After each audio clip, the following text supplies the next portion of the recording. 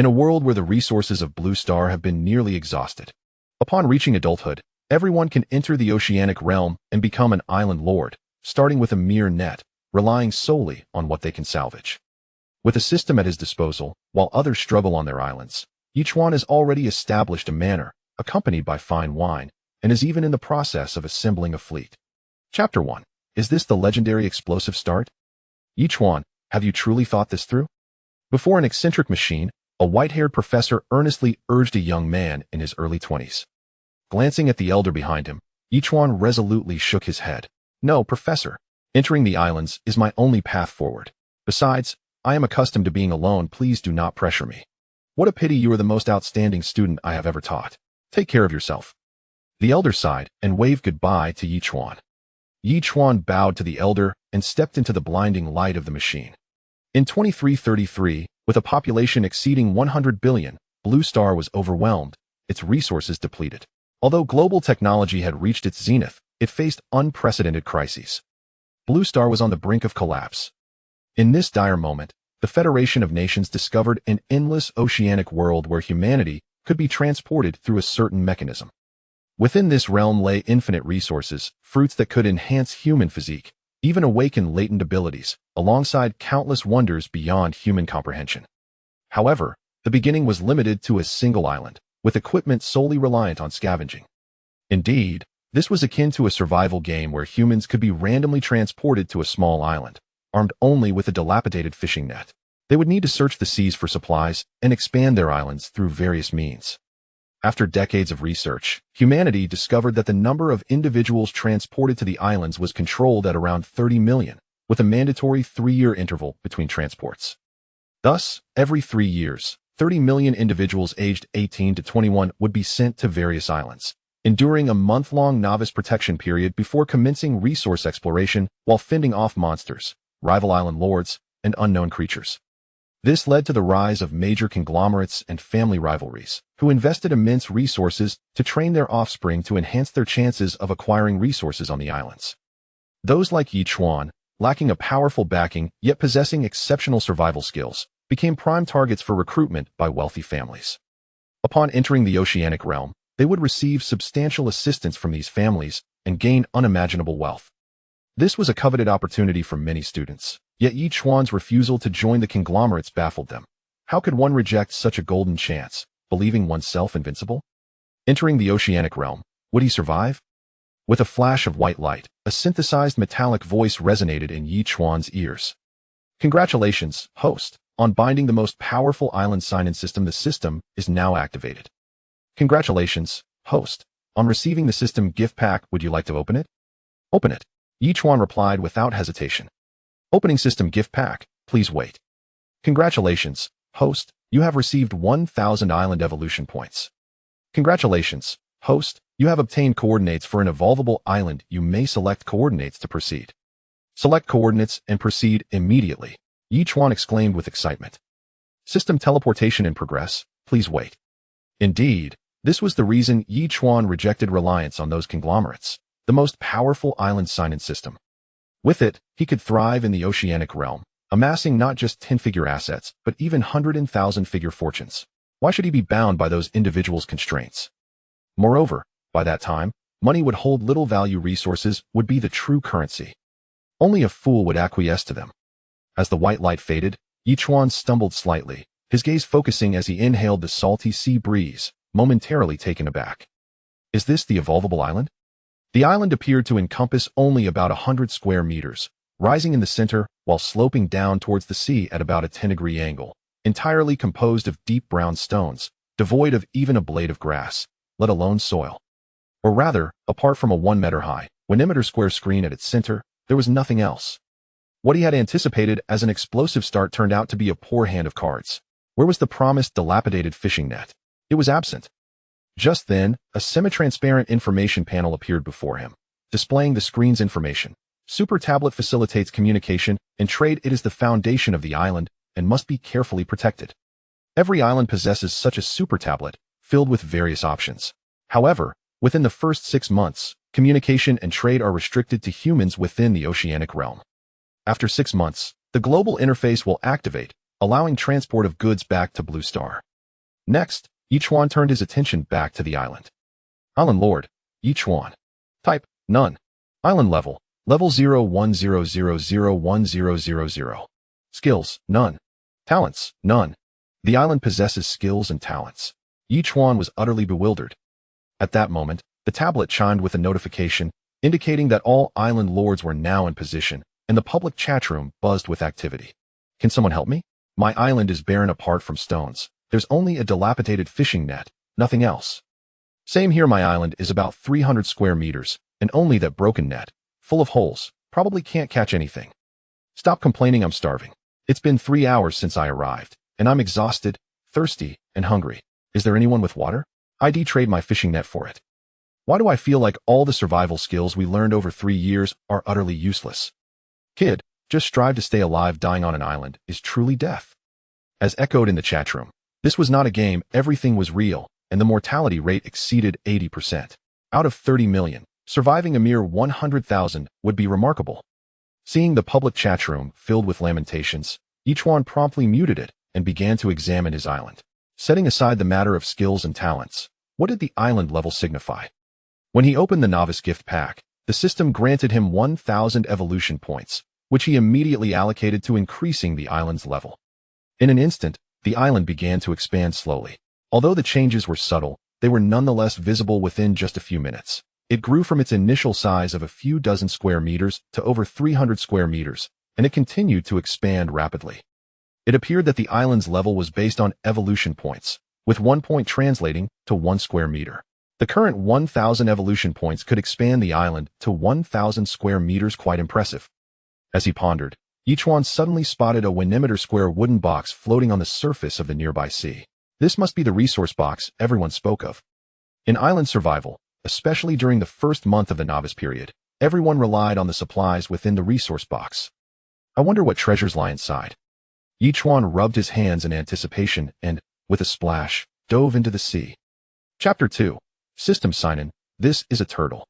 After over half an hour, Ye Chuan finally managed to push the resource box ashore, panting heavily as he leaned against it to catch his breath. Though the school had swimming lessons every day for the past 3 years, the reality of practicing on the island proved to be quite exhausting. Let me see what we have here, Ye Chuan murmured as he promptly opened the supply box. Inside were 2 bottles of 500 milliliters mineral water, 2 compressed biscuits, 1 cabbage seedling, and a fishing net, which could be upgraded. Not too shabby at the very least. There was water and something to eat. After drinking half a bottle of water and consuming a biscuit, Ye Chuan felt his stamina returning. He then glanced at the island panel. Island Master, Ye Chuan. Type, none. Level, 102000. Skills, none. Talents, none. Note, the host can sign a contract with the island upon signing. The island's loyalty will be 100%, and it can provide the host with 50% of all its abilities. Is there such a good thing? Ye Chuan was momentarily taken aback before exclaiming, let's sign the contract. As he uttered these words, a flash of white light enveloped him. Ye Chuan suddenly felt his physical attributes gradually enhancing. Was this akin to a successful binding? He looked again at the island panel. Island Master, Ye Chuan. Type, Sea Turtle. Level, 102000. Skills, none. Talents, longevity. Staring at the panel before him, Ye Chuan's emotions were tumultuous. He could hardly believe that his island rested upon the back of a sea turtle. It dawned on him that the supply box had not drifted to him, but was brought closer by the sea turtle. What a revelation. Ye Chuan finally comprehended why this island was dubbed the Evolution Island and proclaimed to be the strongest. What other island could evolve or expand? Even though it currently spanned a mere 1,000 square meters, he was certain it would one day grow to millions, perhaps even surpassing the entire territory of the Great Huan Nation. The system did not deceive him. Detection indicates the host has not yet checked in. Would you like to check in? The system's voice echoed once more. Check in. Ye Chuan responded without hesitation. Check-in successful. Congratulations, host. You have gained 500 evolution points and 100 kilograms of fertile black soil. Note, the host receives 500 evolution points and a random item with each check-in. Wonderful.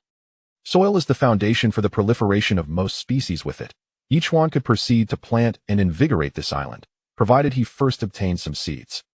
After resting for a while, Ye Chuan opened the public chat room. Oh no, this wretched fishing net can't catch a supply box. I've tried a dozen times to no avail. Can anyone assist me? Without a supply box, there's no food or water. Am I going to perish? So frustrating. My island has no supply boxes in sight. Is my luck that poor? Don't even get me started. I found a supply box, but it only contained planks, metal scraps, and cloth. No food at all. Bro, how did you get the supply box ashore? I'm begging for tips. At that moment, a wave suddenly surged before the island, revealing a turtle head the size of a truck flipping with grace. With a gurgling sound, a supply box and several sea fish weighing 4 to 5 pounds rolled up to Ye Chuan's feet. Wow, my turtle truly is an automated treasure-hunting marvel. Ye Chuan was astonished that the sea turtle could not only approach supply boxes, but also retrieve them. What a delightful surprise. Laughing heartily, he rushed to open the supply box. 1 bottle of 500 milliliters mineral water, 3 metal scraps, and 5 pieces of cloth. Excellent. Another bottle of mineral water. Fresh water is indeed a precious resource on the island. Next, Ye Chuan gutted the fish and used some line from the fishing net to string them together, planning to dry them for preservation. With a lack of fresh water, no fire, and no seasonings, he decided to wait until conditions were more favorable to process the fish. He spread the 100 kilograms of black soil a short distance from the platform, planted the cabbage seedling in the soil, and poured half a bottle of mineral water over it, nodding in satisfaction. Looking out across the sea, he saw only his island. The tranquility was welcomed, as the presence of other islands might lead to potential conflict, especially since all island masters were in a state of fear and madness, willing to do anything for survival. Turtle brother, let's prioritize finding supply boxes. Ye Chuan instructed the sea turtle, though he faced a dilemma. As night fell, he still had no shelter, and a gentle sea breeze began to blow, bringing a hint of chill despite the summer warmth. However, as long as his spirit remained unyielding, he could devise a solution. Soon, he thought of a plan, to combine 2 supply boxes to form a bed. Thus, the 2-meter-long and 1-meter-wide boxes would comfortably accommodate him. While the wooden planks were somewhat rigid, they were certainly preferable to sleeping on the ground. As night enveloped the world, the stars twinkled above. Ye Chuan checked the public chat room again. I finally snagged a supply box, but it only contained a bottle of water, and I'm still hungry. How do we sleep at night? I want to dig a cave into the hillside, but I have no tools. Am I to freeze through the night? If I catch a cold and fever, will we perish without timely treatment? I've already opened the trading panel. 10 metal scraps for 100 milliliters of mineral water. Anyone interested? Bro, what's the use of metal scraps? Only a fool would trade with you. Ye Chuan immediately switched to the trading panel, and indeed, hundreds of trading messages appeared, mostly involving food and water. He had yet to fully grasp the utility of these items, so he refrained from participating. After a long day, fatigue washed over him like a tide. He crawled into the supply box and fell asleep. Detection indicates the host has not yet checked in. Would you like to check in? The cold mechanical voice of the system awakened Ye Chuan the following morning. Emerging from the supply box, he stretched, massaging his stiff back as he declared, "Check in. Check-in successful. Congratulations, host, you have gained 500 evolution points, a multifunctional toolbox, and a feather fragment node. 3 feather fragments can be exchanged for an angel feather, which may yield unexpected results when used." Angel feather? Do angels truly exist in this world? Ye Chuan chuckled, shaking his head before examining the multifunctional toolbox. Upon opening it, he found a hammer, an axe, every small tool he could think of was included.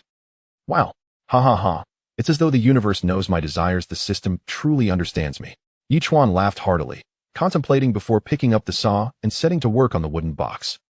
While the supply box could provide shelter from the elements, dismantling it to construct a wooden house seemed far more appealing. However, after a few minutes of sawing, he stepped back in astonishment. Chapter 3. The fierce battle with the shark. With just a minute of sawing, the original supply crate transformed into a pile of wooden planks and a dozen nails. Suddenly, information appeared before him. Planks 10, nails 20. Quite intriguing. Ye Chuan chuckled. It seemed that with a mere symbolic gesture of using the saw, he could readily acquire wooden planks and nails. Perhaps other items might be equally accessible? Contemplating this, Ye Chuan repeated the process and obtained another 10 planks and 20 nails. However, these materials appeared insufficient to construct a wooden house, did they not? Is there a straightforward method to craft a wooden house? Ye Chuan inquired. If merely sawing the planks could yield ready materials, could the same principle apply to the construction of a wooden house? Simple wooden house, blueprints 1, planks 60, nails 140. Metal sheets 10. Was a blueprint for the wooden house also necessary? Ye Chuan was taken aback. Just then, the enormous turtle head shook once more, and several sea fish, along with another supply crate, rolled onto the island. Fantastic! Ye Chuan snapped his fingers and excitedly approached. What you think is what you get. Opening the supply crate revealed. Metal sheets 5, compressed biscuit 1, seawater purifier blueprint 1. A seawater purifier blueprint? Ye Chuan's expression shifted as he quickly examined it. Required materials. Seawater purifier blueprint 1, fabric 10, metal sheets 5. Note: the seawater purifier can convert 100 units of seawater into 60 units of fresh water per hour, with a maximum capacity of 2,000, and is upgradable. Remarkable. With this, would he not be free from the scarcity of fresh water? Ye Chuan laughed heartily. He now had enough metal sheets, but still needed 5 pieces of fabric. First, let us see if the turtle can retrieve more supply crates today. Perhaps fortune would smile upon him, yielding some fabric. Observing the ordinary sea fish, Ye Chuan, as he had the previous day, continued to gut and string them together. With nothing pressing at the moment, he opened the public chat room. Damn, I've been hungry for 2 days, and Haven Tea snagged a single supply crate. Can someone spare me some food? After 6 months, I'll be your loyal servant. I've found 2 supply crates containing metal sheets and some long gun blueprint. What use is that to me? Damn it. I'm the renowned internet celebrity Blueberry Jam with 1,000 fans. Just give me a sip of water, and I'll be yours. Come on. What time is it for online romance? I'll trade 20 pieces of fabric for 50 units of water. Just then, large bubbles suddenly erupted from the turtle's head, prompting Ye Chuan to rush over. He soon spotted a larger shadow in the water attacking the turtle. Fortunately, the turtle retracted its head just in time, avoiding harm. The system panel then displayed a message. Shark, level biological entity, ferocious, bloodthirsty. My goodness, how could there be a shark? Ye Chuan trembled, finding it difficult to believe. Surely, the turtle wouldn't lead him into the shark's lair, would it? However, now is not the time to dwell on that. In a moment of inspiration, Ye Chuan quickly sought out the individual who had the long spear manufacturing blueprint, initiating a private chat. I have 100 bottles of mineral water. Would you trade for the long spear blueprint? To his delight, the response came almost instantly, and the blueprint was placed in the trading column. Ye Chuan promptly exchanged the 100 bottles of mineral water and utilized the blueprint, along with a wooden board and 2 metal pieces, to craft a 2-meter-long spear, which he then aimed at the shark's head. The shark continued its frenzied assault, and Ye Chuan gripped the spear tightly, taking a deep breath as he patiently awaited the opportune moment to strike. Over the course of 3 years, Ye Chuan had simulated countless battles against ferocious sea creatures. Though theoretical, he had mentally rehearsed at least 10 different attack strategies. Ultimately, he identified what he deemed the most reliable approach, channeling all his strength into the spear before seizing the moment to leap into the sea. With a splash, the sharp spearhead plunged 3 centimeters deep into the shark's skull. The shark, in agony, darted away. Ye Chuan held firmly to the spear's shaft, his feet pressing down hard on the shark's back as he withdrew the weapon. Blood gushing forth. The shark, driven by desperation, swam forward but, after covering several meters, unexpectedly turned back, intent on attacking Ye Chuan. Panic surged through Ye Chuan as he realized that his previous strike had not killed it, but had instead provoked its wrath. Gripping the spear tightly, he held his breath and watched as the shark lunged at him with its gaping maw. With determination, he thrust the spear forward, embedding the tip deeply into its upper jaw, which propelled him forward alongside the creature. As they hurtled toward a sea turtle, Ye Chuan summoned all his strength, lifting the spear sharply, managing to hoist the shark nearly a meter out of the water before its head crashed violently into the turtle's shell, leaving it motionless on the surface. Ye Chuan withdrew the spear and struggled to climb back onto the turtle's back, collapsing onto the ground and gasping for air. Fortunately, he had gained some of the turtle's strength. Otherwise, dealing with the shark would have exhausted him completely. The sound of splashing water caught his attention, and upon closer inspection, he saw 5 or 6 sharks tearing into the unconscious shark's flesh. Had they come drawn by the scent of blood? Suddenly, Ye Chuan understood. The internal organs he had discarded into the sea had attracted the sharks. After all this commotion, it turned out to be his own doing. Ye Chuan couldn't help but chuckle at the irony. Congratulations, host, on your first successful kill of a high-level marine creature. You were awarded a lucky gift pack. Would you like to open it? The system's voice broke through his thoughts, prompting Ye Chuan to respond eagerly. Yes, open it. Opening successful. Congratulations, host. You have received 100 fertile black soil, 1 special tree species, 1 wooden house blueprint, and 1 igniter, usable 1,000 times.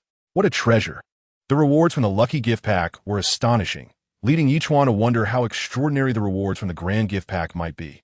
His excitement bubbled over, accompanied by hearty laughter. Most importantly, not only had he acquired the wooden house blueprint, but he also obtained an igniter. Did this mean he could now prepare grilled fish?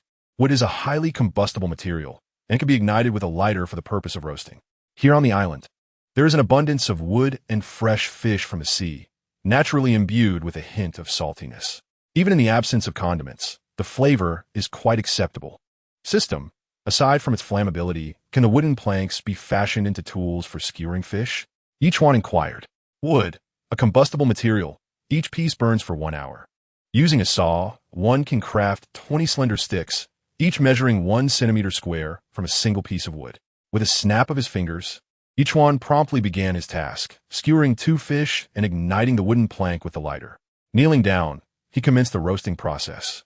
In a mere 20 minutes, the subtle aroma of grilled fish wafted through the air of the island.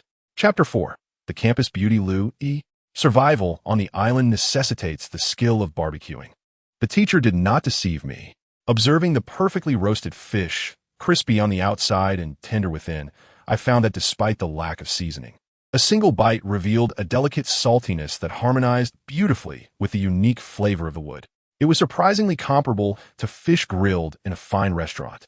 Marvelous! I have truly become a master of grilling fish. Ye Chuan patted his belly, having devoured a 2-pound grilled fish in no time. Notably, the fish was nearly free of bones, making it a delightful experience. After quenching his thirst with a bottle of mineral water, he felt invigorated and immensely satisfied. However, of the 3 bottles of mineral water obtained from the supply box, only 1 remained.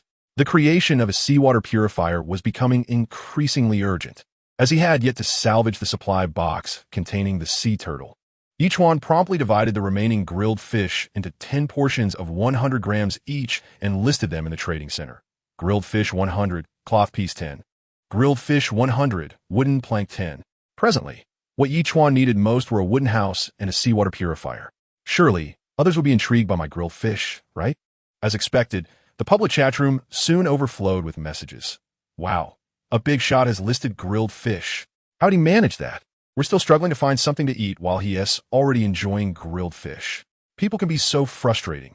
I only have 3 wooden planks, and I doubt I can trade for grilled fish. How'd he make fire? Was it through friction? But there are no wood shavings or sawdust. I need answers.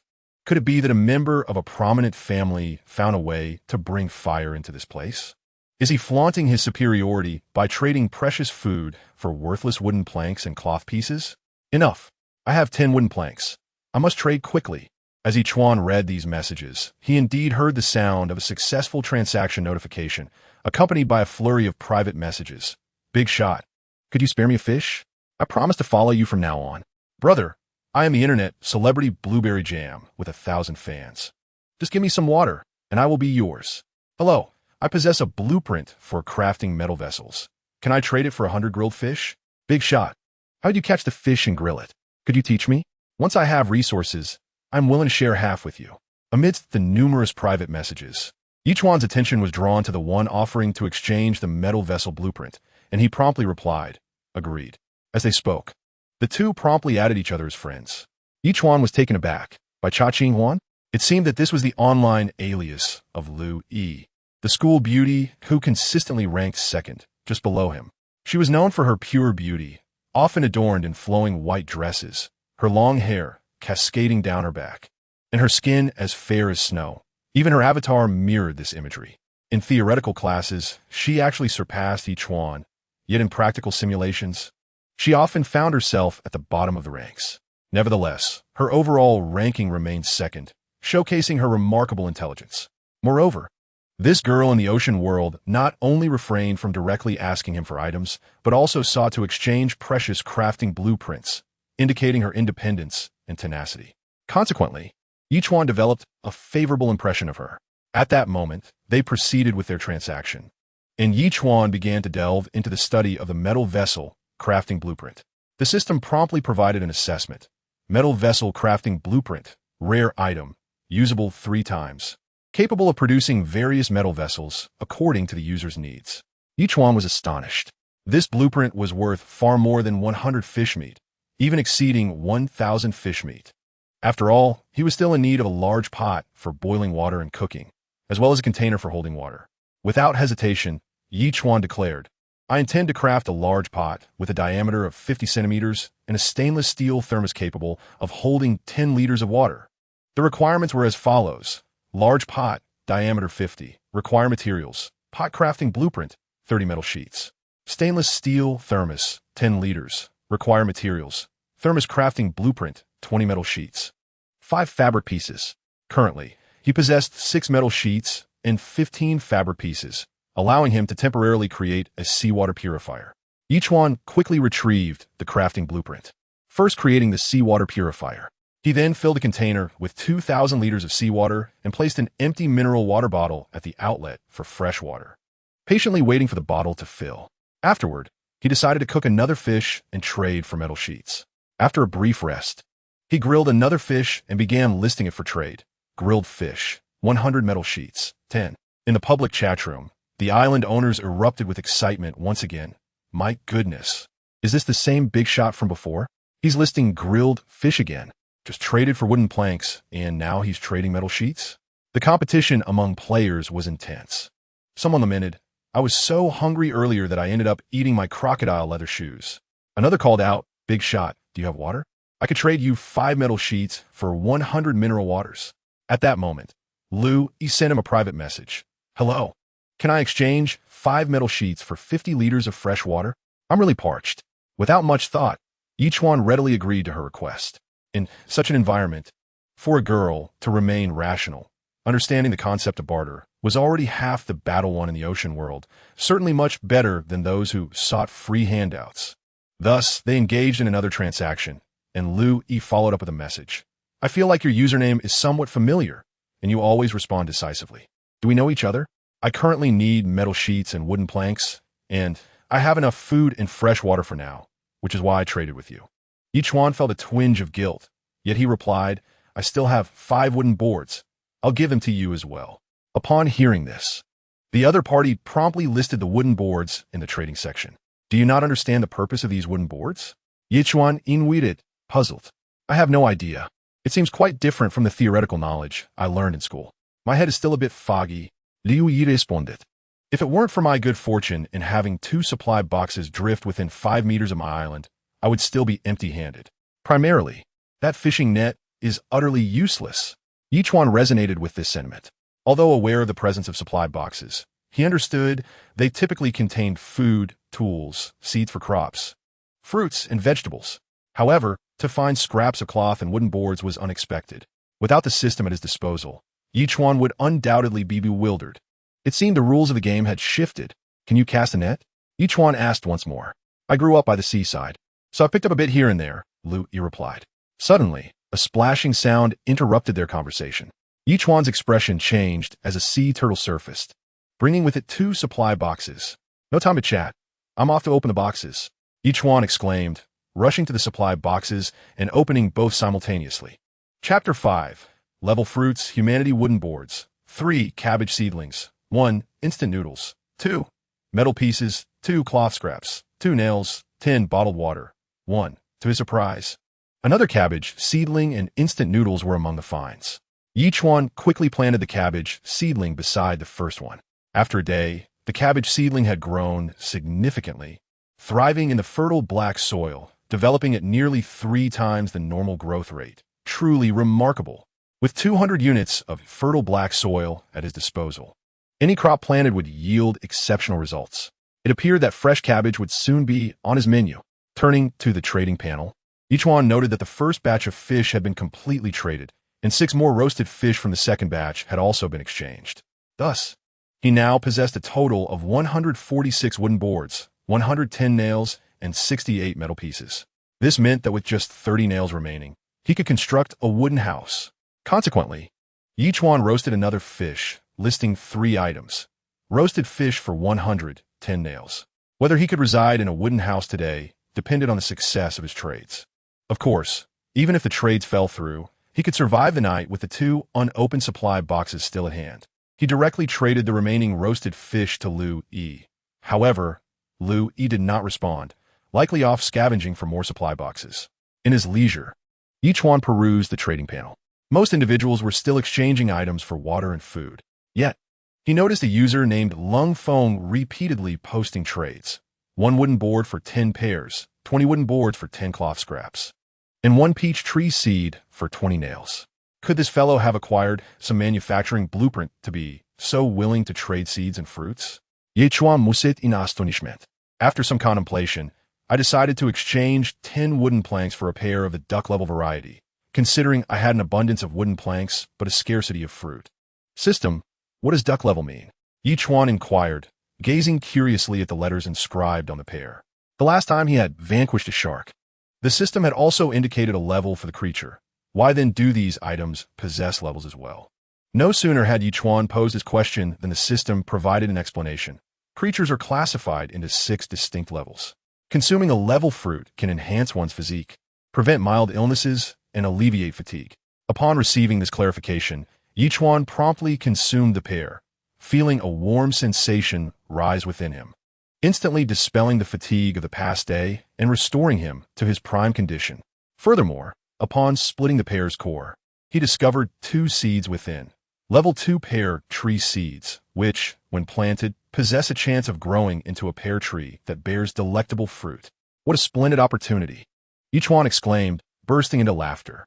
Without delay, he planted the 2 pear tree seeds in the corner of the prepared soil and poured half a bottle of mineral water over them, biting his lip in thought.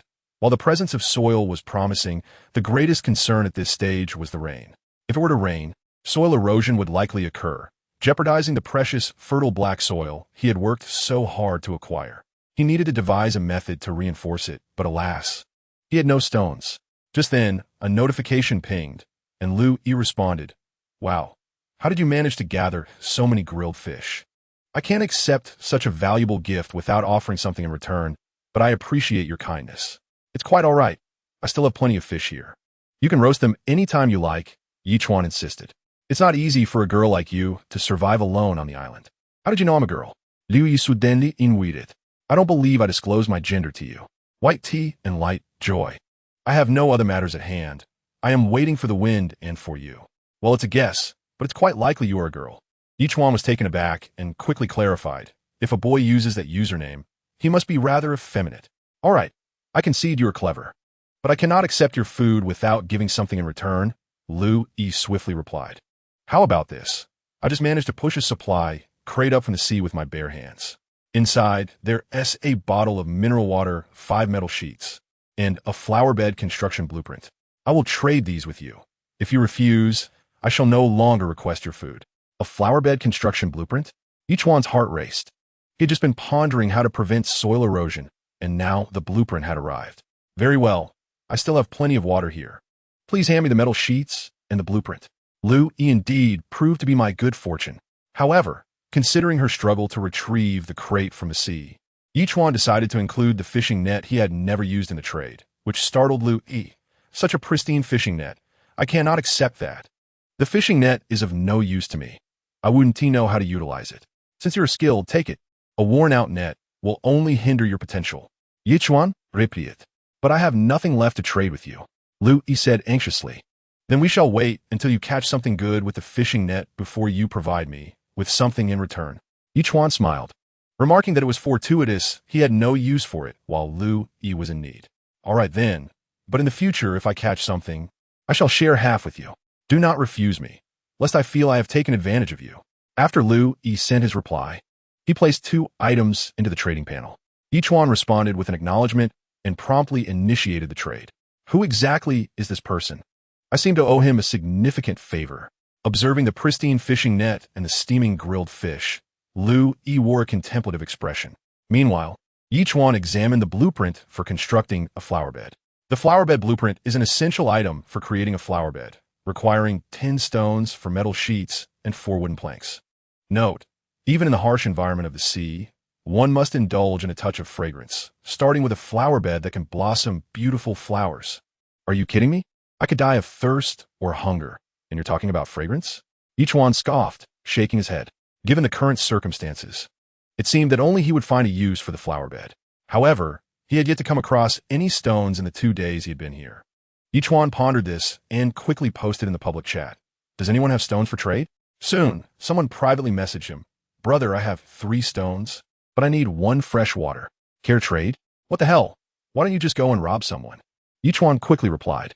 Desperate times call for desperate measures. Currently, I am the only one with stones. The other party responded confidently. I believe you will trade with me. Puffed. Not only do I not have any fresh water now, but even if I had 100, I wouldn't trade with you. Ye Chuan retorted before promptly blocking the individual. Looking at the sky, he realized it wouldn't rain anytime soon, and he refused to be coerced. What is so impressive about having stones? Fool! With the system by my side, how could I possibly not acquire stones? Chapter 6. Turtle Skills. Water bullets at that moment. Ye Chuan grilled another fish and listed it for trade. Grilled fish 100, stones 3. The quantity of stones he required was not significant, so exchanging 100 grilled fish should be a sure thing. The grilled fish he had just listed had only 1 trader thus far, who acquired 10 nails, yet he was still 20 nails short of his goal. As night fell, Ye Chuan surmised that the turtle would likely not fetch a supply box today, so he lay upon the turtle's back, gazing at the scattered stars in the sky. I wonder if the stars in this world share the same sky as those of Blue Star? As darkness enveloped the surroundings, with the sea breeze rustling, Ye Chuan instinctively crawled into the supply box and gradually drifted into slumber. Detection indicates that the host has not yet checked in. Would you like a check-in? The following morning, just like the last time, the mechanical voice of the system jolted Ye Chuan awake. How swiftly time passes. It is already the 3rd day. Ye Chuan emerged from the supply box, performing morning exercises while declaring, check-in. Check-in successful. Congratulations, host. You have received 500 evolution points. A double increase for 1 day to be used, and 1 feather fragment. Note, 3 feather fragments can be exchanged for 1 angel feather, which may lead to unexpected occurrences. A double increase? Ye Chuan's expression shifted. Does this mean that everything I acquire today will be doubled? With thoughts swirling in his mind, Ye Chuan promptly declared, activate double amplification. As his words echoed, he noticed the feather fragments had multiplied into 2, and their evolution value had surged to 1,000 points. Incredible. It truly is double amplification. This is exhilarating, he exclaimed with delight. Coupled with the previously accrued evolution points from signing in, the sea turtle now boasted a total of 2,000 evolution points, ready for another upgrade. Without hesitation, Ye Chuan clicked to upgrade. In an instant, the island began to flourish once more. Ye Chuan opened the island panel. Island Master. Ye Chuan type. Sea Turtle Level. 2. 03000. Skill. Water Bomb Beginner. Talent. Longevity Water Bomb. Ye Chuan's expression shifted as he commanded, my turtle, show me a water bomb. With a swift flick of its head, the sea turtle tossed a supply crate onto the island. After 2 fish had been released, it expelled a water sphere the size of a basketball towards the horizon. Bang! Moments later, the water sphere erupted into a cascade of splashes several dozen meters away. Wow, that's impressive, Ye Chuan exclaimed, slapping his thigh in excitement. Suddenly, a thought struck him. Since the turtle could bestow half of its abilities upon him, did that mean he had acquired the water bomb skill as well? With this in mind, Ye Chuan began to experiment. After more than half an hour of diligent practice, he finally conjured a water sphere of moderate size, which burst a short distance away, creating a small splash. Although it was not entirely satisfactory, it marked significant progress. How delightful! Oh, and the feather fragments. Ye Chuan snapped his fingers, retrieving 3 more feather fragments. After examining them, he announced, exchange for angel feather. Exchanging angel feather, please wait. Angel feather exchange successful. A pristine white feather appeared in his inventory. Angel feather, luck bonus 60, with a high probability of bringing good fortune within 24 hours. Use. Ye Chuan immediately activated the angel feather, wondering if it might summon an angel, preferably a beautiful one. He chuckled to himself. Ah, my turtle also brought back a supply crate. Let's see what treasures await. With a beaming smile that seemed to grow brighter with each passing moment, Ye Chuan opened the supply crate. 5 pieces of cloth, 5 metal scraps, and 2 stones. Thanks to the double amplification, these items had doubled in quantity. This is absolutely delightful. The system's rewards are indeed generous. Stretching his arms overhead, Ye Chuan said with a grin. He glanced at the trading section on his tablet, noting that only one person had traded stones. Ye Chuan received 3 stones, which, after the double amplification, equaled 6 stones. Adding the 4 stones obtained from the supply crate, he had exactly 10 stones. What a stroke of luck.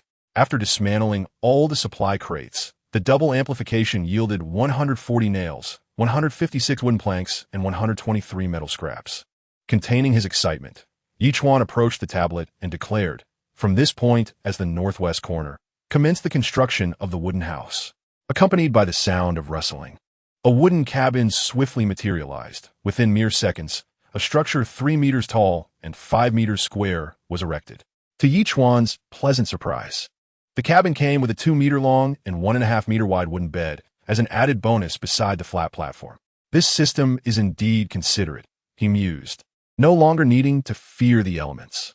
Subsequently, Ye Chuan promptly crafted a large pot and a stainless steel thermos, then set about kindling a fire, pouring the remaining bottled water and purified fresh water into the pot to boil. All that was now lacking was a cup or something similar. Ye Chuan murmured, deciding to manufacture a cup one last time using the metal vessel schematic. Cups and small items like iron bowls could be created without a schematic. Soon, he received a response. Is there such a delightful occurrence? Ye Chuan's expression shifted, and he immediately expended 10 metal sheets to create a cup for drinking, a stainless steel bowl for meals, and a pair of stainless steel chopsticks. Once completed, the water in the pot began to boil, and Ye Chuan used 500 milliliters of the water to soak instant noodles, reserving the remainder in the thermos. Experts once labeled instant noodles as junk food. But out here at sea, they could rival delicacies, couldn't they? Taking a deep whiff of the noodle's aroma, Ye Chuan exclaimed as he took a slurp. Ah, delightful, truly delightful.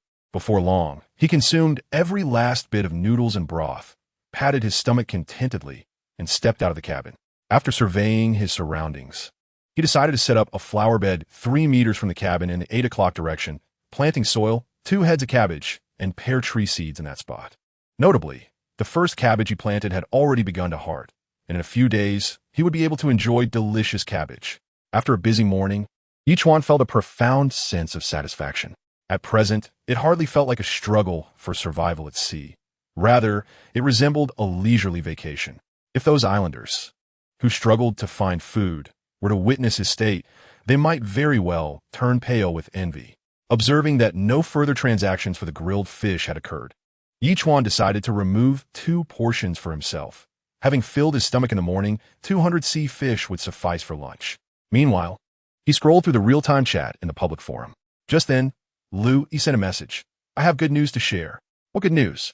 Ye Chuan quickly replied, adding a smiley face for good measure. Chapter 7. A day of abundant harvest. I just fished out a supply box containing a bag of 500 grams of edible salt. He exclaimed with joy, "You can now grill fish, and with a sprinkle of salt, it should taste even better, right? Well done."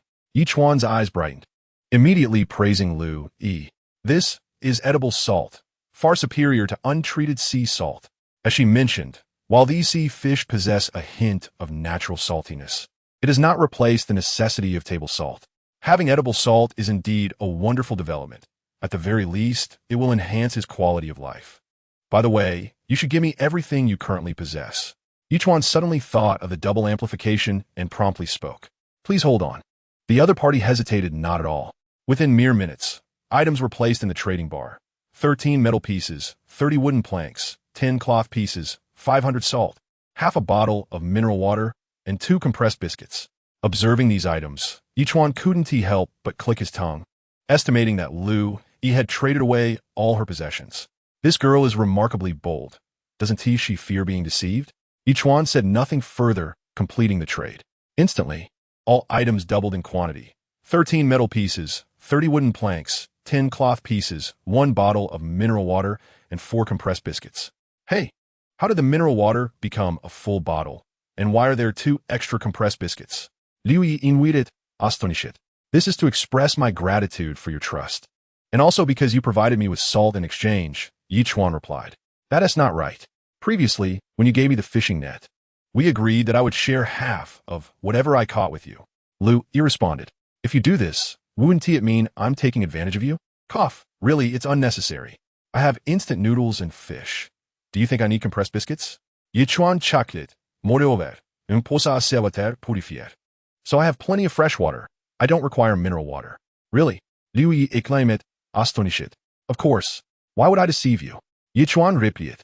In the future, if you find rare items that you cannot use, you can give them to me. As for the others, keep them for yourself. All right. This time, Lu Yi did not decline further. However, sitting before the tablet, Lu Yi still shook her head with a wry smile. Sigh, I owe someone a favor again. Once, Lu Yi stood at a height of 165 meters, her skin fairer than snow, with long hair cascading down her shoulders and exquisite features that drew admirers in droves. Now, merely 3 days on the island had left her considerably thinner, her complexion less radiant than before, though she still appeared relatively healthy. I must gather more supply boxes and strive to find better items. Lu Yi clenched her small fist and rose, dragging her fishing net in search of supply boxes. Meanwhile, Ye Chuan gazed at a dark cloud drifting in the distance, letting out a soft sigh. It seems it's going to rain. As time ticked away, the chat room became lively once more. Oh my, a sea breeze has picked up here, and dark clouds are gathering. It's quite frightening. What should we do? Surely it's going to rain? Don't mention it. Just a moment ago, the sky was clear, and now it's starting to rain. It's cold. It's about to get dark. I'm both cold and hungry, and I don't know if I can endure this night. I mustn't catch a cold. Otherwise, it could be disastrous. I hope to see the sun tomorrow. I long for a sip of hot water, even if it's just a little. Let us just drink rainwater. It's better than dying of thirst. As the messages in the chat room flowed, the sound of rain began to pour down heavily. Ye Chuan found himself seated at the entrance of the wooden cabin, listening to the rhythmic patter of the rain outside. If one disregarded the plight of others, it was indeed a beautiful enjoyment. Island upgrade complete.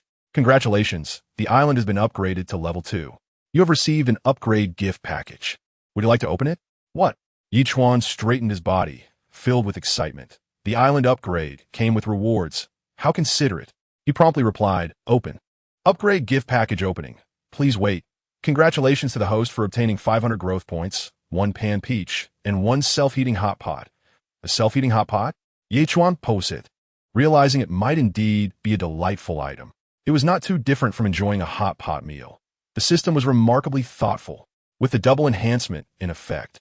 Everything transformed into double portions.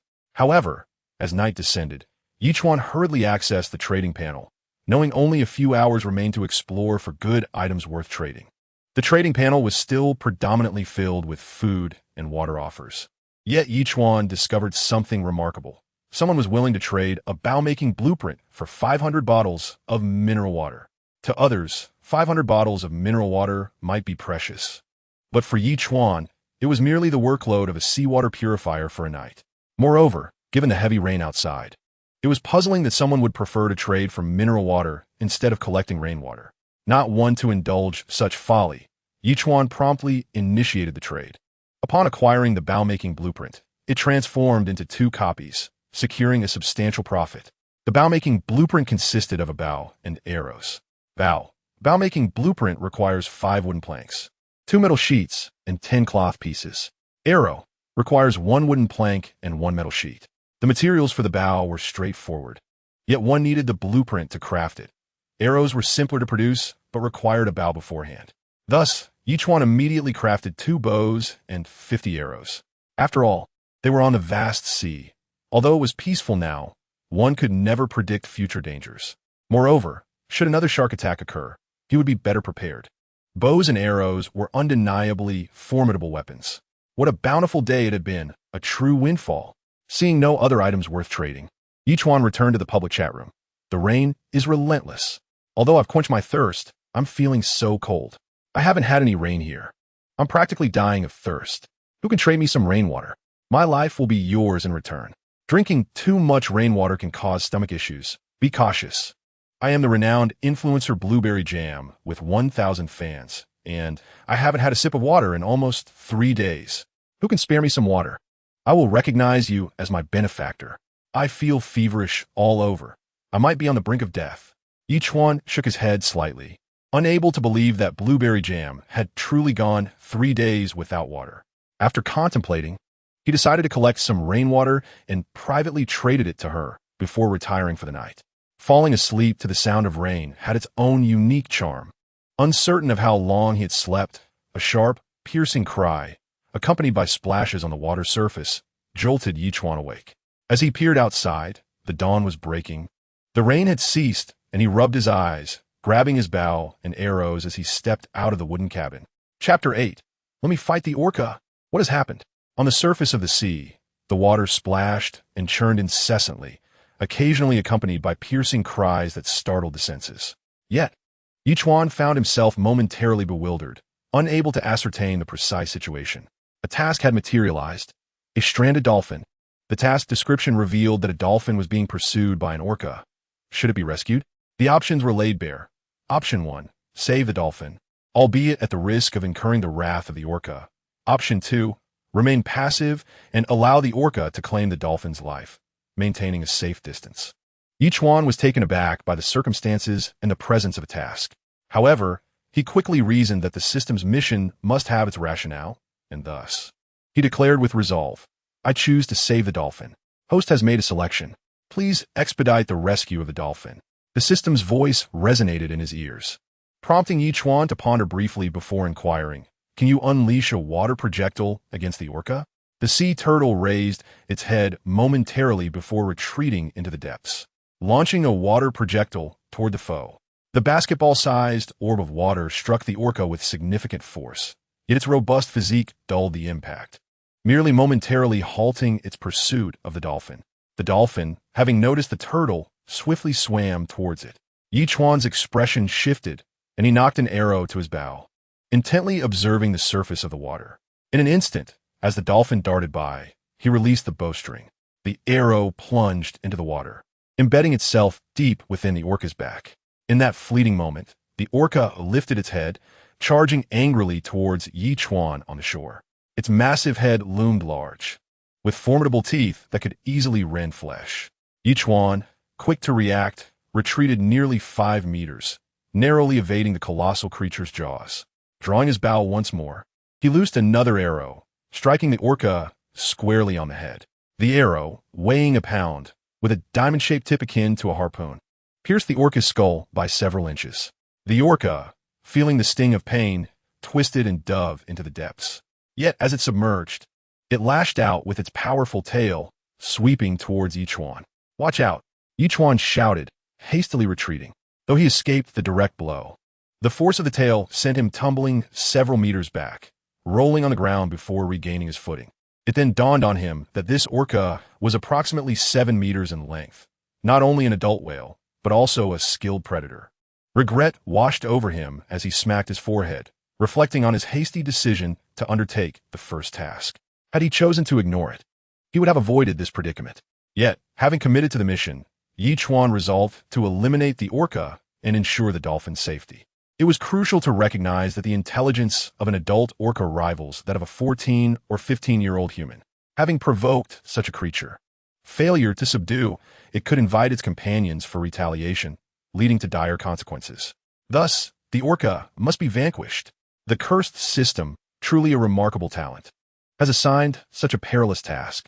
If tasks were to be graded, this one would undoubtedly be a top-tier challenge. Ye Chuan grumlet in frustration, only to be met with silence from the system. The only companion to Ye Chuan was the half-risen crimson sun in the east, accompanying him as he continued to fight. Taking a deep breath, Ye Chuan sheathed his bow and arrow, crafting a makeshift spear. While the bow and arrow offered convenience and considerable power, in this scenario, he had no choice but to opt for the spear. Should the orca approach, he would at least have a means of defense. At that moment, the orca emerged with half its head above the water, fixating its gaze on Ye Chuan. He could even sense the murderous intent in the orca's eyes. Yet, mere seconds later, the orca slowly sank beneath the waves, vanishing from sight.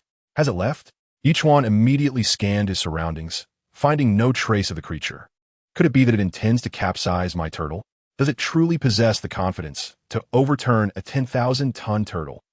After waiting 6 or 7 minutes, Ye Chuan felt that the orca had given up on him, lamenting his situation, when suddenly the sound of water erupted. The orca leapt from the depths, charging towards him with astounding speed. Good heavens! Ye Chuan couldn't help but exclaim. He was still 5 or 6 meters from shore, and this creature was willing to risk stranding itself just to pursue him. In an instant, Ye Chuan dropped to the ground, gripping the spear firmly. As the orca hurtled towards him, he thrust the spear fiercely at it while rolling to the side. This sequence of movements flowed seamlessly, all completed within 5 seconds. Ye Chuan scarcely believed he could execute so many actions in such a brief span. Indeed, when pushed to the brink, one can accomplish extraordinary feats. Had the orca possessed the ability to speak, it might have uttered a curse. You may not be human, but you are truly a dog. In the next moment, the spear plunged deep into the orca's belly, and upon hitting the ground, blood gushed forth. The orca's tail thrashed violently, flipping over twice before crashing back into the ocean with a resounding splash. Is it not dead? Ye Chuan's eyes widened in astonishment. The surface of the sea was already stained with blood, and more continued to flow forth. Logically, this orca should be in dire straits. I hope it does not attack again. Wait, with so much blood, it's likely to attract sharks soon. Isn't it? The next moment, Ye Chuan furrowed his brow, urging, Turtle, we must leave this place at once. With that command, the turtle began to slowly drift away. However, with only a level 2 upgrade, the turtle's speed was a mere 15 knots per hour.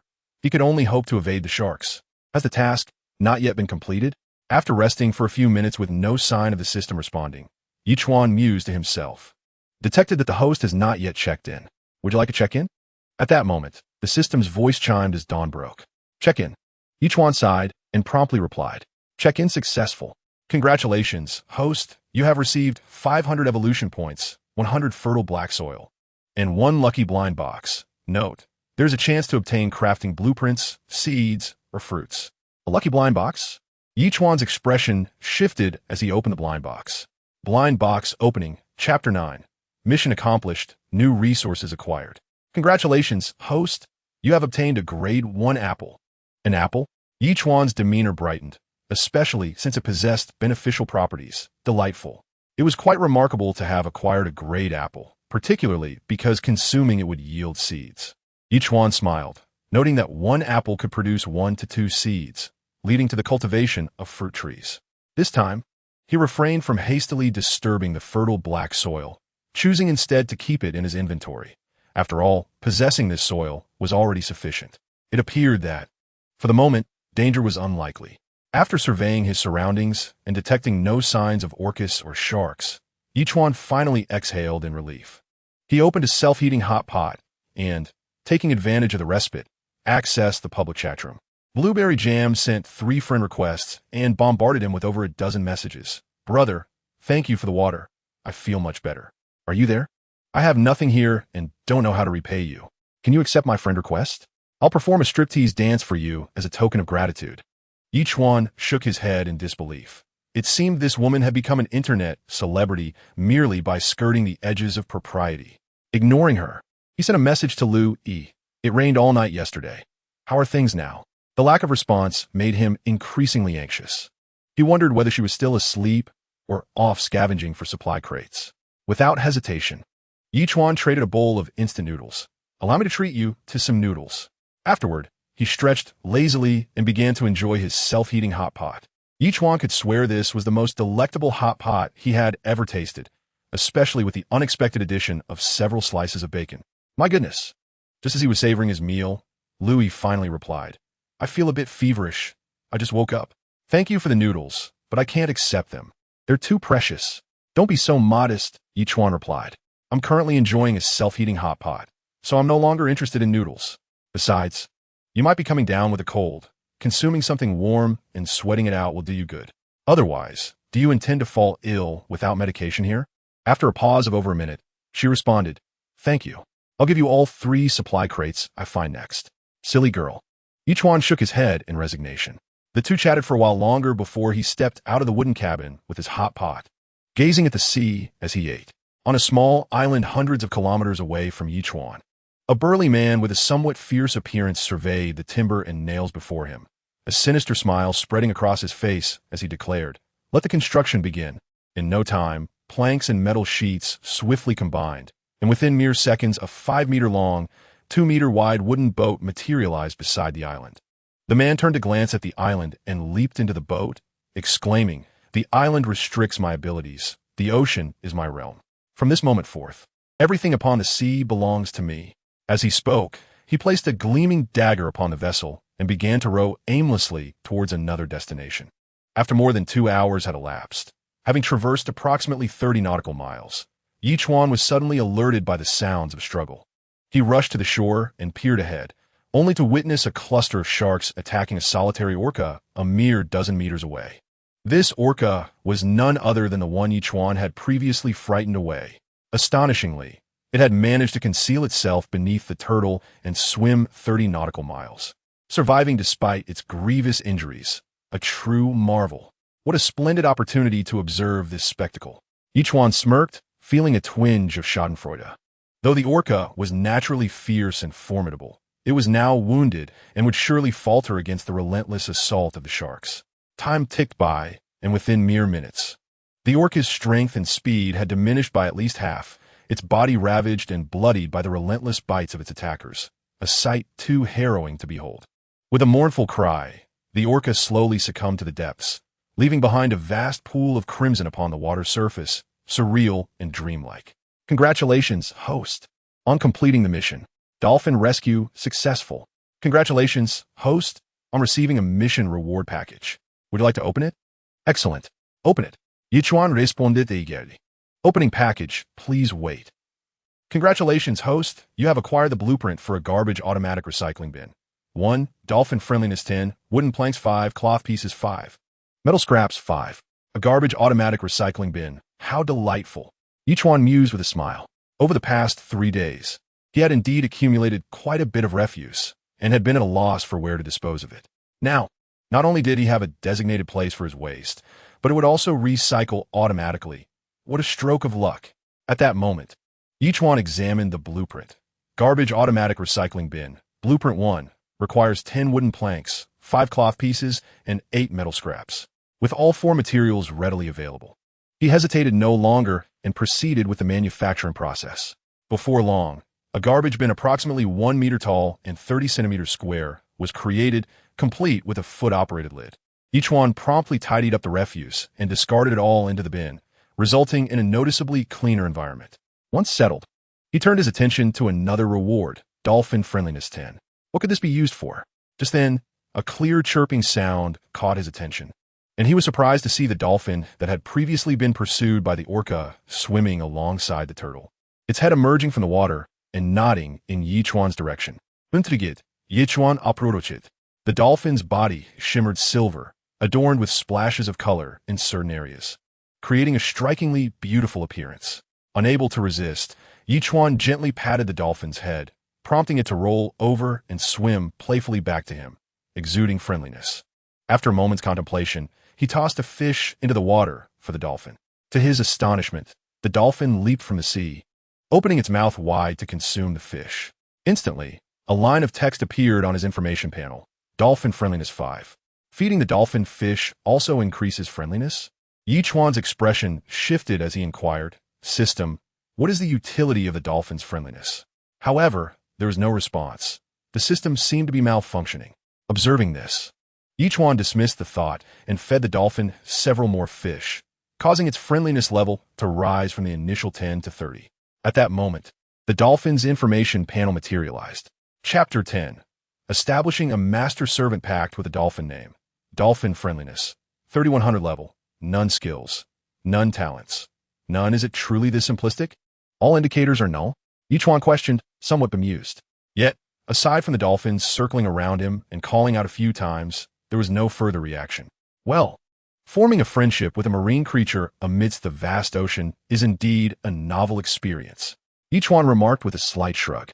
As the dolphin continued to circle the sea turtle, Ye Chuan approached the turtle's head, gazing at the few fish it had just tossed onto the surface, along with a piece of wood measuring over 5 meters in length and more than 30 centimeters in diameter. How peculiar. Where did this wood come from in the boundless sea? He pondered. The wood's information promptly appeared on the panel. Agarwood, weighing 100 pounds, moisture-resistant, insect-repelling, promotes circulation and alleviates pain. Ye Chuan was left speechless by the string of details. Agarwood, a precious commodity in the outside world. What a pity this is the ocean realm, where such items cannot be traded. Nevertheless, with his wooden cabin susceptible to dampness and pests, igniting a piece of agarwood periodically to fumigate might indeed be a viable solution. He did not dwell on it for long, directly storing it in the system's inventory. Then, he turned his attention to the private message from Lu E on his tablet. I just salvaged a supply crate. I placed everything in the trade section for you to collect. Contents: 2 sausages, 5 wooden planks, 1 bar of soap, 3 metal scraps. Ye Chuan was taken aback. He had even retrieved sausages and soap. It seemed the supply crate contained a little bit of everything. He just wondered when he would find a medical kit. After collecting the items, he divided the soap in half, placing 1 bar of soap and 1 sausage in the trade section. Why are you trading back to me again? Didn't you say it was all yours? Lu E responded, somewhat irritated. Indeed, I have received it, but I wish to share these additional items with you. Ye Chuan replied, expressing how delightful it was to have someone to converse with in the vast ocean. To uplift each other. Wasn't it fair for him to alleviate his solitude by offering her something in return? Lu E merely replied with a string of ellipses. All right, just accept it, Ye Chuan said, sending a laughing emoji. This time, Lu E did not decline again and accepted the items. Consider a loan from you. Once I gather more, I shall repay you. Not a problem. Ye Chuan agreed cheerfully. Let us not linger on this. I need to rest briefly before I head out to salvage more supply crates. Lu E suddenly replied, the wind was quite strong last night, so more crates should be floating by. I cannot afford to miss them. Good luck. After Ye Chuan sent a message, he switched the page to the public chat room. I've discovered that if you strike a supply box with a stone weighing 100 gene 3 times, it will transform into planks and nails. Is that really true? I must give it a try. How bored must you be to think of using such a heavy stone to smash a supply box? Are you truly that idle? I am the illustrious influencer Blueberry Jam, boasting 1,000 followers. I haven't eaten in 4 days. If anyone could provide me with some food, I would gladly be your Blueberry Jam. Are you still alive? Even Ye Chuan was astonished. A person would perish from thirst after 3 days without water, and hunger would claim them after 7 days without food. Yesterday, he had shared some rainwater with Blueberry Jam, and she had managed to survive, but she must be terribly hungry by now. Ye Chuan found it perplexing. This woman seemed to possess no survival skills, yet she chose to engage in a game of ocean survival. Even if young individuals aged 18 to 21 could apply for exemption, surely a prominent influencer like her could afford to bypass such hardships. He couldn't comprehend it, but Ye Chuan decided not to dwell on her choices. Each individual has their own path, and ultimately, her survival would depend on her own abilities. As time flew by, it soon approached noon. Ye Chuan took a bite of a peach, and the exquisite flavor burst forth, sweet and fragrant, with juice trickling down his chin, which he promptly wiped back into his mouth. He could hardly believe that such a delicious peach existed in this world. As the succulent flesh slid down his throat, a gentle warmth enveloped him, reminiscent of a sauna after a satisfying meal, an unparalleled sensation he had never experienced before. The weariness of the day vanished. Soon, only the pit remained in his hand, and the information panel revealed details about it. Peach Pit Level 1. When planted, it has a chance to grow into a peach tree bearing delicious fruit.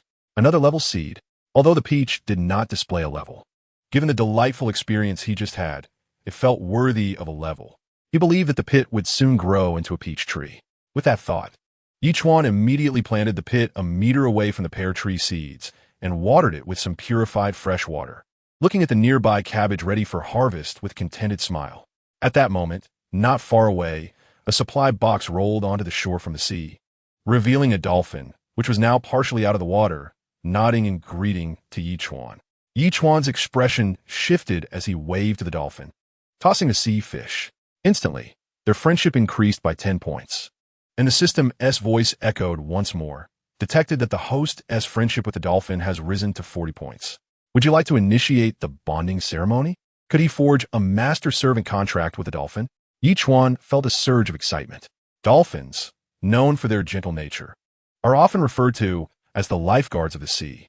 They have a remarkable ability to buoy any object floating on the surface of the water, and apart from orcas, they possess few natural enemies.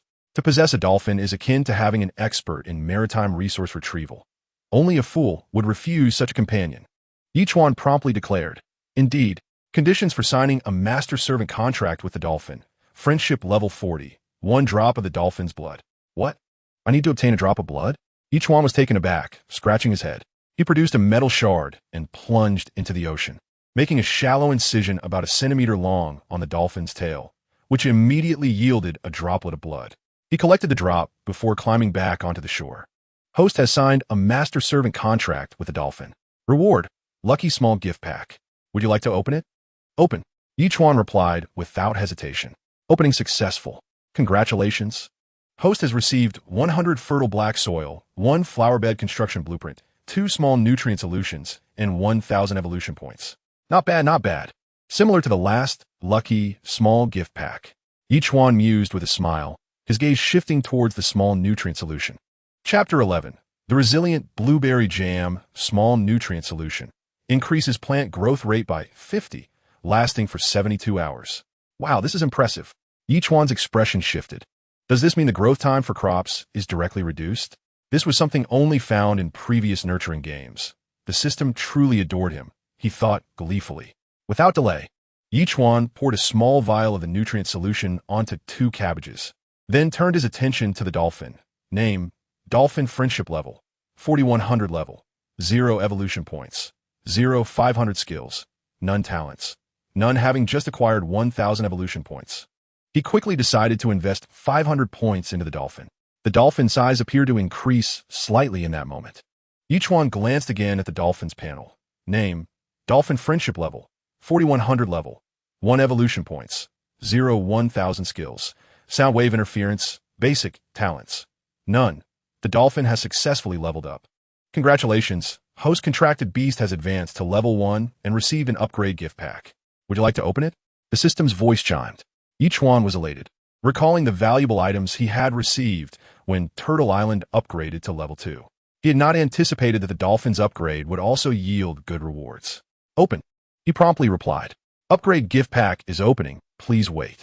Congratulations. Host has received 500 growth points, 3 stones, 3 wooden planks, and 3 metal sheets. Perhaps due to the dolphin's relatively low stature and influence, Ye Chuan did not receive anything particularly remarkable. Nevertheless, he had accumulated 1,500 evolution points, and with 3 more sign-ins, he would be able to level up again. At that moment, Ye Chuan shifted his gaze to the dolphin's skill, puzzled as he inquired, what is sound wave interference? Sound wave interference allows for sonic attacks on all entities within a 20-meter radius, disrupting their movements. This indeed seemed to be a valuable asset. Ye Chuan nodded with a smile. Yet he could not fathom why this particular skill had not yielded any reciprocal benefits for him. Was it due to insufficient friendliness? Observing the dolphin frolicking in the sea, Ye Chuan promptly commanded, My dolphin, emulate your brother the turtle, and strive to salvage a few more supply crates. Whether the little creature understood him or not, the dolphin swiftly darted away. Now, with the blueprint for constructing a flowerbed in hand, it was time to consider planting that special tree species. After all, since acquiring it last time, it had languished in his inventory. Who could say what delightful surprises might emerge if he were planted? Without hesitation, Ye Chuan roasted 2 sea fish, of course, unseasoned, since he had no intention of eating them himself. Those starving creatures might even resort to consuming them raw. Once they were nearly cooked, he promptly set them up for sale, a portion of roasted fish for 3 stones, and he listed 5 portions in rapid succession. Igniting the public chat room once again. Wow, the big shot has put roasted fish on the market again. Every time, at least one. What a tycoon. How's he managed this? Why can't I catch any sea fish? He remembered how he had once loathed fish, and now his greatest wish was to eat one. Yet, he lacked stones, lamenting, Oh, this world, could it truly be fair? Others feast on sea fish daily, while I remain perpetually hungry. It's south enough to drive one mad. Suddenly, a private message appeared. Hey brother, I'm Blueberry Jam. I have 2 stones. Can I trade them for a portion of roasted fish? This piqued Ye Chuan's curiosity, prompting him to respond. Haven't you been unable to salvage any supply crates? How do you have stones? Indeed, today marks the 4th day, and I haven't team managed to acquire a single supply crate. Out of boredom, I've been using my high heels to dig at the stones on the island. After toiling for half a day, I finally unearthed 1 stone. Blueberry Jam replied. So I kept digging, but after the 2nd stone, I was utterly exhausted. All right then, for 2 stones, I shall give you 2 portions of roasted fish. For reasons unknown, Ye Chuan felt a twinge of sympathy for blueberry jam. He had plenty of sea fish, and giving her an extra portion felt like saving a life. Really? Thank you so much, brother. Blueberry jam responded instantly, placing the stones in the trade window and completing the transaction with Ye Chuan. Unbeknownst to him, on a roughly 1 square kilometer island, a girl clad in a full Lolita outfit, with porcelain skin and delicate features, was voraciously devouring the roasted fish. Whether from excitement or something else, she emitted soft, mewing sounds reminiscent of a protective kitten. Approximately half an hour later, Ye Chuan had acquired 6 more stones, bringing his total to 11. He immediately constructed the flower bed 3 meters behind his dwelling. After placing the 100 bags of fertile black soil and finally planting the special tree species, he watered it with 500 units of fresh water and supplemented it with a bottle of nutrient solution. Surely, it would soon take root and sprout, wouldn't he it? As twilight swiftly descended, Ye Chuan reclined upon the back of a turtle, gazing at the twinkling stars above, thoroughly at ease. Meanwhile, 300 nautical miles away, a wooden vessel silently approached a coastal shore. A man aboard the ship secured it to a rock and, gripping his knife, cautiously made his way onto the land. On the island, a weary woman lay helplessly upon a stone, her vacant eyes fixed on the stars, exuding an air of existential despair. Suddenly, a stern and indifferent face materialized before her, causing her to question her own sanity. To her astonishment, the first person she encountered was a strikingly beautiful woman. What a fortunate discovery for the man. With a slight smirk, he spoke in a deep voice. It was then that the woman realized the reality of her situation, and her body jolted with panic as she prepared to flee. However, the man swiftly pinned her down. Moments later, Li Bo, satisfied, adjusted his trousers and cheerfully remarked, "My dear, from now on, just follow me, and I guarantee you will live in comfort and luxury. Could you provide me with something to eat?" The stranger inquired weakly, "I haven't eaten or drunk anything for nearly 2 days. I feel as though I am on the brink of death." "Damn, what a hassle," Li Bo cursed, tossing a raw fish to her. "Make do with this. It's better than starving." The woman swallowed hard, disregarding the fish's state, and seized it, devouring it ravenously.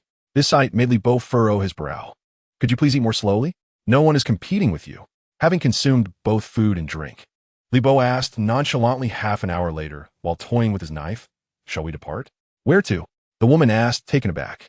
"Of course, to the ship. Are we to wait here on this island for death?" Li Bo sukofud, slowly approaching her. "What? Do you expect to feast for free?" No. How could that be?" The woman trembled in fear, shaking her head repeatedly. "I thought you intended for us to live together on the island. Do you truly believe such a small island could confine me?" Li Bo chuckled dismissively. "It's late. Let us board the ship and leave."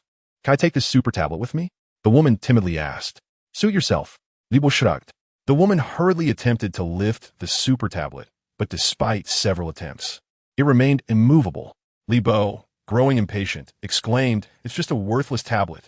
If you're following me, whether you take it or not is of no consequence. Hurry up." "All right." The woman, feeling somewhat dejected, promptly followed Li Bo onto the ship. "Row in that direction." Li Bo handed her the oar, speaking in a matter-of-fact tone. "Rowing?" she asked in surprise. "What about you? Damn it, I've taken you in. You'll eat my food and drink my provisions. And you still have the audacity to object to rowing the boat." Li Bo glared at her. "Even a dog knows to fetch a bone for me. Do you expect to live here without contributing? I never said I wouldn't help." "I'll row," the woman said, feeling aggrieved, as she accepted the oar and began to row in the indicated direction. As time passed, Ye Chuan suddenly jolted awake, his eyes wide open. "Last night, I found myself gazing at the stars, and to my surprise, I fell asleep without realizing it, slumbering soundly until dawn. What a remarkable occurrence. Fortunately, I seem to have benefited from the robust constitution of a sea turtle, having consumed both a pear and a peach. Had my physical condition not improved significantly, I might have caught a chill." At that moment, the system's voice echoed. "Host has not yet signed in. Would you like to do so?" "Sign in," I replied cheerfully. "Sign in successful. Congratulations, host. You have received 500 evolution points, 2 cans of pork, and 1 feather fragment. Note, 3 feather fragments can be exchanged for an angel feather, which may lead to unexpected events." "Pork cans," I exclaimed with excitement. Meat was precisely what I was lacking, and to my delight, I had just acquired 2 cans of pork, enough for a hearty meal. Ah, and the angel feather. It seemed that 24 hours had passed without any fortunate events occurring. Surely, one could not consider entering into a master-servant contract with a dolphin as a stroke of luck. The issue was that I had accepted a perilous task to slay an orca to secure this dolphin. Darn it, this deceitful system is truly infuriating. I muttered in frustration. Yet, the system provided no response, as though it had malfunctioned. Ugh, I cursed again. This system seemed rather arbitrary, selectively responding to my inquiries, leaving me utterly speechless. I then turned my attention to the cans of pork, contemplating a stir-fry with cabbage, as I had a ripe head of cabbage ready for harvest. After some thought, I decided to pull out the cabbage, crafting a makeshift knife from a shard of metal to chop it.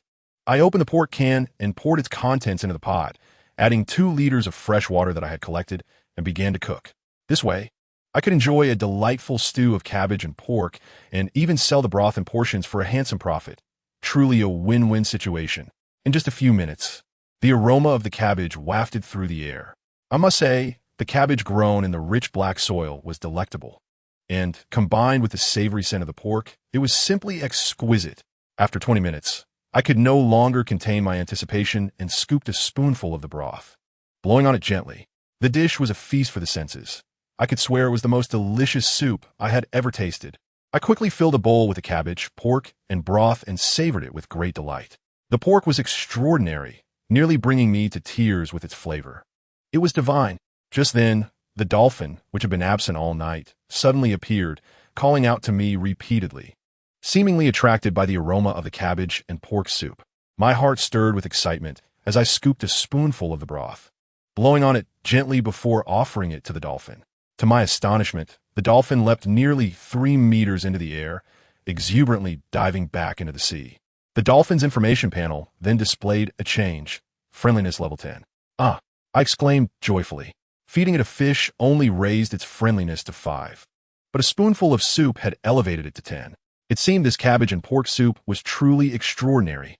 At present, Ye Chuan promptly divided the cabbage and pork soup into 15 portions, each containing 4 or 5 cabbage leaves and several pieces of pork, and then listed them. Cabbage pork soup 1001, a rare delicacy.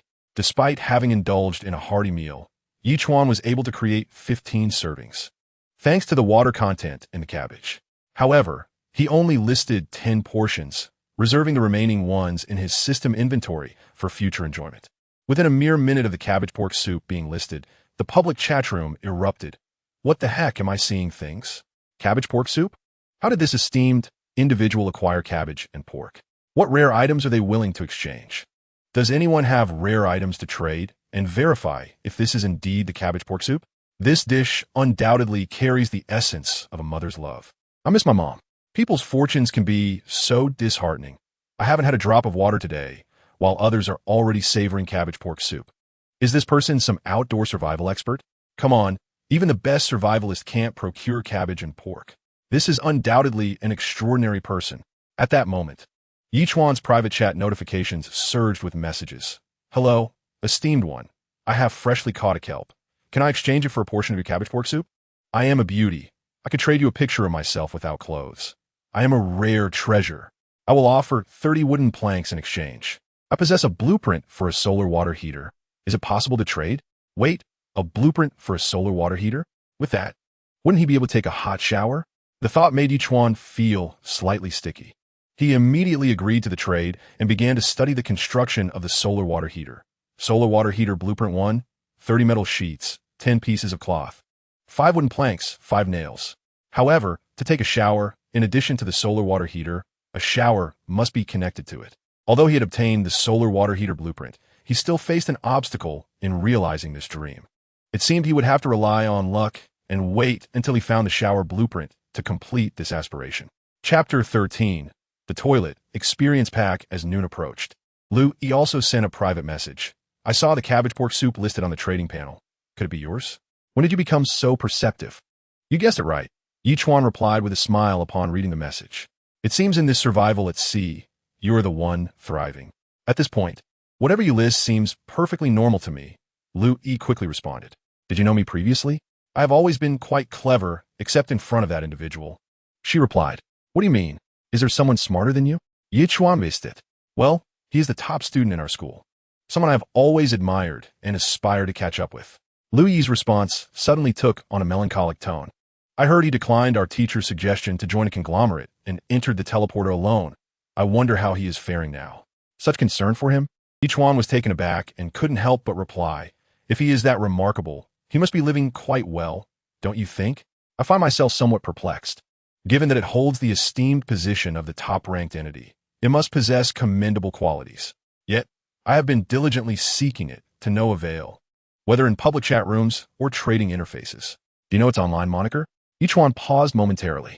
Upon entering the oceanic realm, every participant is afforded the liberty to modify their name or adopt a pseudonym. Ye Chuan had chosen the username 13, a playful alteration derived from his surname by omitting the character for mouth and reversing Chuan. Individuals like Lu Yi, who retain their original usernames, are indeed a rarity. Ye Chuan's speculation that this might be Lu Yi stemmed from two factors: the shared username and a unique little black dot following the phrase by Cha Ching Huan, which serves as a distinctive emblem. After all, such coincidences are exceedingly rare. A classmate had once shared his contact number with me, and I mustered the courage several times to add him as a friend, yet ultimately did not. Lu Yi responded with a resigned expression before shifting the subject. By the way, I stumbled upon a supply crate this morning. Shall I trade it with you? No. Wait to open the supply crate until I instruct you to do so. Ye Chuan quickly interjected. Since there was a chance to trigger a double enhancement, there would surely be more opportunities. Currently, Ye Chuan lacked for nothing and decided to await another double enhancement before opening it. Wouldn't that be the epitome of efficiency? Apologies, I have already opened it. 3 wooden planks, a sausage, and a bottle of mineral water, Lu Yi replied after a brief pause. Well, it's done now. Just remember not to open any future ones right away, Ye Chuan remarked, feeling a tinge of regret, but saying no more. He proceeded to place a bowl of cabbage and pork soup in the trading window. What are you doing? Lu Yi immediately objected. Brother, you've already done so much for me. Do you truly intend for me to owe you a debt of gratitude that I cannot repay? You may choose to reciprocate in kind when you discover resources in the future. Even the smallest favor can yield great rewards. Ye Chuan responded, or perhaps, when I form a fleet, you could join me. A maritime fleet? Ha ha. Then I shall graciously comply for now. This time, Lu Yi did not hesitate and promptly accepted the trade. In the oceanic realm, once the global trading page is launched 6 months hence, individuals will have unrestricted access to the islands of the island masters, making the formation of fleets a trivial matter. Lu Yi had long since resolved to align herself with Ye Chuan. In truth, once Lu Yi learned of Ye Chuan's rejection of the professor's overtures, she too had spurned external assistance. Despite her practical simulation course languishing at the bottom of the rankings, she was determined to rise to the challenge and compete with Ye Chuan. Even now, her resolve remained steadfast. Of course, Ye Chuan was oblivious to this. He was preparing 2 fish using the leftover seasoning from the last instant noodles, sharing one with the dolphin. Subsequently, he gathered the 3 supply crates just retrieved from the dolphin and the sea turtle into a single location before turning his attention to private messages. Toilet manufacturing blueprint. Would you like a trade? After sifting through several private messages, Ye Chuan took notice of this particular one. Toilets are indeed one of the essential tools in the realm of islands. After all, a person has 3 urgent needs. Others may be unaware, but Ye Chuan eats daily. Yesterday afternoon, unable to hold it any longer, he resolved the matter on a wooden board and subsequently discarded it into the sea. Although Ye Chuan recognized the extreme lack of hygiene, it was certainly preferable to addressing the issue on the island, where the odor would linger far longer. At that moment, Ye Chuan promptly initiated a transaction and acquired the blueprint for a toilet, a necessary item for manufacturing a fully automatic intelligent flushing toilet. The creation of this toilet required 1 toilet blueprint, 20 wooden boards, 5 metal sheets, and 5 pieces of cloth. Currently, he had an adequate supply of wooden boards and metal sheets, but was entirely lacking in cloth. After a moment's contemplation, Ye Chuan decided to grill a fish, dividing it into 5 portions for sale, grilled fish for 3 pieces of cloth. Following that, Ye Chuan began to peruse his private messages. After sifting through several conversations, one particular message caught his attention. Big shot, I have an experience package here. I wonder what it's worth. Could I exchange it for a bowl of cabbage and pork soup? Ye Chuan thought to himself, How could anyone not recognize the value of an experience package? This was exactly what he needed. After some consideration, he replied, I'm uncertain about the package's utility. It may not be a rare item, but I'm willing to trade for it to investigate further. Would you accept 200 grilled fish? The response came swiftly. That's quite insufficient. I've labored long for this experience package. 200 grilled fish seems too little. Ye Chuan replied again, all right, my best offer is 400 grilled fish. If you agree, we can proceed. If not, then so be it. This time, a minute passed before the reply came. Fine, let us do it your way. 400 grilled fish.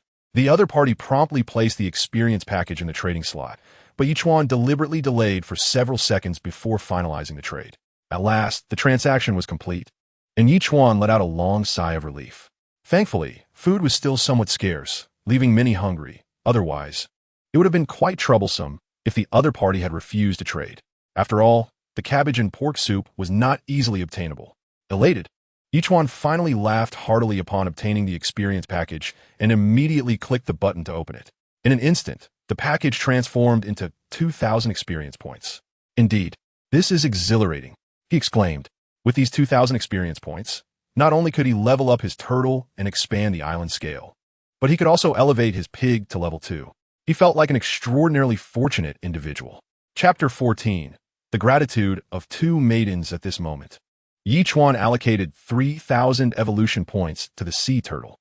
As the area of the island gradually expanded, he opened the island's information panel. Island Master. Ye Chuan type. Sea turtle level. 3,04000. Skill. Water bomb. Beginner. Talent. Longevity with this upgrade.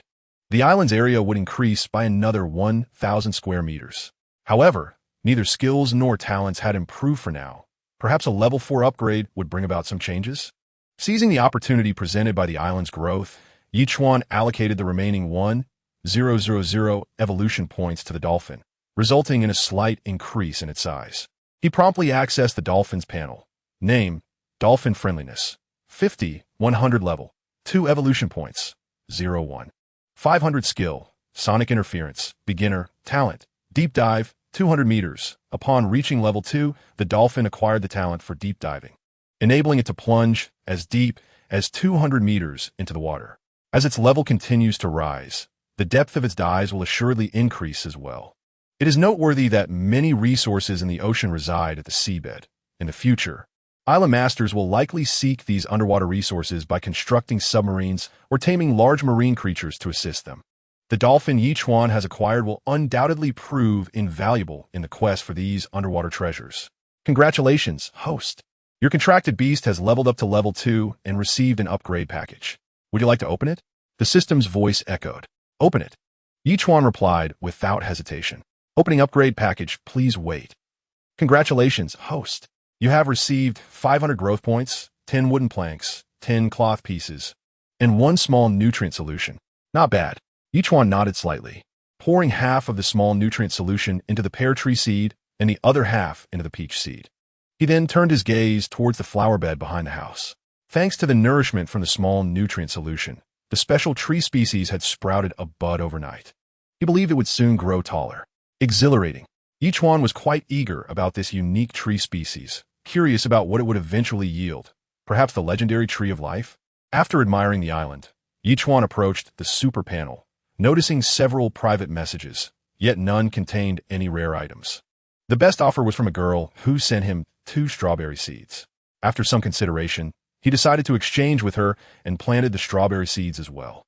The remaining 3 portions of roasted fish had successfully traded for 9 cloth pieces, allowing Ye Chuan to promptly manufacture a fully automated intelligent flushing toilet. He specifically created a 2-meter square compartment in the wooden house to accommodate the toilet. He had accumulated quite a stockpile. After studying the toilet's instruction manual, Ye Chuan sat down and experienced a delightful rush. After finishing, he was even treated to a refreshing spray, saving on toilet paper. What a joy! As for where the waste was flushed away, he gave it little thought. As long as his home remained odor-free, he was indifferent to the rest. Evening soon approached, and the turtle and dolphin teamed up to retrieve 5 more supply boxes, bringing Ye Chuan's total to 8, which he piled together before starting to cook fish soup. The evening sea breeze was somewhat chilly, and sipping the warm fish soup was exceptionally comforting. as the rich aroma of the fish wafted through the air. The super panel chimed again. It was a friend request from Blueberry Jam, accompanied by a message. Hello, big brother. I found another stone. Can I exchange it for 100 fresh water? My period has started, and I'm feeling a bit unwell.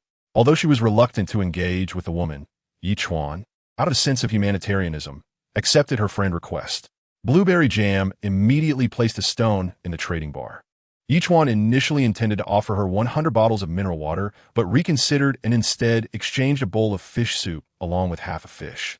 Several minutes passed before Blueberry Jam sent a shocked expression. Heavens, you actually have fish soup? What's wrong? Don't you want to drink it? Ye Chuan quickly replied.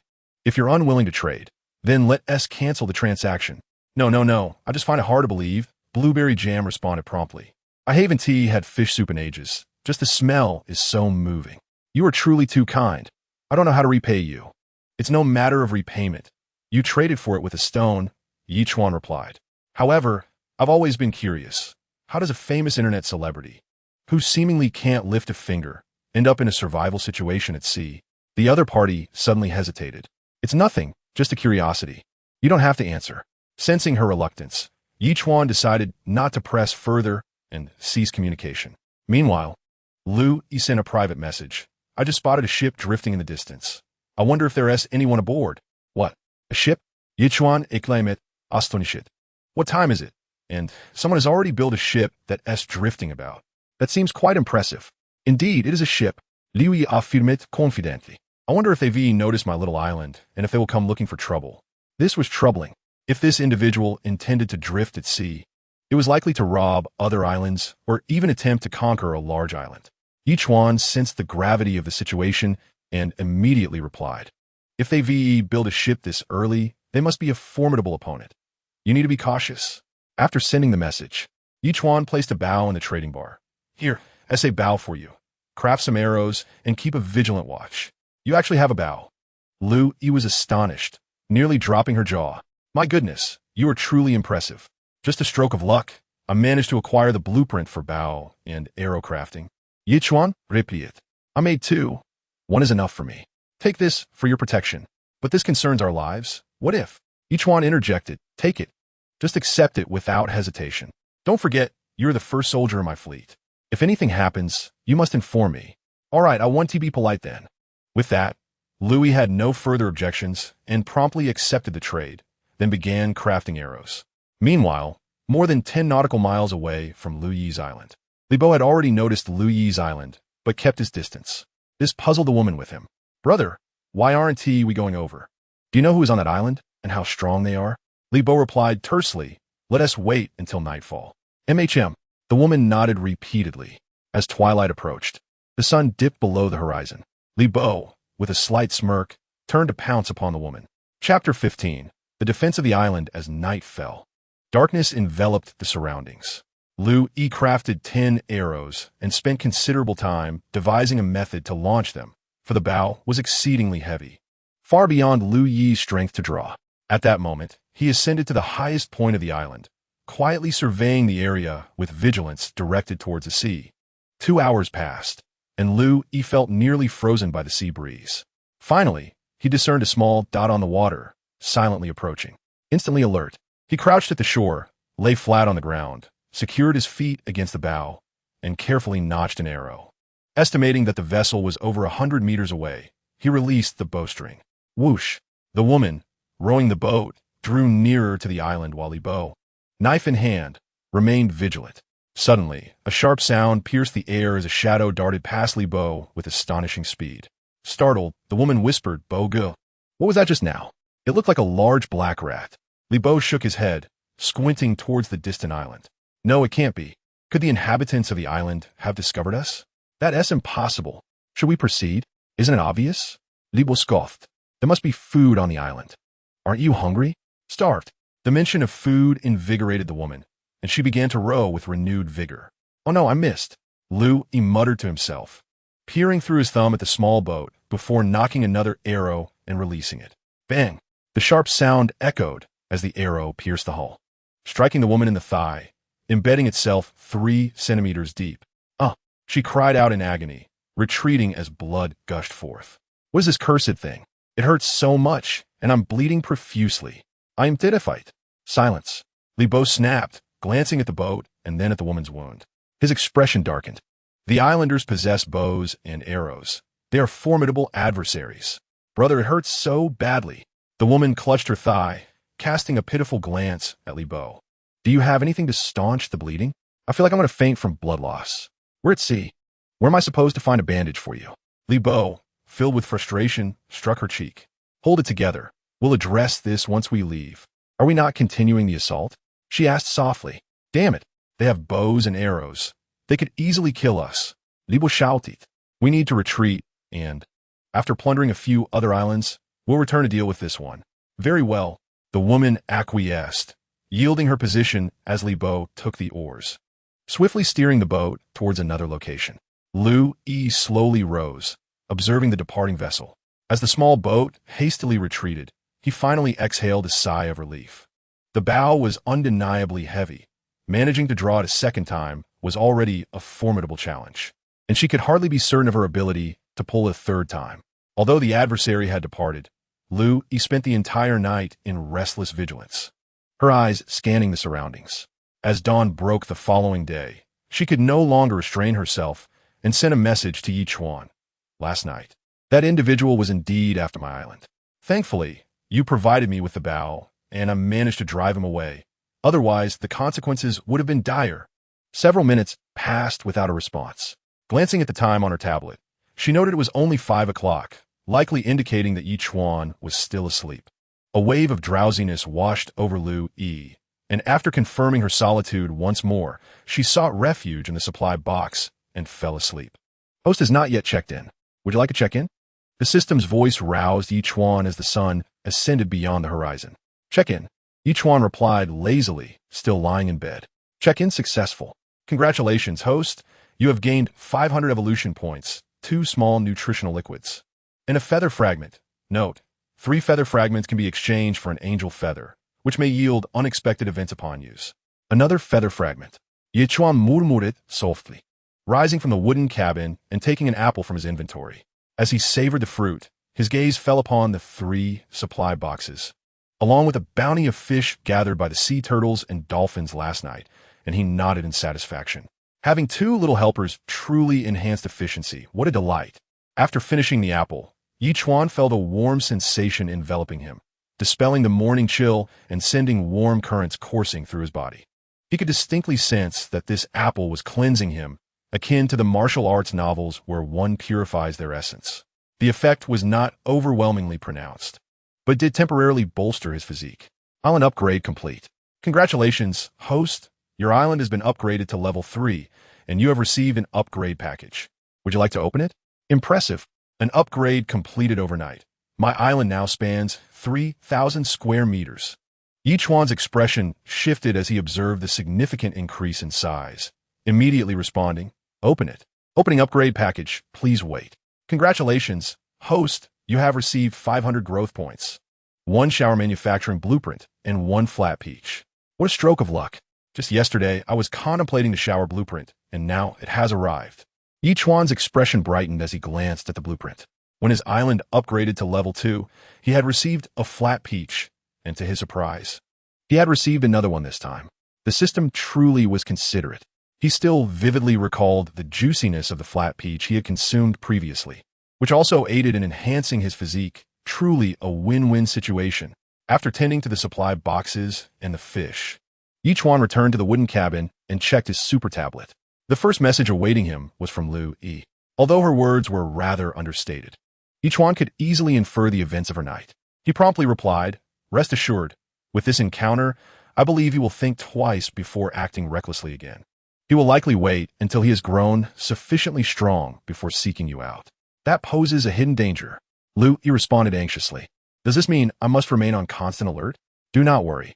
He will not seek you out for at least a month, replied Ye Chuan, reassuring her. You have successfully executed your first counterattack.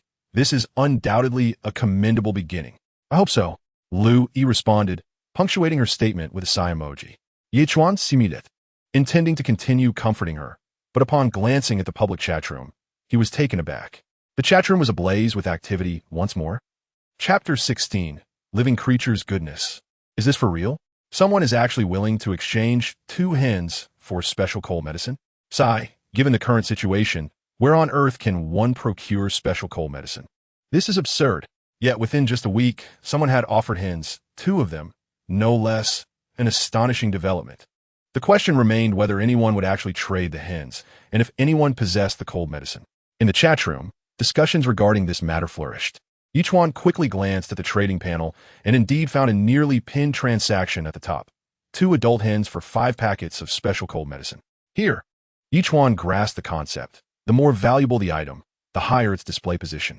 Currently, food items dominated the top listings, with Ye Chuan's grilled fish consistently occupying a prime spot, until now, when it was replaced by the 2 hens. This piqued Ye Chuan's interest, as trading for the hens could provide a steady supply of eggs, which could subsequently be exchanged for other goods, even special cold medicine. It was undeniably a lucrative venture. However, as others had speculated, it seemed unlikely that anyone had offered special cold medicine just yet.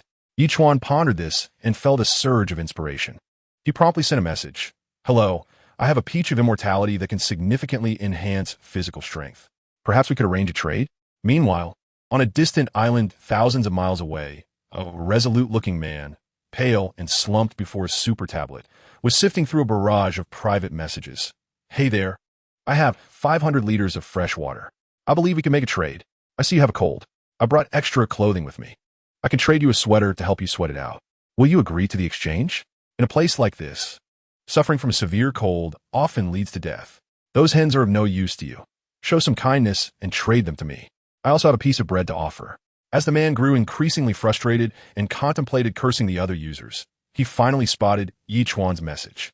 After a moment's consideration, he replied, "Peach of immortality? It enhances physical strength? Are fruits classified by levels?" Upon receiving the message, Ye Chuan silently rejoiced, promptly responding, "Indeed. All living beings are categorized into 6 levels. Level fruits, when consumed, can bolster physical constitution, prevent mild ailments, and alleviate fatigue. Is this truly the case?" The man's expression shifted as he asked with newfound seriousness. "How about this? You can first trade me 1 hen. If it proves to be effective, you can then trade me the 2nd hen." After a few seconds of contemplation, Ye Chuan replied, "Currently, finding special cold medicine seems virtually impossible. I should be your only hope." Agreed. This time, the other party did not hesitate and promptly removed the hen from the shelves, placing one of the hens in the trading section. Zhao Feiyu found himself in a rather helpless situation. As a special soldier from the Great Huan Nation, he arrived in the ocean world just a few days before his 22nd birthday, never anticipating that his survival skills in the wild, akin to those in his own backyard, would falter during a torrential downpour, leaving him bedridden with a cold.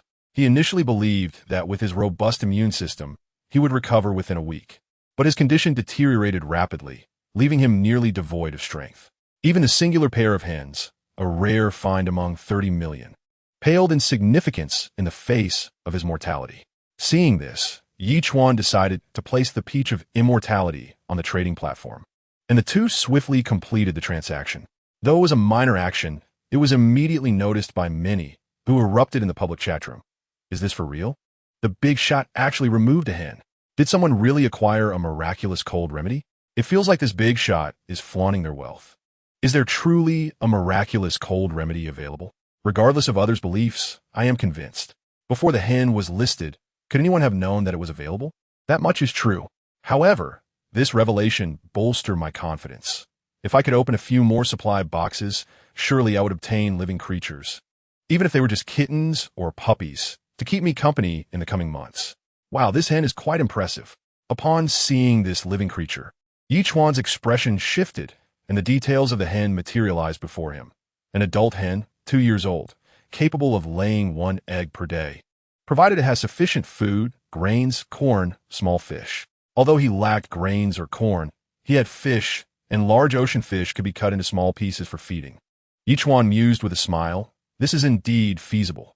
I can enjoy egg water every morning, delicious and invigorating."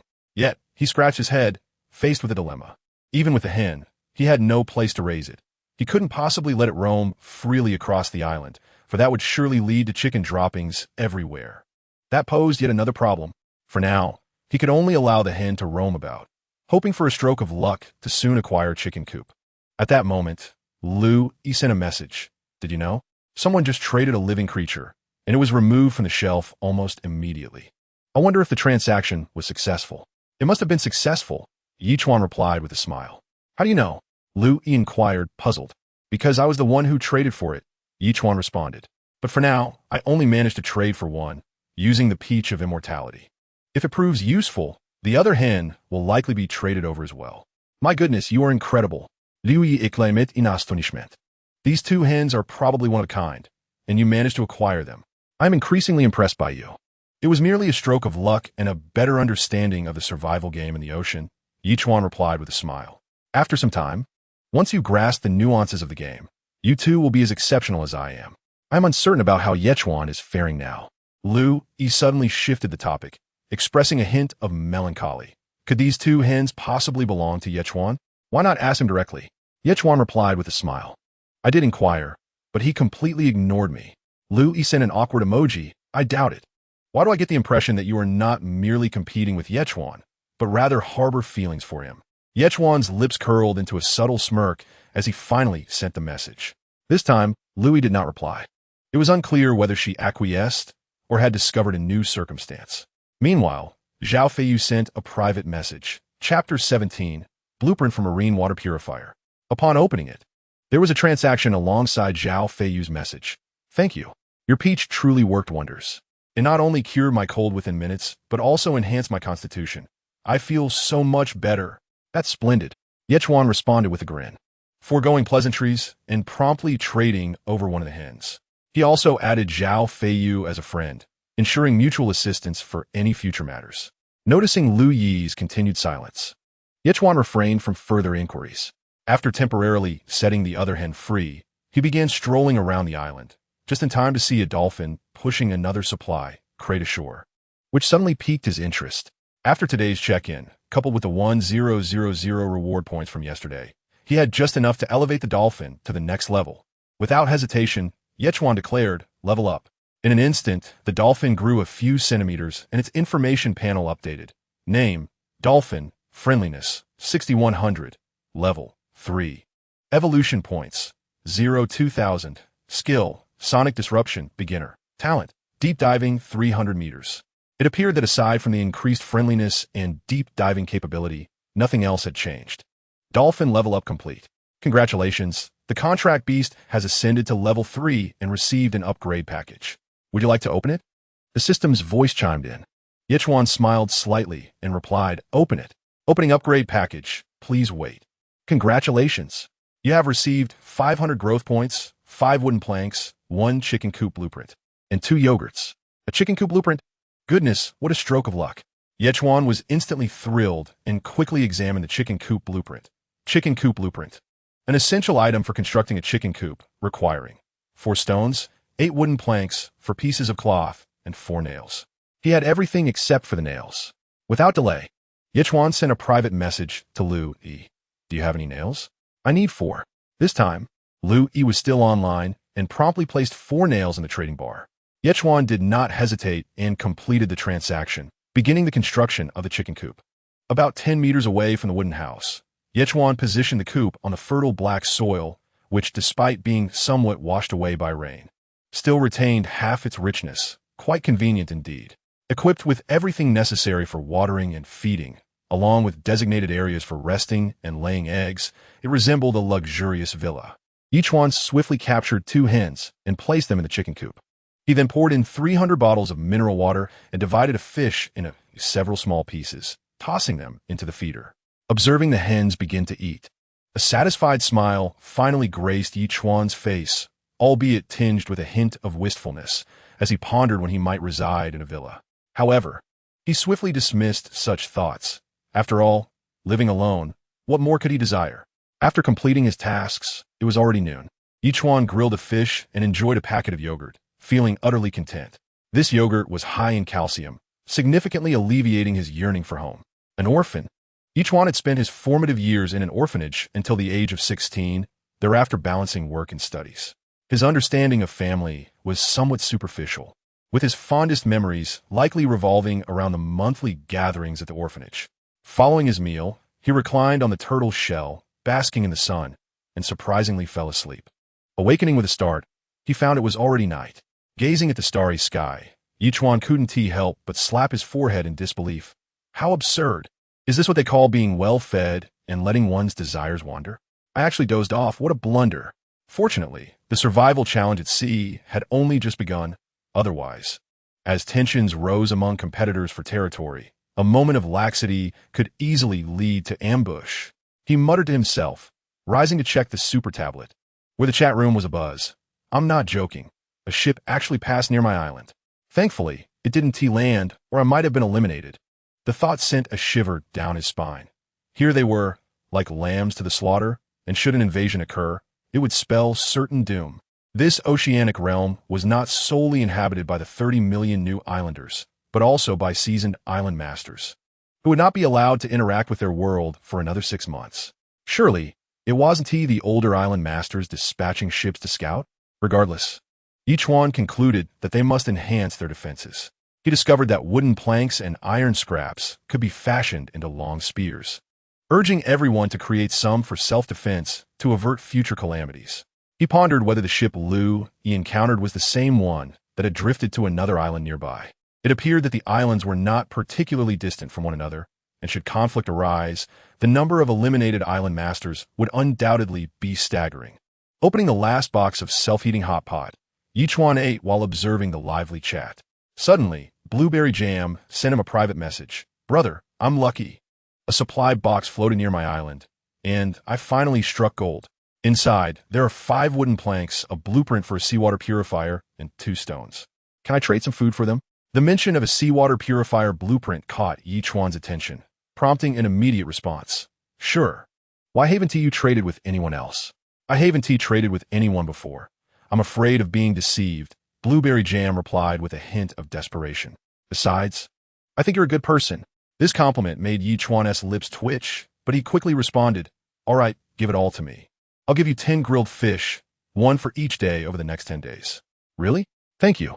Blueberry Jam's expression shifted as she promptly placed 3 items into the trading bar. Upon receiving the transaction, Ye Chuan examined the crafting blueprint for the advanced seawater purifier.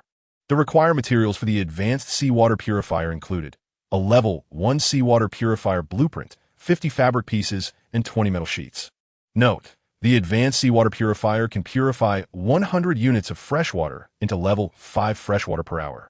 Level 5 freshwater, when consumed, can enhance physical constitution, prevent minor ailments, and alleviate fatigue with a maximum capacity of 1,000 units and the potential for upgrades. Ye Chuan's eyes widened in astonishment. Initially, he had regarded Blueberry Jam as merely a pretty face, but he was taken aback to discover that she was indeed a good luck charm. The first supply crate had yielded such a remarkable item. Her rise to internet stardom was evidently not solely due to her looks. Presently, if level 5 freshwater were to be produced in bulk, it would be akin to a miraculous elixir. Instantly, Ye Chuan replied, please hold on. I will prepare a grilled fish for you. Furthermore, I will provide you with 100 units of freshwater daily. Chapter 18. The double amplification emerges once more without delay. Ye Chuan grilled a sea fish and traded 100 units of freshwater to Blueberry Jam, then hurried to study the crafting blueprint for the advanced seawater purifier. Unbeknownst to him, a Lolita girl on a distant island clutched the grilled fish in one hand and the freshwater in the other. Her face streaked with tears. There are still good people in this world. At least for the next several days, I'll 1T starve. To manufacture the advanced seawater purifier, 50 fabric pieces and 20 metal sheets were required. Currently, he had enough metal sheets, but only 6 fabric pieces were at hand. It seemed he would need to gather fabric extensively. Fortunately, there was an abundance of sea fish. Grilling them would suffice. Ye Chuan promptly grilled 2 more sea fish, dividing them into several portions for sale. Grilled fish 200, fabric piece 5. In the public chat room, even after more than a week, many were still fretting over food. Ye Chuan's several portions of grilled fish immediately invigorated numerous players. Is this real? The big shot actually listed multiple portions of grilled fish at once. What a generous move. I must trade for some. Why is it all fabric pieces? What does the big shot intend to do with so many fabric pieces? Is he crafting something extraordinary? I think we should avoid cooperating with him. All the items we've gathered will be taken by him. And what will we do when we need them? I believe we should resist. It feels like he is about to monopolize the market. Right, we should indeed resist. I'll take the lead. I want to trade with him and see what he can do. Ye Chuan paid no heed to these discussions. Noticing the time, he lay down on his bed and soon drifted into slumber. At that moment, Li Bo was over 200 nautical miles away with a woman. The boat stained with blood, some dried, some freshly spilled. The woman lay feebly on the boat, looking up at Li Bo with pleading eyes. Brother, I can't hold on much longer. Can you save me? Save you? Li Bo scoffed, replying curtly, I haven't eaten for a day and a night. Why don't you show some compassion and give me something to eat? But I have followed you for so long, risking my life. At this critical moment, are you really going to abandon me? The woman said weakly. Have you spotted the island ahead? Here is your chance. Li Bo spoke coldly. Go distract him while I circle around to attack. If successful, not only will you be saved, but I shall also procure food. All right. The woman, left with no alternatives, nodded in agreement. Li Bo swiftly glided forward, and as he approached the island, he silently submerged into the water. The woman, with a feeble voice, called out, Is anyone there? Can you help me? Is there a boat? At that moment, a man appeared, somewhat astonished to see another person. Who are you? I'm gravely injured. Can you assist me? The woman asked weakly. I feel as though I'm nearing death. If you save me, I will be yours. All right, just wait. Without much thought, the man leaped into the water, swimming towards the boat. However, just as he reached the vessel, a shadow suddenly emerged from the depths, swiftly slashing at his neck. Before he could comprehend the situation, a massive wound appeared, and blood spurted forth, leaving him lifeless on the water's surface. You've killed him, the woman exclaimed in terror. This fool wouldn't survive anyway if I hadn't acted. Li Bo scoffed, hastily making his way to the shore, knowing that sharks would soon be drawn by the scent of blood. Sighing, the woman refrained from further comment. She was now solely focused on her own survival. Whatever it took to live, she would endure, even witnessing a murder or committing one herself, if necessary. Indeed, there was food, freshly traded roasted fish, and 2 bottles of mineral water. Once ashore, Li Bo's expression shifted as he tossed the woman a fish head and a bottle of water. Eat quickly. Once you're done, use the remaining water to tend to your wounds. Whether you recover depends on your fortune. As he spoke, Li Bo slowly turned his gaze elsewhere, muttering coldly, Just wait. I will return soon to avenge this betrayal. Detected that the host has yet to check in. Would you like to do so? The system's notification chimed like an alarm, waking Ye Chuan promptly at 6 in the morning. He rubbed his eyes and declared, Check in. Check in successful. Congratulations, host. You have received 500 evolution points, 100 fertile black soil, and 1 feather fragment. Note, 3 feather fragments can be exchanged for 1 angel feather, which may yield unexpected results upon use. With 3 feather fragments now collected, it was time to exchange for an angel feather. Ye Chuan's expression brightened as he immediately exchanged the fragments for 1 angel feather and pressed to use it. The angel feather disappeared in an instant. And just seconds later, Ye Chuan heard a crisp sound followed by the system's voice. Congratulations, host. You have obtained a double amplification for 1 day, pending use. Wow. Only a few seconds have passed, and already good fortune has come. Ye Chuan exclaimed, eager to utilize the double amplification. How exhilarating. He had amassed 11 supply boxes, waiting to open them during the double amplification. Little did he know, that day had arrived sooner than anticipated. With determination, Ye Chuan rushed to open his supply boxes. 3 wooden planks, 1 stone, and 1 instant noodle. 5 wooden planks, 2 fabric pieces, and 4 nails. After the double amplification, a total of 86 wooden planks, 30 fabric pieces, 10 stones, 66 metal sheets, 46 nails, 6 instant noodles, and 8 bottles of mineral water significantly bolstered Ye Chuan's resource reserves. Ye Chuan snapped his fingers and immediately turned his gaze to the trading panel. Despite the public chatroom's persistent calls to refrain from trading with oneself, Ye Chuan managed to acquire 65 fabric pieces overnight, after the double amplification. That amounted to 130, an absolute delight. He turned to pluck the remaining cabbage, which required no washing. He simply cut a small portion and stored the rest in the system's inventory. Lacking oil, Ye Chuan decisively poured a bottle of mineral water over the cabbage and instant noodles, crafting a delectable dish of boiled noodles. What a feast. If only I could have vegetables continually, he mused. Much like salt, greens are indispensable in human life. Their absence could lead to severe nutritional imbalances, even scurvy.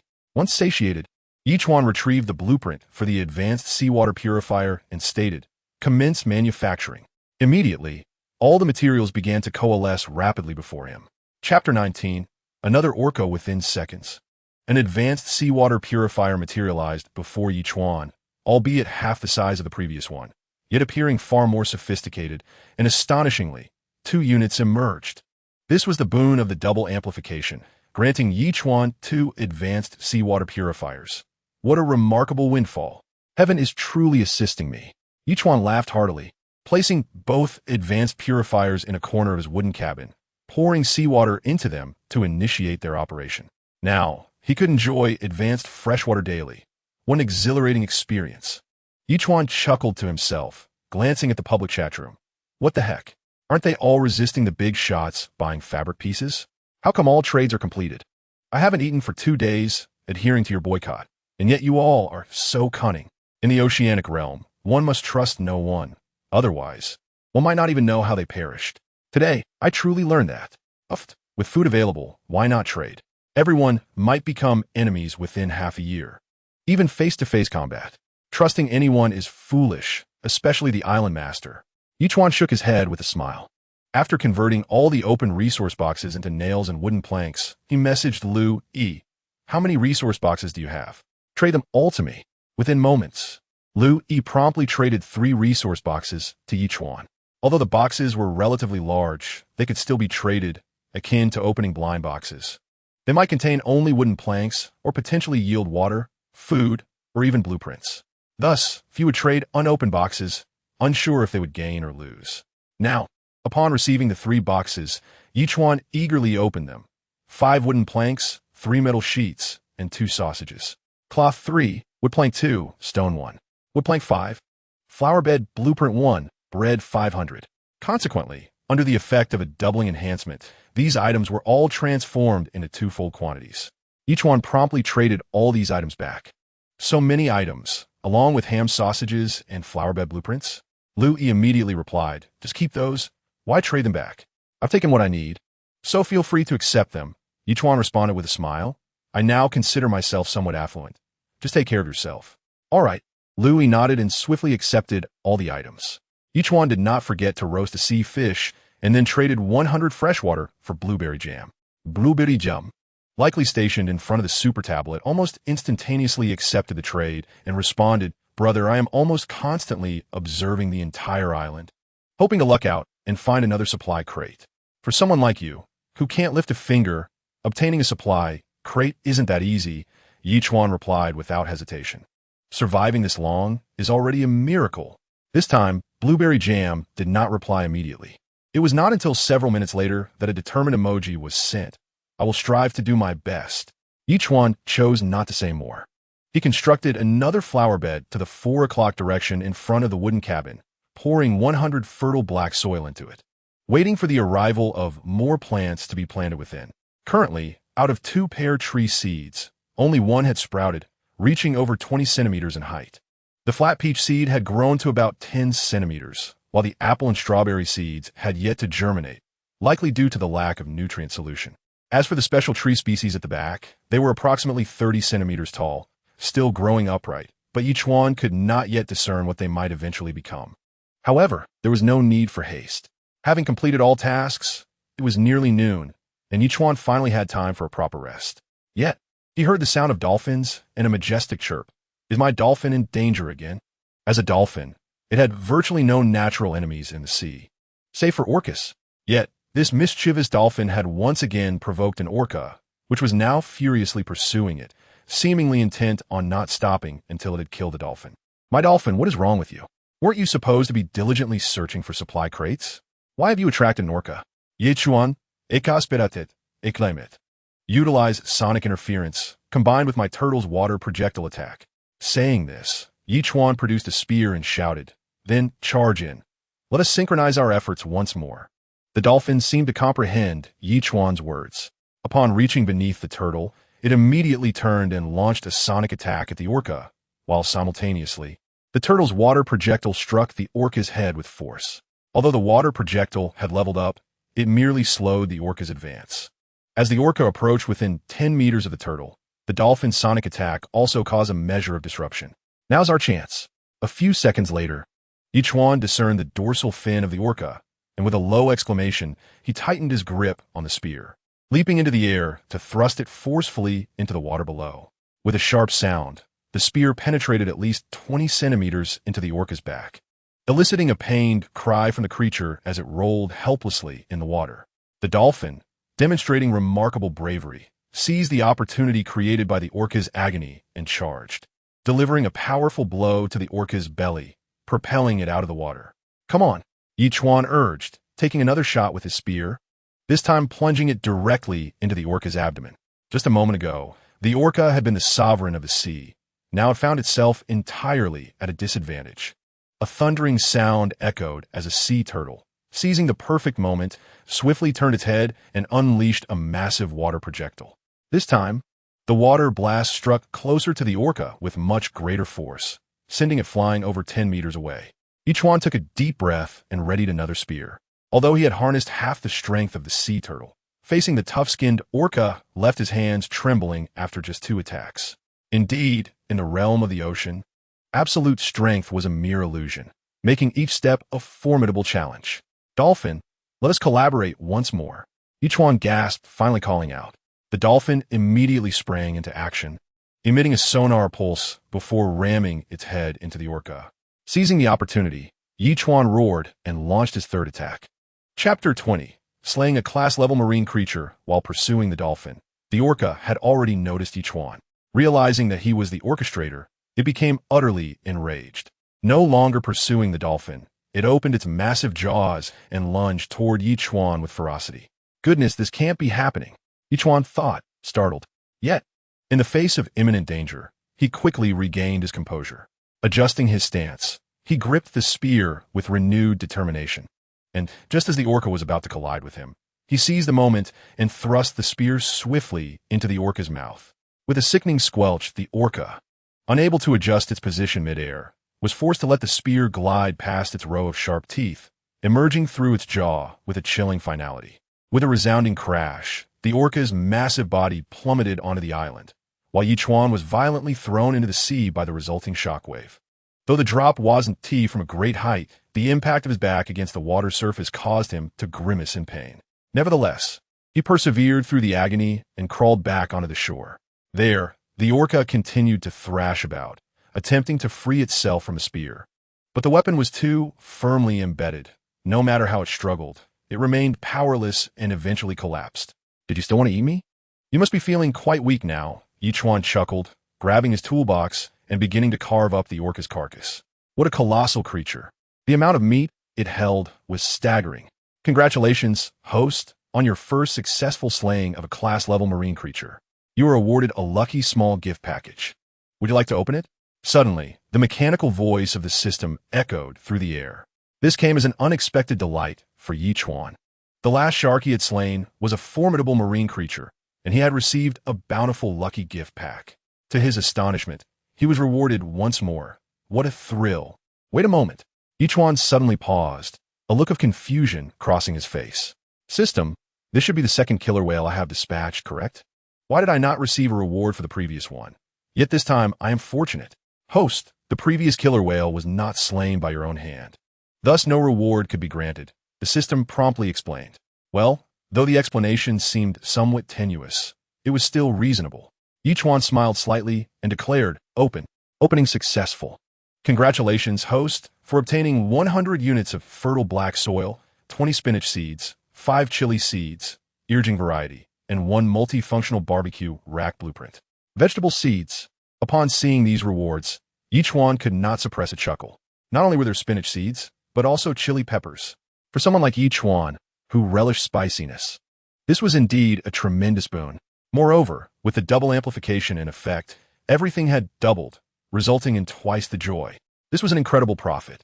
Using the angel's feather not only granted him double rewards, but also the opportunity to battle the killer whale, resulting in such a wealth of treasures. Luck and happiness were both magnified, Ye Chuan laughed heartily, his gaze drifting back to the killer whale. This whale was pure meat. Ye Chuan felt a surge of excitement. The killer whale measured a staggering 8 meters in length and weighed 7 tons. He didn't even need to roast it. He could simply butcher the meat and sell it. Just imagine how much he could exchange for that. Goodness, I truly am a commercial genius. Without hesitation, Ye Chuan took out a small meat cutter and began to slice the whale meat into pieces, arranging them neatly on a stone slab. Such fine meat should not go to waste. He decided to cook a pot of fish soup to satisfy his cravings. Rubbing his hands together, Ye Chuan promptly stewed a large pot of fish soup. After half an hour, he sampled it with a spoon, perfectly seasoned. The fish meat was firm, and the aroma was delightful. Its flavor was undoubtedly on par with ordinary ocean fish. Ye Chuan did not indulge alone. Instead, he placed a pound of whale meat on the trading shelf for Lu Yi. Enjoy some killer whale meat, he offered. After a moment's thought, he also served a pound of whale meat to Zhao Feiyu and blueberry jam, wishing to share in his joy. Currently, in this oceanic world, he only knew these 3 individuals, so he thought it fitting to treat them to a meal as a celebration. Killer whale meat? You've slain a killer whale. Zhao Feiyu messaged him. Luck was on my side. An injured killer whale happened to come my way. Ye Chuan replied with a smile. The taste is decent enough. Quite acceptable. Get a try while it's hot. All right, if you ever need my help, just ask. Zhao Feiyu replied without hesitation, immediately indulging in the meal. Brother, you are so formidable, even capable of slaying such a large fish. Soon, Blueberry Jam also sent a message. Once we meet, I shall make sure to serve you well in gratitude for your generosity. Enjoy your meat. Ye Chuan smirked and responded directly. However, Lu Yi has yet to respond. Naturally, Ye Chuan is not anxious. During transactions, there exists a temporary vacuum state. Even if you were to wait a few more hours, the items would still retain their warmth. Once satiated, Ye Chuan promptly divided the orca meat into portions of 500, gradually listing them. Orca meat 500, wooden planks 10, metal sheets 10, stone blocks 5. He posted thousands of portions, instantly causing a stir throughout the oceanic realm. What on earth is this formidable individual who has managed to slay an orca? Orcas are ferocious and formidable marine creatures. Even sharks can be easily dispatched by them. Can humans truly kill an orca?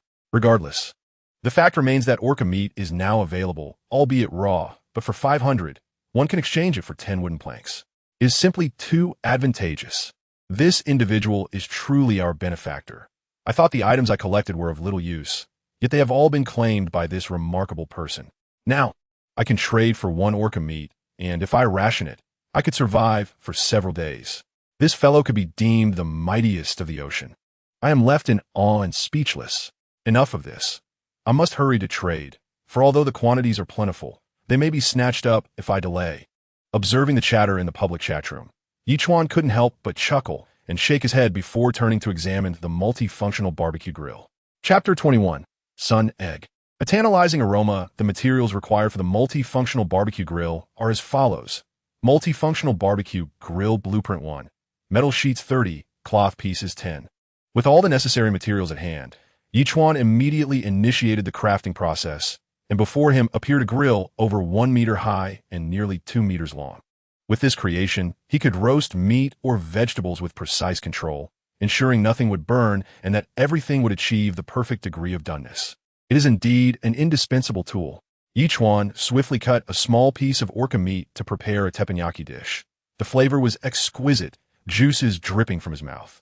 Remarkably, it was his first experience tasting orca meat prepared this way, and it was delightful. While savoring the barbecue, Ye Chuan took out spinach and chili seeds, planting them in the flower bed to the right of his house. He sowed 40 spinach seeds and 10 chili seeds, perfectly filling the flower bed, and watered them with 1,000 mineral water. Finally, the task was complete. Now, he simply awaited the swift growth of the chili seeds to produce peppers, as only then would the ingredients possess true character. The anticipation was exhilarating. Just as Ye Chuan settled down to enjoy the orca meat, a swarm of sharks, drawn by the scent, approached from afar, circling menacingly around the sea turtles. Dolphin, drive those intruders away. The appearance of these uninvited guests displeased Ye Chuan, and their presence posed a threat to his safety, prompting him to issue a command to the dolphin. Upon receiving the order, The dolphin emitted a sonic wave attack towards the group of sharks, causing them to scatter in panic, showing no inclination to resist. It is indeed true that dolphins are the natural enemies of sharks. This assertion holds no falsehood. After circling the island once more, Ye Chuan returned to the wooden cabin to rest. He had already sent a message. It turns out that the orca meat listed on the trading panel is yours. How did you manage to kill an orca? Cough, cough. It was merely a dying orca that I stumbled upon. Ye Chuan promptly replied. You have given me so many gifts, yet I have nothing to return in kind. I feel quite embarrassed, He responded. Even if I were to become your first soldier, the commander seems to be treating me, this soldier, too generously. Haha, I'm just afraid you might run away. Ye Chuan replied with a chuckle. Just accept it. Not only did I give you, but I also shared it with 2 others. After all, in this vast ocean, everyone guards their own solitary island. Having more friends opens up more paths. Your words compel me to accept, so thank you. He acknowledged, collecting the stewed fish meat. I just fished out another supply box. Shall I send it to you? Sure, trade it over directly. Ye Chuan responded eagerly. A few seconds later, the supply box was listed, and Ye Chuan swiftly acquired it. Upon opening it, he found 5 wooden planks, 1 stone, and a blueprint for an oil storage tank. Blueprint for an oil storage tank? Glancing at the instructions, Ye Chuan suddenly understood. This oil tank was specifically designed for storing animal and plant oils. It is crucial to note that in this oceanic world, oil is indeed a vital resource for long-term survival. However, a dilemma arose. Where in this boundless ocean could one find oil? Surely, one cannot expect to extract lard from a supply box. Wait, that is not right. Suddenly struck by inspiration, Ye Chuan's gaze fell upon the orca meat. Its fat content was substantial, and with the iron plate grill at his disposal, he could fry the fat from the orca. Wouldn't that yield oil? Without hesitation, Ye Chuan utilized the blueprint to craft 2 oil storage tanks, then sliced off sections of fat from the fish meat and began to fry them. Minutes later, accompanied by sizzling sounds, large droplets of fish oil emerged, filling Ye Chuan with joy. To be able to produce oil during the first month of the novice period as an island master was truly unprecedented. After spending over 3 hours, Ye Chuan successfully extracted 2 pounds of oil, a remarkable achievement indeed. Moreover, after slicing off the fat, the fish meat remained sellable, resulting in no loss for him. A splendid 2-fold benefit. The aroma of the oil was delightful. Suddenly, the chickens in the coop began to cluck loudly, and Ye Chuan's attention was piqued. Rushing to the coop, he was greeted by the sight of 2 fresh eggs in the egg basket. To his astonishment, each egg was the size of a ping-pong ball. 2 of these eggs would surely suffice for a hearty meal. With eggs and oil on hand, and the evening approaching, why not fry an egg for dinner? Without delay, Ye Chuan poured oil onto the iron plate. Once the oil was heated sufficiently, he cracked the eggs onto the plate, producing a delightful sizzle that wafted a tantalizing aroma into the air. After a brief interval, the metallic surface was flipped, and a sprinkle of salt was added. Wasn't that a perfect sunny-side-up egg? Half a minute later, with anticipation bubbling within him, Ye Chuan picked up a sunny-side-up egg with his chopsticks and took a bite. It was both tender and glutinous, an exquisite flavor that tantalized his taste buds. My heavens, how could I have crafted such a delectable sunny-side-up egg? When did my culinary skills become so refined? Although Ye Chuan had always lived alone, his culinary prowess was merely average. He never expected that the sunny-side-up egg he created would be so extraordinarily delicious. Ultimately, he attributed this success to the quality of the ingredients. Surely, the fish oil and eggs were of the highest caliber, allowing for such a delightful dish. Yes, that was undoubtedly the reason. He devoured 2 sunny-side-up eggs in quick succession, then took a sip of the purified, premium-grade freshwater. Instantly, a warm wave enveloped him, washing away the fatigue of the day as if he had treated himself to a rejuvenating experience. This premium-grade water was indeed extraordinary. The thought of indulging in such high-quality water every day filled Ye Chuan with excitement. He felt he was already ahead of the game, believing that in the future, when he sought out mineral resources, he would undoubtedly reap abundant rewards. He could hardly wait for that day to arrive. Today had been both fulfilling and satisfying. Hoping that tomorrow would bring him luck as fortuitous as today, Ye Chuan lay in bed, ready to drift off to sleep. Suddenly, he heard the calls of dolphins. Not joyful, but rather alarming, as if they were signaling danger. Could something be amiss? With this thought, Ye Chuan seized his bow and arrow and cautiously approached the location of the dolphins, only to furrow his brow in astonishment. There on the shore lay a person. Chapter 22. Steak and pizza. A perfect combination. How did this individual come to be here? Ye Chuan's expression darkened as he muttered softly to himself, gripping his spear as he slowly approached the man. Goodness! In the next moment, Ye Chuan was startled to see that the man was sprawled on the water's surface, his body swollen and pale from being submerged. This was undoubtedly a corpse.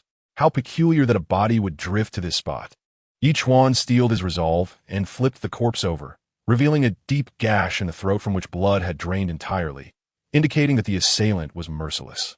Just 10 days into this oceanic world, and someone had already been attacked and killed.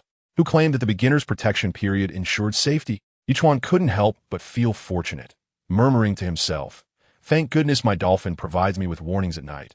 Otherwise, I could have been in peril."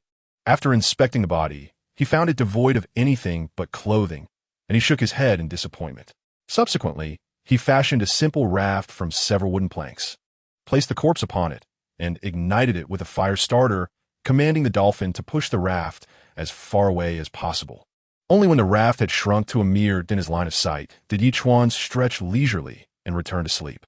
One can only exercise a modicum of humanitarianism by cremating the body that has floated to the vicinity of 1S Island. Neglecting it would not only pollute the environment, but also evoke a sense of discomfort.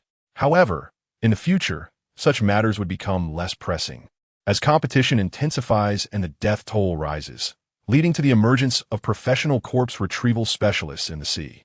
It is likely that even they would not anticipate that merely 10 days would pass before another was attacked and killed. At 6 in the morning, the familiar sound of the system roused Ye Chuan from his slumber. By now, Ye Chuan had come to regard it as a reliable alarm clock, and coupled with his own biological rhythm, he would awaken promptly at 6. "Sign in," Ye Chuan declared upon opening his eyes. "Sign in successful. Congratulations, host. You have obtained 500 evolution points and a lucky blind box. Note, there's a chance to receive a manufacturing blueprint, seeds, or fruit. Due to the persistence of the double amplification effect, Ye Chuan received 1,000 evolution points and 2 lucky blind boxes." Ye Chuan's expression shifted as he recalled that the double amplification was activated 10 minutes after his sign-in yesterday. Seizing the opportunity while the effect remained, he immediately opened the trading panel and collected all the completed trades into the system's inventory. With the enhancement of the double amplification, everything doubled in quantity. "Phew!" Ye Chuan exclaimed, patting his head, somewhat alarmed that he had nearly forgotten about the double amplification. Thankfully, the sign-in had reminded him. Otherwise, it would have been a considerable loss. What wonders might the 2 lucky blind boxes unveil? Ye Chuan pondered eagerly, promptly opening one.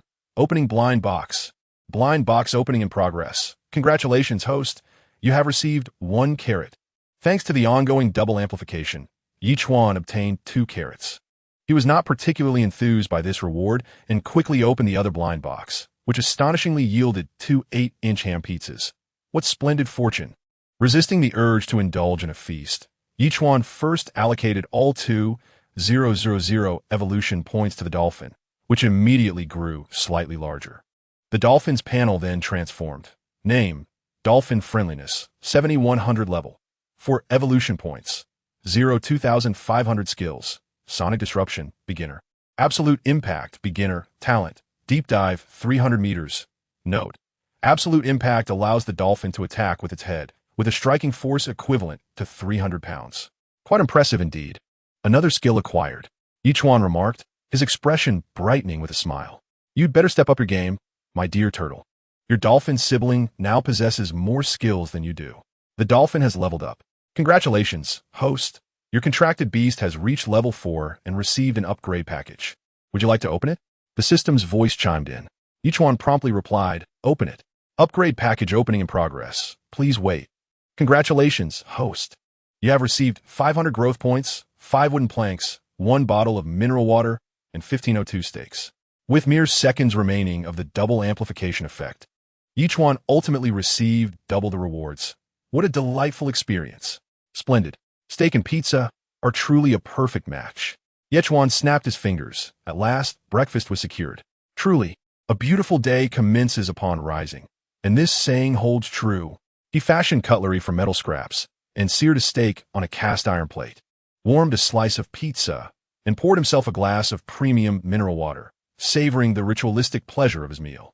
It must be said, the steak and pizza rewarded by the system surpassed the flavors even found in a Michelin-starred restaurant. Paired with the fine mineral water, the taste was nothing short of fulfilling, leaving no room for any other sensation. However, due to the steak's presence, he only consumed half of the pizza. Gazing at the remaining slice, he pondered that if he saved it for lunch, it might not retain its delectable essence. After a moment's thought, he messaged Lu Yi. "Have you eaten yet?" "Not yet. I just circled the island, checking for supply crates." Lu Yi replied a minute later. "Coincidentally, I have half a pizza here. Would you care to join me for breakfast?" Upon seeing the response, Ye Chuan promptly placed the pizza in the trading slot. "Who are you really? How do you even have pizza?" Lu Yi nearly lost his composure, sending a flurry of astonished emojis. While others were braving the ocean for survival, it seemed Ye Chuan was on a vacation, one that surely wouldn't include pizza. "Well, I just had a steak, and the pizza is leftover, so please don't feel awkward about it." Ye Chuan quickly replied, "If you don't eat it now, it won't taste as good by lunchtime. I honestly don't know how to repay you." Lu Yi sighed, then continued before coming to the island. "Pizza was my favorite food, and now, just 10 days in, you've procured pizza and even offered to share it. I think I'm officially your biggest fan in this ocean world. You're making me blush." Ye Chuan chuckled. "All right, hurry up and eat. You'll need your strength to help me gather supply crates." "Yes, yes," Lu Yi exclaimed, promptly putting away the pizza. At that moment, Lu Yi felt a mix of emotions, both amused and grateful.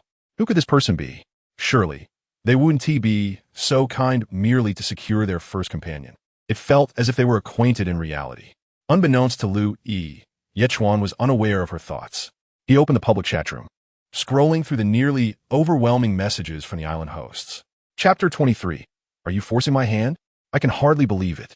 A floating corpse drifted past my island last night, leaving me with nightmares. How do you know it was a corpse? Perhaps your hunger is playing tricks on your eyes?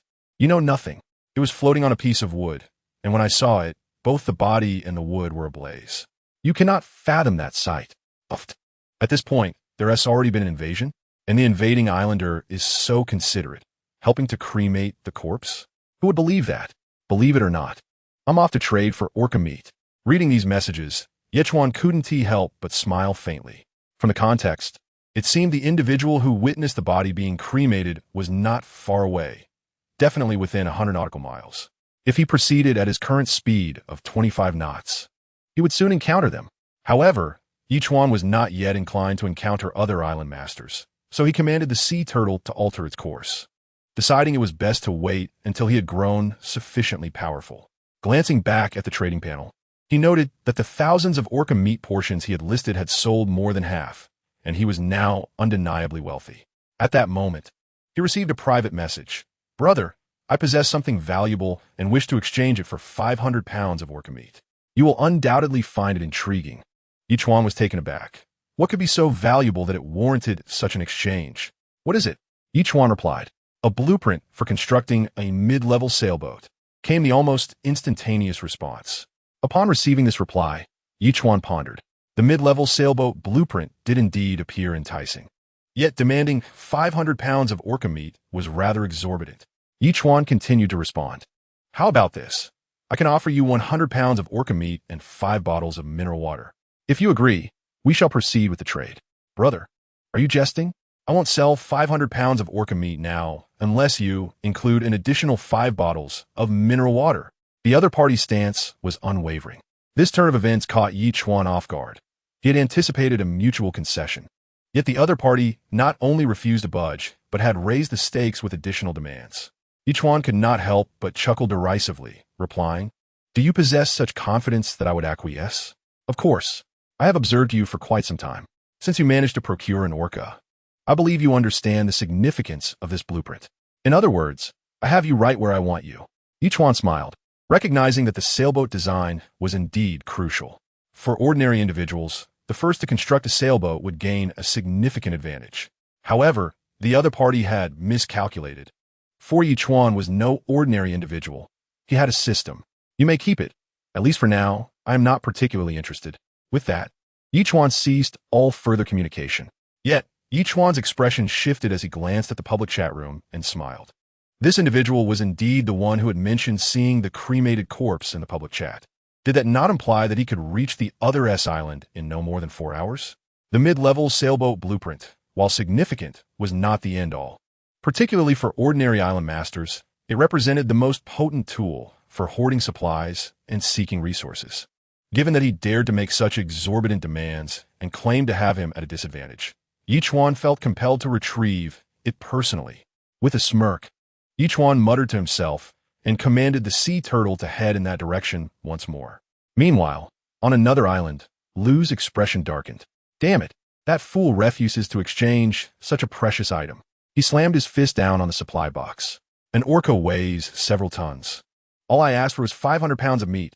How miserly can he be? Lu was exceedingly frustrated. He had not eaten for an entire day and had hoped to profit handsomely from the mid-level sailboat design. Yet now he found himself unable to afford what he desired, with the wealthy still haggling over terms.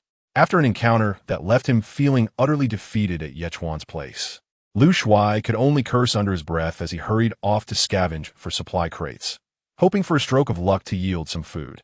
However, after more than 3 hours had passed with no success, just as he was about to abandon his quest, he suddenly spotted a small black dot on the horizon, which rapidly expanded into a small island. What sorcery was this? An island that could move? Lu Shuai rubbed his eyes in disbelief. Indeed, the island was advancing towards him. Was he truly seeing the supernatural? First, he witnessed a corpse being cremated, and now a moving island. Was fortune finally turning in his favor? After a surge of excitement lasting nearly 10 minutes, he saw the island approaching his own, revealing a charming wooden cabin atop it, surrounded by flower beds and various vegetables. With fish drying in the sun not far away. Am I still dreaming? Lu Shuai widened his eyes, murmuring to himself. The opulence of the island shattered his previous perceptions. Just as he was drooling over the island's bounty, a man emerged from the cabin, bow and arrow in hand, unknowingly stepping onto his island. As realization dawned, Lu Shuai felt a wave of confusion wash over him. He swallowed hard and stammered, "My friend, could you kindly hand over the blueprint for the intermediate sailing ship?" The man was none other than Ye Chuan, who, fixing his gaze on Lu Shuai, spoke bluntly. What blueprint? Just as Lu Shuai was about to argue, a thought struck him, and his expression shifted to one of disbelief as he shouted, You're the big shot selling orca meat? At least you're not entirely foolish, Ye Chuan replied, rolling his eyes. I have made considerable concessions, offering you 100 pounds of orca meat along with 5 bottles of mineral water. And you dare to claim you have me at your mercy? TSK, who truly has the upper hand here, you or I? Panic surged through Lu Shuai as he exclaimed, Brother, I'm merely trying to survive. You have no idea the hardships I endured to obtain that blueprint. I nearly lost my life. Realizing he was cornered, Lu Shuai resorted to a dramatic display of desperation. Whoosh! Before he could finish his lament, an arrow struck the ground mere centimeters from his foot, causing him to leap back in fright, his trousers dampened by fear. Ye Chuan, drawing his bow once more, lowered his voice and commanded, Stop with the theatrics. Will you hand it over or not? Please, don't shoot. I'll give it to you. Lu Shuai, now thoroughly terrified, hastily relinquished the blueprint, placing it obediently in Ye Chuan's hands. That's more like it. If you had cooperated sooner, I wouldn't have had to make this long trek to find you. Ye Chuan grinned, satisfied as he pocketed the blueprint. Just a little lesson for you. Rest assured, the 100 pounds of orca meat and the 5 bottles of mineral water will be yours without any deductions. We shall both get what we need. I'm entirely at your service. Lu Shuai exclaimed, joy flooding through him as he struggled to contain his excitement. Initially fearing he would be robbed and left with nothing, he was astonished to discover that the other party was willing to provide him with food and water. Suddenly, he recalled the corpse that had been cremated in the sea the previous night. It was highly likely that this formidable figure had committed murder and disposed of the body, only to be discovered by him, and then he had unwittingly revealed it in a public chat room. Thus, following the trail led him to this individual. You are indeed perceptive. I shall trade with you once I depart. Ye Chuan initially intended to leave directly, but upon reflection, he pondered whether this person might speak ill of him in the public chat. Hence, he halted his steps. A simple gesture startled Lu Shuai, as though he feared Ye Chuan might change his mind. Ye Chuan merely cast a languid glance his way and warned, "Once I leave, you know which words ought to be spoken and which ought not to be, do you not?" I understand. Lu Shuai hastily nodded, as if fearing to express anything contrary. "Had you acted this way sooner, we would have avoided all this trouble. Why must you force my hand?" Before departing, Ye Chuan let out a resigned sigh and spoke. Chapter 24. Conquering the first island, Lord disregarding the other, Ye Chuan returned to the island, heading in the opposite direction. Inside the wooden cabin, he began to study the blueprint for crafting an intermediate sailboat. The requirements for constructing an intermediate sailboat included a basic sailboat, the intermediate sailboat blueprint, 2,000 wooden planks, 1,000 nails, 500 metal sheets, and 100 pieces of cloth. What? I need a basic sailboat too? Ye Chuan was momentarily taken aback, but quickly reconciled with the notion. After all, an intermediate sailboat was an upgrade from a basic one. It was reasonable to require the latter, and the materials needed were indeed substantial, a burden not easily borne by ordinary folk. Congratulations, host. You have engaged in face-to-face communication with another island lord for the first time, earning a lucky gift pack. Would you like to open it? The system's voice suddenly echoed. Can this even happen? Ye Chuan felt a surge of joy and replied, "Open it. Opening successful. Congratulations, host. You have received 100 fertile black soil, 2 small nutrient solutions, and 1,000 evolution points. This is splendid, a delightful windfall." Ye Chuan nodded with a smile, when his stomach growled unexpectedly. In pursuit of this blueprint, he had neglected his meal, and it was already well past noon. Temporarily stowing the blueprint away, Ye Chuan utilized a metal sheet to craft a kitchen knife, slicing the carrots into pieces, and retrieved a can of pork to prepare a dish of stir-fried carrots and meat. Delicious. Having satisfied his hunger, Ye Chuan took out the small nutrient solutions and poured them onto the chili and spinach seeds, using another bottle on the special tree species to accelerate their growth. At that moment, the special tree grew over 10 centimeters taller, yet it continued to grow straight upwards without any branches, leading Ye Chuan to wonder if this tree might eventually reach the clouds.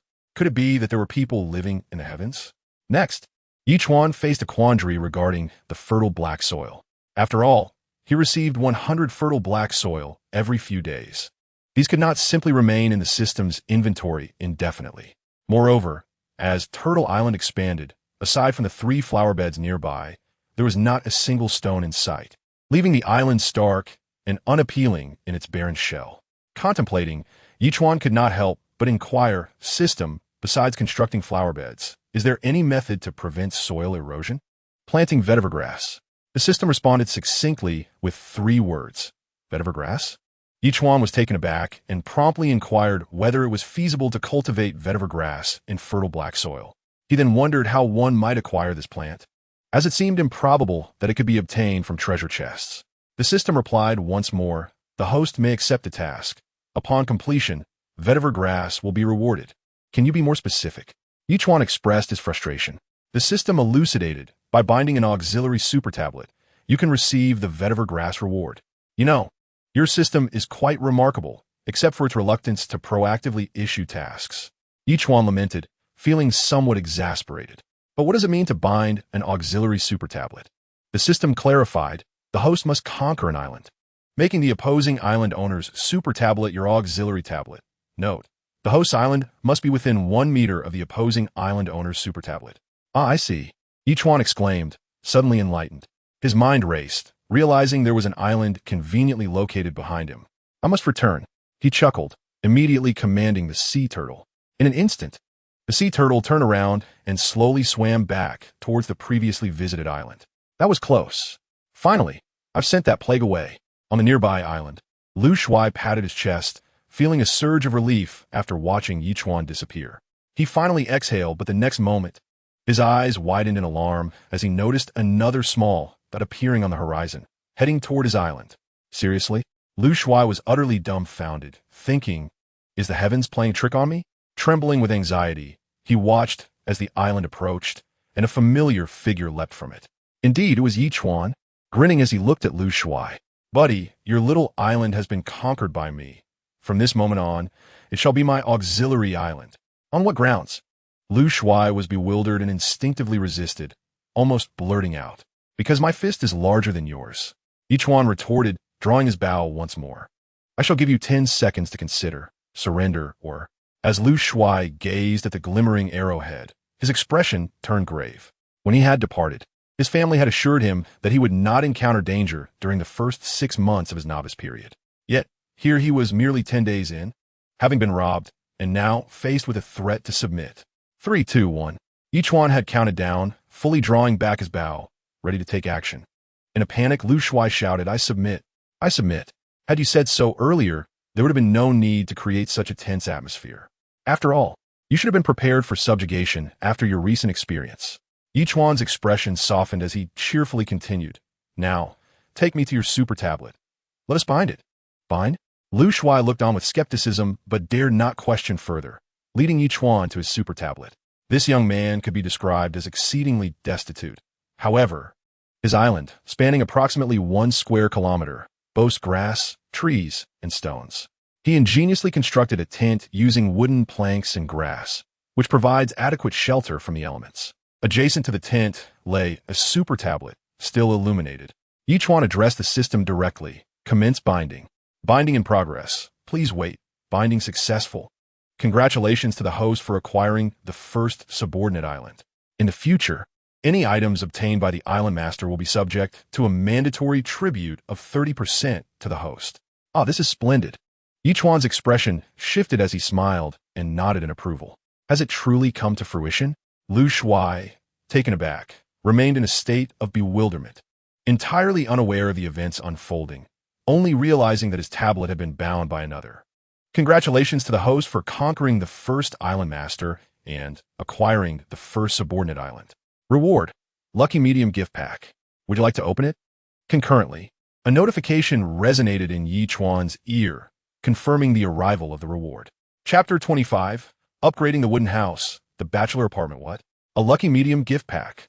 This is exceedingly fortunate.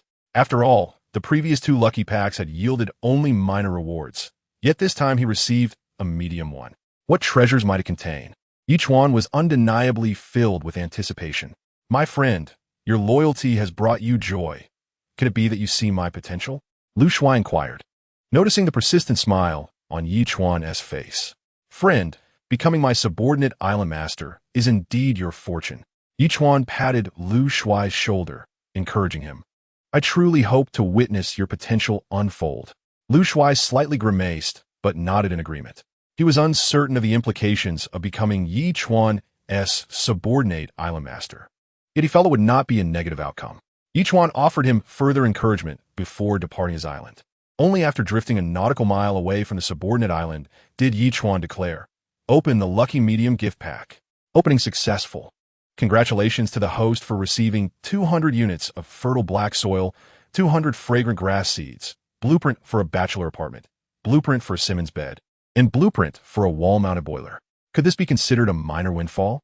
Ye Chuan exclaimed in astonishment, having received 3 blueprints, one of which was for a bachelor apartment. A bachelor apartment is merely a single room, inclusive of a kitchen and bathroom, with an area of approximately 50 square meters, typically serving as a transitional space for urban professionals seeking 2-bedroom apartments or spacious flats. Ye Chuan never anticipated obtaining the construction blueprint for a bachelor apartment. Does this imply that future Lucky Grand gift packs might include blueprints for 3-bedroom apartments or even more luxurious dwellings? This prospect is rather exciting. With housing being a fundamental necessity, having acquired it, one must undoubtedly move in immediately, right? Ye Chuan promptly began to examine the bachelor apartment, noting that construction requires the blueprint for the bachelor apartment: 1 wooden house, 300 nails, 200 wooden planks, 100 metal sheets, and 50 stones. Just as the construction of an intermediate sailboat necessitates the crafting of a basic one, the creation of a studio apartment mandates the assembly of a wooden cabin. Ye Chuan mused to himself, resolute in his endeavor, and immediately began utilizing the materials at hand. In a matter of mere seconds, the wooden cabin underwent a remarkable transformation, evolving into a 50-square-meter studio apartment, with its original wooden framework replaced by a robust concrete structure. "Impressive," Ye Chuan exclaimed, snapping his fingers as he stepped inside, only to shake his head in bemusement. When he had initially constructed the wooden cabin, It had at least come with a bed, but now it was stark and empty, devoid of even a speck of dust. Without delay, Ye Chuan conjured a comfortable mattress and set about installing a wall-mounted boiler in the kitchen. A small consolation was that the shower and solar water heater he had previously crafted were already placed on the roof and in the bathroom respectively, waiting to be put to use once fresh water was abundant. At present, the grand apartment contained only these 4 items, rendering it rather bare indeed. At least he had a cozy place to sleep. The rest could be gradually furnished. With that, Ye Chuan reclined on the bed, which nearly catapulted him back up. Truly, it was the softest mattress imaginable, so delightful. A sleek tablet lay beside him. Propped against the headboard, he could easily peruse the messages on its screen, which proved to be quite convenient. The orca meat he had listed for sale had nearly sold out after nearly a day, but after crafting 3 items in quick succession, he had consumed nearly 1/5 of his resources. He surmised that once he had fully furnished the apartment, his resources would be considerably depleted. Taking advantage of the time, Ye Chuan scrolled through the public chat room, but to his surprise, Lu Shuai had not made an appearance. Instead, the discussion revolved around a different topic: brothers. Have you noticed that for the past 2 days, sharks have been frequently appearing near my island? Sometimes just 1 or 2, other times as many as 7 or 8. I've noticed too. While I was retrieving supply crates, I once spotted a dorsal fin rushing toward a crate, almost knocking me into the sea. It was quite terrifying. Wasn't it said that the likelihood of encountering sea beasts during the novice period is quite low? What's happening now? Are sharks considered sea beasts? Perhaps the absence of fish schools nearby is prompting them to attack? Everyone exercise caution. This revelation left Ye Chuan perplexed. Previously, he had observed a group of sharks circling around a sea turtle, but he was uncertain whether it was the orca meat attracting them or some other cause. After pondering for a moment, he promptly messaged Lu E. Did you see the message in the public chat room? Have sharks been sighted near you? I did. Liu E replied instantly. I've seen a shark, but not a group. The fact that everyone is spotting sharks cannot be mere coincidence. Could something significant be about to occur? Regardless, as long as we remain on the island, sharks cannot come ashore to attack. We just need to be cautious when retrieving supply crates. Ye Chuan quickly responded, stay alert tonight and don't sleep too soundly. I understand. Thank you for the reminder. Lu E promptly replied, take care. After finishing the conversation with Lu E, Ye Chuan immediately commenced his greening efforts. Using his single apartment as a focal point, he delineated a circular area with a diameter of 30 meters. He then began to spread the rich black soil around the circumference, applying it to a depth of 20 centimeters and extending outward for 1 meter. Although several 100 kilograms of fertile black soil appeared to be substantial, it barely covered half of the circle. Nevertheless, Ye Chuan remained optimistic. After all, he could acquire 100 kilograms of rich black soil nearly every day, and in the near future, the entire island would be filled with black earth, flourishing with vetiver grass, transforming into a verdant sea. After a brief respite, Ye Chuan scattered a handful of seeds into the black soil. According to the system's explanation, vetiver grass seeds could germinate swiftly even without water when sown in fertile soil, and they propagated at an astonishing rate. Only 3 or 4 seeds were needed per square meter to blanket the entire area. Moreover, he currently possessed only 200 seeds, necessitating a cautious approach. Once he completed his labor, night had fallen. Gazing at the moon rising in the distance, Ye Chuan stretched lazily, poured himself a cup of hot water from the thermos, and enjoyed some bread with sausage. As he sat on the bed, browsing the public chat room, he discovered new developments regarding the shark incident. Chapter 26. Are there schools of fish in the sea? How utterly terrifying. Today, a supply crate I was fishing fell into the sea, and a shark came straight for me. Keep talking. Are you still here chatting? You must have been devoured by fish by now. Believe it or not, that shark did bite me. But its bite was so feeble that I managed to escape from its jaws, trembling with fear for the entire afternoon. I may be less educated, but don't you dare deceive me. Rather than spinning tales here, you should consider what to eat tomorrow, unless you're just too full to care. In the public chat room, messages were scrolling rapidly, but Ye Chuan found himself intrigued by the comments of that individual. After some contemplation, he decided to send a private message. Hey, is what you said true?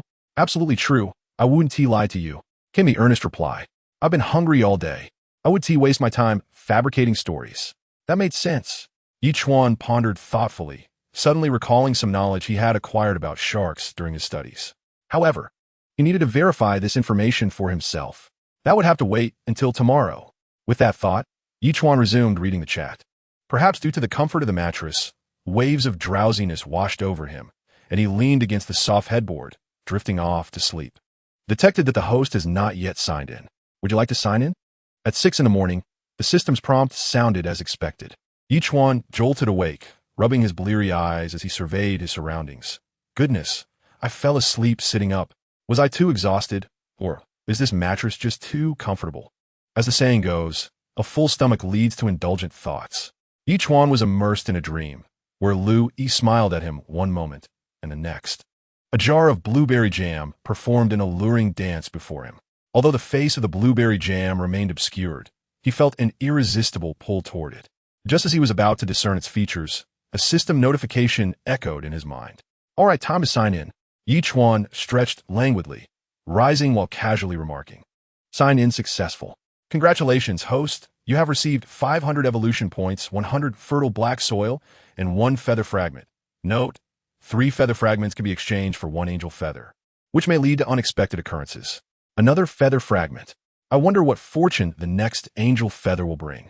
Ye Chuan mused as he exited his room, grilled a sea fish, and while savoring his meal, strolled along the shore. He spotted 5 supply boxes, collected by the sea turtles and dolphins throughout the day. Ye Chuan called for the dolphin, grinning as he said, My dear dolphin, if a shark appears today, do not chase it away. I need to verify something. The dolphin's head popped out of the water, nodding several times in acknowledgement before diving back beneath the surface. After finishing his meal, Ye Chuan set about piling up soil for over an hour when suddenly, the dolphin emitted a warning sound. Ye Chuan rushed to the shore, only to find a shark circling the sea turtle. My dolphin, I will jump into the sea shortly. Keep an eye on the shark for me. If danger arises, save me immediately. Ye Chuan took a deep breath, gripped his spear, and leaped into the water. The tremendous splash immediately drew the shark's attention, which opened its gaping jaws and swiftly swam toward him. The sight of the shark's sharp fangs was indeed startling, yet Ye Chuan noticed that its mouth remained wide open, showing no sign of closing, even as his spear penetrated its maw. Instead of biting, the creature charged at him, headbutting him. Fortunately, the dolphin was nearby, providing protection. At a critical moment, it rammed into the shark's belly, flipping it over. The shark steadied itself and turned to flee, still with its mouth agape. That creature!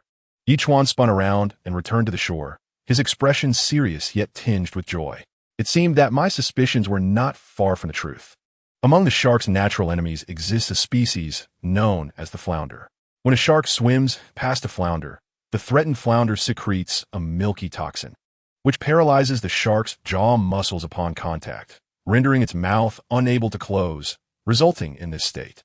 While a single flounder might incapacitate one shark, the multitude of individuals in the public chat claiming to have encountered sharks suggests that a massive school of flounders might be driving all the sharks to the surface. The most pressing issue now is how to capture these flounders. Indeed, this presents quite a dilemma. Currently, there exists no viable solution, and thus Ye Chuan ceased further contemplation. He returned to his single-person apartment, took a sip of water, and resolved to open the 5 supply crates, hoping for a stroke of luck that might yield some tools. Inside, he discovered 3 wooden planks, 1 instant noodle pack, and 1 bottle of mineral water.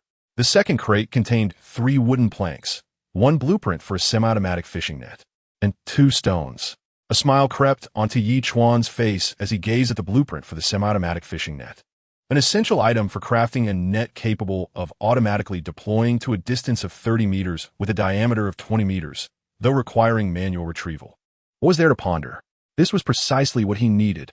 Ye Chuan promptly commenced the crafting process, and within seconds, a semi-automatic fishing net materialized, which he affixed to the rear of the turtle, embedding it into the shell.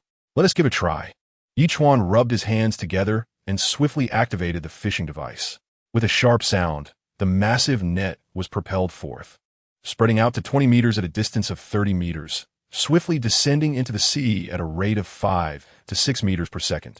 After a considerable interval, a prompt signaled it was time to retrieve the net. What a magnificent endeavor! Ye Chuan leaped with excitement and began to turn the adjacent crank, slowly reeling in the net. It felt remarkably heavy. Had he caught a substantial amount of fish? Ye Chuan mused, increasing his speed as he worked. The weight intensified as he neared the final 20 meters, exhausting him considerably. However, rewards often correlate with effort. As the net returned to the island, Ye Chuan was filled with exhilaration. Chapter 27. Achieving freedom of seafood, a large, bulging net fell to the ground, sprawling open to reveal an impressive haul. The system, ever considerate, displayed the figures: 347 flounders, 2 golden pomfrets, 1 squid, 1 sole, and 2 king crabs. The sole is a type of large flounder, with the smallest weighing over 10 pounds, and the one Ye Chuan caught was estimated to weigh nearly 100 pounds, plenty of sustenance for several days. Had he truly achieved seafood freedom with just 1 net? To his astonishment, he had captured high-tier fish. Ye Chuan quickly identified the 2 golden pomfrets, which were still thrashing vigorously, full of life. Initially, he believed that the tier of marine creatures was classified by their ferocity, only to realize his error. After all, 100 Tier 1 pomfrets would scarcely stand against a Tier 3 shark. Perhaps, akin to fruits, their classification is determined by their utility. A Tier 3 pomfret, much like a Tier 3 apple, would surely enhance one's vitality upon consumption. Ye Chuan decided to retain the other fish, planning to profit further before the other islanders became aware of the flounder school's existence. He promptly placed the golden pomfrets, squid, sole, and king crabs into the system's inventory, while nearly all the remaining flounders were listed for sale. The flounder, a wooden plank worth 10, a piece of cloth worth 10, and a metal sheet worth 10, all at once. Ye Chuan listed 300 sets, once again astonishing the island lords. Has anyone noticed that just a couple of days ago, a prominent figure was selling orca meat, and today another is offering flounder, which is far more delectable than orca meat? To me, the question of taste is irrelevant. What matters is whether it can satiate one's hunger. Regardless, I have exchanged all my wooden planks for 3 flounders, ensuring I won't go hungry for at least 5 days. How on earth did that person manage to list so many flounders? They must have encountered a school of flounder. Let us not even mention our shabby fishing nets. Even the finest nets would struggle to haul in such a catch all at once. Goodness, instead of chatting with you all, I should hasten to trade for a few sets of flounder, lest they be snatched away. Yes, I'm going to. As Ye Chuan observed the dwindling number of flounders listed, a subtle smile crept across his face. He promptly sent 10 flounders each to Lu Yi, Zhao Feiyu, and blueberry jam. Lu Yi was instantly astounded. Heavens, the flounders listed on the trading panel were your doing. Fortune smiled upon me. I stumbled upon a school of flounder and netted them all. Ye Chuan replied, "From now on, I shall steadfastly follow your lead." Lu Yi responded with a fervent expression. "By the way, I caught 3 supply boxes these past few days, and, following your advice, I haven't opened them yet." "All right, let's hold off on that for now." Ye Chuan repeated, "But the fish is raw. You'll have to cook it yourself." Lu Yi immediately sent an expression of shock. "Brother, you are too good to me." Blueberry Jam chimed in, "I haven't even finished the grilled fish you gave me, and now you've bestowed upon me 10 flounders. I must perform a striptease for you. I've caught quite a lot," Ye Chuan remarked before ignoring her further. Perhaps his decision to give her flounders stemmed from the dream he had or a sense of fairness regarding the seawater purifier blueprint she had previously provided him. Who could say? Only Zhao Feiyu did not accept the offer, simply responding, "I'm sorry, I don't have enough resources to trade with you." "This is a gift for you," Ye Chuan replied. "No reward without effort," Zhao Feiyu stated, leaving the conversation at that. This made Ye Chuan regard Zhao Feiyu with newfound respect. Currently, the most scarce resources in the oceanic world are water and food, and this fellow has managed to withstand the temptation of food. Truly a commendable individual. This stirred Ye Chuan's compassion, compelling him to seek a friendship with Zhao Feiyu. After the 6-month novice period concludes, Zhao Feiyu will certainly prove to be no ordinary person. Goodness, I finally understand the drawbacks of being your subordinate island lord. Just as Ye Chuan was about to savor the flounders, Lu Shuai messaged him. "I just fished up a supply box, but upon opening it, I found that 1/3 of its contents were missing. Even a bottle of mineral water is only 2/3 full. Did you take it? That's the rule. Subordinate island lords are required to surrender 30% of their resources to the superior island lord. Should I be blamed for that?" Ye Chuan replied with a smile. "Moreover, this is merely the present. In due time, You shall come to appreciate the benefits of following me. What nonsense! Lu Shuai exclaimed angrily after uttering those 3 words. Despite being the young master of a modest family, he found himself ensnared before he could even begin to realize his ambitions, which was utterly infuriating. Fool! In response to Lu Shuai's outburst, Ye Chuan merely scoffed. As noon approached, he promptly prepared 2 flounders, sprinkling them with the remnants of a seasoning from his previous instant noodle meal, and began his teppanyaki. Just as he had anticipated, the flavor of the flounder was exquisite. It far surpassed that of any sea fish, and even without salt, it was absolutely delightful. Now equipped with a semi-automatic fishing net, he could casually cast it whenever he pleased, ensuring several months' worth of sustenance. After all, items stored in the system's inventory entered a vacuum state, preserving their freshness. What a thrill! Once satiated, Ye Chuan checked the trading status of the flounders and perused his private messages. After filtering through numerous requests from the famished, he noticed a particular message. Big boss, I possess a wash basin blueprint. May I trade it for 2 flounders? A wash basin? Just what I needed. Indeed, Ye Chuan's bathroom required one. Although he currently lacked running water, it was prudent to prepare for essential necessities, was it not? This time, Ye Chuan did not haggle, but directly placed 2 flounders into the trading slot and exchanged them for the wash basin blueprint. The requirement for crafting a wash basin included 1 wash basin blueprint, 5 stones, 5 metal sheets, and 5 plastics. Plastic? Ye Chuan was taken aback. To date, he had never encountered a single piece of plastic. He promptly posted a message in the public chat. Who has plastic? Come trade with me. I have 2 plastics. I need water. Soon, a private message arrived. All right, how many milliliters? Ye Chuan responded eagerly. 500. Came the swift reply. What the hell? Why don't you just go steal it? Ye Chuan was momentarily stunned and then filled with rage. I would if there were islands nearby. The other party candidly expressed their thoughts. I can offer you 50 at most. Do you think you are the only one in need of water? I also require it. Ye Chuan replied tersely. Let us make it 100. I haven't had water in 2 days. The other party attempted to negotiate. However, Ye Chuan was not inclined to indulge him. With 30 million island lords in the vast ocean world, despite a third already eliminated, there were still 20 million left. Surely, he was not the sole possessor of plastic. Furthermore, any island lord could potentially become an enemy in the future. Why should he accommodate him? Brother, so who is you acquiring plastic? I happen to have 2. Here you go. Blueberry Jam promptly sent a message, and suddenly, 2 pieces of plastic and 3 lettuce seeds appeared in the trading slot. How do you have plastic and lettuce seeds as well? Ye Chuan inquired in astonishment. This morning, I ventured out with a bottle of mineral water, and since I lack the skill to cultivate lettuce seeds, I shall pass them on to you as well. The Blueberry Jam responded earnestly. If you manage to grow them, simply share a few leaves with me. To which I replied, if you succeed, I shall gift you 1. Ye Chuan exhibited great generosity and promptly collected both items. Thank you, elder brother. The Blueberry Jam replied with a cheerful giggle. Ye Chuan couldn't help but reflect on the extraordinary luck of the Blueberry Jam. Despite opening numerous supply crates without acquiring any plastic, she had obtained it on her second attempt, along with 3 lettuce seeds. Though this girl may lack various skills, her fortune is undeniably remarkable.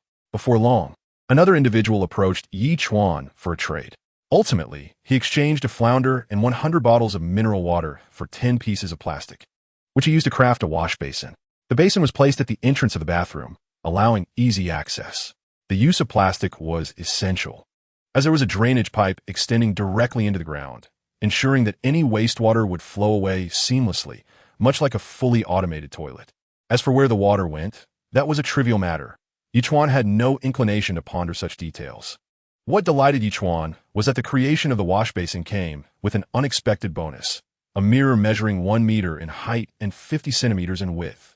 Gazing into the mirror, he was dismayed to see his disheveled appearance, resembling a beggar. Alas, it has been over 10 days since my last bath. I have begun to exude an odor. Ye Chuan sighed helplessly, realizing that if he did not wash soon, he would truly become unbearable. System, how can I freely utilize fresh water? Ye Chuan immediately inquired. One cannot merely wait for the system's generosity. Proactive measures are sometimes necessary. Install a seawater desalination converter. The system promptly replied, revealing a device capable of transforming seawater into fresh water. Why did you not mention such a marvelous invention sooner? Ye Chuan exclaimed. How can I obtain the blueprint for the seawater desalination converter? Defeating high-level marine creatures will yield rewards, including the converter. The system continued. Ye Chuan was taken aback. If sharks are classified as high-level and orcas as such, then what level would those be? He did not believe that high-level creatures were mere small fry. Otherwise, the term hunt would not be employed. What type of marine life are we discussing? After calming himself, Ye Chuan pressed for clarity. The colossal hammerhead shark. The system responded once more. Ye Chuan was once again stunned.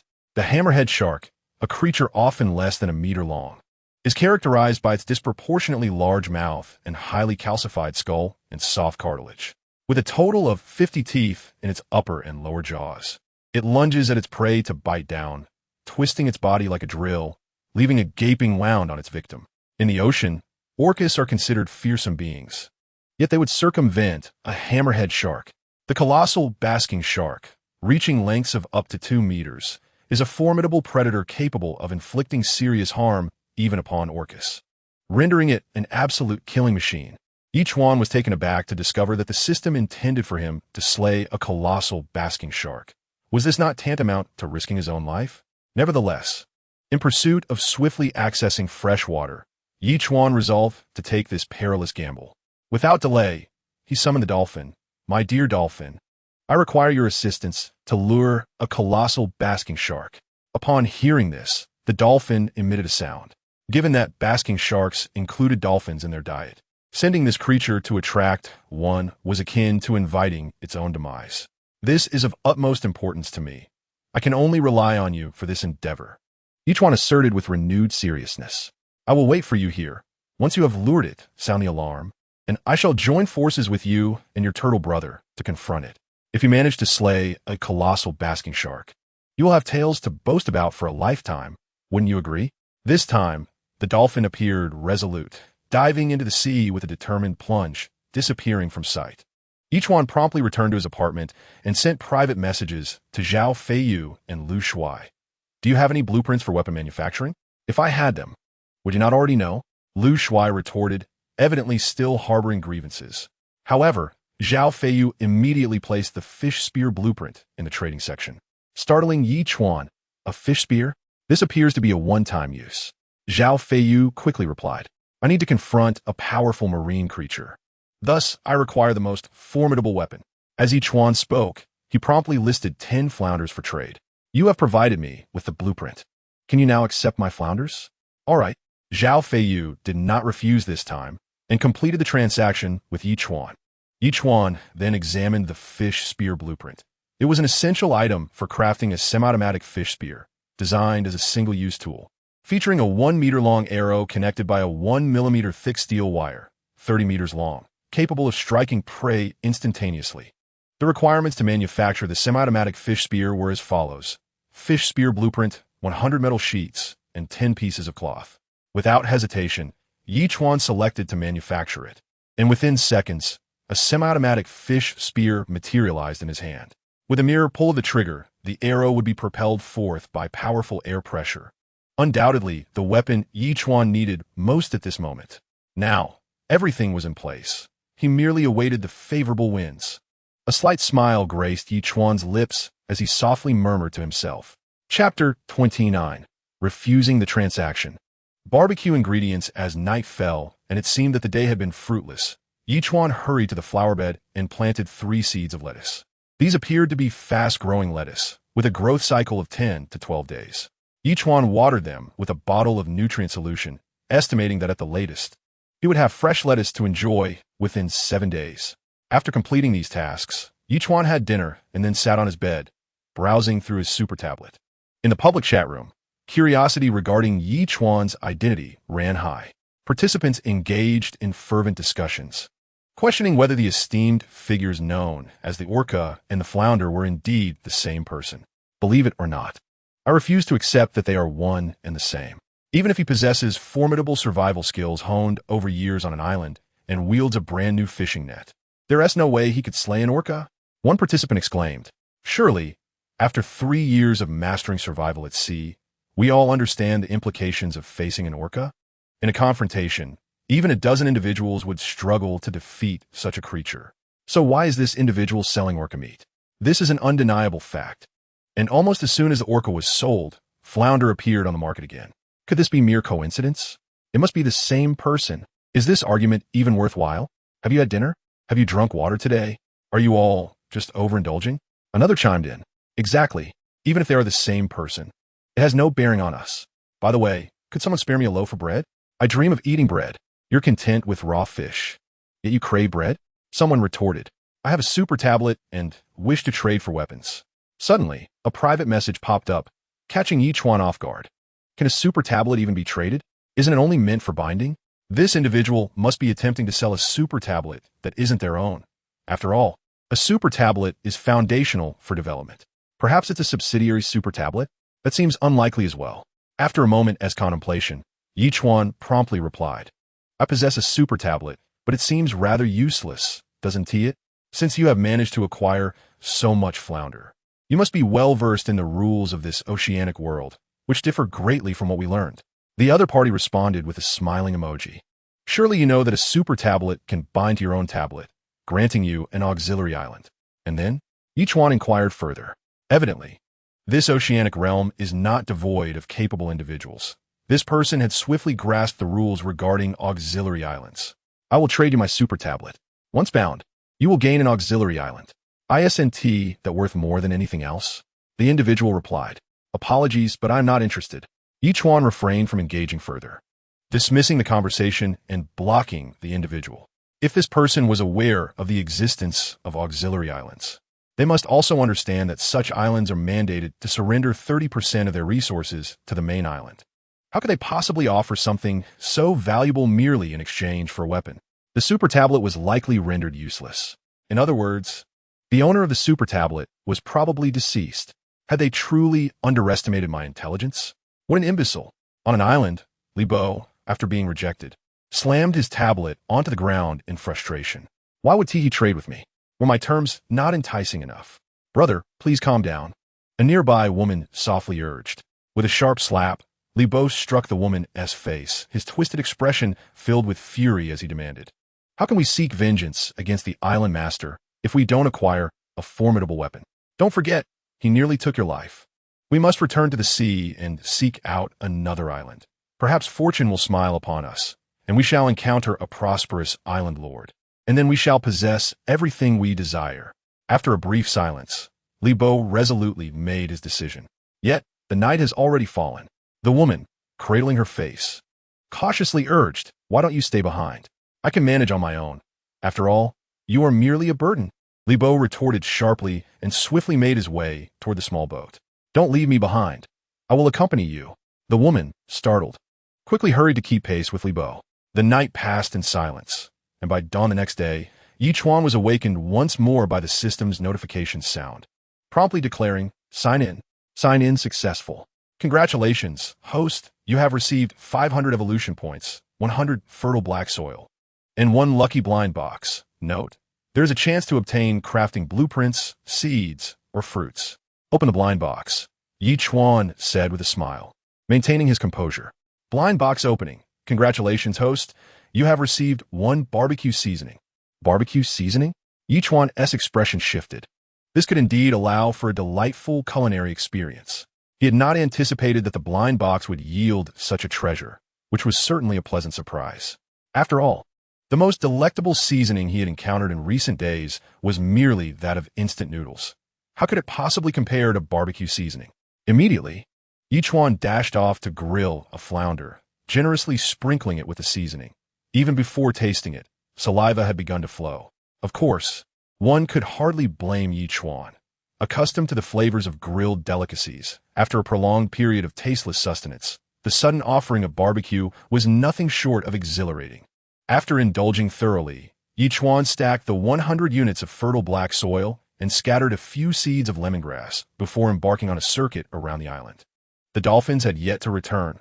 Last night, the sea turtles had brought up a total of 3 supply boxes, which Ye Chuan had piled together before returning to the apartment, settling down before the super tablet. After filtering out private messages requesting food and drink, he glanced at the trading panel. Most of the flounder had already been traded, though the pace was noticeably slower compared to the previous whale meat exchanges. It appeared that everyone had come to recognize the value of resources. Either they hoarded their supplies, or they had truly exhausted their means. In the public chat room, the secret of the sharks had been uncovered. No wonder that big shot could list so many flounders. This morning, I jumped into the sea to retrieve a supply box. And guess what I discovered? Speak plainly or leave. Quit with the suspense. I stumbled upon an enormous school of flounders. If you mention that, it reminds me of a certain secretion from flounders that seems to affect the muscle tissue of sharks. But what good would that do? Can we possibly catch the flounders? Aren't they supposed to dwell on the ocean floor? How do they end up on the surface? Just as the conversation unfolded, a sudden flurry of urgent dolphin calls echoed from outside, causing Ye Chuan's heart to quicken. The giant mako shark is upon us? Chapter 30. The hunt for apex marine creatures. Ye Chuan swiftly exited with a semi-automatic spear gun and a long gun in hand, observing the dolphins rapidly circling the island. It appeared that a colossal hammerhead shark was in pursuit. Without hesitation, Ye Chuan leaped onto the back of a sea turtle, concealing himself beneath its head. As he watched the dolphin make another pass, 20 meters away, a slender fish, approximately 2 meters in length, was chasing the dolphin with alarming speed. Its mouth was nearly circular, exuding a menacing aura. Steadying his breath, Ye Chuan waited until the giant hammerhead shark passed by him, then suddenly thrust his long gun fiercely into the shark's body. However, the shark's speed exceeded Ye Chuan's expectations. With a mere twist of its body, it evaded the attack and swiftly turned, biting down on the spear's tip before spinning like a drill. Ye Chuan immediately released his grip, subtly aiming the spear gun at the beast. The giant hammerhead shark spun for several seconds, ultimately severing the once formidable spear. Its hostility towards the dolphin shifted entirely towards Ye Chuan as it opened its gaping maw and lunged at him with ferocity. Given the shark's terrifying reaction speed, Ye Chuan wisely refrained from acting hastily, watching as the shark approached at a high velocity. 10 meters, 7 meters, 5 meters, 3 meters. Now, as the shark closed in at a distance of 3 meters, Ye Chuan decisively pulled the trigger. Although the shark reacted, the speed of the spear gun was formidable. It struck the shark's neck, causing it to open its mouth wide in pain before it turned to flee. The sea turtle's massive head shot up from its shell, seizing the spear gun in its jaws. As 30 meters of fishing line were pulled taut, the giant hammerhead shark was abruptly halted, blood pouring forth. With a shell spanning 3,000 square meters, the strength of the turtle was formidable. Regardless of the shark's struggle, it could not free itself. However, the arrow seemed to loosen slightly, revealing the shark's significant power. If it continued to thrash, it might indeed escape the arrow. To mitigate any risk, Ye Chuan retrieved a chainsaw and, after resurfacing to catch his breath, swiftly swam back towards the giant hammerhead shark. A few minutes later, Ye Chuan staggered back onto the shore, collapsing as he gasped for air. Despite having gained half the strength of the sea turtle and consuming potent fruit to enhance his physique, he found himself struggling underwater, unable to maneuver as effortlessly as on land. Even in a dire situation, the colossal hammerhead shark nearly turned the tables on him. Truly, apex marine creatures are extraordinary. Congratulations, host, on your first kill of an apex marine creature. You have received a lucky gift pack. Would you like to open it? The system's notification arrived a few minutes late. This was precisely what Ye Chuan had awaited. In that moment, he felt all his efforts were worthwhile. Open, he exclaimed. Opening successful. Congratulations, host. You have received 200 units of fertile black soil, 200 grassroot seeds, 1 blueprint for a seawater to drinking water converter, 1 blueprint for a sofa, and 1 blueprint for a coffee table. Much like the previous lucky gift package, this time there were 3 manufacturing blueprints. Ye Chuan immediately delved into the creation of the seawater to freshwater converter, requiring 1 blueprint for the seawater to freshwater converter for 100 metal sheets, 100 nails, and 50 pieces of cloth. Fortunately, he already possessed all these materials. Without further hesitation, Ye Chuan promptly constructed the seawater to freshwater converter and positioned it a meter away from the west side of his studio apartment. Apart from several intricate instruments, the most striking features were the 2 large water tanks, each with a capacity of 3 cubic meters, totaling 6 cubic meters or 6 tons. The critical aspect was that it was not automatic. It required manual labor to pour seawater into these vast tanks, which would then be converted into fresh water through the apparatus. This was indeed a monumental task. However, Ye Chuan felt reassured that once the converter was built, it automatically connected to the sink, solar panels, and wall-mounted boiler, meaning he only needed to pour seawater into the tanks, leaving the rest to the machine. Eager for a refreshing shower, he set to work. Ye Chuan quickly crafted 2 wooden barrels and a simple yoke, beginning to transport water back and forth. Fortunately, he possessed the strength and stamina akin to that of a sea turtle, and after 3 arduous hours, he finally filled the 2 large barrels, collapsing onto the ground in exhaustion. After resting for about half an hour, Ye Chuan rose to spread 200 bags of fertile black soil on the ground and sowed some vetiver seeds, before examining the other 2 blueprints to create a sofa and coffee table. As noon approached, Ye Chuan first boiled a king crab for a meal. Feeling that the water temperature was just right, he dashed to the bathroom for a delightful hot shower, even washing his clothes in the process. Feeling utterly refreshed, he hung the clothes to dry and then reclined on the sofa, suddenly realizing that a television would complete his setup. How splendid it would be to have a television. But then again, this was a survival scenario in the ocean, not a vacation. Just as he was lounging, a private message chimed in. Blueberry Jam had sent a message.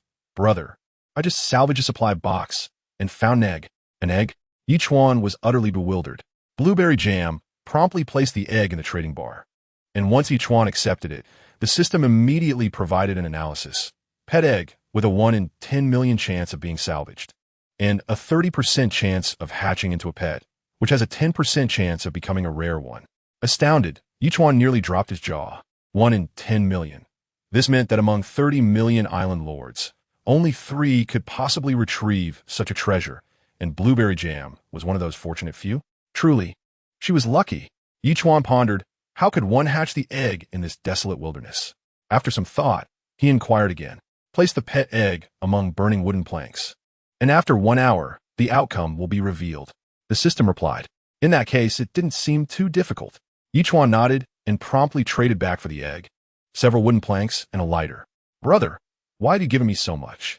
Blueberry Jam inquired in bewilderment. This is a pet egg. When placed among the burning wooden planks, it will hatch. Ye Chuan responded. You should hatch it. Really? Blueberry Jam exclaimed with delight, but the item remained unclaimed. Why hasn't it been collected? After more than 10 minutes had passed, Ye Chuan could no longer restrain his curiosity. Blueberry Jam replied with an awkward expression before saying, Brother, in my current state, I wouldn't be able to care for it, even if it hatches. You should hatch it instead. If it turns out to be adorable, I would love to play with it in the future. Is that really appropriate? Ye Chuan was taken aback. He was uncertain whether the girl was Na'vi or genuine. This was a treasure of considerable potential, and she was simply offering it away. If he accepted and hatched it, he would owe her a debt of gratitude, which would entail providing her with sustenance continuously. What you gave me before was akin to saving my life. Is there anything wrong with gifting a precious egg to my savior?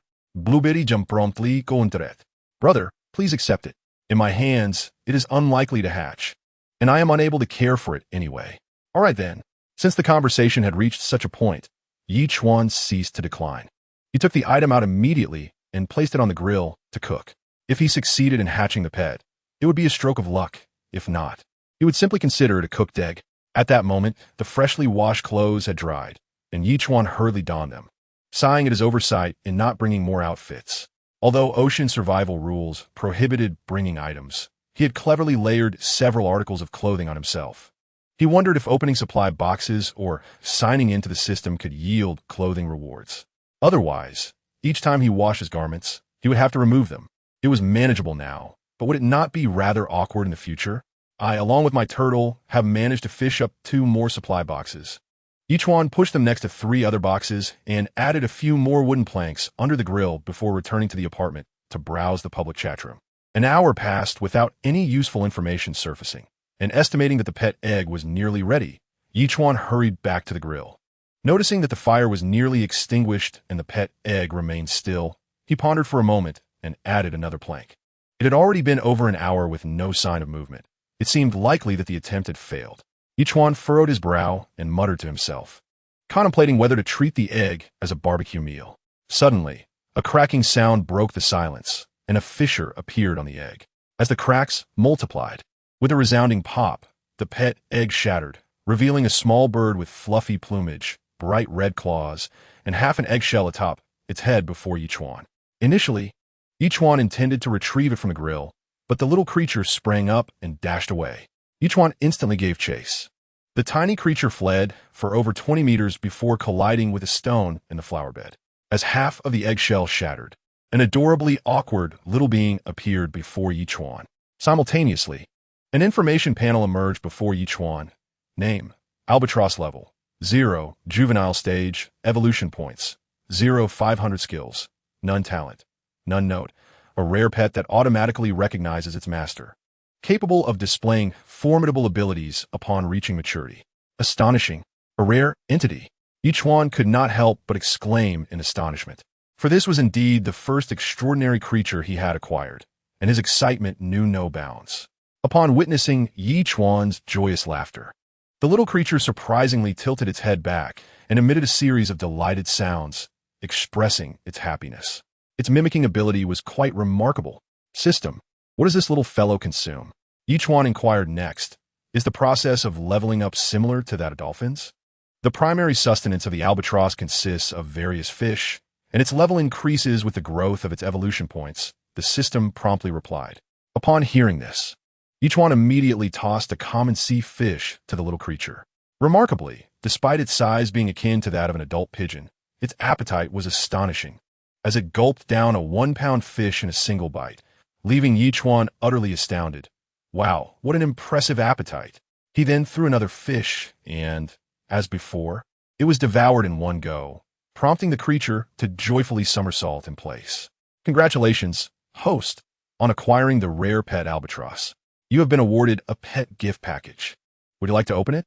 Suddenly, the system's voice resonated. A rare pet comes with rewards? Ye Chuan's expression shifted, delighting in this unexpected boon, and he promptly responded, open it.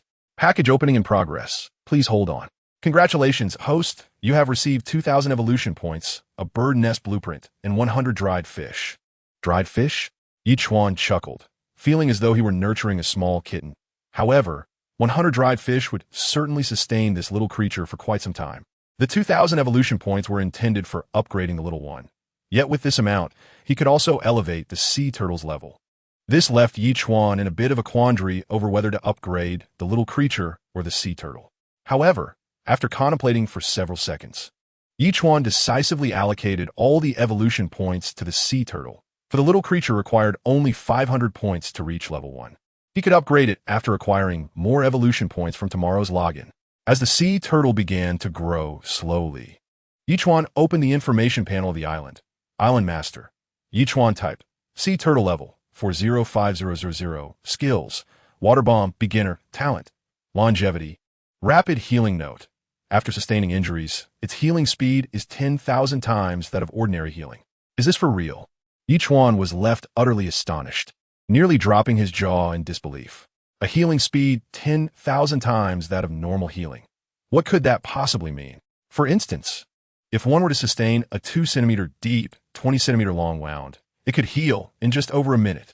The sea turtle possesses the remarkable ability to rejuvenate Ye Chuan by 50%. This implies that should Ye Chuan sustain a significant skin injury, he could recover within a mere 2 minutes. Lighter wounds would heal even more swiftly. Such an extraordinary talent indeed captivates Ye Chuan, who finds himself increasingly fond of blueberry jam, feeling fortunate that he had initially shown her kindness by offering her some rainwater, thereby forging a bond. Of course, this goodwill was a reward for his own benevolence. However, he realizes that no matter the extent of his offerings now, he cannot repay Blueberry Jam's kindness, and it appears that he must continuously provide her with sustenance in abundance. With a slight shake of his head, Ye Chuan turned towards the barbecue grill, retrieving 2 grade a golden pomfrets to commence the grilling process. Sprinkling seasoning over the fish, he awaited the notification of readiness. Once it chimed, he promptly acquired 100 units of purified water and traded them to Blueberry Jam. Chapter 32. Upgrade complete. Level for Island Brother. Is that barbecue? Blueberry Jam immediately sent a message displaying her astonishment, incredulously exclaiming how delightful it smelled. Freshly grilled, best to eat it while it's hot. It won't taste as good once it cools, Ye Chuan replied with a smiley face. Blueberry Jam eagerly accepted the offer and began to indulge, prompting Ye Chuan to chuckle and join her in dinner. As he had previously surmised, The effects of grade A golden pomfret were akin to that of grade A apples. Upon consuming the fish, a warm sensation began to spread through his body, gradually enveloping him in comfort. After finishing the fish, Blueberry Jam drank all 100 units of purified water. Only after her meal did she perceive a remarkable change within her body, feeling as if she were floating. This was the first time she felt such bliss since arriving in the oceanic world, compelling her to recline in the makeshift tent she had crafted, quietly savoring the sensation. She felt a bit dazed. Dinner concluded, and as nightfall approached, Ye Chuan promptly retrieved the blueprints for crafting a bird's nest. The requirements for construction were simple: 1 blueprint, 10 wooden planks, 10 cloth pieces, and 4 metal sheets. Ye Chuan swiftly assembled the nest and placed it outside his door. Initially intending to keep it indoors, he reconsidered, knowing that birds are rather indiscriminate and could create quite a mess, filling the house with an unpleasant odor. Nonetheless, the little creature showed no concern for its surroundings. Instantly recognizing the nest as its own, it hopped inside, stamping its tiny feet, squinting its eyes, and chirping at Ye Chuan. He offered it 2 sea fish, cheerfully stating, "You may reside here from now on." With that, he returned indoors to engage with his super tablet. By the end of the day, only 20 or so flatfish remained for trade. However, besides Ye Chuan, another individual had also listed sea fish for sale, specifically flatfish, likely caught from the ocean. In the public chat room, discussions were abuzz regarding the recent events. Perhaps a prominent figure had plunged into the sea to catch a flounder? The quantity of flounder this individual had listed was quite limited. Surely he must have caught them himself. Alas, the ocean is teeming with flounder. Those familiar with the waters could easily dive in and catch a few by hand, ensuring at least a modest meal. I plan to venture into the water tomorrow morning to try my luck, as I have not eaten all day and am nearly starving. My friend, I suggest you temper your expectations. Fish are unlikely to remain in one place waiting for you to catch them. Ye Chuan chuckled and shook his head. After a short while, Blueberry Jam sent him a private message. "Brother, your food is simply exquisite. Even now, I feel warm and comfortable. This can enhance your constitution and bolster your immunity. Even mild ailments like a cold can be alleviated," Ye Chuan explained. "Rest assured, you will receive food from time to time." "Thank you so much," Blueberry Jam replied, visibly moved and eager to express gratitude. "No need for thanks," Ye Chuan responded, and he refrained from further conversation. Yet Blueberry Jam was nearly in tears from excitement. He was willing to provide her with water and now food as well. She felt as if she had encountered a living bodhisattva. If nothing unforeseen occurred, her bet was likely to turn in her favor. As he scrolled through his tablet, weariness soon overtook him, and Ye Chuan lay down to sleep. The next day, just as the system's voice chimed in, he immediately declared, Sign in successful. Congratulations, host. You have received 500 evolution points, 100 fertile black soil, and 1 feather fragment. Note, 3 feather fragments can be exchanged for an angel feather, which may yield unexpected outcomes. Island upgrade complete. Congratulations, host. Your island has been upgraded to level 4. You have received an upgrade package. Would you like to open it? Open it. Ye Chuan exclaimed with joy. After enduring several hours of upgrading, he had finally succeeded. The area of the island had expanded from 3,000 square meters to 4,000. Among novice island owners, this was indeed a considerable size. Opening upgrade package. Please wait. Congratulations, host. You have received 1,000 growth points, 2 level apples, 2 small nutrient solutions, and 1 weaving machine blueprint. Recalling that during the last upgrade to level 3, the growth points awarded were only 500. Ye Chuan was pleasantly surprised to find that the reward for level 4 had doubled to 1,000 points. However, what was this weaving machine blueprint? Such a primitive skill as weaving. Who could possibly master that? Not wishing to dwell on this perplexity, Ye Chuan promptly allocated all 1,500 growth points to the albatross. Visibly, the little creature seemed to grow nearly 10 centimeters, and the system's voice echoed once more. Albatross upgrade complete. Congratulations, host. Your pet has advanced to level 1. Would you like to open the upgrade package? Albatross upgrade complete. Congratulations, host. Your pet has advanced to level 2. Would you like to open the upgrade package? As with the previous upgrade of the dolphin, the little creature's evolution value surged by a total of 1,500 points, allowing it to advance by 2 levels. Reaching level 2 directly, everything was unlocked. Each one immediately responded. Upgrade package is being opened. Please wait. Congratulations to the host for acquiring 500 growth points, 1 stone, 2 wooden planks, and 2 pieces of plastic. Congratulations to the host for acquiring 500 growth points, 2 stones, 3 metal sheets, and 1 spicy strip. Spicy strips? Ye Chuan's expression shifted, and he quickly took out the spicy strip to glance at it. It was actually a Xiao Wuzi spicy strip. For Ye Chuan, who could not live without spice, this was indeed the most delightful gift, ensuring a satisfying breakfast today. After putting away the spicy strip, Ye Chuan glanced at the information panel of the albatross. Name, albatross level, 2 juvenile, evolution value, 01500 skills, none talent. None has it already level 2 without any skills or talents. Ye Chuan scratched his head in confusion. Could it not even manage the most basic ability to fly? The little creature tilted its head, staring at Ye Chuan with its large, innocent eyes, and let out a couple of calls, exuding pure adorableness. Ye Chuan could not help but present 2 handfuls of dried fish before the little one, which seemed to have discovered the most delectable treasure, its eyes sparkling as it indulged in the treats. Take your time. Ye Chuan chuckled and shook his head.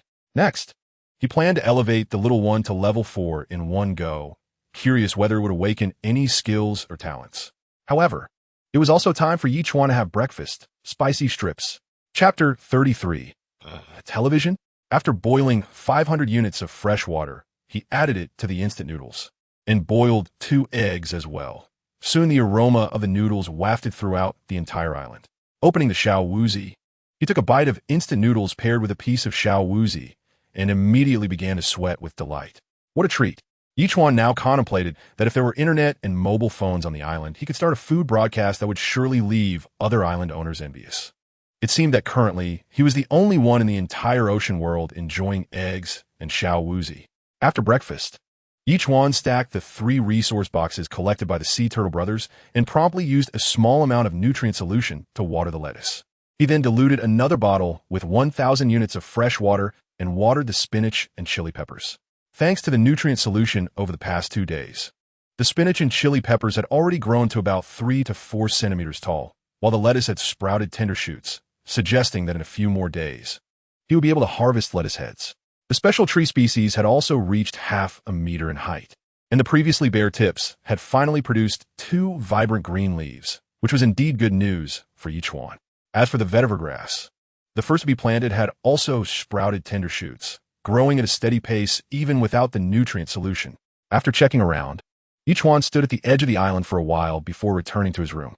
However, he suddenly discovered a tattered manufacturing blueprint appearing in the system's inventory, revealing only the character for electricity. This piqued Ye Chuan's interest. Could there be something related to electricity emerging on this island? However, since it is a fragmented manufacturing blueprint, it must be related to Lu Shuai. This lad must have uncovered something remarkable. With this thought, I promptly sent a private message to Lu Shuai. What exactly is the manufacturing blueprint you have? I don't know. Lu Shuai replied instantly with 3 words. Buddy, we're currently in the same boat. Ye Chuan quickly responded with a smiley face. I believe it would be best if you told me. After all, your blueprint is also incomplete. Only by merging our pieces can we create a complete manufacturing blueprint. This time, after what seemed like several seconds, Lu Shuai finally replied. It's a manufacturing blueprint for a large flat-screen television. Indeed, Ye Chuan's expression shifted, and he immediately exclaimed, Hurry up and trade me the remaining 70% of the blueprint. I'll give you 500 freshwater in exchange. Lu Shuai replied, You dare to haggle with me? Do you believe I will come to your island and give you a beating? Ye Chuan immediately sent a threatening emoji. I'll give you 10 seconds to decide. Lu Shuai fell silent, and only as the 10th second approached did he finally send a fragmented blueprint to the trade panel, allowing Ye Chuan to receive the complete television manufacturing blueprint. Afterward, Ye Chuan examined the requirements. Television blueprint 1, plastic 50, metal sheets 20, nails 10, glass 2. My goodness, it requires so much plastic? Ye Chuan was momentarily taken aback, but then he came to terms with it. After all, a television is predominantly composed of plastic, so requiring a substantial amount of it is understandable. However, the critical issue lies with the glass. To this day, he has not acquired a single piece. He wondered if anyone else had managed to find some. Currently, he had plenty of wood, cloth, metal sheets, stones, and nails, but not a trace of plastic or glass. It appeared that these 2 materials would certainly be in high demand later on. With this thought, Ye Chuan promptly cast his fishing net and began to pull it in with vigor. 278 flounders, 10 grouper, 3 ribbon fish, 1 king crab. Although this catch was considerably less than his first haul, it was still quite satisfactory. After collecting the fish, Ye Chuan immediately placed all the flounders on the market. Flounder 1 plastic 2, flounder 1 glass 2. In no time, the public chat room erupted with excitement. Did you see that? Another expert has put flounders up for trade, this time collecting plastic and glass. Have you found any glass? No. The most I've found are wooden boards and metal sheets. I've scarcely come across any plastic, let alone glass. What on earth is this expert trying to manufacture that requires glass? It truly baffles the mind. The world of the elites is beyond our comprehension. I feel so envious. I feel like I'm on the brink of death. Meanwhile, a private message popped up. Expert, I have 5 pieces of glass. I need 500 fresh water. Don't you know that fresh water is the most scarce resource in this entire ocean world? Asking for 500 outright. Why don't you go and seize some? Ye Chuan replied curtly, what a greedy request. I know, which is why I haven't seen any fresh water in 3 days. If it weren't for self-sustenance, I might have perished. The other party replied, expressing a strong desire for water. This remark truly nauseated Ye Chuan. Self-sufficiency? One could only wonder at the depth of thirst that would provoke such a statement. Without further negotiation, Ye Chuan promptly placed a bottle of mineral water in the trading column, to which the other party immediately responded with 5 pieces of glass, completing the transaction in an instant. Curious, Ye Chuan inquired, by the way, how did you acquire your glass? After a moment's pause, the other party answered, I obtained it from a resource crate, and I just opened it this morning. I had opened 5 crates previously without any glass. It only appeared today. Oh, Ye Chuan nodded. It seemed that glass was a newly emerged resource, and he believed that in a few days, everyone would be able to obtain glass, as would plastic. Lost in thought, Zhao Feiyu suddenly placed a faucet manufacturing blueprint in their private trading section. I've obtained a faucet blueprint, which I have no use for. I believe it may be useful to you. Indeed, I am in need of faucet. Ye Chuan responded immediately. Although he had a seawater to freshwater converter, several pipes were already connected to solar panels and other locations, leaving no spare faucets or pipes. While the sink faucet was barely functional, it was ultimately inconvenient. Ye Chuan initially conceived a lucrative idea, but the inconvenience of accessing freshwater had temporarily halted his plans. However, with Zhao Feiyu's faucet blueprint, a significant problem was instantly resolved. Ye Chuan eagerly accepted the faucet blueprint and traded 5 flounders in return. Zhao Feiyu said nothing, simply accepting the trade. Ye Chuan then ventured outside to survey his surroundings and subsequently asked, System, now that I possess the faucet blueprint, can I connect this faucet to the seawater to freshwater converter system? Yes, the system promptly replied. Then I shall install it outside, on the wall beside the converter. Ye Chuan decisively manufactured the faucet, extending a 30-centimeter pipe from the wall and affixing the faucet to it. Ye Chuan's urgency to obtain a faucet stemmed primarily from his desire for convenient access to water. From the numerous transactions with others recently, it was evident that water was the most sought-after resource, with island owners requiring it at least 3 times more than food. Having tasted the converted freshwater previously, Ye Chuan noted its similarity to ordinary tap water, albeit with a hint of chlorine. While it was not particularly palatable, in this oceanic realm where every drop was precious, such considerations were secondary. Next, Ye Chuan planned to trade 100 units of freshwater for resources, believing it would yield quicker and greater returns than trading flounders. However, this remained a hypothesis that required practical verification. With that in mind, Ye Chuan swiftly filled 2 mineral water bottles with fresh water, dividing it into 10 portions, each containing 100 units, and placed them all for trade for plastic, offering 5 pieces of plastic for every 100 units exchanged. In a mere span of seconds, 5 transactions involving tap water surprisingly occurred, and the news swiftly spread throughout the public chat room. Did you all see? A prominent figure is trading plastic for tap water, actual tap water. I was fortunate enough to acquire 5 pieces of plastic, exchanging 100 units of tap water, and upon tasting it, it indeed bore the flavor of the water from my home. How do you think you procured the tap water? Through drilling, perhaps? Have you lost your mind? Drilling pertains to well water. It is unlikely to be tap water. Instead of engaging in such debates, it would be wiser to swiftly gather resource boxes. Tap water is still potable. Tomorrow marks the halfway point of the month, and the leasing function is about to commence. Is there anything you all wish to rent? As the messages flooded in, Ye Chuan's expression shifted, and he instinctively tapped his forehead, recalling this matter. According to the regulations of the ocean world, the leasing system activates after all island owners have been in the ocean world for half a month. Participants may lease out their tools, for instance. Leasing out for an hour might require a wooden plank or 2 metal sheets, thereby accelerating the growth of island owners. Some may wonder, what if the lessee fails to return the tools? This is where the rules of the ocean world come into play. Once the time elapses, the tools will automatically return to their owners, rendering such concerns moot.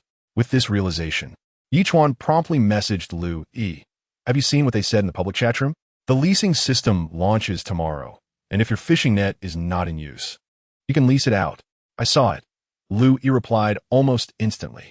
After that response, Lu Yi fell silent, prompting a furrowed brow from Ye Chuan. Logically, Lu Yi should be busy retrieving or searching for resource boxes, not lingering by the super tablet. Moreover, her brief response was rather uncharacteristic. Are you all right? The more he pondered, the more uneasy he felt, leading Ye Chuan to inquire urgently. This time, nearly half a minute passed before Lu Yi responded.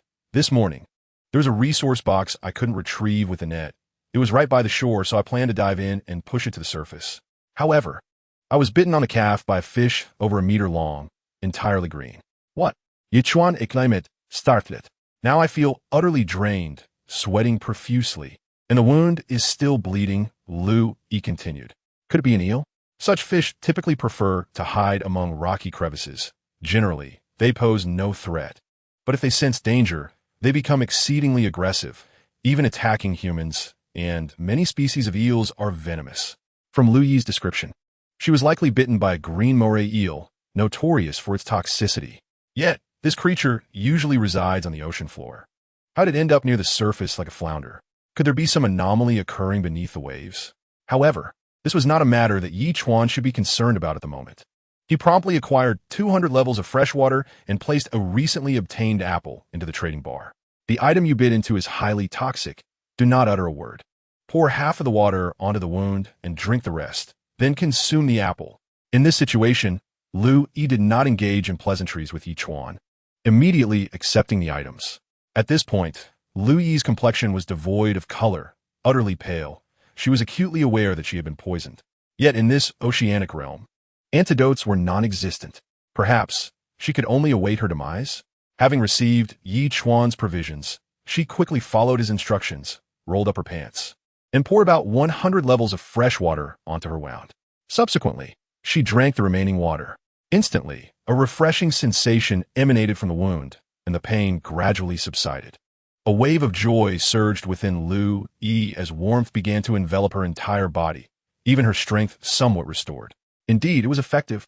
Elated, she devoured the apple entirely, and akin to the water she had just consumed, the warmth intensified, and her strength grew even greater. Within mere minutes, she had regained half of her vitality. Unable to contain her excitement, Lu Yi messaged Ye Chuan, "Your items are incredibly effective. In just a few minutes, I feel half restored. I truly do not know how to express my gratitude. No need for thanks.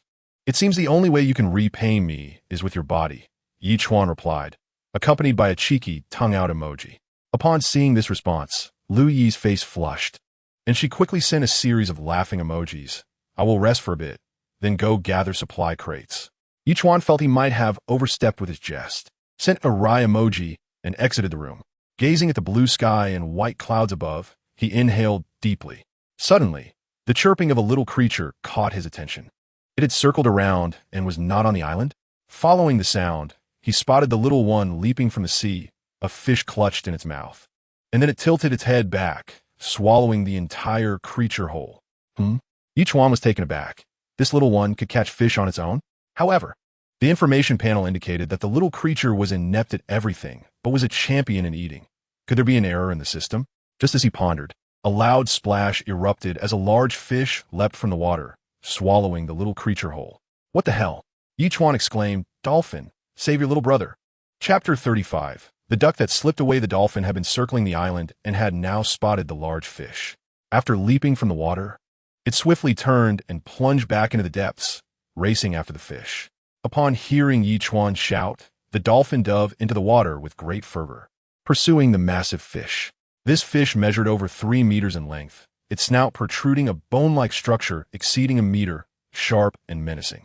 Upon noticing the dolphin in pursuit, it abruptly turned, charging fiercely at the dolphin. The creature resembled a dolphin in size, yet its sharp, protruding snout instilled a sense of caution, prompting it to avoid confrontation with larger fish and instead veer toward the sea turtle. The turtle, having received instructions from Ye Chuan, launched a water projectile when the fish was still several meters away, striking it squarely in the abdomen. The fish, in pain, opened its mouth wide, inadvertently expelling an albatross the size of a pigeon.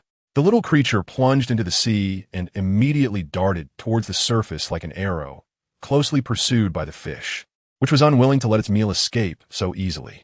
Moments later, accompanied by piercing cries, the albatross soared into the sky, flapping its small wings furiously before landing safely.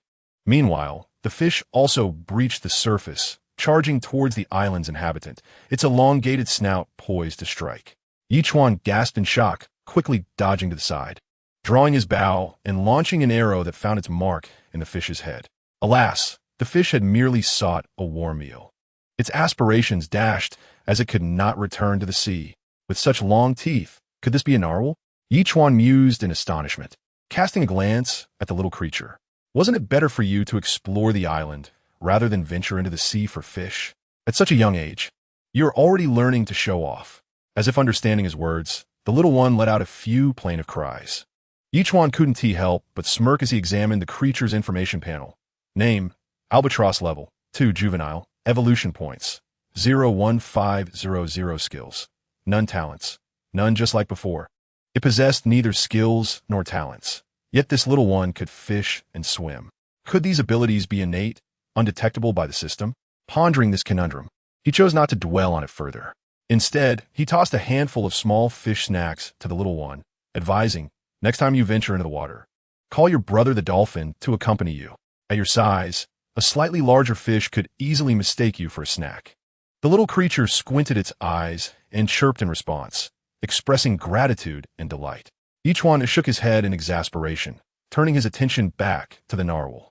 After some thought, he decided to treat it similarly to the previous orca, using a chainsaw to divide it into portions of 500 grams, setting aside over 20 pounds for himself, while placing the remainder up for trade.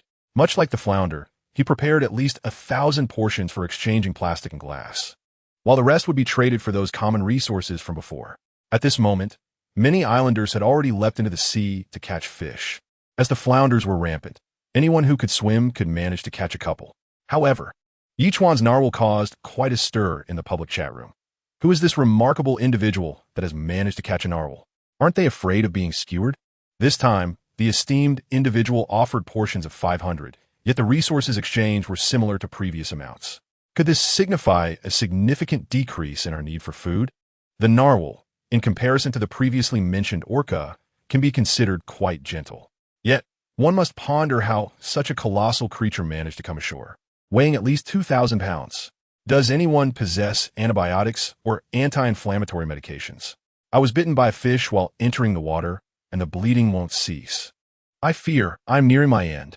Yes, I too was bitten, though not severely. If I don't receive a tetanus shot, I wonder if it might become infected. Observing the conversation of these individuals, Ye Chuan couldn't help but furrow his brow. First, the flatfish and other marine species have surfaced, and now fish have begun to attack humans. All signs suggest that something significant is about to unfold. Furthermore, Ye Chuan had experienced occasional episodes of accelerated heartbeat lately, which is certainly an ominous sign. A private message suddenly popped up. Boss, I possess a manufacturing blueprint. Could I exchange it for a few pounds of whale meat? Ye Chuan's expression shifted, and he promptly replied, what manufacturing blueprint? The other party responded, a blueprint for a vacuum pump. I'm unsure of its utility. If you don't want it, I only have 2 plastics and wonder if they could be traded for a pound. Ye Chuan replied, for the vacuum pump blueprint, I'll offer you 1,000 fish meat. He immediately placed 2 pounds of fish meat in the trading column. While others may have found it useless, Ye Chuan found it immensely valuable. Since the completion of the single apartment, the fully automated smart toilet had been relocated to the bathroom. Clean indeed, but the odor was a significant concern. Although a window had been opened, Dispersing the scent took longer than desired. If only he had a vacuum pump. This issue could be effortlessly resolved. Upon a successful transaction, Ye Chuan promptly manufactured the vacuum pump and installed it in the bathroom. Just as he was about to test it, he was suddenly struck with confusion. No electricity.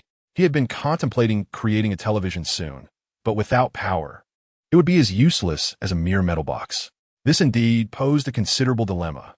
While it is said that problems must be addressed once identified, Ye Chuan found himself at a loss for solutions. He could either produce a large generator or harness hydropower, but both methods currently required the system support. System. When can I unlock the generator? He pondered aloud. However, the system seemed to have entered another state of unresponsiveness, possibly indicating that the timing was not yet right. Not wishing to dwell further on this predicament, Ye Chuan sent private messages to Zhao Feiyu, Blueberry Jam, and Lu Shuai. Recently, there have been highly aggressive fish in the sea. It's advisable not to enter the water, as it may pose a threat to life. Blueberry Jam promptly replied, "Thank you for the warning. I saw the messages in the chat room. Just now there was a supply crate nearby, but I didn't dare to dive in and retrieve it. Please take care." Ye Chuan responded, "Just be cautious." After approximately half an hour, Zhao Feiyu replied, "I've already gone into the water and even killed an electric eel. We can enjoy boiled electric eel for dinner tonight." Impressive. Ye Chuan was taken aback and quickly replied, "By the way, I have crafted a manufacturing blueprint. Do take a look and see if it proves useful," Zhao Feiyu remarked, placing a manufacturing blueprint into the trading slot. Chapter 36. Li Bo takes action. Ye Chuan's predicament: a gas stove manufacturing blueprint. Ye Chuan was momentarily taken aback. Currently, he was preparing meals outdoors using a barbecue grill and a large pot. This gas stove would be perfect for his kitchen, especially since his newly created single apartment had come with cabinets, allowing him to simply install the stove atop one of them. Without hesitation, Ye Chuan promptly retrieved the gas stove blueprint and offered Zhao Feiyu a portion of the narwhal meat in return.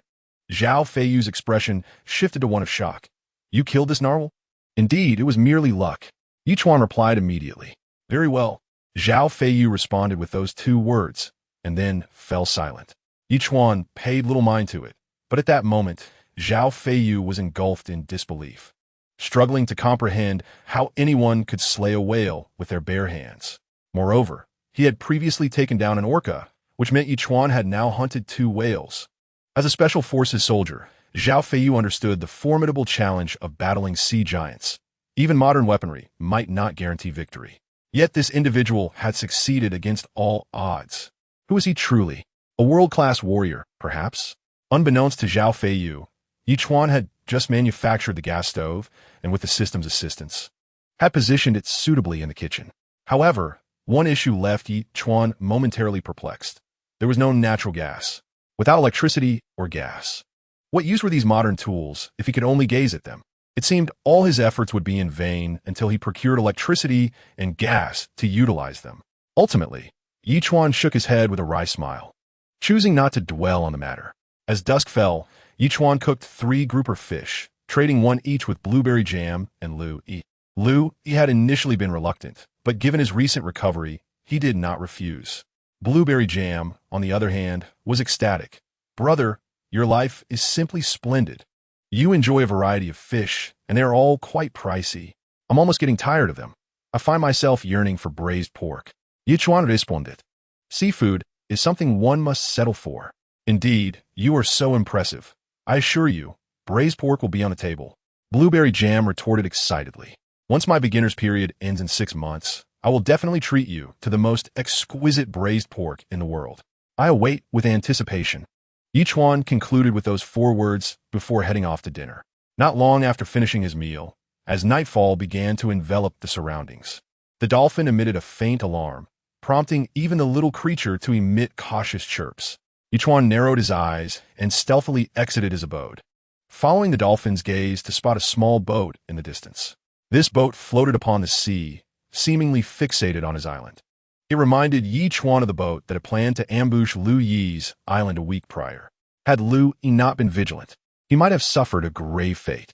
Was this boat owned by the same individual who had attacked Lu Yi? Staying motionless upon the sea, "It appears you intend to wait until the night falls in silence to seek me out." Ye Chuan chuckled coldly. "Well then, let me see just how formidable you truly are." On the small boat, Li Bo was quietly observing the island through a monocular. His surprise evident. This individual possesses reinforced concrete houses and has amassed an impressive collection of supply crates, along with various items I cannot even identify. A veritable wealthy lord. Could those fish and other goods displayed on the trading panel be what he has caught? The woman inquired softly. Perhaps, Li Bo replied nonchalantly, but soon enough. Those treasures will belong to us in 3 hours. He must possess weapons. Are you certain you wish to land on the island? The woman asked cautiously.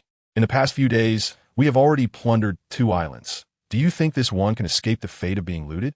Li Bo shot her a fierce glare and added, Get some rest. Come nightfall, we shall feast on the island's bounty. As time passed, the moon ascended to the heavens, casting a delicate veil over the sea. The woman paddled the small boat while Li Bo, armed with a short knife, stealthily approached the island. However, despite the mere nautical mile that separated them, the woman had rowed for an entire hour, seemingly making no progress towards the island, which caused Li Bo to furrow his brow and glare at her. Do you possess any strength at all? I am nearing exhaustion. I feel as though we are caught in a phantom wall. It shouldn't take this long to close the distance. The woman lamented. Let me. Li Bo snatched the oar from her grasp and began to row vigorously towards the island. Yet despite his efforts, the island remained stubbornly distant. After over an hour of relentless rowing, with the island still a nautical mile away, despair began to creep into Li Bo's heart. As an atheist, he did not believe in supernatural phenomena, yet the situation instilled fear within him. He had exhausted half his strength before even engaging in battle. Would this day end in failure? Brother, I feel as though the island is closer to us now, the woman suddenly whispered. Li Bo was taken aback, quickly glancing toward the island, and indeed, the distance had diminished by at least half. What was happening? Was the island moving of its own accord? In the next moment, the woman voiced her hypothesis. Nonsense, Li Bo retorted, delivering a sharp slap to her and angrily questioning. How could an island possibly move by itself? No sooner had he uttered these words than the island loomed directly before their boat. Ye Chuan stood at the shore, mockingly observing the pair. You two have been watching me all day, and now you plan to invade my island at night. What are your intentions? Li Bo was taken aback, incredulity washing over him as he gazed at Ye Chuan. Does this island truly move? If it did not, do you think you could have pursued it for 2 hours without success? Ye Chuan countered. Infuriating. Li Bo squinted, beginning to calculate the distance between himself and Ye Chuan. They were merely 3 meters apart, and if he were to launch a sudden attack, he had a 70% chance of delivering a fatal blow, thus claiming the island for himself. However, the fact that Ye Chuan's island could move compelled Li Bo to speculate that Ye Chuan had some hidden trump card, causing him to refrain from making any rash movements, resulting in a stalemate between them. The woman, with a glimmer of desperation in her eyes, turned to Ye Chuan and implored, Brother, this person has kidnapped me and shattered my super tablet. Could you please rescue me? Ah, you are the very one who intended to trade with me for the super tablet, aren't you? Ye Chuan remarked, tapping his forehead in mock amusement. Chapter 37. The astonishing choice of attire. Is it truly you? Li Bo exclaimed, his eyes widening in disbelief. He had never anticipated that his initial attempt to negotiate would be met with rejection. He had envisioned teaching this individual a lesson upon finding him. Yet here they were, encountering one another so swiftly. What a coincidence! Ye Chuan chuckled. Brother. The woman gazed at Ye Chuan with a forlorn expression, evoking a sense of pity. Suddenly, as Ye Chuan's attention shifted to the woman, Li Bo made his move. His speed was astonishing, almost imperceptible even to Ye Chuan, who instinctively threw a punch. Bang! The force of the blow, heavy as a mountain, sent Li Bo flying several meters away, sprawled on the ground. Yet he laughed heartily, declaring, You are finished. Oh! Ye Chuan was taken aback, slowly lowering his gaze to discover a gaping wound in his chest, deep enough to expose bone, from which blood was swiftly flowing. However, Ye Chuan paid little heed to the injury, instead approaching Li Bo with measured steps. Struggling to rise, Li Bo maintained his grin. The wound was a full centimeter deep, nearly reaching the bone, and even the blood loss could lead to shock. All he needed to do was buy some time. Yet the next moment, the smile on Li Bo's face faltered. He could scarcely believe his eyes as he witnessed the man's wound slowly healing, the bleeding ceasing within mere seconds. How could this be possible? You are Li Bo, he stammered, involuntarily taking a few steps back. First the island could move.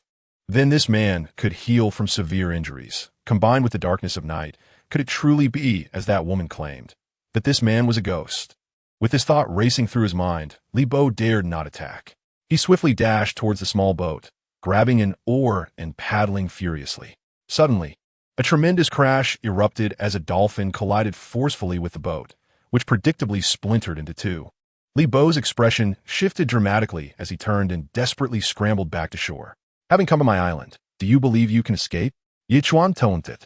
Brother, I still possess a considerable amount of stones, planks, and other resources. I have 5 bottles of mineral water. Please don't kill me. I could be your subordinate island. Li Bo shouted frantically. And what of your island? Ye Chuan inquired with a smirk. I deemed the island useless, so I moved everything onto the boat. Li Bo hurriedly explained. It's far quicker to gather resource crates at sea than on the island. Just give me a chance.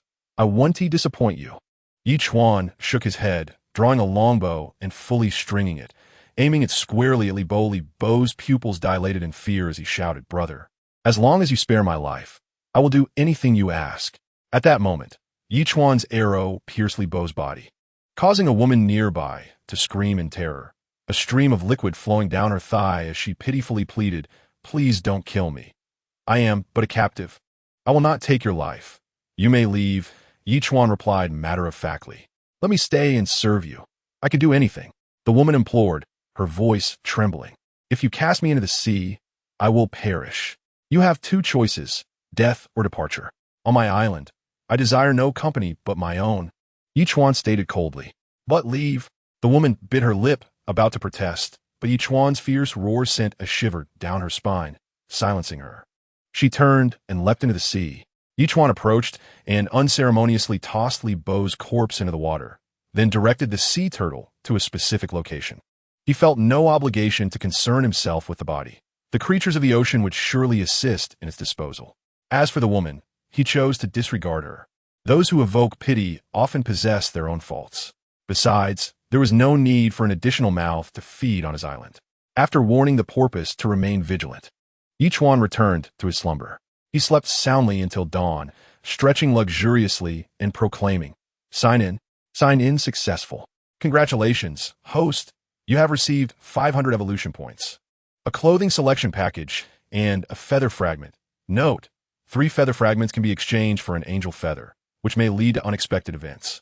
Note, the clothing selection package allows you to choose 1 outfit from the current season, with 12 options available. Ye Chuan's expression shifted. His clothes had been torn the previous night, and the system had graciously provided him with a reward.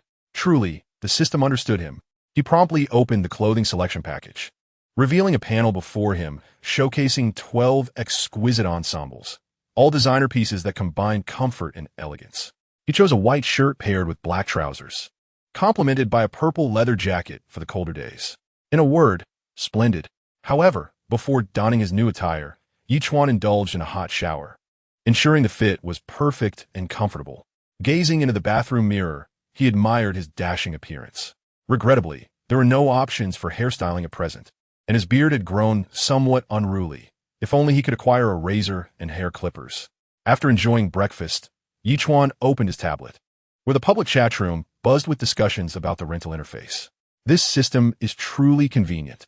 I just rented a fishing net for an hour using 10 wooden planks and pulled up a supply crate not far from me, revealing a bottle of water and 2 sausages. What luck! I rented a fishing spear and caught a 2-meter-long barracuda.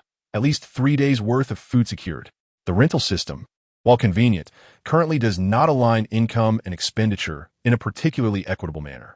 I propose that before the novice period concludes, we form an alliance to share resources and support one another, ensuring that everyone survives until the end of this initial stage.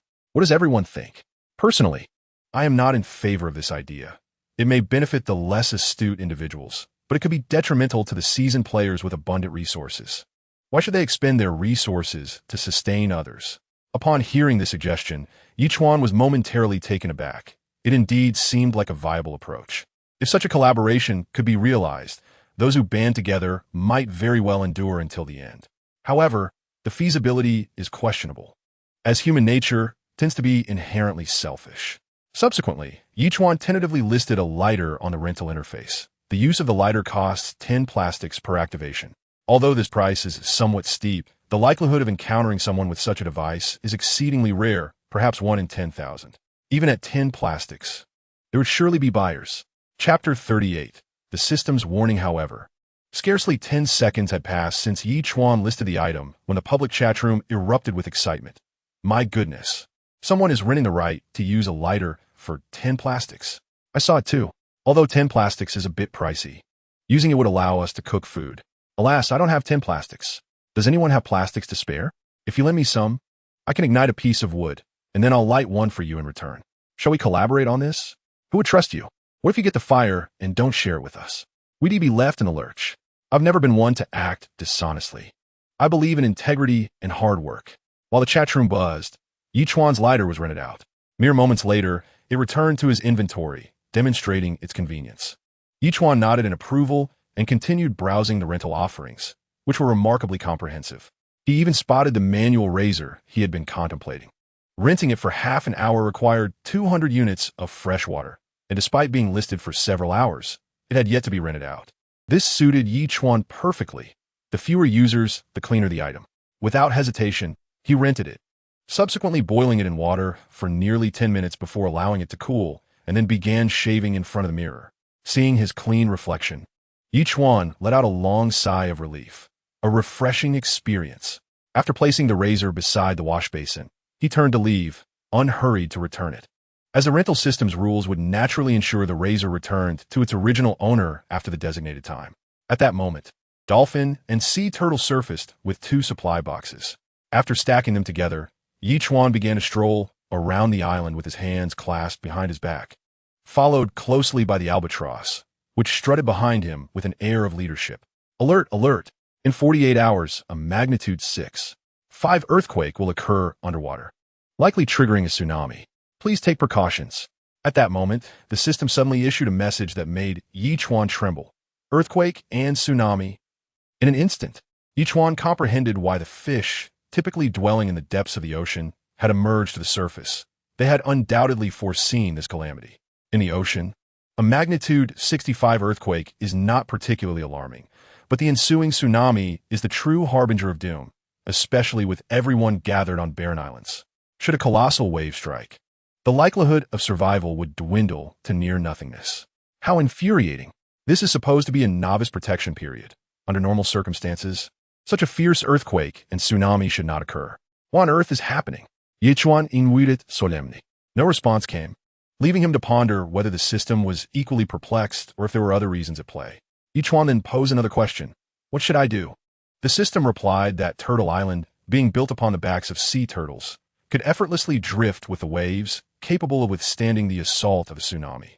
This answer offered Ye Chuan some solace. At the very least, he would not suffer greatly in this impending disaster. But what about them? System, what will happen to the island owners? Ye Chuan asked again. However, this time, as before, the system faltered. After a moment of contemplation, Ye Chuan swiftly messaged Lu Shuai, Zhao Feiyu, and Lu Yi, urging them to open all unopened supply boxes without exception. Subsequently, he sent a message in the public chat, 500 fresh water, seeking rope crafting blueprints. The more, the better. Within mere seconds, 5 or 6 individuals responded privately. Hello, boss. I have a rope crafting blueprint, the kind used for climbing. Ye Chuan wasted no time. He completed transactions for all rope-related blueprints, ultimately acquiring 8 blueprints and crafting 8 ropes, which he distributed to Lu Yi, Lu Shuai, Zhao Feiyu, and Blueberry Jam. Brother, what do you need ropes for? Blueberry Jam promptly replied. Do you have any large protruding rocks or robust trees nearby? Ye Chuan asked directly. I have both, came Blueberry Jam's response. What's going on? 2 ropes. Tie one to the tree and the other to the protruding rock. For now, keep them stationary. I will instruct you further later. Ye Chuan replied, adding, make sure to tie them securely. Understood. Blueberry Jam didn't question further and immediately set to work. Lu Yi and the others likely went to gather supply boxes, as they had yet to respond or accept anything. During this interval, Ye Chuan opened all his supply boxes. 3 wooden planks, 1 stone, 1 instant noodle pack, 2 wooden planks, 1 cloth, and 3 metal sheets. Once he had finished opening everything, he let out a slight sigh.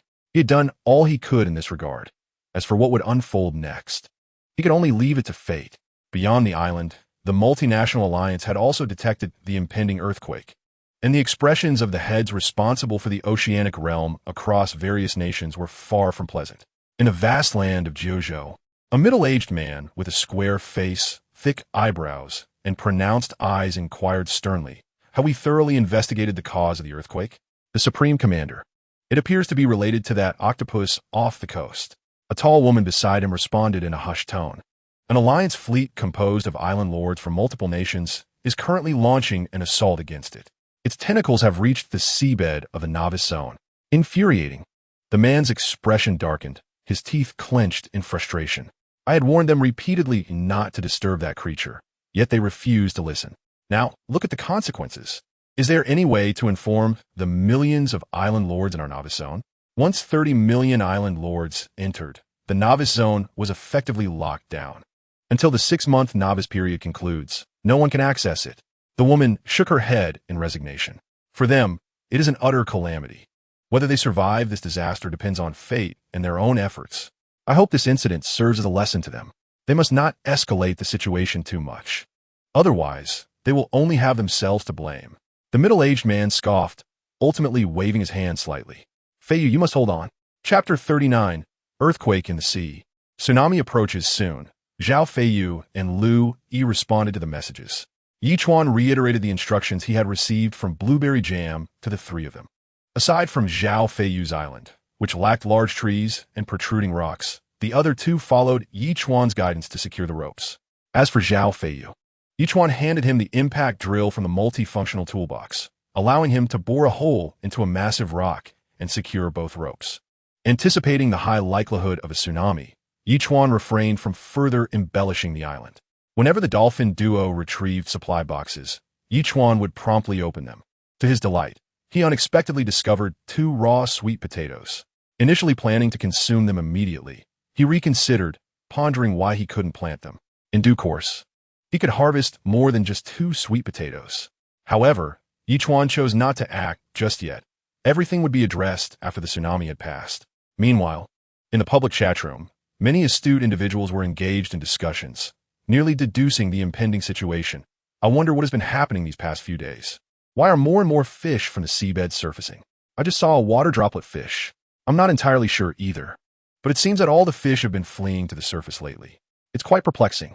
It feels reminiscent of how some terrestrial animals behave as a warning before earthquakes or flash floods.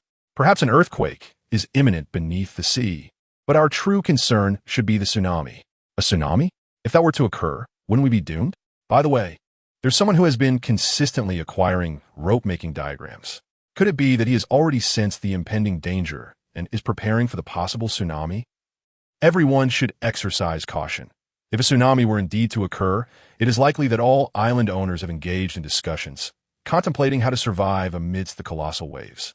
The consensus ultimately reached was one of grim survival, a mere chance of 1 in 10. For a brief moment, the once bustling public chat room, active around the clock, fell into an unexpected silence. Brother, did you foresee the impending tsunami and preemptively acquire what may be the sole blueprint for rope manufacturing in the oceanic realm? At that moment, Zhao Feiyu sent a private message. How did you know a tsunami might occur? As speculated by everyone, I simply arrived at the conclusion much earlier than they did, replied Ye Chuan. If I am not mistaken, in another 40 hours, an earthquake will trigger a tsunami. Take care and tie yourself to a boulder with a rope. Your chances of survival will be nearly non-existent if you're swept into the ocean. Thank you. After several minutes, the response finally came. Soon after, Lu Yi and Lu Shuai also sent private messages. After Ye Chuan briefed them, he felt a sense of relief. He was no saint, indifferent to the fates of others. However, he would go to great lengths to protect his friends. Time passed inexorably, and 40 hours elapsed in the blink of an eye. Ye Chuan sent messages to the 4, reminding them to safeguard their well-being. Just as dawn broke, the sea began to tremble slightly. The earthquake had commenced. Initially, the tremors were felt only as violent shudders of the ocean, but within mere minutes, towering waves, some exceeding 10 meters in height, erupted, transforming the entire sea into a realm of tumultuous waves. Those sea turtles may appear cumbersome on ordinary days, It is only during such moments of overwhelming waves that their steadiness is truly appreciated. Even when faced with the onslaught of great waves, they can glide smoothly atop the surf, and the solitary apartment at the island's center remained largely unscathed by the splashing water. Indeed, as the system indicated, Turtle Island resembled a mere leaf afloat on the currents. It appeared that the earthquake was only of level 65, and the tsunami had not grown excessively formidable, remaining at the cusp of formation. Witnessing this scene, Ye Chuan felt a wave of relief wash over him. After all, if the oncoming waves were truly relentless, the level 4 sea turtles might not suffice to withstand them. Even if reinforced concrete structures remained intact, the surrounding flora would undoubtedly be ravaged. Yet now, even as the waves continued to roll, Ye Chuan could confidently assert safety had been secured. At this moment, Lu Yi firmly secured himself with ropes, one end tied to a boulder and the other to a sturdy tree. As he gazed at the rapidly approaching waves, he took a deep breath, closed his eyes, and turned sideways, only to be engulfed by the monstrous wave, or rather, the entire island was swallowed by the tumult. The recently opened supply crates were swiftly drawn into the depths of the ocean. Lu Yi was on the verge of being engulfed by the sea. Yet, thanks to the dual protection of the ropes, she endured the torment of the waves for several seconds. Fortunately, the ropes proved sufficiently sturdy, preventing her from being swept away. This brought her a modicum of solace. At that moment, she harbored no other thoughts. Her sole desire was to survive amidst the towering waves, rendering everything else inconsequential. The tumultuous waves surged repeatedly for nearly 10 minutes before the surface of the sea finally settled into tranquility. After an additional 10 minutes, once she confirmed that the waves had truly subsided, Lu Yi collapsed on the ground, gasping for breath, a bitter smile crossing her lips as she shook her head. "You have saved my life once more. It seems I am truly unable to escape your grasp." Among all, Lu Shuai was the most astonished. Initially displeased with Ye Chuan for occupying the island and demanding a share of 3/10 of everything, he now found himself alive solely because of Ye Chuan's 2 ropes.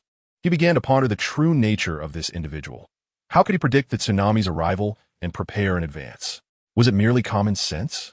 Estimating that the tsunami had genuinely concluded, Ye Chuan let out a sigh of relief and approached the communal chat room, exclaiming, "Damn, I feel as if I've survived the catastrophe.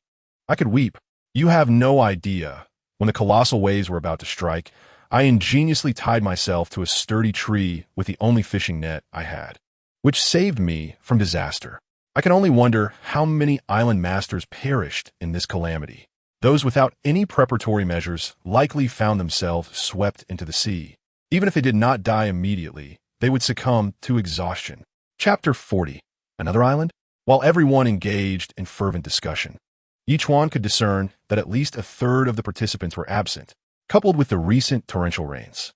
The estimated number of surviving island masters had plummeted to around 15 million, perhaps even fewer.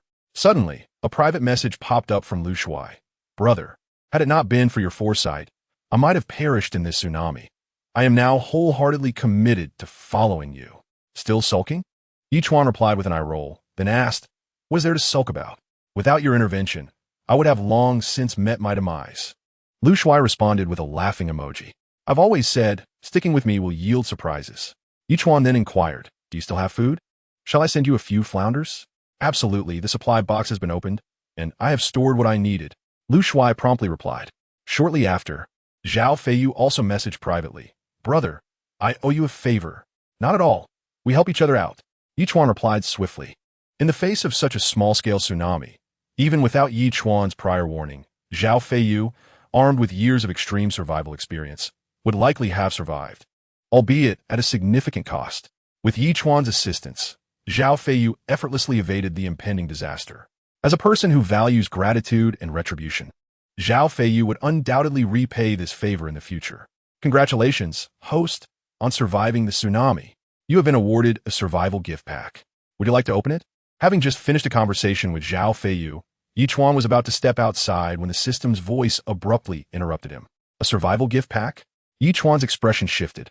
This was indeed an unexpected delight. Without hesitation, he declared, "Open it." "Opening. Please wait." "Congratulations, host, you have received Island Maintenance 1, Haircut Package 1. KFC meal. 1. Small nutritional liquids. 5. Double amplification for 24 hours. Ye Chuan was genuinely astonished.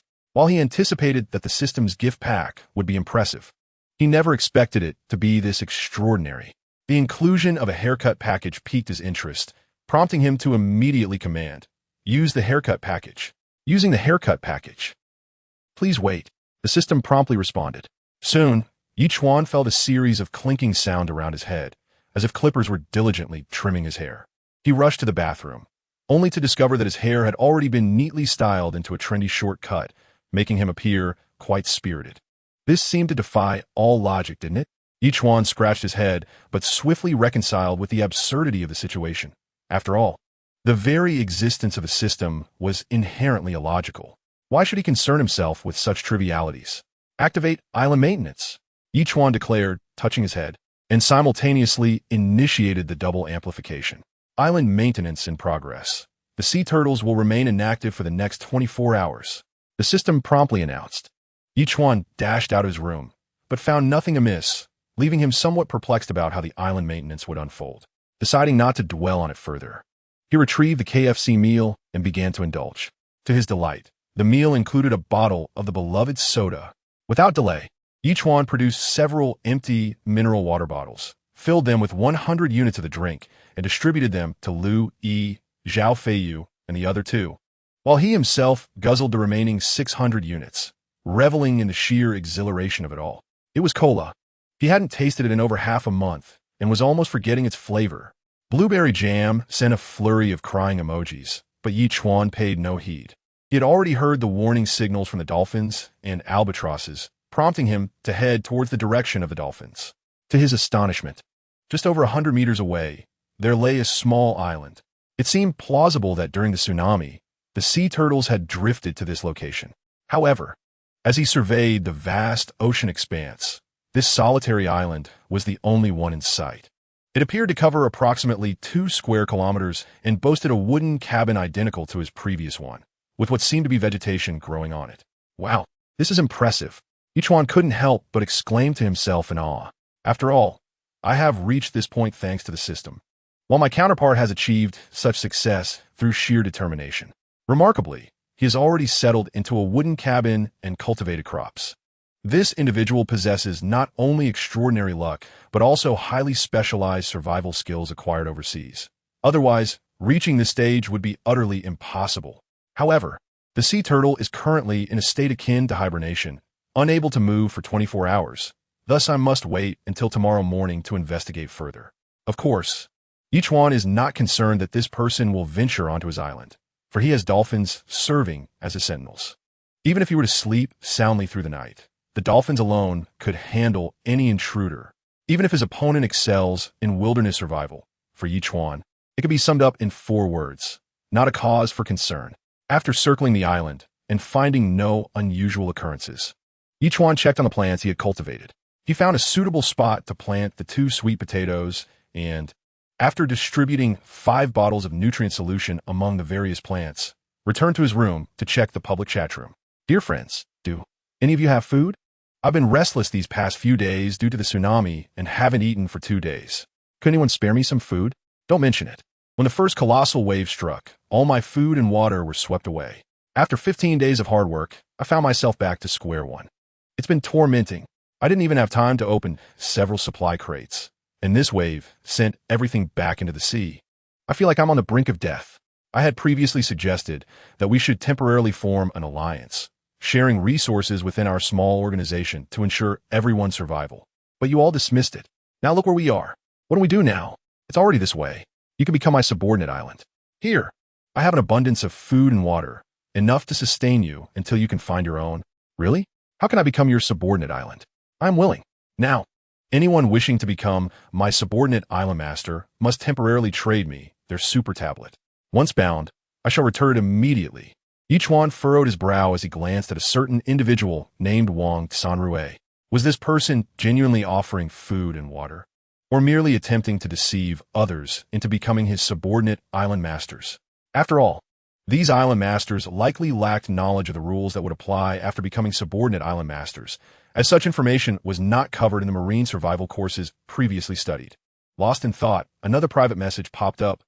Hey, do you have weapon schematics or weapons? I possess something that would surely pique your interest. Chapter 41. Trading a pet egg for an ancient tea tree cold front? Upon seeing the sender's name, Ye Chuan was momentarily taken aback. Just a few days ago, this individual had been fervently purchasing planks and nails, even parting with fruits in the process. Now he sought to acquire weapons from him. Ye Chuan couldn't help but chuckle, then replied, I am indeed curious. What do you possess that would capture my interest? Upon reading this, Coldfront promptly placed an egg in the trading panel. I have a pet egg. In a novice area of the ocean world, there are only 3 of these eggs. Wow. Ye Chuan was genuinely astonished. This fellow had actually acquired a pet egg as well. Could it be that he too possessed a system?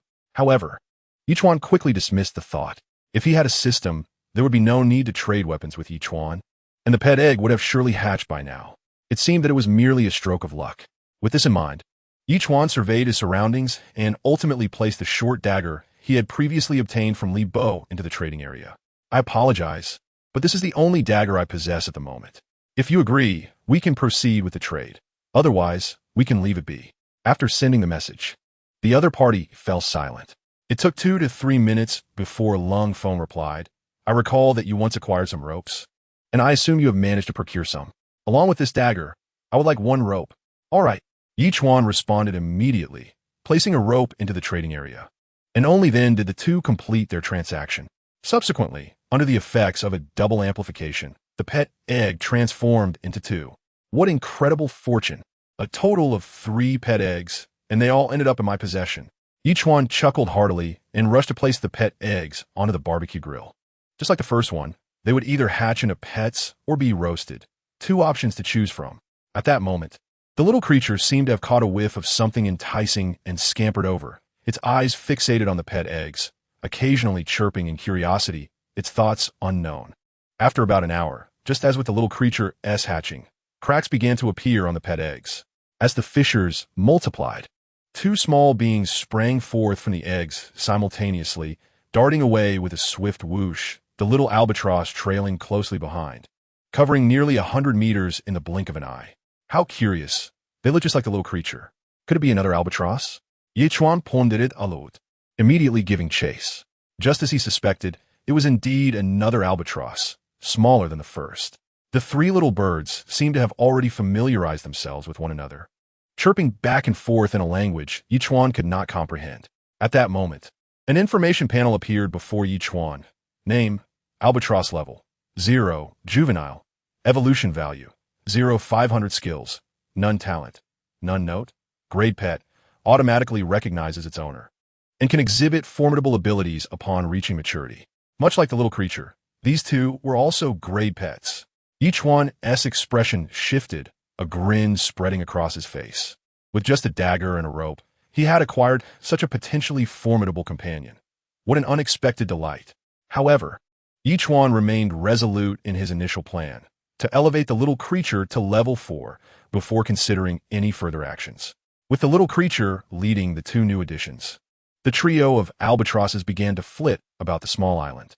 Ye Chuan chose to ignore them for the moment, activating the semi-automatic fishing machine, casting a vast net across the ocean surface. After approximately 20 seconds, he began to pull the net with considerable effort. It felt lighter than before, suggesting that the seabed's inhabitants had returned following the cessation of an underwater tremor. After about 3 minutes, the fishing net was finally drawn up. At first glance, the flounder was nowhere to be seen, yet the system promptly provided the count of fish: 53 cod, 46 salmon, 3 ribbon fish, and 1 king crab. To his astonishment, salmon could still be caught. Ye Chuan's expression shifted. Salmon, indeed, is the finest ingredient for sashimi. He could hardly believe that, after a tsunami, so many salmon remained here. After retaining a few salmon and cod, Ye Chuan immediately listed the remaining salmon and cod for sale. With all island owners likely lacking food, it seemed a lucrative opportunity was still at hand. However, what had initially been a single nest now boasted 2 albatrosses, and 1 nest would surely be insufficient. Without delay, Ye Chuan sent a message in the public chat room. Who has a bird nest crafting blueprint? I am willing to pay handsomely. Simultaneously, Blueberry Jam replied, Brother, I have a bird nest crafting blueprint. You do? Ye Chuan inuited astonished. Just then, 3 supply boxes floated my way, and I hardly exerted any effort to retrieve them. Blueberry Jam replied with a grinning emoji. Would you believe it? One of them contained the bird nest crafting blueprint. By the way, give me everything you obtained. Ye Chuan promptly responded. Blueberry Jam, without further questions, traded the items to Ye Chuan. After accepting the trade, everything transformed into 2 sets, leaving only the bird nest crafting blueprint, which Ye Chuan then returned the remaining items to Blueberry Jam. Brother, why did you return everything to me doubled? Blueberry Jam exclaimed in surprise. That's not for you to worry about. Just keep it, Ye Chuan said, choosing not to elaborate further. He swiftly crafted 2 bird nests and placed all 3 beside the chicken coop. Previously, he had worried that the little ones might feel lonely, hence the nest's placement at the entrance. Now, with 3 little creatures, the concerns were less significant. Having completed all this, Ye Chuan returned to his bed to rest. However, it wasn't long before a private message popped up. Boss, I have a century-old tea tree. May I trade it for some fresh water? A century-old tea tree? Ye Chuan quiddied. Indeed, it has always been here on the island, but I have neglected it. After several days of thirst, I thought to trade this ancient tea tree. The other party replied, if you agree, I will move the tea tree right away. I can only offer 500 fresh water, Ye Chuan countered, reminding himself that this was a survival scenario, not a vacation. Whether or not to drink tea was inconsequential. If the other party agreed, they could dig up the tree afterward. No problem, came a swift reply. Please wait. This tree is quite large, and it will take some time. After a dozen minutes, the other party finally sent the trade request, and Ye Chuan received the 500 fresh water, completing the transaction. The ancient tea tree indeed had a substantial crown, and the system's sudden notification filled Ye Chuan with excitement. Chapter 42. Cold front. Barely had he accepted the tree when the system provided the information. Ancient tea tree, Longjing. 170 years old, when boiled and consumed, can detoxify. The other party only knew it was an ancient tea tree, unaware that it possessed detoxifying properties. Originally, ordinary green tea possesses detoxifying and antibacterial properties, and this particular tea tree, which has thrived for 170 years, has developed certain mutations due to its survival in a marine environment. Remarkably, it has yielded benefits for its caretaker, which is quite delightful. However, this ancient tea tree stands over a meter tall, with a crown diameter of nearly 2 meters, making it quite challenging to cultivate in nutrient-poor soil. The pivotal factor is that under the double enhancement effect, it is not merely a single ancient tea tree, but 2. Ye Chuan had no choice but to place them in the system's inventory, awaiting the arrival of suitable soil for future arrangements. After the transaction was completed, Ye Chuan returned to a state of inactivity, keeping a watchful eye on the super tablet, hoping for unexpected gains. However, fortunate occurrences are not commonplace. As night fell, apart from trading nearly half of the fish, private messages consisted solely of pleas for food and water. Ye Chuan grilled 2 codfish and sent a portion to Blueberry Jam before indulging in a hearty feast. The night slipped away in an instant. The following morning, the system's voice accompanied Ye Chuan's awakening, prompting him to check in immediately. Check-in successful. Congratulations, host. You have received 500 evolution points, 100 fertile black soil, and a feather fragment. Note, 3 feather fragments can be exchanged for an angel feather, which may lead to unexpected events. With the double enhancement in effect, the items from the check-in were directly doubled.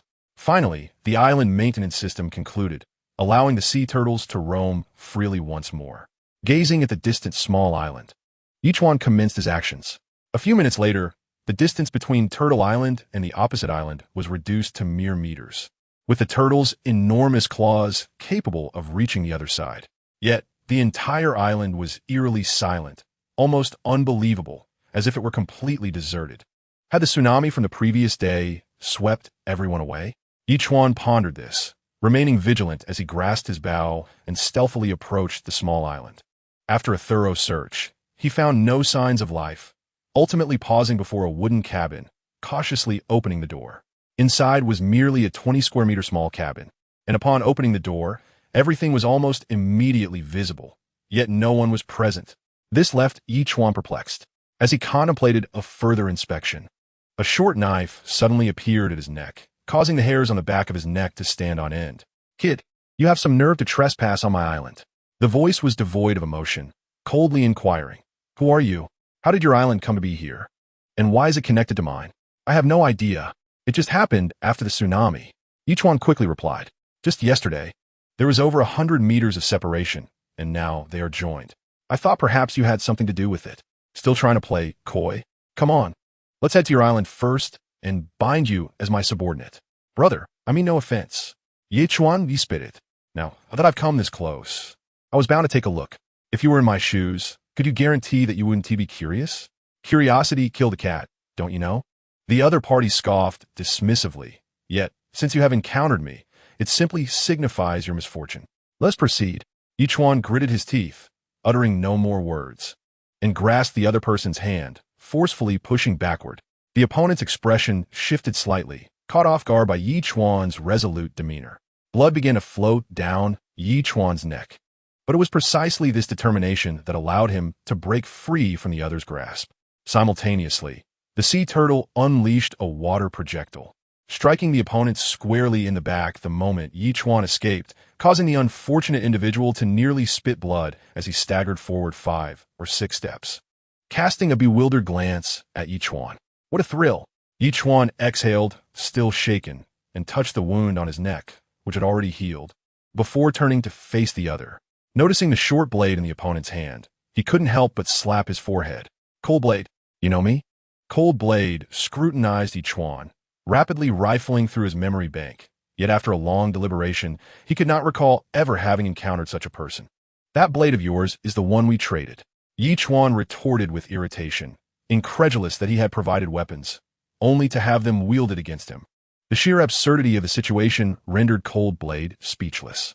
Since we have had a transaction, we might as well consider ourselves friends. There is no need to be adversaries any longer, is there? Ye Chuan said with a smile, adding, I have no intention of invading your island. I am merely curious and wish to take a look. Whoosh! Before he could finish, Cold Blade suddenly struck, yanking back, and Ye Chuan was pulled down, subsequently being dragged along in flight. What the hell are you playing dirty?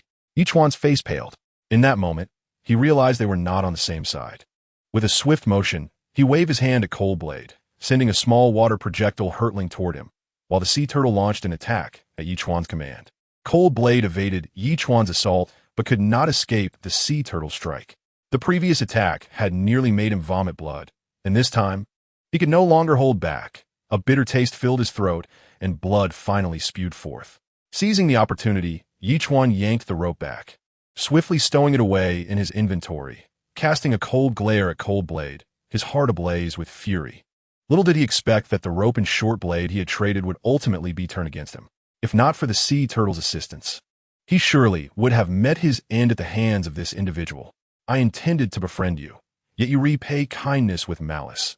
Thus, your existence has become unnecessary. Ye Chuan declared, drawing back his bowstring. Oomph! Cold Blade scoffed, gripping his short blade tightly, eyes filled with disdain. You merely have an ally. Otherwise, do you truly believe you could be my match? Ye Chuan chuckled, releasing the bowstring and sending an arrow soaring toward Cold Blade's head. Immediately after, Ye Chuan swayed, darting into the small wooden cabin, commanding the super tablet. By now, ding!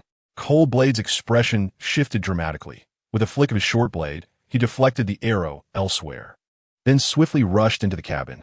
Unfortunately, it is all too late. Chapter 43. The 3 Quality Subordinate Island Masters. Binding in progress. Please wait. Binding successful. Congratulations to the host for acquiring the 2nd subordinate island. From now on, any resources obtained by the island master will be subject to a mandatory 3% tribute to the host. What have you done? Cold Breeze's body trembled with rage as he stared at the scene before him, feeling utterly powerless. There exists an unyielding rule here. Once one becomes a subordinate island master, they are strictly prohibited from attacking the independent island masters. Should the independent island master sustain any injuries, the subordinate will suffer the same fate. Despite Cold Breeze's desire to eliminate Ye Chuan, he found himself at a loss. I merely came to take a look, yet you seek to kill me. In that case, I shall have no choice but to respond in kind. Ye Chuan shrugged, adding, if you were to blame anyone, it must be yourself. Damn it. Cold Breeze glared at Ye Chuan, ultimately only managing to utter a fierce curse. Goodness, I have unexpectedly acquired so much. It appears your development has been quite impressive. Ye Chuan grinned at Cold Breeze, giving him a thumbs up. However, I'm quite curious about how you obtained all these resources. Have you planted such an abundance of vegetables? Are those beans? What does it matter to you? Cold Breeze retorted darkly. Now that you have claimed nearly 30% of my possessions, may I leave? I am now your independent island master. Must you be so rude? Ye Chuan rolled his eyes, stating, we are now bound together like two grasshoppers on the same string. Get lost. Cold Breeze glared at Ye Chuan through gritted teeth, threateningly adding, otherwise, even if I have to injure myself, I will make you experience the pain of severe injury. All right, I shall take my leave for now. Should I require your assistance in the future, I will seek you out. Ye Chuan shrugged and turned it apart. Upon arriving at Turtle Island, the sea turtle received its orders and promptly swam towards a designated area. This scoundrel, his island can actually float? Cold Breeze finally noticed the island, a look of astonishment crossing his face. Previously, he had been skeptical of how things were unfolding, but now he comprehended the situation. He then dove into the water, gazing ahead and involuntarily gasping in shock, nearly choking on the seawater. How is this even possible? Cold Breeze exclaimed incredulously. He witnessed 4 massive legs swiftly gliding, along with a flat belly and an enormous head that occasionally submerged into the water. This was a colossal sea turtle, and his island was, in fact, a sea turtle. This revelation had far exceeded Cold Breeze's understanding. What a tremendous gain. Meanwhile, Ye Chuan was examining the newly acquired items in his inventory. 15 bean sprouts, 5 corn seedlings, 56 planks, and 40 metal sheets. How on earth did this fellow manage to achieve this? Without the assistance of the system, I doubt I could ever hope to rival him. Having half of what he possesses would be a remarkable feat. Ye Chuan remarked it seriously. Moreover, this fellow's skills are extraordinary. It was only through the combined efforts of my turtle and myself that we were able to subdue him. After some contemplation, Ye Chuan sent a message to Zhao Feiyu via the super tablet. Brother, do you know someone named Cold Breeze? He possesses remarkable skills. No, I do not. Zhao Feiyu responded in an instant. The military system had not ventured much into the realm of the ocean world. Yet he seemed to embody the essence of a prominent family, nurtured by an immense allocation of resources. Perhaps. Ye Chuan nodded to it. The host had already bound 2 exceptional subordinate island masters. Merely binding one more would unlock a substantial gift of evolutionary value. At that moment, the system suddenly spoke. Exceptional subordinate island master? Ye Chuan was taken aback. System, what do you mean by an exceptional subordinate island master? You can form a fleet. The system promptly replied. To his astonishment, both Lu Shuai and Lung Feng were island masters capable of forming fleets. A sense of shock surged within Ye Chuan. It was common knowledge that not everyone could establish a fleet. It required an immensely vast reservoir of resources, with the manpower and material being incalculable. Moreover, a fleet necessitated at least 15 warships, each weighing around 40,000 tons. This revelation deepened Ye Chuan's curiosity about the forces backing Lu Shuai and Lung Feng, particularly Lung Feng. System, who else around me possesses the potential of being an exceptional island master? Ye Chuan pondered before inquiring further. Zhao Feiyu and Blueberry Jam. The system promptly answered. Blueberry Jam? Ye Chuan's expression changed dramatically, clearly taken aback by this unexpected revelation. Zhao Feiyu's status was unsurprising, given his affiliation with the military system. But how could Blueberry Jam, merely a social media sensation with millions of followers, possess the capability to establish a fleet? Ye Chuan's intrigue regarding Blueberry Jam's identity intensified. The last time he had inquired about her, she had been evasive, and he had dismissed it at the time. But now it seemed evident that her background was far from ordinary. After some contemplation, Ye Chuan ultimately decided to focus on Blueberry Jam. Yet he still messaged her. I need to bind an island master as my subordinate. If I wish to bind you, would you agree? Not an issue. Blueberry Jam replied a few minutes later. Hold on. Don't be hasty in your response. Ye Chuan quickly replied. If you become my subordinate island master, 30% of all your resources will automatically be transferred to me, regardless of your willingness. The rules of this world will ensure that 30% of resources come into my possession. Brother, are you joking with me? Blueberry Jam responded. You saved my life, and you're also obliged to supply me with fresh water and food indefinitely. What could be wrong with becoming your subordinate island master? You can bind me whenever you wish. All right, first hand over your super tablet. Ye Chuan replied immediately. Without delay, Blueberry Jam transferred the super tablet to Ye Chuan, who promptly initiated the binding process. Ultimately, Blueberry Jam became Ye Chuan's third subordinate island master. Congratulations, host, for binding the third exceptional island master. You have received a substantial gift of evolutionary value. Would you like to open it? The system's voice followed as Blueberry Jam was bound. Open it. Ye Chuan chuckled, responding eagerly. Opening the gift package. Congratulations, host. You have received 10,000 points of evolutionary value. Wow, 10,000 points. Ye Chuan was taken aback, finding it hard to believe. Not only could this little fellow ascend to level 4, but even the sea turtles could undergo another upgrade. At that moment, Ye Chuan summoned the little creature, elevating it 2 levels in one swift motion, propelling it to level 4. The little being nearly doubled in size, and the system interface finally underwent a transformation. Chapter 44. Pet. Contract Beast. Major Upgrade Name. Albatross Level. For Growth Stage. Evolution Value. 02500 Skills. Diving Claws. Capable of grasping 30 kilograms objects. Talents. Diving. Fish catching. Flying. After ascending 2 levels, the little creature's skills and talents finally emerged in full. Not only could it soar through the skies, but it also acquired the skill of diving claws. What does diving claws mean? Ye Chuan invited. Chirp. The little creature responded with a couple of calls, then, with a running start, soared high into the heavens, reaching an altitude of over 30 meters. It then executed a dive towards the ground, its sharp claws glinting ominously under the sun, leaving a deep scratch of about 1 centimeter on the surface below. It is noteworthy that this was the back of a sea turtle, whose shell is notoriously hard. The fact that the little creature's claws could inflict such a deep mark speaks volumes about its power. What a remarkable skill. With the ability to grasp 30 kilograms, it could assist in retrieving distant supply boxes in the future. What a boon. Just then, the system's voice chimed in. Albatross upgrade complete. Congratulations to the host for upgrading the pet to level 3. Do you wish to open the upgrade package?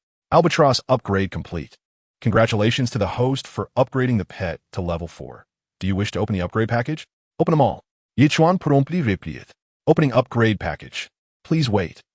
Congratulations, the host has received 500 growth points, 2 wooden planks, 2 plastics, and 1 glass. Congratulations, the host has received 500 growth points, 3 metal sheets, and 500 yogurt. The exhilaration of consecutively opening supply boxes was truly delightful, and this time, receiving a packet of 500 yogurt was simply thrilling. With an additional 7,500 evolution points, Ye Chuan immediately allocated the remaining points to the sea turtle, causing it to begin its slow growth yet again. Upon opening the sea turtle's panel, the information displayed had also changed slightly. Island Master. Ye Chuan type. Sea turtle level. 5,06000. Skill. Water bomb. Intermediate. Talent. Longevity. Rapid healing note. After sustaining injury, the healing speed is 1,000 times that of normal healing speed. After evolving to level 5, the water bomb had astonishingly advanced to intermediate level, which was certainly a cause for jubilation. Ye Chuan immediately tested the power of the intermediate water bomb. This time, the diameter of the water bomb had increased by nearly 5 centimeters, capable of reaching distances of up to 50 meters. And the splash generated was nearly 50% larger than before. If he were to confront the cold front again, it was likely that a single strike would suffice to vanquish it. Indeed, a significant upgrade, a transformation of extraordinary magnitude, with 500 evolution points remaining. Ye Chuan did not ponder further and directly allocated them to the dolphin. Instantly, the dolphin's information panel underwent a transformation.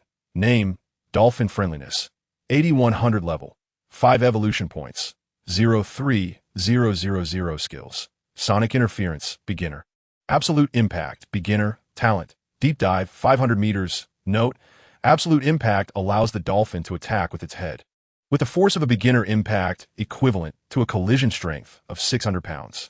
Deep Dive increases depth by 200 meters, and Absolute Impact enhances force by an additional 300 pounds. Beyond that, there are no further changes. The dolphin has completed its upgrade. Congratulations to the host for advancing the contracted beast to level 5 and receiving an upgrade gift package. Would you like to open it? Open. Ye Chuan steadied himself and promptly responded. Opening upgrade gift package. Please wait a moment. Congratulations, the host has received 500 growth points, 3 plastic items, one bottle of mineral water, and one manual stone mill manufacturing blueprint. A manual stone mill blueprint? Ye Chuan was momentarily taken aback. Then his expression shifted with realization.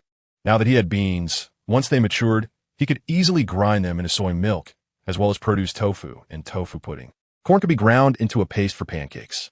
Goodness, the functionality of this manual stone mill is quite extensive, and its arrival is rather timely. However, as it stands, this item is currently unnecessary, so Ye Chuan placed it directly into his inventory. As noon approached, he took out a squid and prepared an iron plate squid, eating while browsing the supermarket place. All the fish he had listed for sale had successfully traded, and in the public chat room, many were vocally denouncing Wang Sanrui. That Wang Sanrui is truly despicable. He deceived us into becoming his subordinate island masters, and as per the rules of this oceanic world, anything I obtain as a subordinate island master must be unconditionally surrendered to him at a rate of 30. Indeed, I too have been bound by him, and there is no way to unbind unless the number of my subordinate islands exceeds his. What a scammer. I'm infuriated. Is this really happening? This fellow has managed to mislead so many people with his propaganda in the chat room. Wang Sanrui has undoubtedly profited significantly from this, while we island masters are left in a pitiful state, hoping to reap substantial rewards after the 6-month novice period, only to be ensnared by this rogue's constraints. One cannot blame others for their own folly in seeking small gains at a cost. It appears that Wang Sanrui is well aware of this rule, having deceived so many at once. Ye Chuan mused, considering that this individual has likely become the most powerful island master in the novice zone. Ye Chuan approached the matter with a sense of detached amusement. After all, each was focused on their own development. Wang Sanrui posed no threat to him, nor did he intend to provoke him. With nothing pressing at hand, Ye Chuan decided to take a midday rest, as dealing with cold front and subsequently managing so many tasks had indeed left him somewhat fatigued. Lu Shuai suddenly sent a message. Big brother, I have uncovered something extraordinary. I wonder if it may be of use to you. What is it? Ye Chuan's expression shifted. A blueprint for a flower bed. Lu Shuai chuckled with delight. Ye Chuan slightly pursed his lips, yet replied, Trade it to me then. Currently, Ye Chuan possessed 3 flower beds, each serving its own purpose, with the appropriate plants already sown. The acquisition of bean sprouts and corn seedlings was timely, providing the perfect opportunity to establish another flower bed for these new additions. In this moment, Ye Chuan couldn't help but feel a twinge of sentimentality. After all, his island would soon expand to 5,000 square meters overnight. However, aside from the central area, nearly 4,500 square meters remain barren. If this trend continued, the ever-increasing size of the island might soon render it less enjoyable. Suppressing such thoughts for the time being, Ye Chuan turned to create another flower bed. After placing the fertile black soil he had signed for today into it, he planted the bean sprouts and corn seedlings. While watering them, he suddenly heard a series of chirping sounds. Chapter 45. Discovery of combustible ice. Ye Chuan instinctively gazed toward the horizon and saw a little creature soaring over 30 meters high, circling the island before making a swift dive, crashing into the water like a cannonball in mere seconds. Upon taking flight again, it astonishingly emerged with a fish over a meter long clasped in its claws, ascending once more into the sky. The 2 little beings erupted into joyous flapping and chirps, seemingly like 2 ardent fans adoring their idol. The little creature tossed the large fish before Ye Chuan, landing before him and chirping incessantly. Impressive. Ye Chuan gave the little creature a thumbs up, then turned his attention to the fish. It was an enormous anglerfish, approximately 90 centimeters long. Ye Chuan had never encountered one of such size before. Its slimy texture appeared somewhat off-putting. Not many people indulge in this type of fish, yet Ye Chuan was skilled in culinary arts. However, as he began to gut it, he discovered a white, block-like substance within its belly. Ye Chuan's expression shifted. Combustible ice? Combustible ice, a natural gas hydrate, has been widely utilized in modern society. However, known deposits have been nearly exhausted. Even the combustible ice resources found in marine environments are limited. If he could locate a combustible ice mine, it would undoubtedly become a coveted treasure, and Ye Chuan could amass great wealth.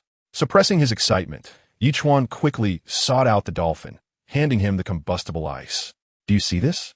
Dive to your maximum depth and search for similar substances. The dolphin understood Ye Chuan's command and plunged directly into the depths of the sea. Approximately 10 minutes later, the dolphin resurfaced, nodding to Ye Chuan. The implication seemed to be that there was a trench here, with the seafloor around 400 meters down.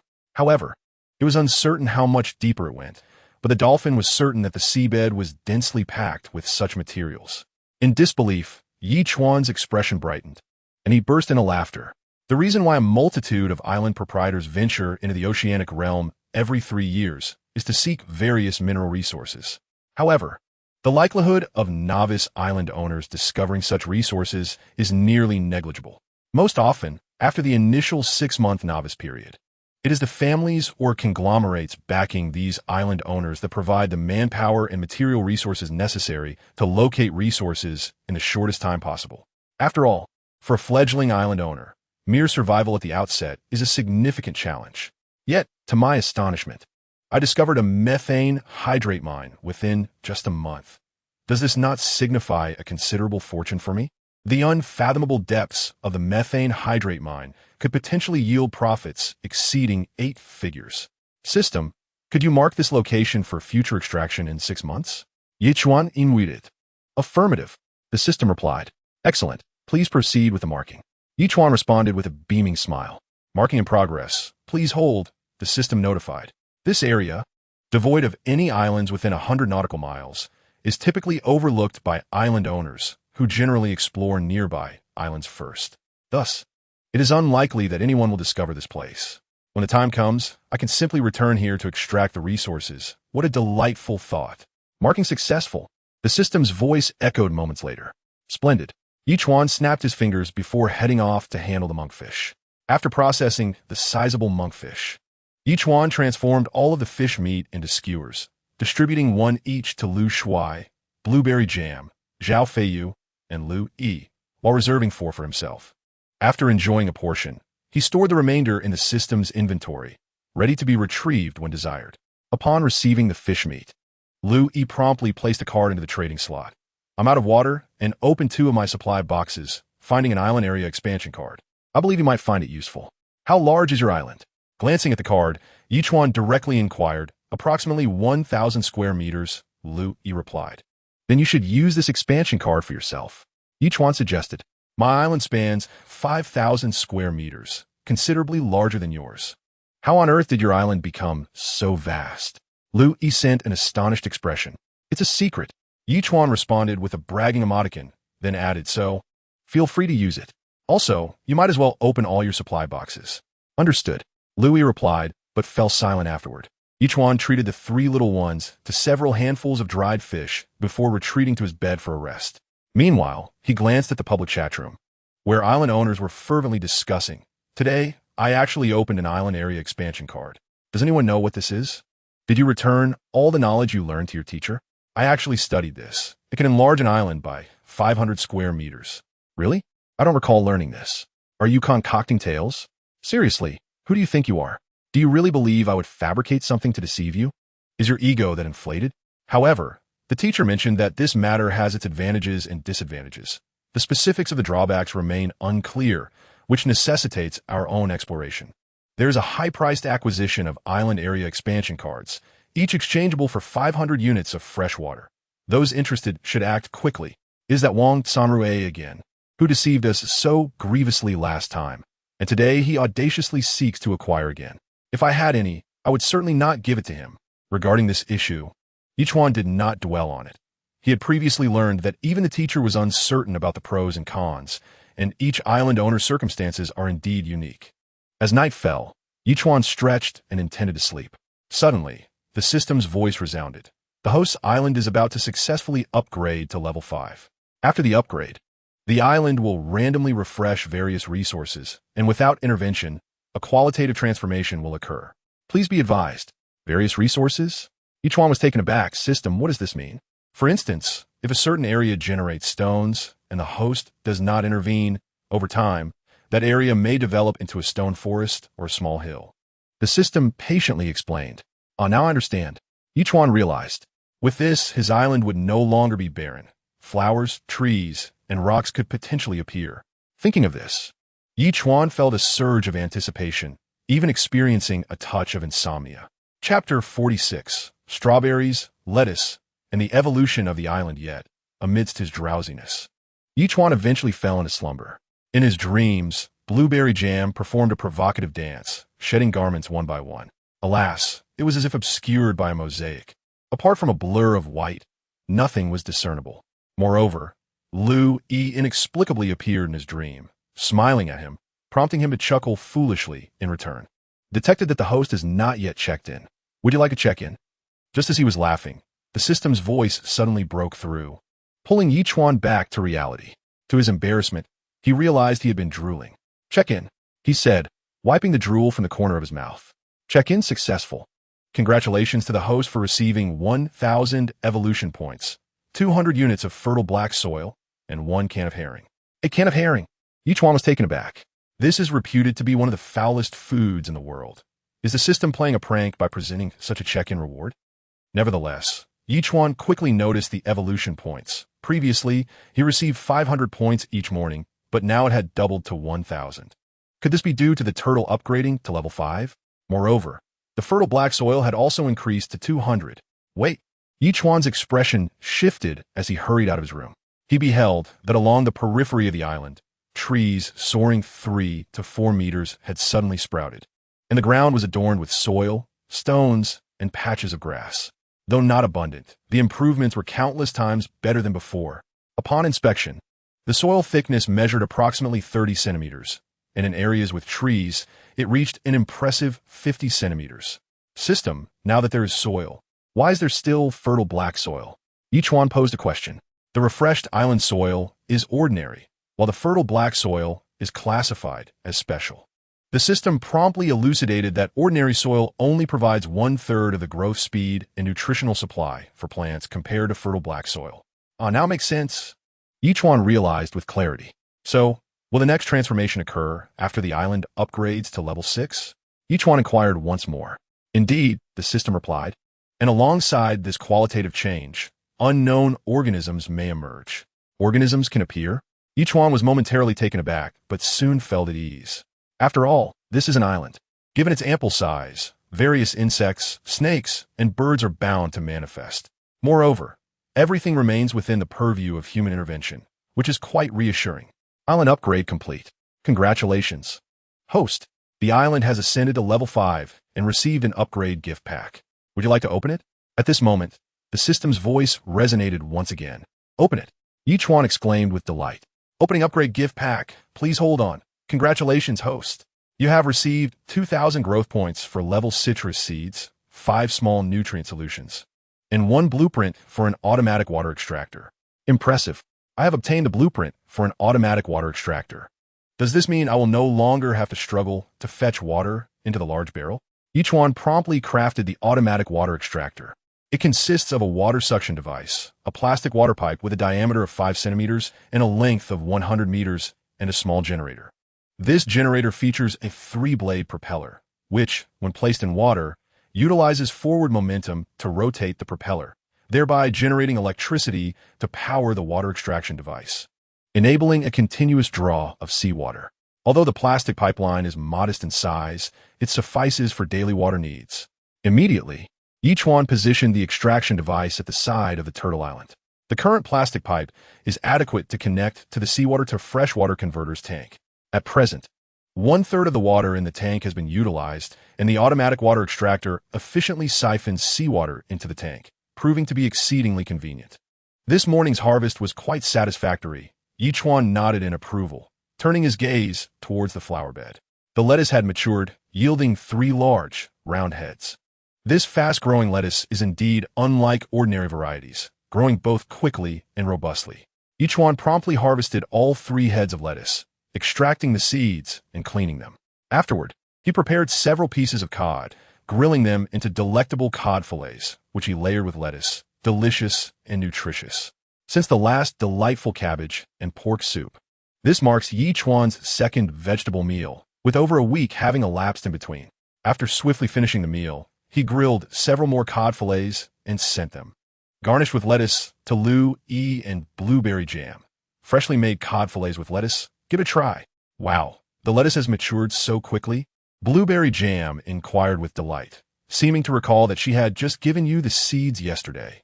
This is fast-growing lettuce, and in this unique marine environment, its growth rate has indeed accelerated significantly, Ye Chuan explained. You possess lettuce, even on such a desolate island. It is truly a treasure. Lu Yi expressed his astonishment with several exclamations, insisting, "No, I cannot accept this. You have already given me far too much. Good things are meant to be shared." Ye Chuan interjected, "Moreover, I cannot consume all that I have received." He proposed, "Why not bind me as an auxiliary island master?" Lu Yi suggested otherwise. "I cannot shake off this feeling of indebtedness. There's no need to overthink it. Let it be." Ye Chuan replied nonchalantly, "All right, I shall attend to my matters." Having concluded the conversation, Ye Chuan returned to the flower bed, where he had previously noticed not only the lettuce, but also ripe strawberries. Initially, there were merely 2 seeds. Yet, after germination and growth, the 2 strawberry plants had multiplied to 7, yielding over 20 plump, vividly red strawberries, exuding an enticing aroma that was almost irresistible. Naturally, Ye Chuan did not indulge the plants, promptly harvesting all the strawberries. There were still many budding flowers, and, as the strawberry plants continued to thrive, more would surely appear. He would not suffer from a lack of strawberries in the future. Without the need for washing, Ye Chuan sampled one immediately. As he bit into it, the strawberry juice burst forth in his mouth, a delightful blend of sweetness tinged with slight acidity. He could confidently declare that these were the most delectable strawberries he had ever tasted. At that moment, Ye Chuan retrieved 16 strawberries, distributing 4 each to Lan Mei, Zhao Feiyu, Lu Shuai, and Lu Yi, exclaiming, "Freshly picked strawberries for you all. Do savor them." It was only then that he noticed the message Lu Yi had sent earlier, momentarily taken aback. Chapter 47.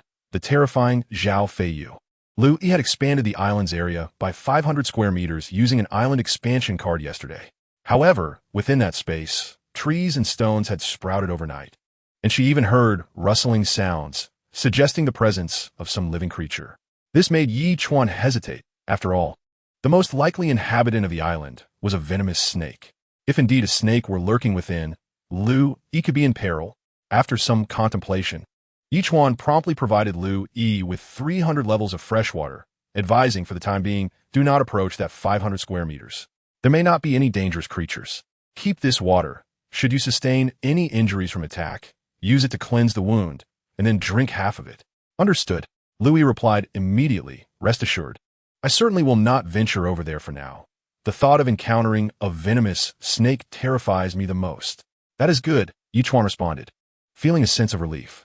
Subsequently, he left his room, noting that his growth points were still at 1,500. It was not worth upgrading the little one for the moment. So he decided against it. He surveyed the various plants he had cultivated, pear trees, apple trees, peach trees, each having reached over 30 centimeters in height, while the special species had grown to over a meter, sprouting 2 tender green leaves that emitted a faint, fragrant aroma. However, this scent was quite subtle, and one had to be attentive to perceive it.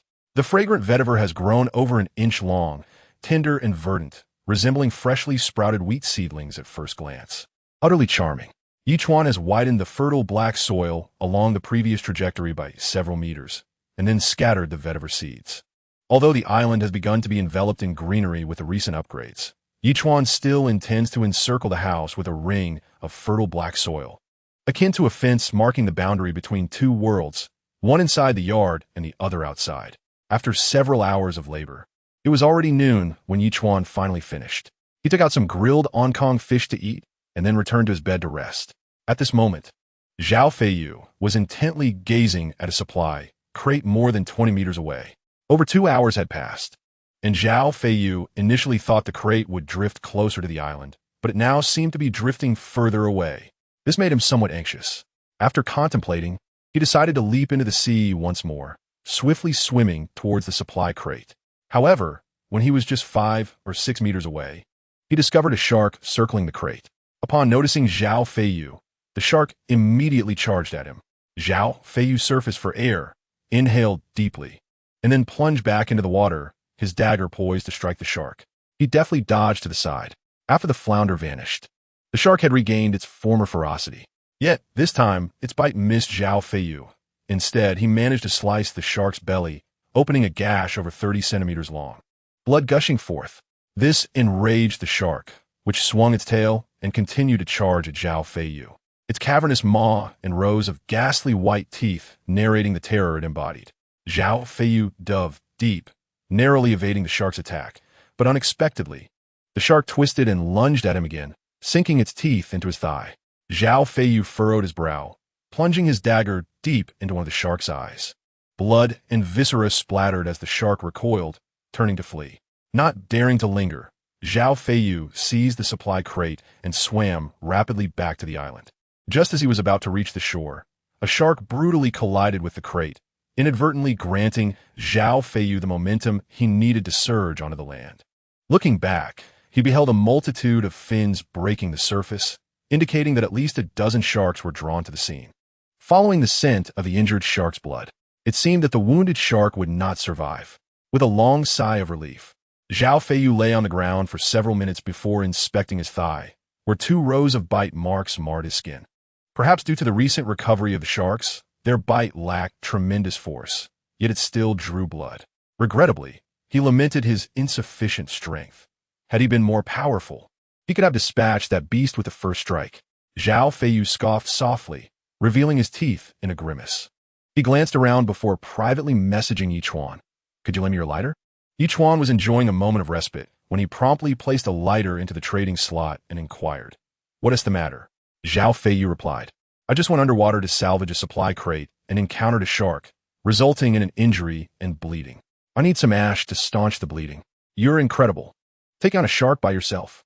Ye Chuan couldn't help but send a flurry of thumbs-up emojis to Zhao Feiyu. The reason Ye Chuan could engage in combat with a shark was due to the strength of a sea turtle, weighing at least 1,000 pounds, coupled with his remarkable agility in the water. Otherwise, he wouldn't dare confront a shark, let alone a killer whale. Yet Zhao Feiyu, possessing only the physique of a mere mortal, audaciously battled a shark. Truly formidable, considering his military background. Afterward, Ye Chuan provided him with 200 units of fresh water, stating, "While ash can stop the bleeding, it may also contaminate the wound and pose a risk of infection. It's better to use fresh water, half to clean the wound and half to drink." "All right, thanks." Zhao Feiyu seemed to hesitate for several seconds before responding and then accepted the water. Now that's a true warrior, quite impressive. Ye Chuan shook his head. Having faced sharks himself, he understood their power. Ordinary individuals would barely survive against even a few. Zhao Feiyu, following Ye Chuan's guidance, managed to tend to his wound and then opened the supply crate, momentarily taken aback. He subsequently placed a crafting blueprint into the trading slot, saying, "I can't use this, but I believe you'll find it useful." Upon hearing this, Ye Chuan immediately glanced at the item, his expression shifting. A crafting blueprint for a beach set. Without hesitation, he accepted it and inspected the details. The set consisted of a sunshade and a beach chair, the latter crafted from wood and exuding an air of luxury, with the sunshade boasting a diameter of 3 meters. "This is truly a treasure, just what I needed." Ye Chuan chuckled and promptly initiated the crafting process. Chapter 48. 2 goats, selling sharks the sunshade and beach chair were swiftly created, and Ye Chuan positioned them over 2 meters from his door. The expansive 3-meter sunshade would only provide shade after 3 in the afternoon, ensuring a delightful respite. After a period of activity, as the sun began its descent into the ocean, Ye Chuan stretched lazily, turned, and returned to his room. While enjoying some sea fish, he glanced at the public chat room. "Everyone, please pay attention. Today I noticed many sharks circling the island, and they don't seem to be leaving. There are about 10 of them. Are we seeing the same group of sharks? I have a dozen sharks lingering around as well, making it quite difficult for me to salvage supply crates. It appears the last school of flounder left these sharks without food. They're extremely hungry and now see us as potential prey. Everyone, please keep a safe distance from the shore to avoid shark attacks. You can come to me for food and water. I have plenty to spare." Darn it, it's that Wang Sanrue again. That guy has already deceived at least 30 people into becoming his subordinate island masters, which means over 30 individuals are supplying him. Naturally, he has an abundance of food and water. Originally, everyone was engaged in discussions regarding the issue of sharks. However, following Wang Sanrue's remarks, the majority of individuals turned their ire towards him, launching personal attacks. Wang Sanrue, unfazed by their vitriol, retorted, though they have become my subordinate island lords. At least they survived with my assistance. My subordinate island lords have yet to voice any complaints, so what right do you have to judge? Wang Sanrui is truly a character, cunning and sly. Regardless, I would never submit to becoming anyone's subordinate island lord. I am here on a mission. Indeed, what distinguishes this from slavery? One's freedom is entirely stripped away. Observing the chat records, Ye Chuan couldn't help but chuckle and shake his head.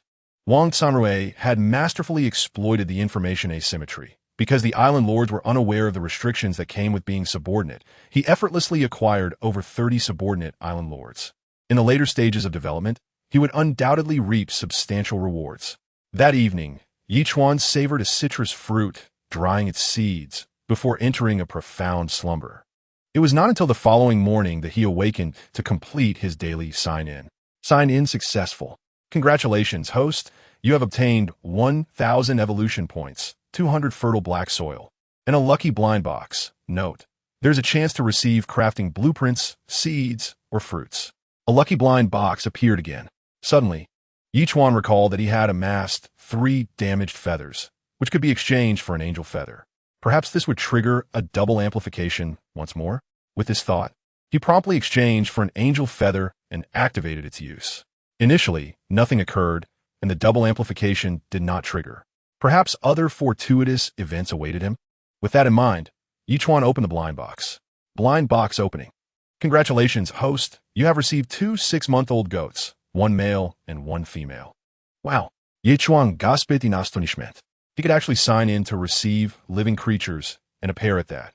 1 male and 1 female goat. What immense fortune must one possess to sign in for a breeding pair? This surely meant that not only could he enjoy goat's milk in the future, but he might also savor goat meat after the kids were born. Wealth was within his grasp. At that moment, the 2 snow-white goats appeared in Ye Chuan's system inventory. He chose not to release them just yet. After all, letting them roam would necessitate grazing. Currently, the fragrant grass had not fully matured, and he lacked both pasture and a pen. If released, they would simply run amok, leaving droppings all over the island. What a nuisance. It would be prudent to wait until he had a pen and pasture before making further decisions. Calming his excitement, Ye Chuan grilled several cod fillets, skillfully prepared salmon sashimi, and divided a citrus fruit into quarters. He then served each of his companions, Lu Yi, Zhao Feiyu, and the others, a portion of cod, sashimi, and citrus, before he himself began to eat while perusing the public chat room. I can hardly believe it. I was attacked by a shark. I was still over 5 meters from shore, yet I was bitten and nearly dragged into the sea. Everyone must pay heed to safety. There have been an alarming number of shark attacks on island dwellers lately. It appears that these sharks have become increasingly aggressive. Indeed, while I was salvaging a supply crate, a great white shark took a bite out of it, causing all the resources to spill out, leaving me with nothing but an empty box. It is truly bewildering. Upon hearing this, Ye Chuan suddenly noticed the cries of an albatross and rushed out of the room, only to witness the little creature diving down with precision, its sharp talons fiercely grasping at a shark. The immense force managed to lift the shark off the ground. Fortunately, it was a small one. Otherwise, it would have been impossible for it to be carried ashore. Bang! Another loud crash echoed as a dolphin collided with a shark. The 200-kilogram shark was remarkably thrust onto the shore by the dolphin. Even as the shark writhed, attempting to return to the ocean, the dolphin struck again, sending it a good 7 to 8 meters away from the beach, making its return to the sea a distant dream. In this battle, both the dolphin and the young albatross held an undeniable advantage. In the blink of an eye, 3 sharks had already washed ashore, and the remaining sharks, realizing that this island was not to be trifled with, swiftly scattered. Shark meat, it seems, is particularly unpalatable. Ye Chuan mused to himself, yet being surrounded by sharks. Those island dwellers, if they exhausted their food supplies, would likely find it challenging to catch anything anytime soon. Just because he did not wish to consume it did not mean they would not relish it. With this thought, Ye Chuan sliced off the shark's fins and divided the meat, packaging it into portions of 500, yielding over 1,500 portions in total, all of which he placed on the market. Shark 500 wooden planks 10, shark 500 metal sheets 1, shark 500 cloth pieces 10. In an instant, the public chat room erupted in astonishment. Goodness, a big shot has actually listed shark meat. It's terrifying. How did he catch so many sharks? Unbelievable. Even if 5 or 6 people teamed up, they would hardly stand a chance against a single shark. And yet this expert has listed such a tremendous quantity? Over 1,000 portions. It's unclear whether this is the work of a single expert or multiple ones. No doubt, just moments ago there were none, and now suddenly there are so many. It must be the doing of one grand figure. Do you think anyone can wrestle with sharks? Oh, great one. Please take me under your wing. Chapter 49. The hidden task already completed? Just as Ye Chuan had surmised. As soon as the over 1,000 portions of shark meat were listed, within 10 minutes, over 300 had already been sold. Although the pace of sales slowed afterward, Ye Chuan was confident that by this time tomorrow, the shark meat would likely be sold out. As Ye Chuan prepared to step outside, a private message popped up. Great one. May I exchange your shark meat for a crafting blueprint? It depends on what kind of crafting blueprint, Ye Chuan replied. I feel a bit embarrassed to ask, the other party responded. The sheepfold crafting blueprint. I know it's not particularly useful, but I am simply famished. If you give me 200 portions of shark meat, I would be satisfied. Ye Chuan's expression shifted. What he had been thinking about came to fruition. Just as he pondered when he might acquire a sheepfold crafting blueprint, the very request appeared, perfectly aligning with his desires. However, Ye Chuan waited for a few moments before responding. All right, I'll give you 500. It's tough for everyone, and I still have plenty of shark meat. Thank you. I truly appreciate it. The other party likely did not anticipate that Ye Chuan would offer 500 shark meat. They then posted a crafting blueprint for a manual juicer. I'll give you this manual juicer blueprint too, although it's of little use now. In case you ever find fruit in the future, you can enjoy fresh juice. Ye Chuan was left speechless. Strictly speaking, the manual juicer was something he needed, as he frequently obtained fruit every few days. With a juicer, he could enjoy juice at any time. After hesitating for several seconds, Ye Chuan finally agreed to the trade. Excitedly, he snapped his fingers. Awesome. On a small island thousands of miles away, a thin, disheveled man gazed at a piece of shark meat in his hand, tears streaming down his face. There are still good people in this world. 2 useless blueprints exchanged for such a large piece of shark meat. At least I won't feel hungry for 2 days. Without hesitation, Ye Chuan immediately selected a location for the sheep pen beside the chicken coop, only about 2 meters apart. He then chose to craft, and in an instant, a reasonably sized sheep pen appeared before him. Simultaneously, the system provided an introduction. Sheep pen, capable of accommodating 4 sheep of 2 years of age. Equipped with an automatic collection system for sheep dung and leftover grass, cleaning efficiency increased by 70%. Delighted, Ye Chuan clapped his hands, filled with joy. If he were to collect sheep dung and clean the pen manually, it would likely drive him to madness. Now, with automation nearly achieved, he was relieved. However, with the sheep pen established, pasture remained a concern. Although fragrant grass could serve as fodder, it took too long to mature. At least 7 to 8 days for this batch to grow. Ye Chuan couldn't help but ask the system, is there any fast-growing pasture available? You've given me sheep. Surely I can't just watch them. The host can accept hidden tasks. Completing hidden tasks may yield miraculous pasture seeds, the system replied. Hidden tasks? Ye Chuan was taken aback, but didn't dwell on it. He simply asked, what hidden tasks are currently available? Hidden task. The host needs to locate a mineral resource within 1 week to receive substantial rewards. Do you accept? Accepted. Ye Chuan promptly chose to accept the task. Detected that the host has found a mineral resource. Hidden task completed. A surprise gift package is available. Do you wish to open it? In the next moment, the system inquired immediately. Darn. Ye Chuan sleeps tight. This counts as a hidden task. I've already completed it. Luckily I asked. Otherwise, I would have missed out on this reward. Open it. Ye Chuan chuckled and spoke. Lucky gift package is opening. Congratulations, host. You have received Evolution Value Gift Pack 1, 500 Miraculous Pasture Seeds. For citrus fruits, Resource Gift Pack 1.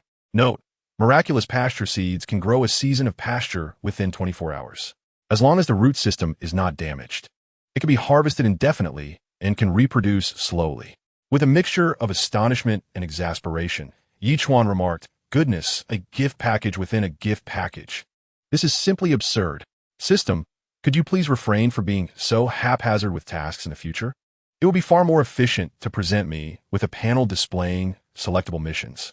I could then complete tasks at my leisure while simultaneously triggering hidden quests. This would certainly lend a greater sense of rigor to the process. As a sophisticated system, surely you do not require my guidance on how to operate? Yet, Much to Ye Chuan's dismay, the system fell silent as if it had crashed. Unfazed, he proceeded to utilize the 200 fertile black soil he had acquired from his daily check-in. He meticulously arranged it into a rectangular plot and scattered the seeds of the miraculous pasture upon it, diligently watering the area with at least 10 units of fresh water. This endeavor consumed 1/3 of his stored fresh water, causing him a pang of regret. However, the thought of soon nurturing lambs and enjoying fresh sheep's milk alleviated his discomfort. Nevertheless, Ye Chuan refrained from placing the sheep into the pen, opting to wait until the pasture had grown before taking that step. Subsequently, he opened a resource package, acquiring 50 units each of planks, cloth, metal sheets, stones, plastic, and glass, a delightful bounty. Finally, Ye Chuan unwrapped an evolution value package, resulting in a substantial gain of 10,000 evolution points, which left him utterly exhilarated. He promptly elevated the 2 small creatures to level 4, akin to the status of the albatross. In unison, the 3 albatrosses soared into the sky, diving and frolicking playfully, epitomizing harmony and beauty. Simultaneously, Ye Chuan received 8 upgrade packages, which he eagerly opened, yielding a significant haul of various resources, food, and bottled water. However, the evolution points rewarded from the upgrade packages mirrored those from the check-in, increasing from 500 to 1,000 points. Combined with his previous 500 points, Ye Chuan found himself with a total of 10,500 evolution points. Without hesitation, he allocated these points to the dolphin and the sea turtle, watching as their bodies began to grow gradually. He then glanced at the dolphin's information panel. Name, Dolphin Friendliness, 9100 level, 6 evolution points, 500 skills, Sonic Disruption, Basic, Absolute Impact, Basic, Talent, Deep Dive, 700 meters, Note, Absolute Impact involves the dolphin striking with its head, with a force equivalent to a 600-pound collision. The sea turtle's panel similarly displayed changes. Island Master, Ye Chuan Type, Sea Turtle Level, 67000, Skill, Water Bomb, Intermediate Talent, Longevity. Rapid Healing. Ye Chuan was astonished to discover that upon reaching level 6, the dolphin's Deep Dive and Absolute Impact had both been enhanced, while the sea turtle exhibited only a change in level without any other alterations. The reasons behind these changes eluded him. However, Ye Chuan chose not to dwell on the matter for long, as the system's notification sound chimed once more. Chapter 50, Cold Front. Is this a plan to sever ties with the organization? Congratulations, host. Your contract beast has upgraded to level 6, and you have received an upgrade gift package. Would you like to open it? Yes. Ye Chuan steadied himself and immediately responded. Opening upgrade gift package. Please wait. Congratulations, host. You have received 1,000 growth points, 10 corn pancakes, 2 citrus fruits, and 1 plastic pipe manufacturing blueprint. Surprisingly, there were even pancakes as a reward. Ye Chuan's expression shifted as he took one out and examined it. This was a machine-made pancake, exuding a rich aroma, square-shaped and remarkably soft. As a native of the North, Ye Chuan had consumed many pancakes during his childhood in the orphanage. He never expected to savor the taste reminiscent of his past while out at sea. The system truly understands me. The sun shone brightly, with not a cloud in the sky. Ye Chuan took out 4 citrus fruits and 2 level citrus fruits, using a manual juicer to extract approximately 1,000 milliliters of orange juice. He distributed 100 milliliters each to Lu, Yi, and Zhao Feiyu, while he settled onto a beach chair with the remaining 600 milliliters, sipping the juice slowly while enjoying the distant scenery. What a delightful moment! Hundreds of nautical miles away, Lung Feng navigated a small boat swiftly towards an island. He called out to a makeshift shelter constructed from branches and weeds, and a towering man, nearly 2 meters tall, emerged. Astonished to see Lung Feng. You actually have a boat and have come to my place? I bear no ill will. I merely require you to become my subordinate island master. Lung Feng replied solemnly. Are you out of your mind? The giant scoffed. I should be the one asking you to become my subordinate island master. That way, I would have someone to provide for me. Then I must thank you for coming all this way to deliver yourself to me. It seems you are refusing to drink the toast, and instead are seeking punishment. Lung Feng shook his head slightly, and then, with a swift motion, propelled himself forward like a cannonball, crashing into the giant. The giant, seemingly immensely strong, staggered back a few steps, but quickly seized Lung Feng by the waist, flinging him sideways. Lung Feng twisted in midair and delivered a powerful kick to the giant's face, who had been reveling in his supposed victory. The blow nearly knocked him unconscious, sending him into a furious charge at Lung Feng. However, Lung Feng's speed was extraordinary. He effortlessly dodged each of the giant's attacks, while the giant's injuries multiplied. Notably, the final punch landed squarely on the giant's chest, causing him to collapse onto the ground, gasping for breath and unable to rise.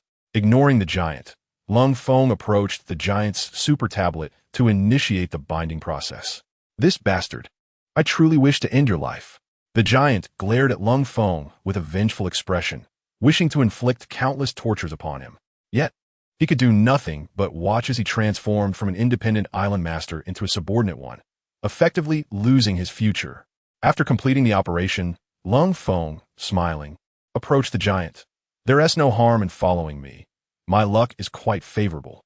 If we help each other, we can certainly thrive during this 6-month beginner period. I can manage just fine on my own."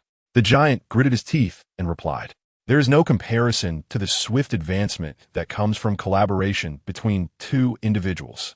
Cold Peak shook his head and added, "Moreover, you are merely the first subordinate island master bound to me. In the near future, others will undoubtedly join our ranks, and we shall emerge as a formidable force among novice island masters. Regardless of the circumstances, you may express whatever you wish." The burly man appeared somewhat resigned, remaining seated on the ground without rising. "Work diligently. Should you require anything, feel free to reach out to me." Cold Peak lightly patted the man's shoulder before swiftly returning to the ship, swimming rapidly in another direction. Detection of a new subordinate island master bound to an existing island master. Continue your efforts, and your influence will grow exponentially. After finishing his orange juice, Ye Chuan had fallen asleep, only to be startled awake by the system's voice. "What? Is the sun nearly set?" He suddenly realized that the sun had almost dipped below the horizon, its afternoon intensity having waned, and he had not noticed it at all. Upon hearing the system's notification, he couldn't help but furrow his brow. There were only 3 island masters, and now another had developed a subordinate? Reflecting on this, Ye Chuan promptly returned to his super tablet, where messages from Zhao Feiyu and the others awaited him, all expressing shock at the changes in Ye Chuan's life. After all, it had only been 20 days since arriving in this oceanic realm, during which he had even encountered a tsunami. The fact that he could enjoy orange juice felt utterly indulgent. He immediately messaged Lu Shuai. "Have you developed a subordinate island master?"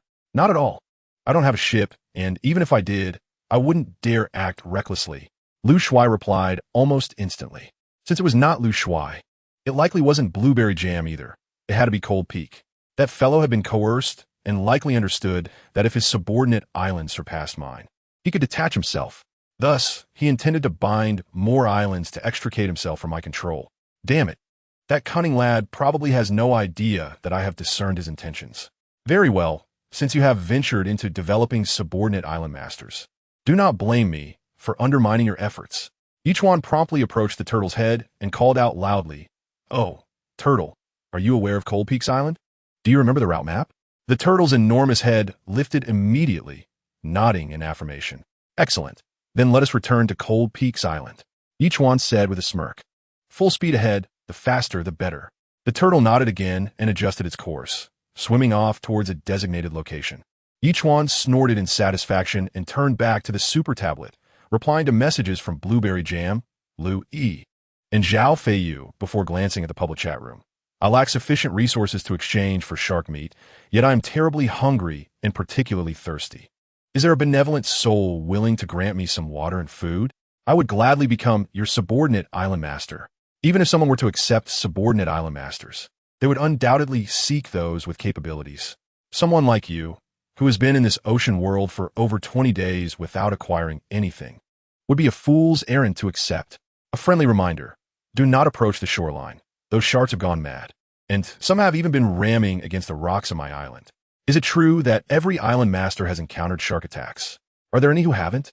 Observing the chat, Ye Chuan paid no heed and directly messaged the island master who was on the brink of starvation. "My friend, do you have any crafting blueprints despite lacking resources?" Chapter 51, you mentioned you contacted Ye Chuan.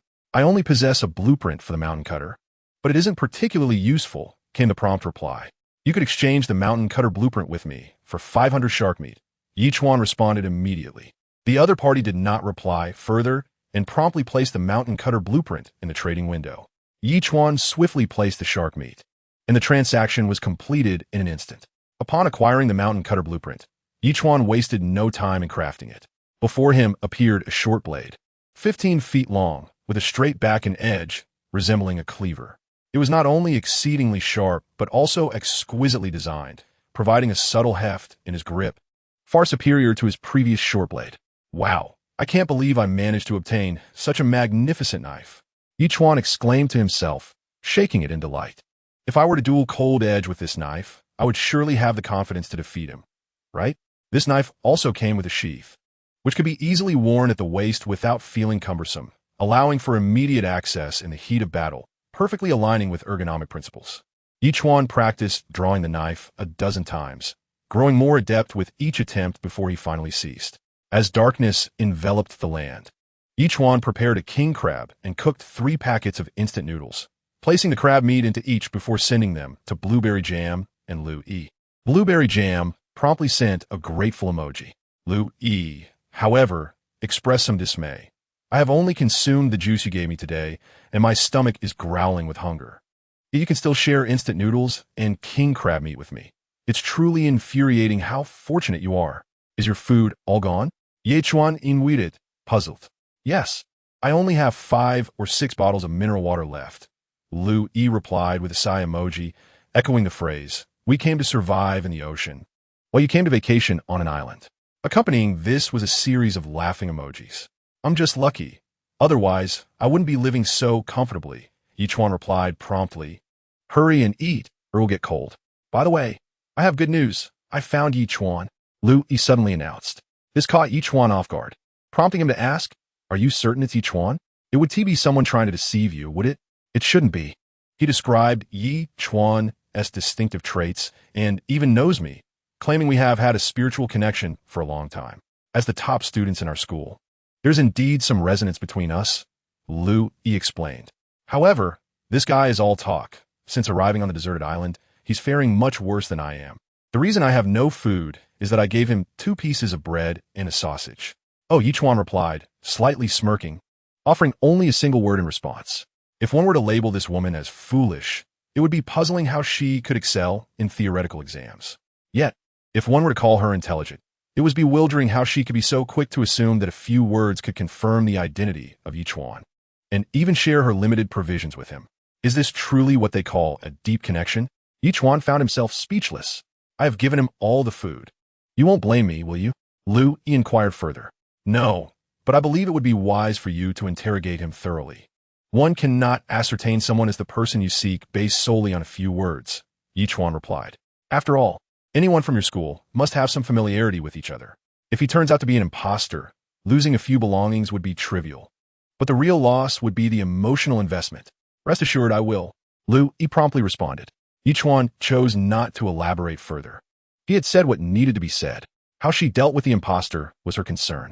Glancing at the trading panel, he noted that nearly half of the shark meat had been exchanged. With no new developments in the public chat room, Ye Chuan decided to disregard it and lay down on his bed, quickly drifting into slumber. The following day, as dawn broke, Ye Chuan opened his eyes and stepped out of his room. Observing the outside, he found himself on Cold Edge's Island. Just as the island's owner had mentioned in the public chat, the waters surrounding his island were teeming with sharks, at least a dozen. He pondered how that fellow had managed to row away under such circumstances. Or perhaps he had returned. Ye Chuan paid little heed to this question. Once the turtle was fully linked to the opposite island, he jumped across, retrieved his iron spear, and began harvesting corn and bean plants from the island. After half an hour of diligent work, he successfully transplanted 35 bean plants and 15 corn stalks on a turtle island. Subsequently, he entered a quaint wooden cabin, which was surprisingly clean, containing only a bed and a small table fashioned from supplied boxes, atop which lay a generous handful of sunflower seeds. Nothing else of note. Nevertheless, the sunflower seeds were a valuable find, and Ye Chuan pocketed them. After igniting the wooden cabin with a fire starter, he returned to Turtle Island, commanding the turtle to return whence it came. In the distance, he witnessed a towering inferno erupt on Cold Edge's Island, unless he chose never to return. The sight of his island in flames would surely drive him to apoplexy. Host has yet to sign in. Would you like to sign in? Island upgrade complete. Congratulations. Host, your island has been upgraded to level 6, and you have received an upgrade package. Would you like to open it? To his surprise, the sign-in and upgrade package arrived simultaneously. Ye Chuan promptly declared, "Sign in and open the package. Sign in successful. Congratulations, host. You have gained 1,000 growth points, 5 plastic, 5 glass, and 2 citrus fruits. Opening. Congratulations, host. You have received 2,000 growth points for levels of citrus, 5 small nutrient solutions, and 1 central air conditioning blueprint. The contents obtained from the upgrade packages for levels 5 and 6 were identical, with the exception of the manufacturing blueprint, which had transformed into a central air conditioning unit. Regrettably, it still required electricity, but Ye Chuan decided to manufacture it. The system promptly installed it in a suitable location, making it appear rather unobtrusive. The island now spanned an impressive 5,000 square meters. The areas where trees, soil, and flowers had emerged, due to his previous lack of intervention, had now doubled in size, giving the island a genuinely idyllic charm. Especially those dozen or so trees clustered together, nearly 4 to 5 meters tall. If they were to grow several times larger, they would undoubtedly transform into a thicket and perhaps eventually evolve into a forest. This prospect filled Ye Chuan with immense anticipation. Turning around, he joyfully discovered that the miraculous grass had already grown to over 30 centimeters in height, resplendently green, exuding a robust fragrance of pasture. Indeed, it was the wondrous grass. Without delay, Ye Chuan placed 2 goats into the pen, using a blade to cut a handful of the grass and placing it in the feeding trough. The goats immediately indulged themselves, bleating joyfully at Ye Chuan. Chapter 52. A sudden drop in temperature. Ye Chuan could not help but smile slightly as he cut the remaining miraculous grass and placed it into the feeding trough, allowing the 2 goats to feast. At present, this miraculous grass was precisely the amount the goats required for a full 24 hours. The next day, Ye Chuan would harvest again for another day's worth of sustenance. Subsequently, he fetched a bucket of fresh water from the faucet and poured it into the water trough. Once he saw the goats drinking without issue, he felt relieved, then retrieved 2 eggs laid by the hens from the coop, ready to prepare a delightful breakfast of sunny-side-up eggs. Today seemed rather chilly. According to the calendar, it should still be summer. After sipping some boiled fresh water, Ye Chuan glanced outside, noting the unusual coolness without a hint of sea breeze. Even the 3 little creatures were strangely subdued, quietly nestled in their nest. Checking the chat room, it appeared that many were discussing the same perplexing issue. Wow, this morning was almost freezing. How did it feel like we jumped straight into winter overnight? It must be only 4 or 5 degrees. What is going on lately? First a tsunami, then a swarm of sharks, and now this unexpected cold. The sun has risen, yet it remains frigid. Is someone playing tricks on us? Since we entered the oceanic realm, it has been completely sealed off. Who could possibly be meddling with us? Just wild guesses. Yet the current situation is truly absurd. It feels like something significant is about to occur.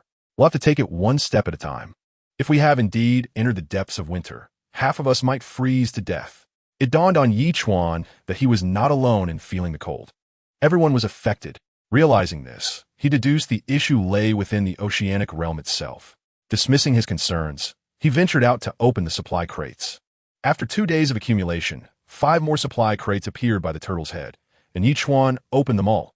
2 wooden planks, 2 plastics, 5 cotton, 3 metal sheets, 2 cotton, and 1 mineral water. Ye Chuan was astonished to discover a total of 17 units of cotton. What could cotton be used for? Blankets? Regarding the rules of this world, Ye Chuan felt a sense of bewilderment, as it seemed to diverge significantly from both the theoretical and practical knowledge he had acquired. He had often heard previous island masters recount their experiences during the novice phase upon entering the oceanic realm, which typically followed a methodical progression. Yet, with the recent occurrences of tsunamis, shark swarms, and now this unusual weather, such patterns were nearly non-existent. Could it be that being bound to this system had altered the very fabric of the oceanic world? Ye Chuan glanced at the introduction to cotton. Cotton, a consumable.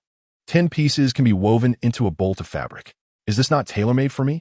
Ye Chuan's expression shifted.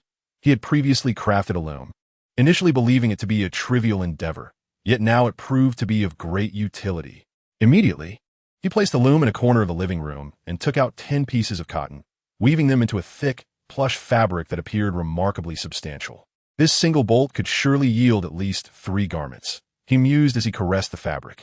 After storing the cloth in his inventory, Ye Chuan returned to his room and glanced at the public chat's messages. Wow, I can't believe I found cotton in the loot crate I fished up. Does this signal the onset of winter? Regardless of others' thoughts, I perceive this as a trial imposed by the ocean world upon us, akin to the tsunami and shark swarms.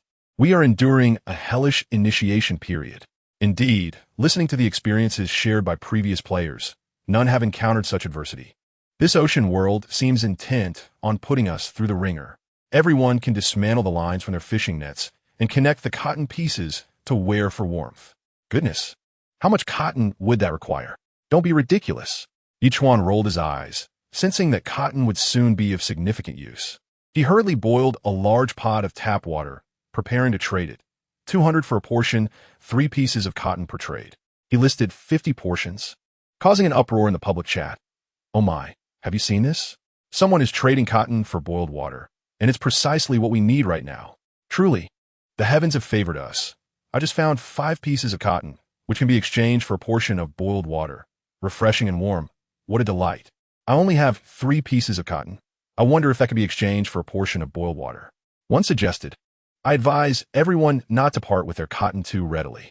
With the sudden drop in temperature and the unexpected appearance of cotton in the loot crates. Doesn't that seem rather strange? Regardless, I am both thirsty and cold, and I am not hesitating. I must trade for a portion immediately. Amidst the public chat's fervent exchanges, Ye Chuan's trades progressed slowly, while he promptly returned to boiling water. Blueberry Jam then sent him a private message. Brother, I see someone trading boiled water. I have 5 pieces of cotton. Shall we trade? Foolish girl, that is my trade. Ye Chuan glanced back, feeling a wave of exasperation. How could she seem so disconnected from the quality needed to establish a fleet in the future? My goodness, you possess so much boiled water. Blueberry Jam exclaimed in astonishment. Then I shall give you all my cotton for some boiled water. I'm freezing. Very well, hand over the cotton. I believe it will be useful. If needed, I shall return it to you. Ye Chuan replied, promptly trading her 500 portions of boiled water. The island master pondered. Do we need to trade plain water? At that moment, an affiliated island master suddenly contacted Wang Sanrui. He had already reviewed the messages in the public chat room and was aware of the plain water that had been listed. The sudden emergence of cotton was undoubtedly significant, yet he was momentarily uncertain of its exact utility. After some consideration, Wang Sanrui inquired directly, how much cotton do we have in total? I have just contacted our affiliated island masters, and today everyone has produced cotton. Altogether, there are approximately over 500. Such a quantity? Wang Sanrui was taken aback, promptly responding, consolidate all the cotton and deliver it to me. Understood, the affiliated island master replied, immediately setting to work. Half an hour later, Wang Sanrui found himself in possession of 546 pieces of cotton. He set aside 100 for himself and utilized the remainder for trading plain water. Meanwhile, Ye Chuan noticed that more than 20 portions of plain water had vanished in an instant. Chapter 53. Hoarding water? Let us see if you can't handle it. The sudden disappearance of over 20 portions could not have been the result of multiple individuals trading simultaneously. It could only mean that one person had purchased all of them at once. Ye Chuan chuckled and promptly listed 50 more portions, but just like before, the same buyers swiftly acquired all of them. Wang Sanrui, Ye Chuan musit alod. 50 portions amount to 150 pieces of cotton. Only a major independent island master like Wang Sanrui, who collects all the cotton from affiliated island masters, could possibly buy such a large quantity of plain water in an instant. Let us see just how much you can consume. Ye Chuan smirked coldly and swiftly listed another 50 portions, only to witness them disappear just as quickly as before. Unbelievable. I refuse to believe this. Ye Chuan exclaimed, quickly listing another 50 portions. This time, the buyer acquired only a few, and then the trading of plain water came to a standstill. After several minutes of inactivity, transactions resumed slowly.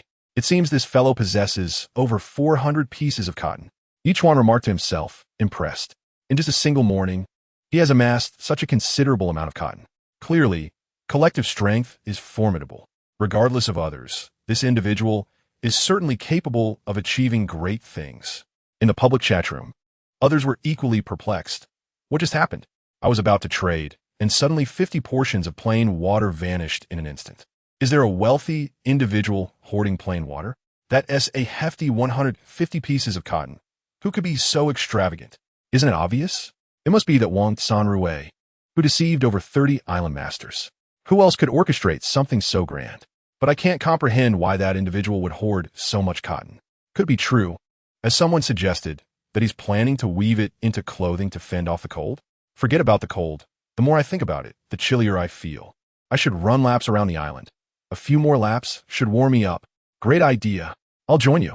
Observing the naivety of these island masters, Ye Chuan shook his head and sent 500 portions of plain water each to Zhao Feiyu, Lu Yi, and Lu Shuai. So, it turns out you are the one acquiring cotton, and you have hoarded such an abundance of plain water. Lu Yi exclaimed with a look of astonishment. It's manageable. My seawater to freshwater converter can supply enough, though boiling water can be somewhat troublesome. Ye Chuan promptly replied. It's certainly better than drinking mineral water, Lu Yi responded. Take your time. After all, this is merely the novice phase. Once we progress further, it should become easier, Ye Chuan smiled and remarked. You should drink this water yourself and refrain from distributing it carelessly. In these times, even landlords have no surplus grain. Understood, Lu Yi replied immediately. As the day grew colder, Ye Chuan pondered, will the crops I planted survive the frost? He stepped out of his room and glanced around, then inquired system. With the current low temperatures, will the island's crops be affected? The aquatic plants have been specially cultivated to withstand temperatures around 0 degrees. If it drops further, the host must devise a solution. The system promptly responded. Goodness, that is hardly informative. Ye Chuan retorted with a slight grimace. It seems I can only wait and see. If it becomes too cold, I will have to burn planks in abundance to keep these plants warm. Ultimately, they will surely weather the storm. Noticing that the fish listed for trade were nearly sold out, Ye Chuan swiftly employed the semi-automatic fishing net once more, hauling in a large catch. Among the haul, ordinary sea fish were the most numerous, but there were also plenty of king crabs and squids. Ye Chuan promptly listed all the ordinary sea fish for trade before rushing off to plant a batch of sunflower seeds he had procured from Cold Front, confident that he would soon enjoy a plentiful supply of seeds. Having only plain water is rather dull. It lacks flavor. Observing the large pot of freshly boiled water, Ye Chuan poured it into a thermos, shaking his head slightly. The 2 ancient tea trees acquired from the last transaction still occupied his inventory, as he had yet to find a suitable location for them. Now that the island's soil had evolved, Ye Chuan felt a surge of excitement and asked system, Can I plant the ancient tea trees in ordinary soil? Indeed, the system replied promptly. However, ordinary soil will not enhance the quality of the ancient tea trees. It will merely maintain their current state. That is excellent, Ye Chuan exclaimed with a smile. He had already identified a location near a lush black soil belt, currently overgrown with weeds. The soil was approximately 30 centimeters thick. Ye Chuan set to work, loosening the earth, discarding the weeds, and mixing 100 units of fertile black soil with ordinary soil to achieve a thickness of 50 centimeters, perfectly accommodating the root ball of an ancient tea tree.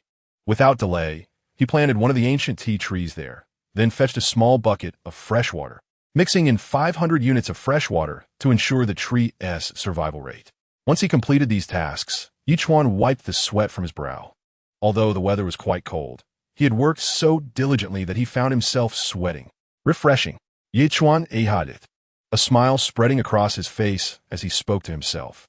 Despite the ancient tea tree's lush and captivating appearance, Ye Chuan resolved to allow it a few more days to fully mature before harvesting its leaves. As for the other tree, he planned to plant it when the fertile black soil became available. However, it was rather unfortunate that the promised fertile soil had failed to materialize today. Could it be that the island's soil, having evolved, no longer produced such richness? Ye Chuan couldn't help but feel a pang of regret, especially since his fragrant grass had only encircled the house in a semicircle. Even if the fertile soil ceased to exist, it would be prudent to wait until the house was entirely surrounded by greenery before lamenting its absence. Lost in thought, a sudden loud crack interrupted him as a massive sea turtle extended its long neck, performing a dramatic head toss that sent 2 supply boxes flying towards the shore. Yet, the turtle's display of flair took an unexpected turn when one of the boxes veered off course and plunged into the sea. With a resounding splash, a dolphin shot out of the water like an arrow, colliding with the errant box and ultimately redirecting it back onto the correct path, where it landed alongside its companion on the shore. Can turtles really show off now? Ye Chuan chuckled to himself, hurrying over to investigate whether there was any cotton inside. However, upon opening one of the boxes, he was taken aback. Chapter 54. The appearance of the sewing machine, crafting cotton clothing. Cotton. 2 wooden planks. 2. Sewing machine blueprint. 1. Astonishingly, a blueprint for a sewing machine had emerged, just when he was worried about how to utilize the abundant cotton he had gathered.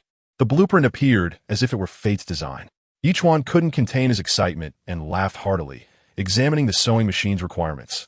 1 sewing machine blueprint, 50 metal sheets, 10 plastic pieces, and 5 fabric pieces. Fortunately, he possessed all the necessary materials, and he promptly set about crafting the sewing machine. Before long, a machine approximately 1 meter tall and 1.5 meters wide materialized before him. Ye Chuan swiftly transported it into his home, placing it beside the loom. After studying the sewing machine, he discovered that producing a single garment required 1 yard of fabric and 5 fabric pieces, with 3 modes available: 3 shirts, 3 pairs of trousers, or a complete outfit from 1 yard of fabric. He decisively opted for the 3 shirts, consuming 1 yard of fabric and 5 fabric pieces in the process, resulting in 3 perfectly sized shirts. The cotton fabric was cozy and warm, providing a comforting touch. Without hesitation, Ye Chuan proceeded to craft 3 pairs of cotton trousers to match the shirts. Thus, with 2 yards of fabric, he could create 3 complete outfits, significantly more efficient than using 1 yard for a single outfit. Indeed, my calculations are sound.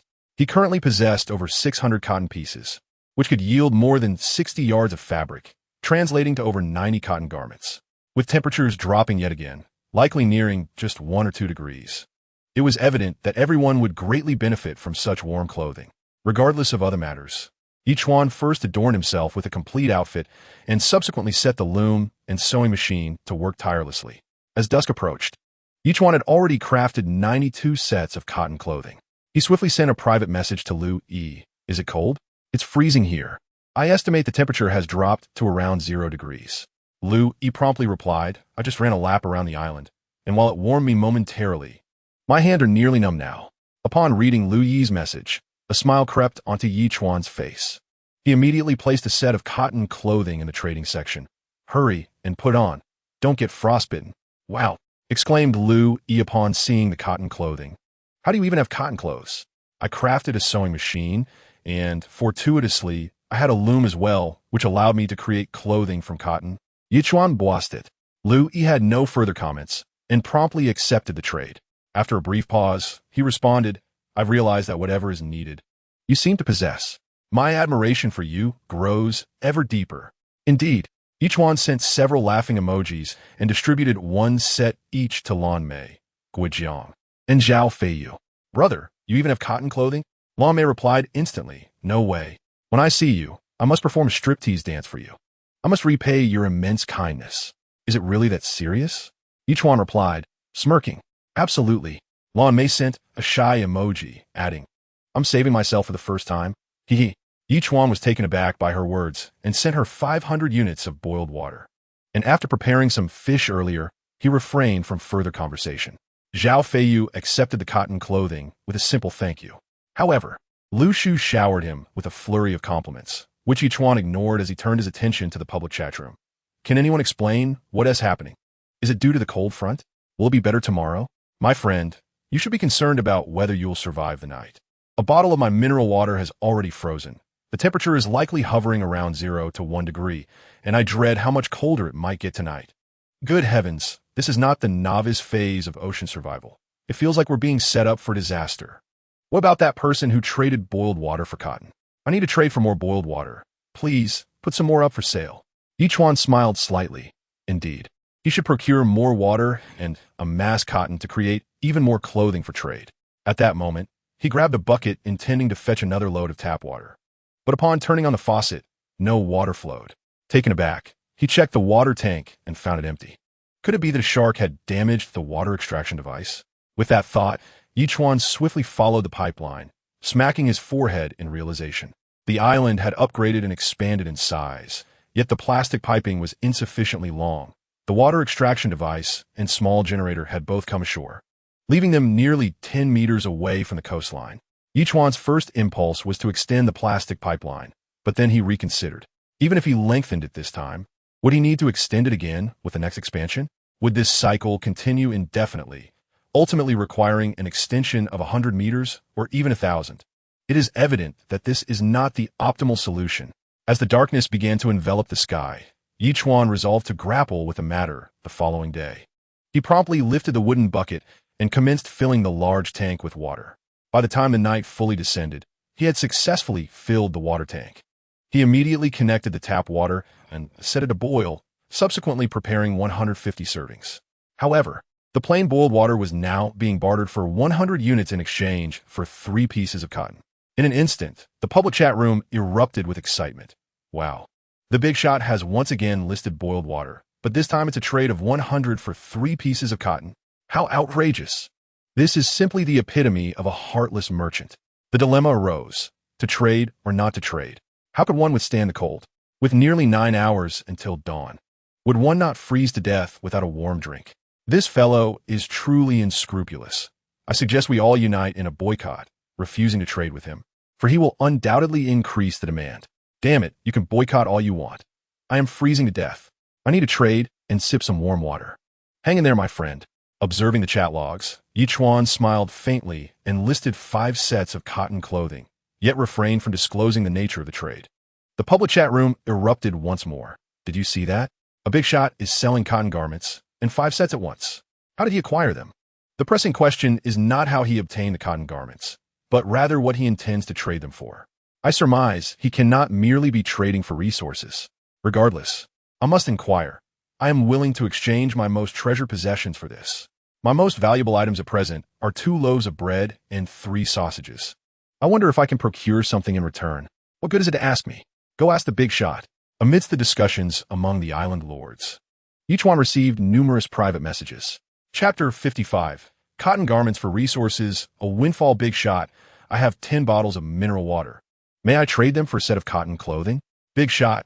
I am willing to become your subordinate island lord, just for a set of cotton clothing. Please, grant me a set of cotton clothing. I am a beauty and am willing to offer myself to you. Upon reading these private messages, Ye Chuan did not discern any worthy island lord among them. Yet one particular message piqued his interest, prompting him to respond. Are you certain you wish to trade a tent blueprint with me?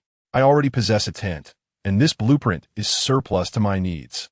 The other party replied without hesitation. Right now, I only desire a set of cotton clothing. Even in the tent, I am still quite cold. Very well. Ye Chuan responded without hesitation. In an instant, the two proceeded with the trade. Ye Chuan had no intention of utilizing the tent for himself. Rather, he planned to reserve it for Liu Yi. However, that was not the immediate concern, as Liu Yi currently had cotton clothing and could endure through the night at least.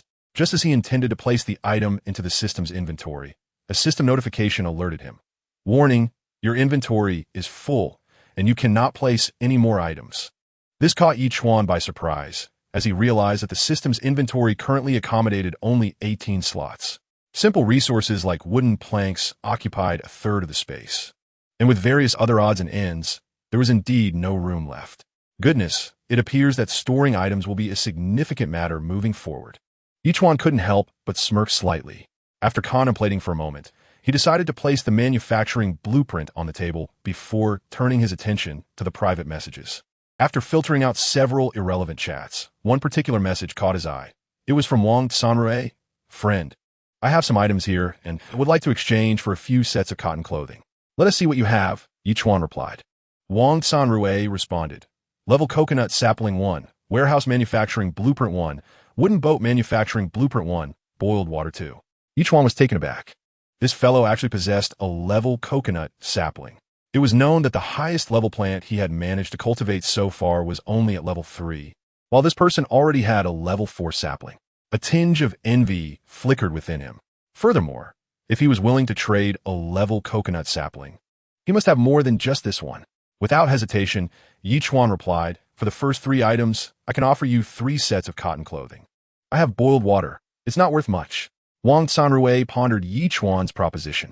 Seeing that Ye Chuan replied within mere seconds, he quickly responded, 5 sets. These 3 items in exchange for 5 sets of cotton clothing. Take it or leave it. Ye Chuan retorted with a dismissive remark and chose to ignore him, redirecting his focus to other private messages. Phew! Wang Sanrui was taken aback. He had contemplated many possible responses from Ye Chuan, but he never expected such a confident reply. However, upon reflection, it made sense, as cotton clothing was indeed the most sought-after item among all island masters at this moment. It was only natural for Ye Chuan to assert himself in this manner. That scoundrel! He must be the one who is trading boiled water for cotton. Wang Sanrui grumbled through gritted teeth.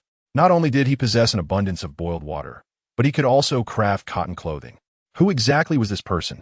Ultimately, Wang Sanrui relented and exchanged the 3 items for 3 sets of cotton clothing, promptly notifying his subordinate assistant island masters. I have 2 sets of cotton clothing here. Spread the word that those with valuable items can come to trade. Understood. The subordinate assistant island master was taken aback and couldn't help but admire Wang Sanrui, as expected of an independent island master. I never imagined you would acquire 2 sets of cotton clothing so swiftly.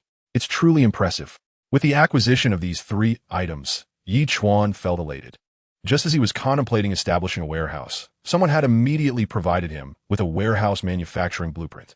Indeed, there were many valuable items in circulation. It appeared that he would still receive some good things tonight, so he decided to stay awake until midnight. With this thought in mind, Ye Chuan discreetly concealed his identity and sent a message in the public chat room. Cotton clothing will be sold until midnight at the latest. Those interested should act swiftly. Though his message was soon buried under a flood of others, it nonetheless stirred a commotion in the public chat room. Who was that influential figure speaking just now? May I inquire how you obtained your cotton clothing? Were you the one purchasing cotton this morning? My goodness, this esteemed person is only selling until midnight. And there are just 3 hours left. I need to hurry back to the sea and fish out a supply box. If I can uncover something valuable, I will truly strike it rich. I just had a private conversation with the esteemed individual, and it appears that my offerings hold no interest for him. Alas, I have lost hope. Fortunately, I managed to ignite a lighter that can be used 30 times, and I set fire to a wooden plank. The warmth radiating from the bonfire is quite comforting. I believe the plank will endure the night. Esteemed one, might I borrow your lighter to ignite my own plank? My limbs are nearly frozen. It seems that many possess wooden planks. Thus, I will now linger on the rental interface, as we must unite in overcoming adversity. As I perused the chat records, I couldn't help but bite my lip, realizing I was not the sole one to have procured a lighter. If this individual has acquired one, surely others have as well, perhaps matches or similar items. Although I am currently supported by a system, I must not become complacent. As time passed, the clock soon struck 11. After more than 2 hours of private transactions, I had managed to exchange for some fine goods. Some even traded 5 sausages, 10 bottles of mineral water, and a jar of spicy sauce for a set of cotton clothing. Others offered 100 of each of the 6 resources currently available. As the night progressed, the variety of items I acquired became increasingly eclectic, with food being the most abundant. Even if I do not catch seafood, the sustenance I obtain tonight will last me for a month. It seems it is time for rest. As the clock approached midnight, I assumed no more transactions would occur. I stretched and prepared for sleep when suddenly a message from a friend appeared. It was Lu E. Do you still have cotton clothing? Could you lend me a set? Where's your cotton clothing? I was momentarily taken aback, sensing a possible scenario. I was deceived. Lu E knew I possessed cotton clothing and suggested we each wear it for an hour, allowing us to endure the night together. Lu E, somewhat exasperated, lamented that after I lent her the clothing, she completely disregarded me. It has been 3 hours, and I feel as if I might freeze to death. Dear lady, do you still believe him to be Ye Chuan? I asked, my frustration evident. Chapter 56. Artificial Intervention in Island Evolution? I cannot comprehend it. I cannot believe Ye Chuan would resort to such actions. Lu E remained profoundly disappointed, as the Ye Chuan I knew seemed world apart from this one. I felt an urge to fly over and deliver a couple of punches to her. This woman, who is second only to me in our school, should possess a fair degree of intelligence. Yet, how could she be so utterly lacking in common sense in this moment? She had been duped into lending her cotton clothing and now does not even acknowledge me, still believing him to be Ye Chuan. An utterly baffling situation. Nonetheless, I cannot bear to see her suffer through the night in the cold. I promptly provided her with a set of cotton clothing. I wish to convey that I truly believe Ye Chuan is not the kind of person to act this way. May this serve as a lesson for you. I understand, thank you. Louis responded with a weeping emoji. I was left speechless. With a resigned sigh, I muted the messages and drifted off to sleep. The following day, feeling as though the sun had already risen high in the sky, Ye Chuan finally awoke. A glance at his super tablet revealed that it was already past 9 in the morning, and the unread private messages numbered in the hundreds of thousands, startling Ye Chuan considerably. It was to be expected, for even with the torrential rain and tsunami having driven away half the population, there still remained 15 million individuals in the novice area. Thus, hundreds of thousands of messages were not, in fact, excessive, considering the substantial base figure. Ye Chuan promptly marked all messages as read, stretched lazily, and exited his room while exclaiming, Sign in. Sign in successful. Congratulations, host, for obtaining 1,000 evolution points, 200 fertile black soil, and 1 furnace manufacturing blueprint. Once again, he had acquired fertile black soil, along with a furnace manufacturing blueprint. A thought flickered in Ye Chuan's mind as he mused aloud. The current temperature seemed to hover around 0 to 1 degree, likely having stabilized for the time being. This temperature was just above the threshold that plants and crops could endure. Growth might be slow, but that was the extent of it. He retrieved a pancake, rolled it with lao gan ma sauce, and added 2 sausages. Taking a bite, he exclaimed in delight, What a delectable treat! He would trade it for anything, not even for the finest steed. Devouring the entire meal in one go, Ye Chuan then drank some level 300 fresh water before preparing 4 more pancakes with sausages and lao gan ma, distributing them to the 4 members of the blueberry team, who were thoroughly thrilled. After all, many relished spicy food, yet after such an extended period of consuming bland fare, their palates had grown weary. The arrival of lao gan ma was akin to a furnace on a winter's day, providing warmth. For the moment, Ye Chuan chose to disregard the incoming messages. He stepped outside to the water collector, contemplating for a considerable time while stroking his chin. He initially intended to dig a water channel to redirect water to this location. Even if a steady flow could not be established immediately, at least he could draw water using a wooden bucket. However, upon further reflection, he dismissed this idea. After all, this was the back of a sea turtle. Despite the subtle curvature, the overall structure was lower on the sides and higher in the middle, making drainage impossible. After several minutes of contemplation, an idea struck him. He hurried back to his room and inquired in the public chat room, Who has a pawn manufacturing blueprint? I am willing to trade for a set of cotton clothing. In an instant, numerous individuals began contacting Ye Chuan privately. Ultimately, he noticed a message from one individual. Big brother, I have a channel manufacturing blueprint. Would you consider a trade? A channel manufacturing blueprint? Ye Chuan was taken aback. The existence of a blueprint for a channel was indeed surprising. Could one truly fabricate a trench from nothing? Very well, let us proceed with the trade. Ye Chuan agreed, exchanging his last piece of cotton clothing for the blueprint. He then dashed out of his room, heading approximately 10 meters from the seawater conversion device, and studied the channel manufacturing requirements. 1 channel manufacturing blueprint and 50 stones. This revelation surprised Ye Chuan. Was a channel merely constructed from stones laid on flat ground? Yet Ye Chuan felt that this matter could not be so simple. He immediately adjusted the flow and chose to create a channel. In no time, a trench measuring 25 meters in length and approximately 50 centimeters in width was constructed. It was only at this moment that Ye Chuan realized the crucial factor in the trench's creation was not the stone-built riverbed, but rather the curvature at the bottom of the trench. Although the turtle shell sloped from the center to the sides, the trench's construction inverted that curvature. With a length of 25 meters and a curvature of 5 degrees, the bottom was smooth enough for seawater to flow through effortlessly. Thus, Ye Chuan returned the water extractor and the small generator to the sea, connected the plastic tubing to the trench, and fashioned another plastic pipe that directed into the water tank at the trench's end. Consequently, even if the sea turtle were to upgrade twice more, it would have no adverse effects on the setup. Upon detecting that the host was artificially intervening in the island's evolution, the system indicated that the island might be evolving towards an unknown direction. Not long after the trench was completed, the system's voice momentarily stunned Ye Chuan. Have I intervened in the island's evolution?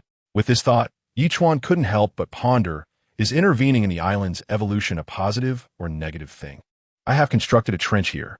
Could it possibly lead to the emergence of a river? Both favorable and unfavorable outcomes were conceivable, and everything could only be revealed upon the island's next evolution, the system responded. My goodness, this is truly astonishing. A single statement made Ye Chuan break into a grin. He had inadvertently influenced the evolution of the island. However, if this trench could indeed evolve into a river, he would strike gold. Rivers on this island would undoubtedly be freshwater. How exciting! After completing all this, Ye Chuan returned to his room and glanced at the super tablet, where the public chat room was still bustling with activity. Last night nearly froze me to death. I burned over 50 wooden planks just to survive. I didn't sleep at all, running laps every hour, nearly 10 laps in total, and I'm utterly exhausted, yet I'm still freezing. Let us eat. Once we're full, we won't feel cold anymore. Are you joking? Eating requires food. I finished the shark meat I traded for a few days ago, and now I'm both cold and starving. I doubt I'll survive the day. Everyone's suffering.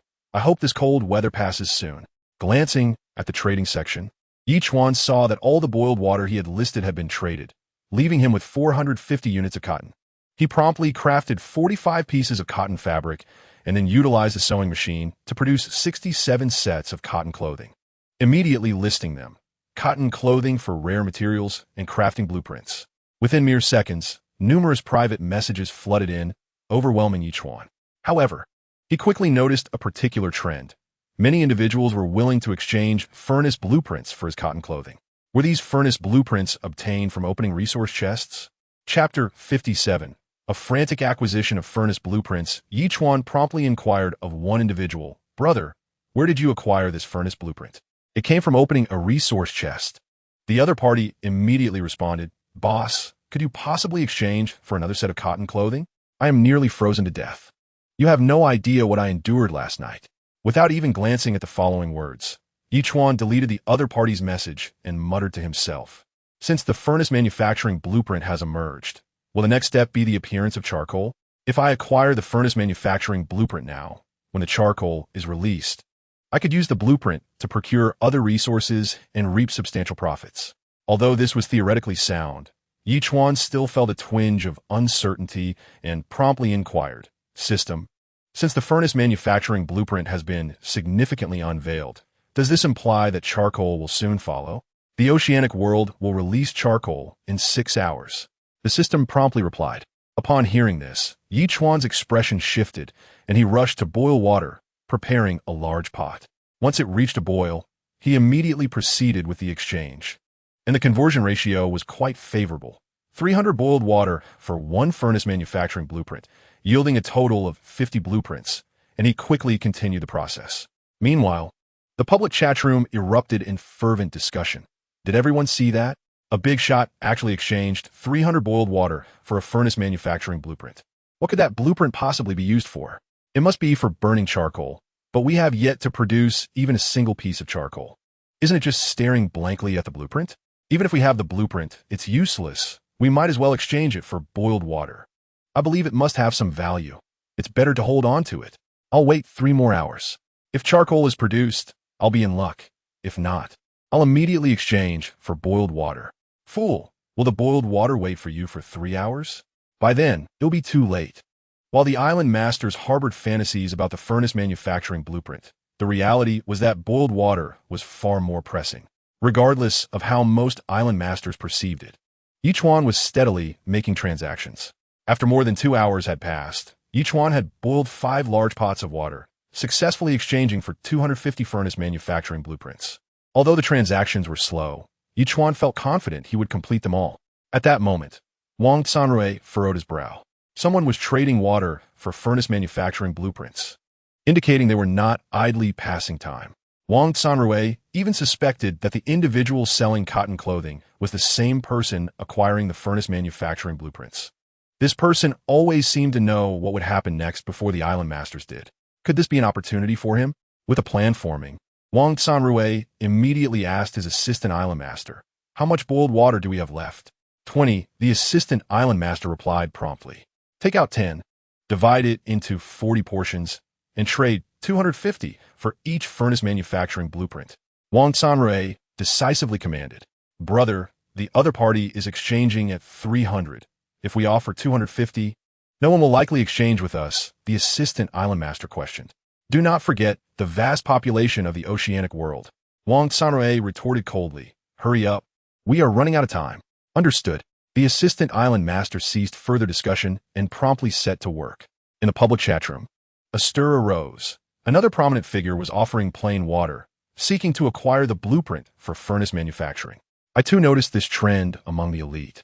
Why were they all so eager to obtain this blueprint? What purpose could it possibly serve? Regardless of its utility, the fact that these distinguished individuals were pursuing it surely indicated its significance. I resolved to refrain from exchanging my plain water. I would keep it. Indeed, I would also hold on to mine, for one never knows when it might prove invaluable. To my surprise, someone dared to compete with me. After boiling the last pot of plain water, Ye Chuan, while listing it, caught sight of the trading information and couldn't help but chuckle. However, he was not particularly concerned. Given the vast population, it was inevitable that someone would eventually succumb to the temptation of trading. Even if 1 million people listed the furnace blueprint, surely a few hundred among them would not resist the allure of plain water. Just as Ye Chuan prepared to take a break, the sheep in the pen suddenly began to bleat loudly, startling him. He slapped his forehead. He had been so busy that he'd completely forgotten about the sheep, and the chickens needed feeding too.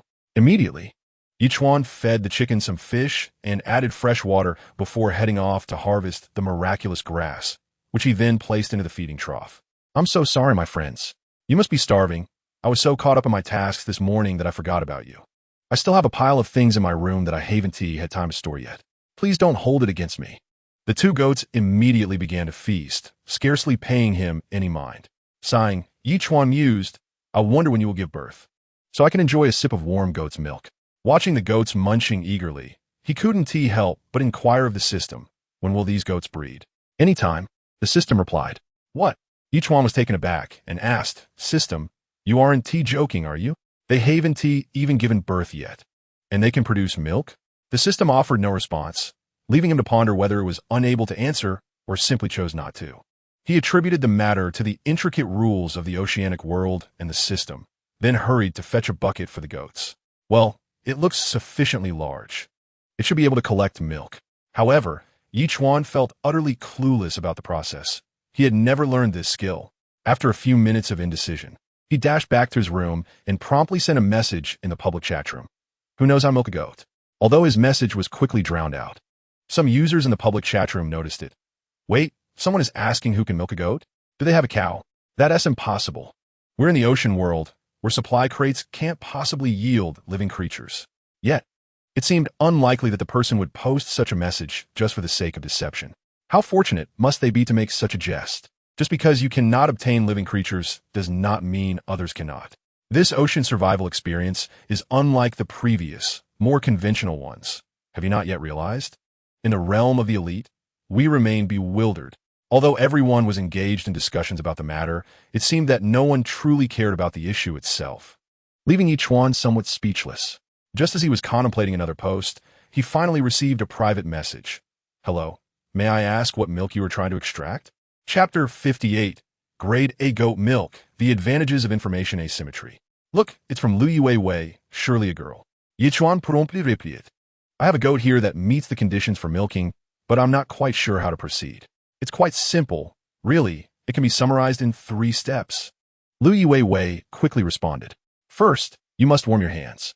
Then, grasp the goat's udder with your thumb and the base of your palm, lifting it upwards to direct the milk into the teat. Next, press your thumb firmly against the base to prevent backflow while using your other 4 fingers to squeeze the teat and extract the milk. It looks easy, but I suspect it might be a bit challenging in practice, Ye Chuan replied. It is indeed a skill that improves with practice. The other party sent a smiling emoji. Once you master the technique, it will feel quite effortless. I spent some time at my family's farm when I was young, and though it was unfamiliar at first, it truly is quite manageable. I'll give it a try. After sending a friend request, Ye Chuan hurried off to put the advice into action. Armed with a small wooden bucket, he approached the goat from behind and began to follow Lu Yue Wei's guidance. To his astonishment, he successfully extracted goat milk, which gushed forth like a fountain in pristine white. Fortunately, the mother goat was quite docile, merely standing still without exhibiting any erratic behavior, which made Ye Chuan increasingly fond of the process. Within just an hour, he transitioned from clumsiness to proficiency, managing to extract an impressive 5 pounds of milk. This speed was truly unexpected, Ye Chuan exclaimed with excitement. Observing the goat milk, the system promptly provided an explanation. Grade A goat milk, which enhances physical constitution, prevents mild ailments, and alleviates fatigue, proving 3 times more effective than grade A freshwater. Ye Chuan's eyes widened in disbelief. Although the system did not evaluate the grades of the 2 goats, the milk extracted was indeed grade A, and its effect were thrice that of freshwater. Without a doubt, he would be free from ailments in the future. Just the thought brought him joy. After returning to his room with the goat milk, he glanced at the super tablet and realized it was already past 3 in the afternoon. Ye Chuan immediately rushed outside in search of an open space, intending to construct a warehouse. After examining the requirements for building a warehouse, he noted it needed a warehouse blueprint, 200 wooden planks, and 100 nails. With ample materials at hand, Ye Chuan wasted no time and promptly initiated the construction. Before him, a warehouse measuring 20 meters long and 15 meters wide materialized, complete with a thoughtfully designed entrance featuring a combination lock. Ye Chuan quickly transported all the items he had gathered into the warehouse, and his once crowded room suddenly felt remarkably spacious. The warehouse boasted an impressive area of 300 square meters, and the indoor temperature was a comfortable 10 degrees Celsius, making it suitable for storing any items. Upon inspecting the warehouse, Ye Chuan could not help but nod slightly before turning back to his room, seemingly in high spirits. Lui Wei had already sent a friend request, but Ye Chuan chose not to engage in conversation just yet. Instead, he glanced at the public chat room. Incredible. I actually produced charcoal, and one supply box contained 3 pieces. At least I won T-Freeze tonight. No wonder that influential figure has been purchasing furnace blueprints. It turns out we can indeed produce charcoal. But how did he know we could do that? It seems no one else managed to produce charcoal this morning. That remains a mystery. My furnace blueprint did not yield plain water. I produced 5 pieces of charcoal at once. I have now rented a lighter to ignite the furnace. 1 piece of charcoal can burn for 3 hours, and within a radius of 2 meters from the furnace, the temperature can rise by approximately 15 degrees. I find myself at a loss for words to describe my delight. Alas, my furnace blueprint has yielded plain water. Now I am left without a furnace blueprint or warm clothing. Am I destined to be eliminated in this oceanic world? Moreover, I can boldly speculate that each person has only one chance to produce a furnace blueprint. It is unlikely to be produced again. Those who traded their furnace blueprints. You're in for tragedy. Whoever purchased our furnace blueprints, come forward and return them to us. Observing these chat records, Ye Chuan scoffed, promptly listing all his furnace blueprints. Furnace blueprints, rare trading item, act swiftly to procure. Those who noticed the trading interface immediately began to privately insult Ye Chuan, and the public chat room erupted in outrage. That guy who purchased furnace blueprints is now selling them. It's utterly absurd and disgusting. This is his skill, able to keenly sense business opportunities and act promptly. One cannot fault him for that. Who else can be blamed? He managed to deceive us of our furnace blueprints and now seeks to exchange them for scarce resources. Who possesses such resources? He traded for them using plain water. It was a mutual agreement, yet now that they've discovered their value, they blame him. Where were they before? I don't care. Return our furnace blueprints. Ye Chuan paid no heed to their complaints and began to meticulously sift through those seeking to purchase furnace blueprints, exchanging for valuable items directly, as he had hundreds of them. According to the rules of this oceanic world, even if there were truly 15 million people, it was impossible for each to produce a furnace blueprint. In a situation of high demand and low supply, it was only a matter of time before someone sought him out. Meanwhile, Wang Qinrui chuckled heartily. I never expected this. Indeed, following that fellow's lead, one can certainly make a tidy profit. Consequently, Wang Qinrui also listed his furnace blueprints with the same message as Ye Chuan. Furnace blueprints, rare trading item. Act swiftly to procure. As trading commenced, the sun was soon to dip below the horizon. Ye Chuan prepared dinner, serving a portion of blueberry jam before promptly boiling some goat's milk. Many people believe that milk and goat's milk do not require boiling and can be consumed directly after being extracted. However, Ye Chuan understands that goat's milk must be boiled before consumption.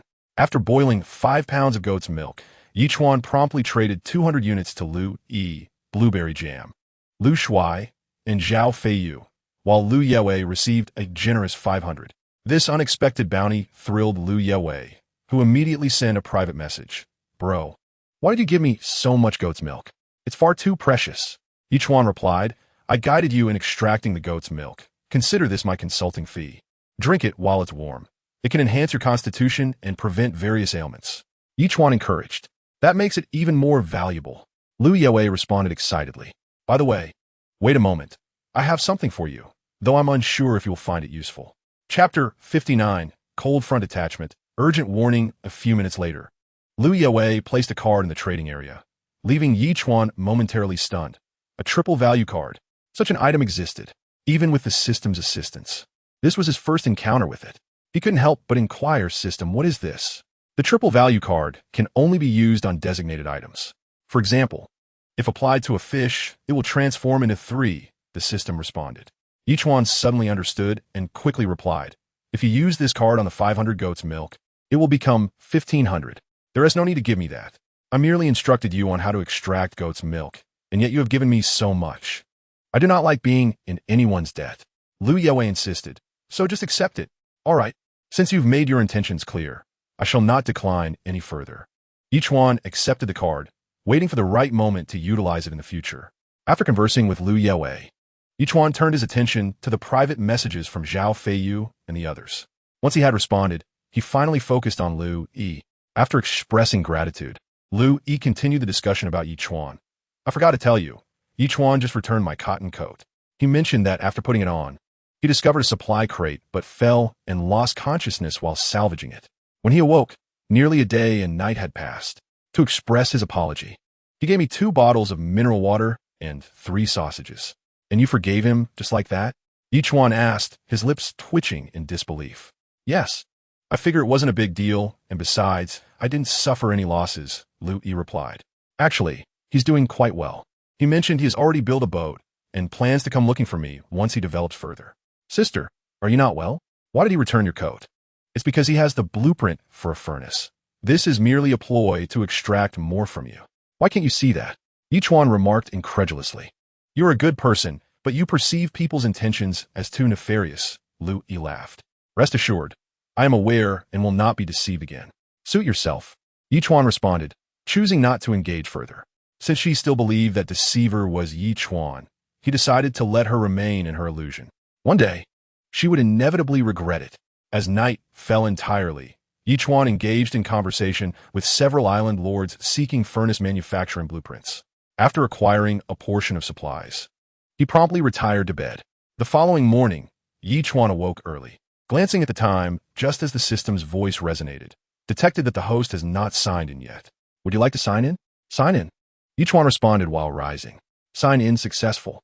Congratulations, host. You have received 1,000 evolution points, 50 units of charcoal, and a selection of 1 super insulating suit from 6 options. Could this be true? A super insulating suit? Ye Chuan's expression shifted, and he immediately opted to utilize it. Before him appeared an array of stylish garments, all uniquely equipped with ultra-thin insulating cores, resembling the light attire of late summer and early autumn at first glance. He swiftly chose a black ensemble adorned with sleek lines, replacing his padded jacket. To be honest, while the padded coat offered excellent warmth, its bulkiness was cumbersome compared to the comfort of lighter clothing. Refreshing. Stretching luxuriously, Ye Chuan exclaimed with a smile. Detected that one of the host's affiliated island lords has departed. The number of affiliated island lords has decreased from 3 to 2. Please recruit an affiliated island lord promptly, or rewards issued will be revoked. Just as Ye Chuan was about to have breakfast, the system's voice interrupted him. Momentarily taken aback, Ye Chuan realized he had overlooked the situation with Lung Feng, and to his surprise, in this frigid weather, 3 island lords had indeed severed ties with him. Truly formidable individuals. Without delay, Ye Chuan rushed to the public chat room to post a message. 1 furnace manufacturing blueprint, 1 padded jacket, 2 sea fish, and 500 fresh water. Seeking 1 affiliated island lord. Perhaps due to the morning hour, the chat was not particularly bustling. It took a full 2 seconds for his message to be pushed down. However, this stirred the public chat room into a lively frenzy. Did you see? A prominent figure is offering such generous terms to recruit an affiliated island lord. Has he lost his mind? Clearly, there must be conditions attached to such an invitation. It would be wise for the average person to think twice before pursuing it. No way, I must inquire quickly. I currently possess nothing. If I could align myself with a wealthy benefactor, it would be a windfall. He is only recruiting one. What use would it be for us to go? With so many wolves and so little meat, I think it's better to pass. How would he know unless we try? This message caught the attention of Wang Sanrui as well. With such rich resources, this individual certainly qualified as a significant player. Now seeking to recruit affiliated island lords. Was the next trend poised to be affiliated island lords? Nevertheless, Wang Sanrui chose not to dwell on it, as he already commanded over 30 affiliated island lords. Even if there was a burgeoning trend, he had secured the advantage. In no time, Ye Chuan's private messages were inundated, prompting him to instruct the system to commence a swift screening process. Since he was recruiting affiliated island lords, he was determined to select only the most exceptional candidates, disregarding those of ordinary caliber entirely. However, after a swift selection process of over 200 individuals, not a single distinguished island master emerged. Yet, Ye Chuan stumbled upon a character named Ye Chuan, who inundated him with a flurry of private messages, seemingly determined to become his subordinate island master, even proclaiming that he would offer any valuable resources to him. Ye Chuan narrowed his eyes, sensing that this fellow might indeed be the one who deceived Lu Yi. Just as he was about to inquire further, the system suddenly alerted him to the discovery of a distinguished island master. Ye Chuan's expression shifted as he turned his attention to this esteemed individual. Surprisingly, it was Lu Yi Weiwei. With a hint of confusion, Ye Chuan asked, "Do you intend to become a subordinate island master as well? I sense that your future holds great promise." Lu Yi Weiwei promptly replied with an awkward emoji, confessing, "To be frank, my family is currently besieged on all sides. Our domestic ventures are on the brink of collapse, and we have also attracted the attention of a considerable foreign power. I am essentially my family's sole hope. With my own capabilities, I could never acquire high-quality resources, and I cannot guarantee the salvation of my family from peril. Thus, I must seek external assistance." Upon realizing the situation, Ye Chuan understood. It appeared that Lu Yi Weiwei's ascent to becoming a distinguished island master was a last-ditch effort by her family, betting everything on her and perhaps even crafting a fleet for her. With this thought in mind, Ye Chuan readily agreed. "Very well, transfer the super tablet to me." Chapter 60. Naming the pets and opening the cold storage in that moment.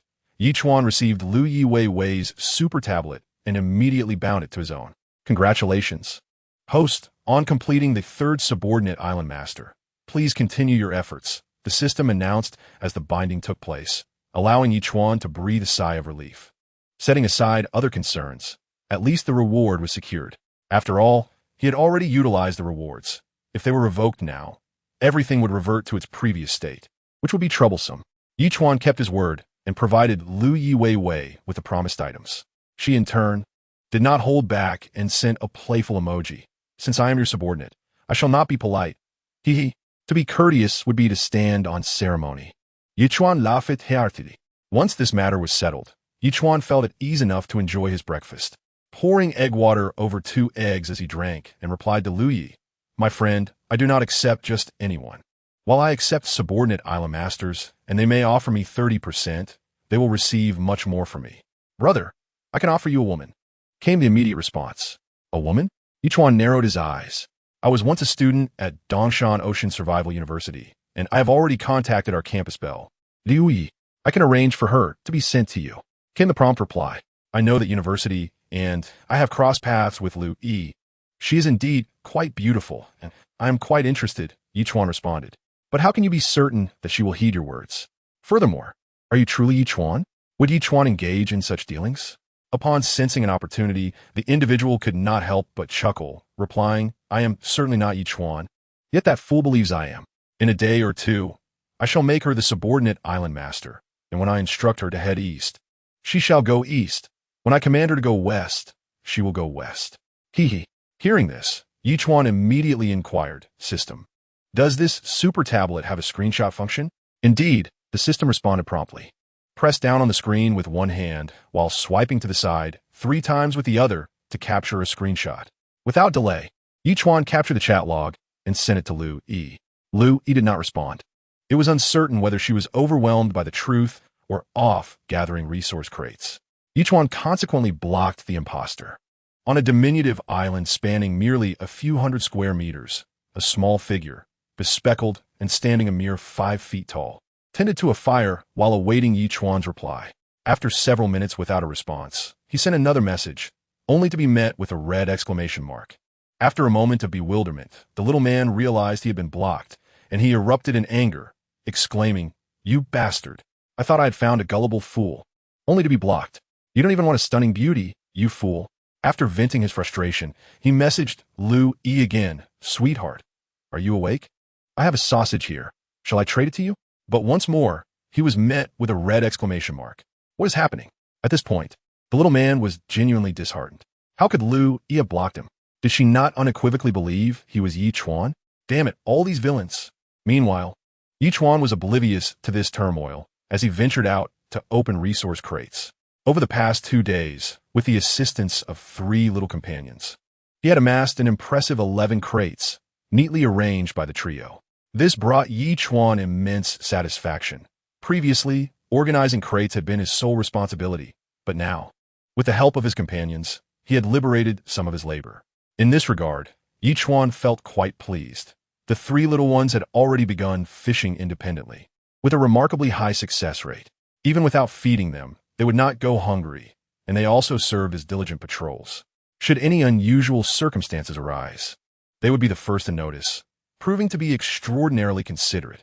Calling out to his little companions, the 3 albatrosses soaring above promptly returned to Ye Chuan's side, affectionately nuzzling against his legs. He rewarded them with generous handfuls of fish treats and, with a glimmer of excitement, declared, "You have all hatched for several days now. Yet I have yet to name you. Let us bestow upon you some names."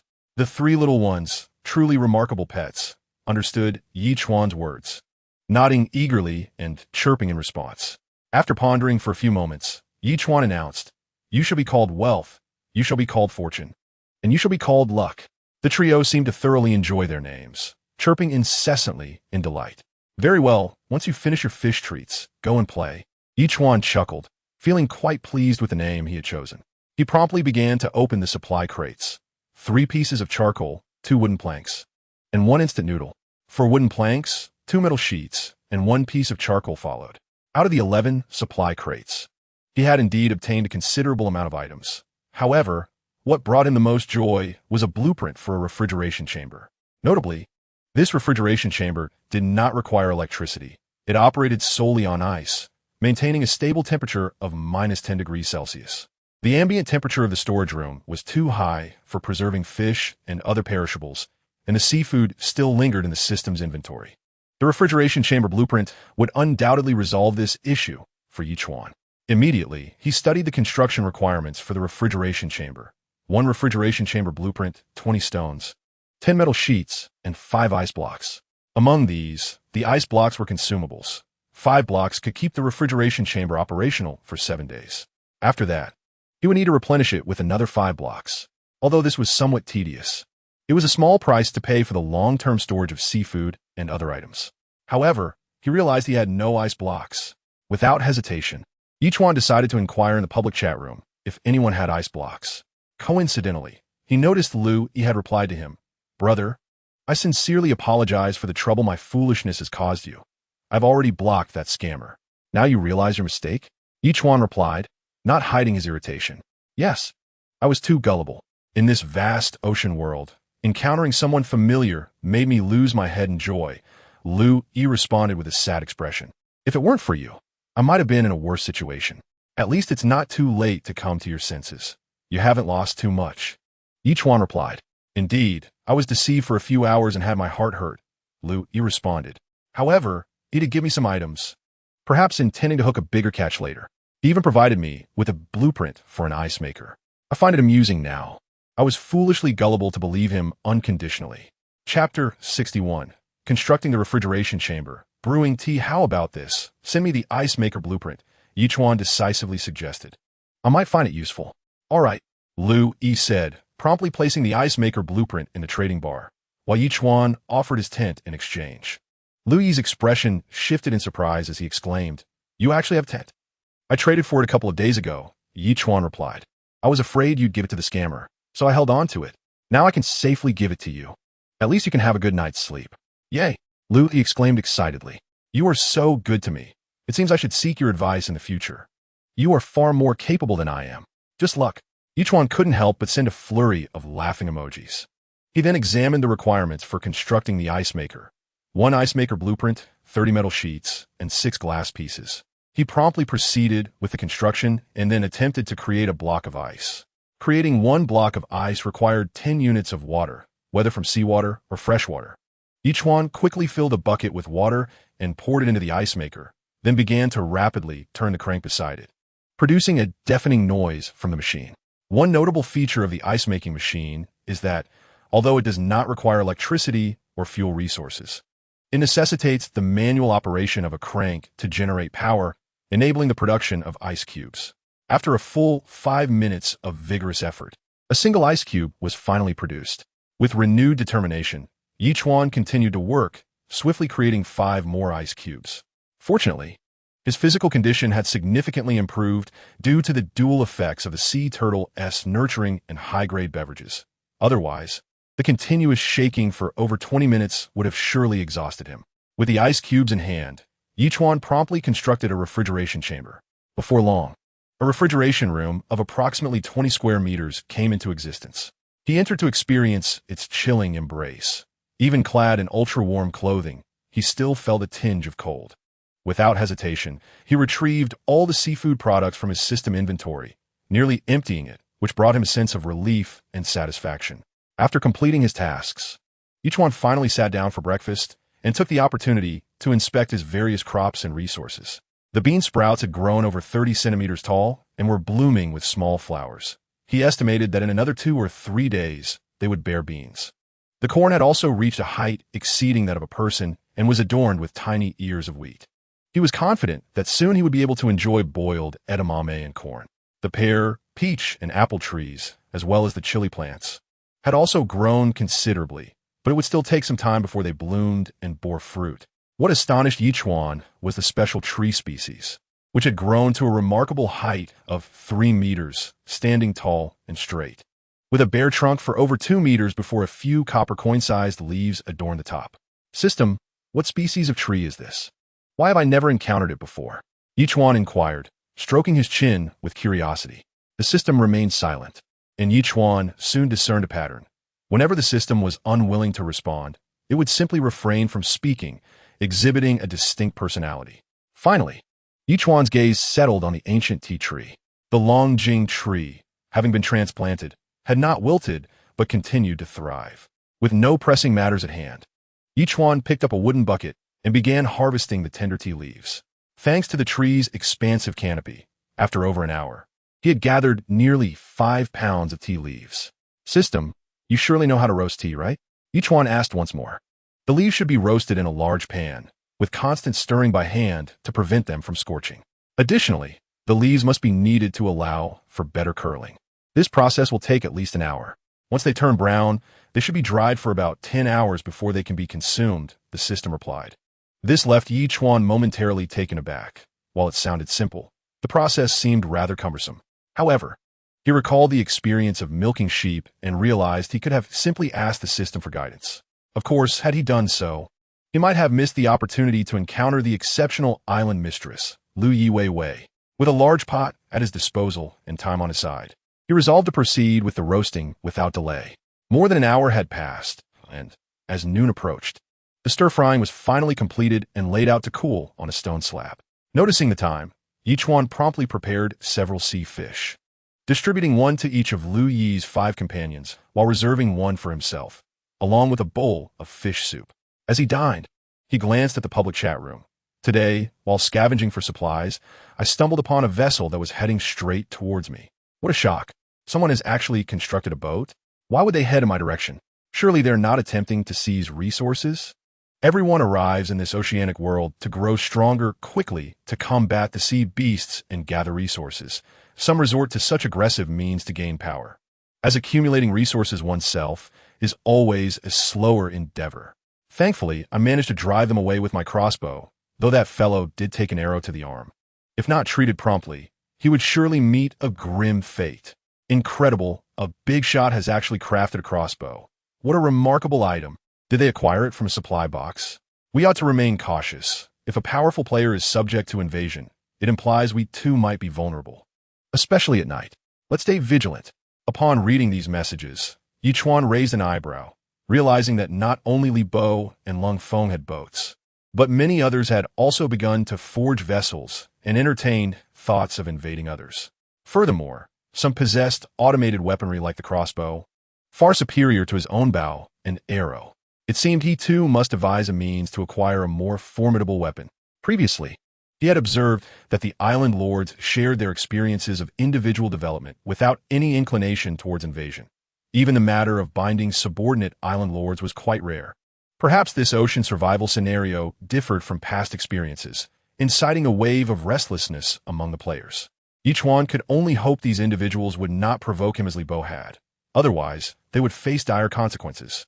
Contemplating this, Ye Chuan promptly listed the herring canned fish he had previously opened. Canned herring available for exchange for powerful weapons. Interested parties, feel free to reach out. Instantly, the public chat room erupted. Did you see that? A big shot has managed to acquire the bizarre food known as canned herring. Trading weapons for canned herring?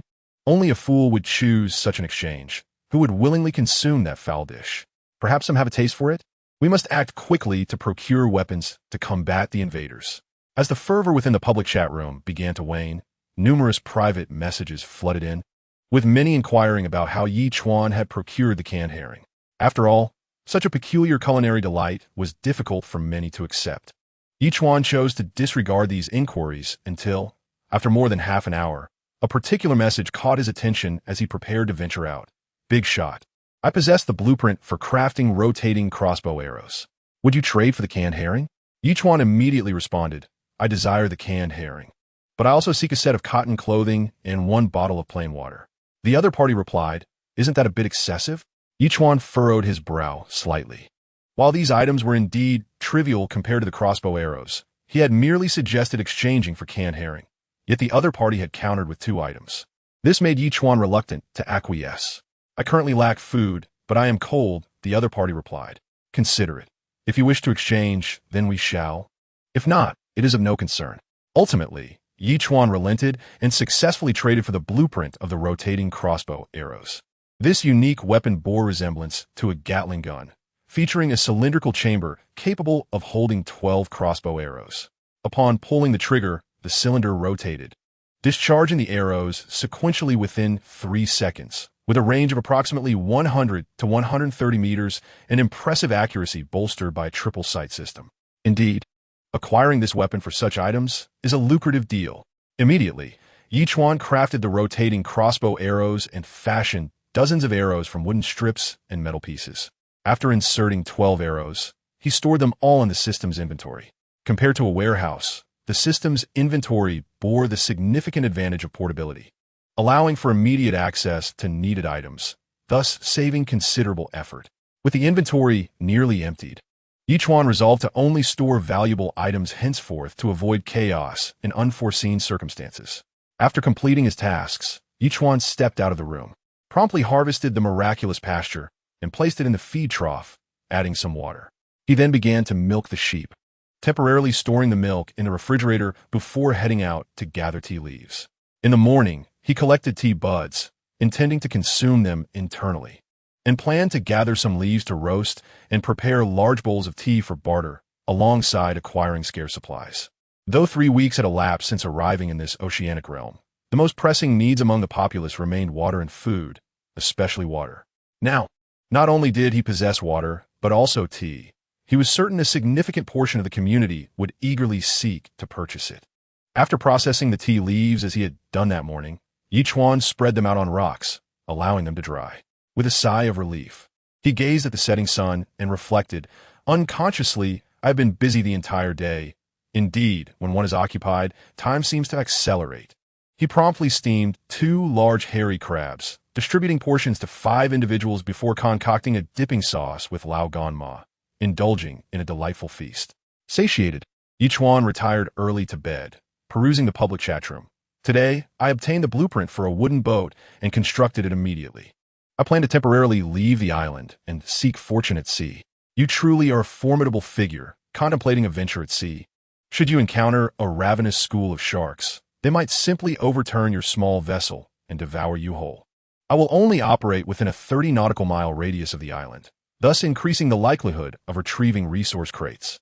Once I acquire a medium or even a large sailboat, I shall fully depart the island to search for resources at sea. That is indeed a strategy, but obtaining a medium sailboat may take at least 3 months. As he read the messages, fatigue overcame Ye Chuan, and he soon fell asleep, only to awaken the following morning after a deep slumber lasting 9 hours. Detected that the host has yet to check in. Would you like to do so? A few minutes later, Ye Chuan had just finished his morning routine when the system's voice arrived as expected. Sign in. Without hesitation, Ye Chuan responded. Sign in successful. Congratulations. Host, you have received 1,000 evolution points, a complete set of purple clay teaware, valued at 500.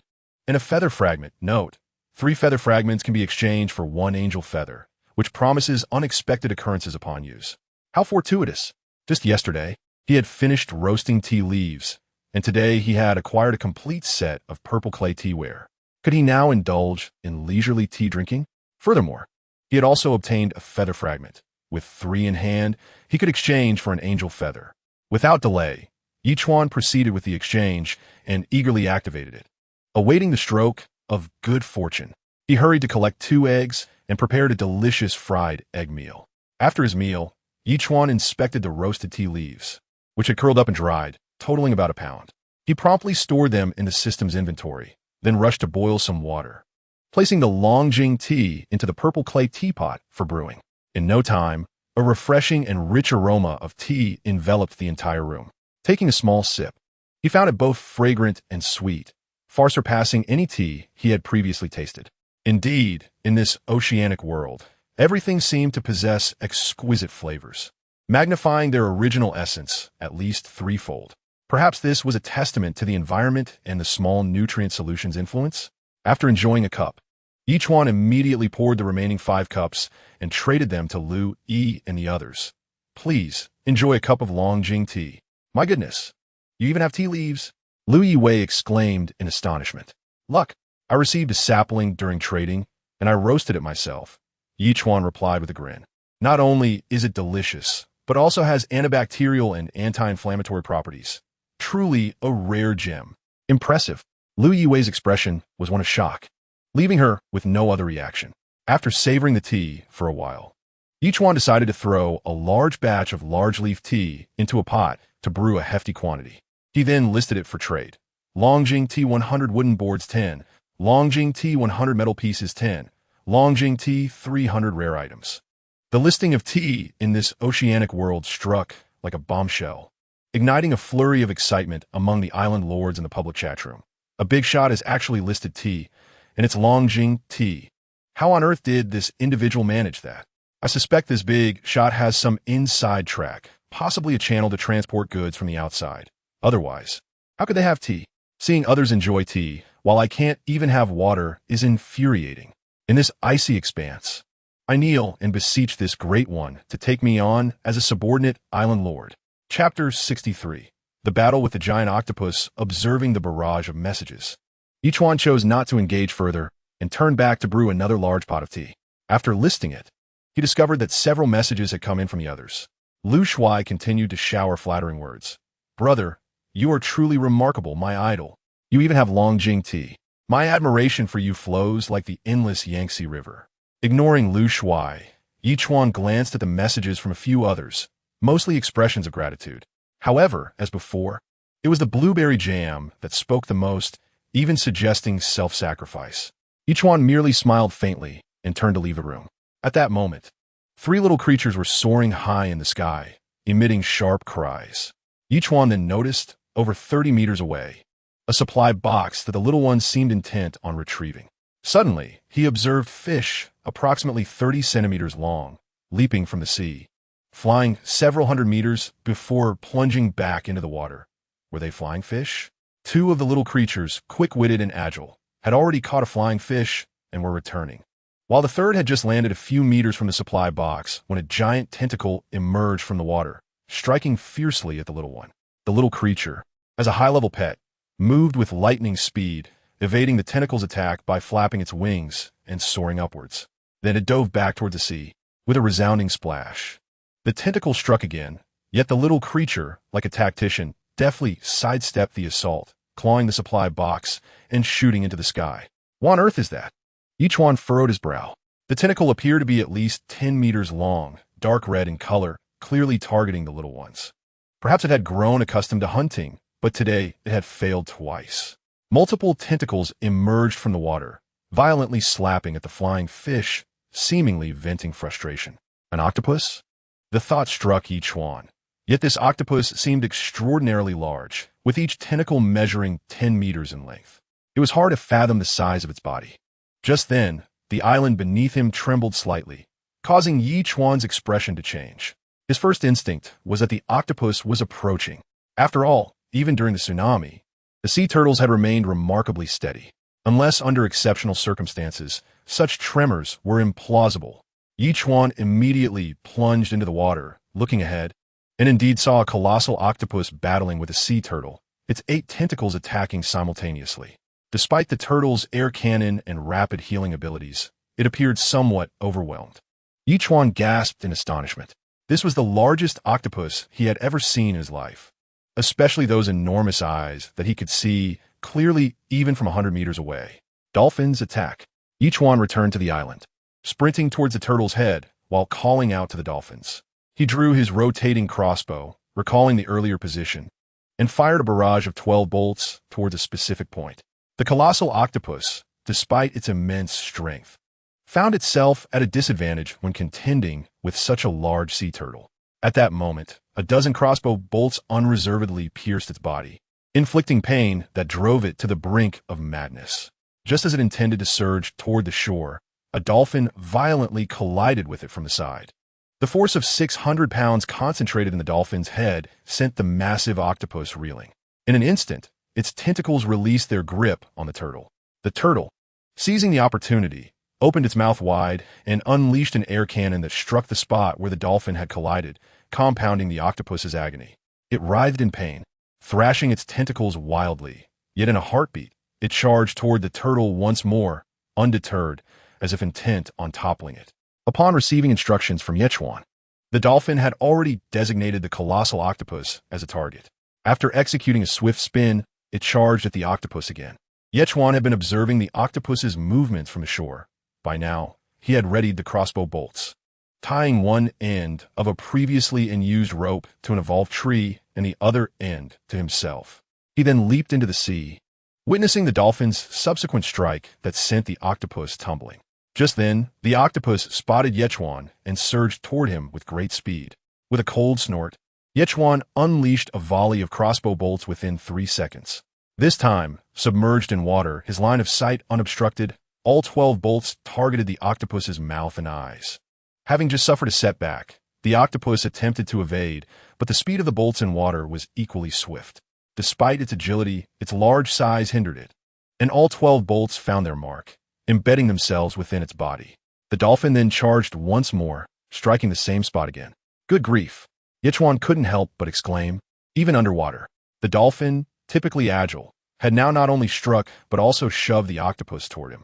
Although the octopus writhed in pain, its hatred for Ye Chuan drove it to lash out, its tentacles swinging fiercely towards him. Ye Chuan's pupils constricted. In a split second, he brandished his mountain-splitting blade and struck at the enormous tentacle. With a decisive slash, the tentacle was severed, blue blood gushing forth, igniting the octopus's fury. As it prepared to retaliate against Ye Chuan grasped the rope tightly and quickly turned to flee towards the shore. Yet, in the water, he was a moment too slow. One of the octopus's tentacles ensnared his legs, pulling him back into the sea just as he had taken a deep breath. His expression changed dramatically as he felt the tightening grip, realizing that the force was intensifying. Fortunately, his physique had improved significantly since before. Otherwise, even this assault could have suffocated him. No, I have yet to achieve greatness, to honor my ancestors. I cannot perish now, he thought, his eyes widening in determination. With a powerful downward strike, he cleaved the enormous tentacle, severing it in half. The colossal octopus, in pain, finally relinquished its grip. However, he was perilously close to the gaping maw of the colossal octopus, allowing him to glimpse its elongated tongue and the densely packed beak within. With determination, Ye Chuan gritted his teeth, grasped his axe, and charged towards the creature's mouth, unleashing all his might in a powerful strike. Chapter 64. Level of Marine Creatures.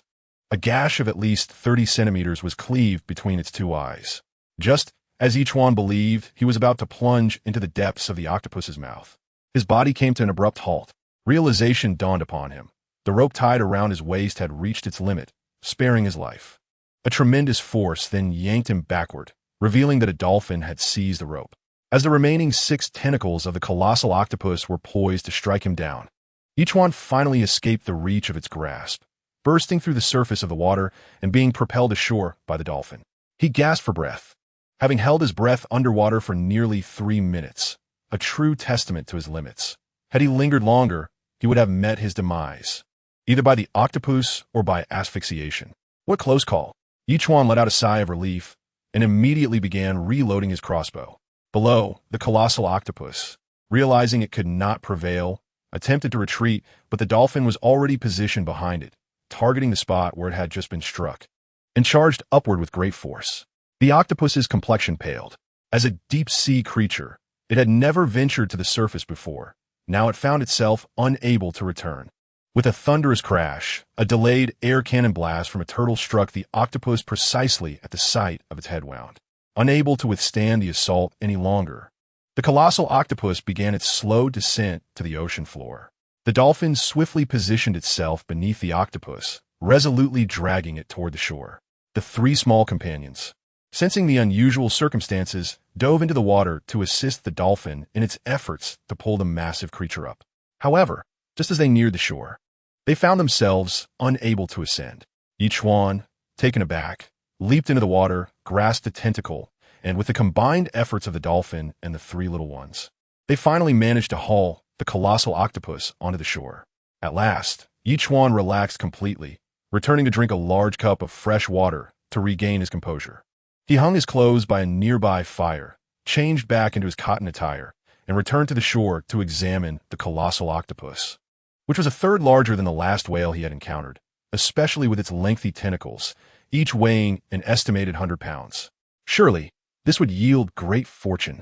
Ye Chuan murmured to himself, hesitating not a moment before employing a cutting device to slice the colossal octopus into thousands of pieces, each weighing 500 grams, promptly listing them for sale. Much like tea, it could be exchanged for various resources, and possessing rare items could yield even greater returns. The public chat room erupted with excitement. Incredible! Someone is selling octopus meat in the trading interface, and it appears there are thousands of portions. What colossal octopus could this be? I too have observed this phenomenon. I suspect it to be a colossal octopus. It is rather peculiar that such a creature, typically residing in the abyssal depths of the ocean, was captured by that individual and subsequently sliced for sale. This matter does not pique my curiosity. Instead, my mind is consumed by the thought of grilled squid. It has been over a month since I last indulged in that delicacy, which I believe must be truly delectable. Alas, I am currently troubled by the lack of water and sustenance.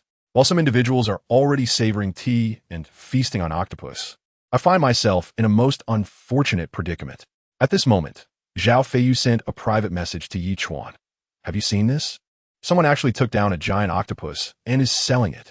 Ye Chuan slightly curled his lips and replied, "It was I who sold it. That octopus was causing me trouble, and I inadvertently ended its life." What? Zhao Feiyu responded with a flurry of astonished emojis. The deep-sea giant octopus, often referred to as a monstrous entity of the abyss, is an exceedingly fearsome creature. It is said that even a medium-sized sailing vessel could be engulfed by it. What method did this individual employ to vanquish such a creature and haul it ashore, considering it weighs thousands of pounds? It has become second nature to me. Ye Chuan, repeat. I have previously dealt with sharks and orcas. Suddenly, the giant octopus seems almost trivial. Impressive.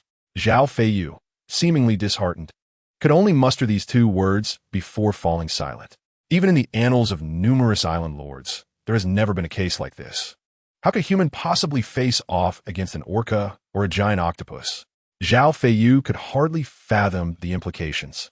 Brother, I have something that will surely pique your interest. At that moment, Ye Chuan noticed another private message. It was from Wang Sanrui. Come take a look. Ye Chuan promptly replied. However, I wish to know the origins of your tea leaves and how you acquired that giant octopus. Wang Sanrui responded. Presently, Wang Sanrui lacked for nothing and merely sought steady progress. He felt he stood out among the millions of novice island lords. Yet, upon discovering that the seller of both tea and octopus was the same individual, his composure began to falter. It is of no concern to you. Ye Chuan replied without hesitation. I possess an island expansion card that can increase the area by 500 square meters. Wang Sanrui replied immediately. Do you possess such a rare item merely to exchange for those two pieces of information? Ye Chuan responded, I know who you are, yet I cannot shake the feeling that you would not be so generous. My island spans over 200 square meters. I am not in a hurry to expand. Wang Sanrui replied. However, I am quite intrigued by the two items you possess. Very well, let us trade. I shall divulge the information. Ye Chuan replied decisively. The two proceeded with the transaction, and Ye Chuan quickly responded. The tea leaves are sourced from an ancient tea tree that grows on my island. I merely need to produce a cast iron pot blueprint to process the leaves. As for the octopus, it was already deceased, having been dragged ashore by a dolphin. Indeed, fortune can smile upon a person in the most unexpected ways. Now I understand. Wang Sanrui emitted a frustrated expression, only to strike his fist against a nearby table. He had anticipated receiving some valuable information, yet it appeared that the other party relied solely on luck. After pondering for a moment, Wang Sanrui inquired once more, would you be interested in becoming my subordinate island lord? I can offer you an abundance of unexpected resources. Ye Chuan merely glanced at the message before dismissing it entirely. Only a fool would agree to become your subordinate island lord. Congratulations, host, on your first successful hunt of a high-level marine creature. You have been awarded a lucky gift pack. Would you like to open it? Just as Ye Chuan contemplated stepping outside for some fresh air, the system's mechanical voice suddenly echoed in his mind. Chapter 65. Constructing a wind turbine. Watching television? A high-level marine creature? Ye Chuan's expression shifted. However, upon reflection, it made sense. When he had previously defeated that orca, the sea turtle and dolphin had not yet reached level 6. Yet, it did not seem particularly challenging at the time. Now, facing this colossal octopus, even with both of them at level 6, it would still be quite an arduous task to defeat it. Indeed, it should be classified as high level. Open, he declared with a smile. Successfully opened.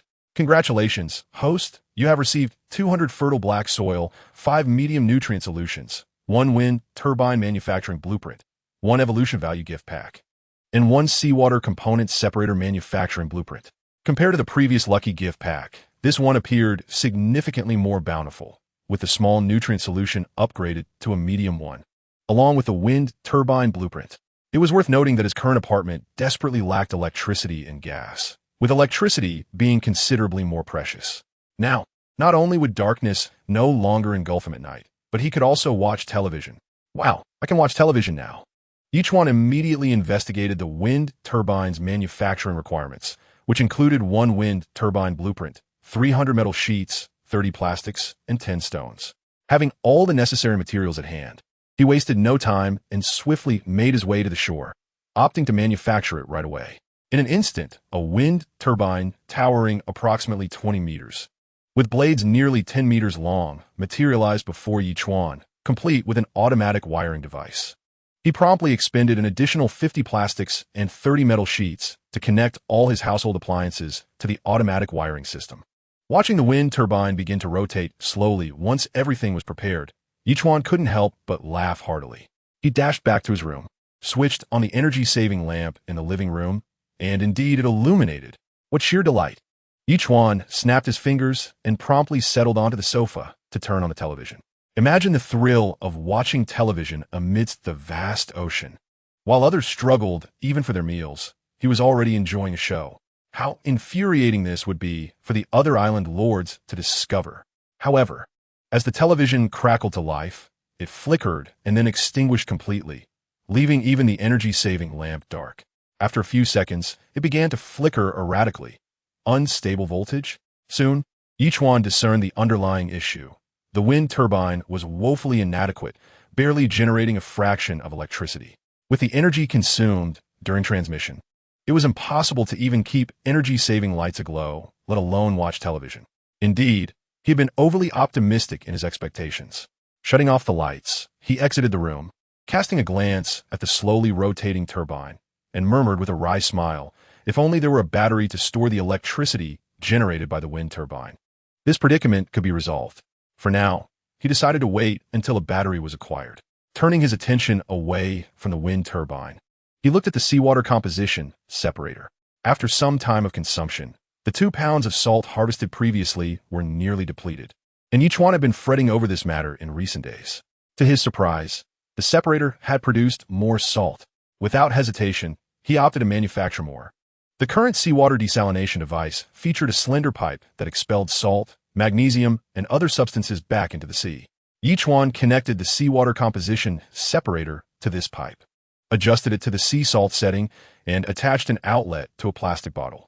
Consequently, sea salt would continuously accumulate in the mineral water bottle, allowing him to collect a bottle in approximately 4 to 5 days. Not only would this satisfy his own needs, but he could also exchange any surplus sea salt for other resources, thereby inadvertently opening yet another avenue for profit. How delightful. Having completed these tasks, he noted that it was already noon. Ye Chuan promptly took out several pieces of octopus and began preparing grilled octopus. Soon, the enticing aroma wafted across the entire island, drawing the attention of 3 little creatures who were examining the wind turbine. They scampered over, chirping excitedly at Ye Chuan. "Don't rush. You'll get a taste shortly," he said with a beaming smile, quickly grilling several pieces and tossing one to each of the 3 little ones before savoring one himself. "Delicious. Truly. The quality of this marine delicacy is extraordinary. The meat is firm and incredibly flavorful, far superior to the street-side grilled octopus by several times. As the saying goes, joy shared is joy doubled." Ye Chuan continued grilling, preparing 5 more pieces to share with Lu, Yi, and the others. "Here, try some. Although it may not be the authentic teppanyaki, I believe my skills are quite commendable." "Brother, this is not merely commendable. You are a culinary genius reborn," Blueberry Jum exclaimed, sending a flurry of thumbs-up emojis. "I'm almost in awe of you. You should be my idol for life, hee. With such playful banter. They should quickly enjoy the teppanyaki before it cools down." Ye Chuan rolled his eyes. "I'll go prepare some goat milk. You'll have a cup soon." "Thank you, big brother." Blueberry Jum replied promptly. The others expressed their gratitude as well. Ye Chuan contentedly enjoyed the grilled octopus while heading to prepare fresh goat milk. Upon returning, he checked the public chat room. The temperature seems to have stabilized between 0 and 1 degree below. However, I wonder if it will drop further. Moreover, the shark school has vanished. Has anyone else noticed? However, I believe it is prudent for everyone not to let their guard down. After all, the presence of such a colossal octopus suggests that formidable marine creatures are actively roaming the surface. One should exercise caution while resting, lest they be dragged into the depths by a sea serpent or similar beast. Goodness, my friend, must you speak so ominously? I find myself involuntarily envisioning such scenarios, imagining being swallowed whole by a sea serpent and then gradually digested. What on earth is wrong with you? It is one thing to conjure such ghastly images in your mind, but to vocalize them is truly revolting. I am free to imagine as I please. What concern is it of yours? Beware, you might find yourself consumed by a sea serpent tonight. It appears there is no useful information to be gleaned. So Ye Chuan chose not to pursue the matter further. He distributed 500 servings of freshly boiled goat milk to each of the 5 individuals, urging them to enjoy it while it was still warm. "My dear fellow, since becoming your subordinate island lord, I have provided you with numerous offerings. Yet I find myself merely partaking of your provisions." Lu Shuai, surprisingly, felt a twinge of embarrassment. "Fear not, for once the 6-month probationary period concludes, I shall ensure my family provides you with substantial support. Even if you do not offer me anything, your resources still yield 1/3 to me." Ye Chuan sent a laughing emoji, indicating that Lu Shuai's display of loyalty seemed a touch premature. Lu Shuai's lips curled in a slight grimace, betraying his awkwardness. Meanwhile, Zhao Feiyu, without uttering a word, placed an item into the trading slot, catching Ye Chuan off guard. Chapter 66. Leveling Up Lu Shuai's Gratitude. Zhao Feiyu had, astonishingly, gifted himself an island area expansion card. Ye Chuan inquired, "Do you comprehend the significance of this card? It can expand the island's area by approximately 500 square meters. And you wish to bestow it upon me? I have long benefited from your generosity. It seems you are more deserving of it than I," Zhao Feiyu replied. "Besides, this was obtained from a supply crate, and I'm certain more will be found in the future. For now, I have no use for it. I believe it would be better utilized by you. I possess another and used card as well." Ye Chuan continued to refuse, adding, "To be candid, the island area obtained possesses evolutionary capabilities, potentially attracting wildlife. Given your skills, you could surely hunt without allowing your talents to dull." "Very well, I shall temporarily accept it." Zhao Feiyu conceded. "When you next manage to catch something, you must not decline." "Agreed," Ye Chuan replied with an emoji, concluding their conversation before consuming the 500 servings of goat milk and exiting the room. Upon opening the evolution value package, he received 1,000 evolution points, bringing his total to 13,000 points after accounting for the days of accumulated sign-ins. Ye Chuan contemplated for a moment, deciding to allocate 500 evolution points to the dolphin. Its body began to gradually enlarge, prompting Ye Chuan to examine the dolphin's information panel. Name: Dolphin Friendliness, 100 level, 7 evolution points, 4,000 skills, Sonic Disruption Beginner, Absolute Impact Beginner, Talent, Deep Dive, 800 meters. Note: Absolute Impact allows the dolphin to attack with its head, with a collision force equivalent to 900 pounds. As before, the enhancements to both the Deep Dive and Absolute Collision have been substantial. However, these two improvements alone suffice. After all, the deeper the dolphin dives, the greater the likelihood of discovering resources. Initially, a force of 600 pounds could influence a giant octopus. Now, with a force of 900 pounds, it is likely that just a few collisions would send it fleeing, would it not? Upgrade completed. Congratulations, host. Your contracted beast has reached level 7 and received an upgrade package. Would you like to open it? The system's voice interrupted my thoughts. Open. Replied Ye Chuan. Opening upgrade package. Please wait. Congratulations, host. You have received 1,000 growth points, 10 white buns for citrus levels, and 1 island area expansion card. Excellent. I've also obtained an island area expansion card. Ye Chuan's expression brightened as he took the expansion card into his hands to admire it. Currently, this card would allow for an expansion of 500 square meters of island area. However, given the already vast expanse of his island, and the potential for further leveling up the turtle, he did not feel particularly excited about the card. After some calculations, Ye Chuan realized that if he were to elevate all 3 of the little creatures simultaneously, it would leave him unable to upgrade the turtle. Having previously prioritized the little ones, this time Ye Chuan decided to grant the opportunity to the turtle first. Thus, he allocated 7,000 evolution points to the turtle, and gradually, the turtle's size began to increase. Ye Chuan immediately glanced at the turtle's information panel. Island Master. Ye Chuan type. Sea turtle level. 7,080,000. Skill. Water bomb. Intermediate. Talent. Longevity. Rapid healing upon reaching level 7. The only change was an increase in size. Nothing else had altered, and the water bomb skill remained at the intermediate level. Ye Chuan speculated that perhaps upon reaching level 10, both skills and talents would undergo a qualitative transformation. For now, Ye Chuan set this aside when a thought struck him, prompting him to inquire, "System, if I use the island area expansion card?" Attention, host. Please exercise caution when using the island area expansion card, as it may result in unknown changes to the island. Before he could finish his question, the system interrupted with a warning. Ye Chuan was momentarily taken aback. The system had issued a warning just as he was contemplating the card. This was the first time since binding to the system that such a thing had occurred, indicating that he could not utilize the island area expansion card.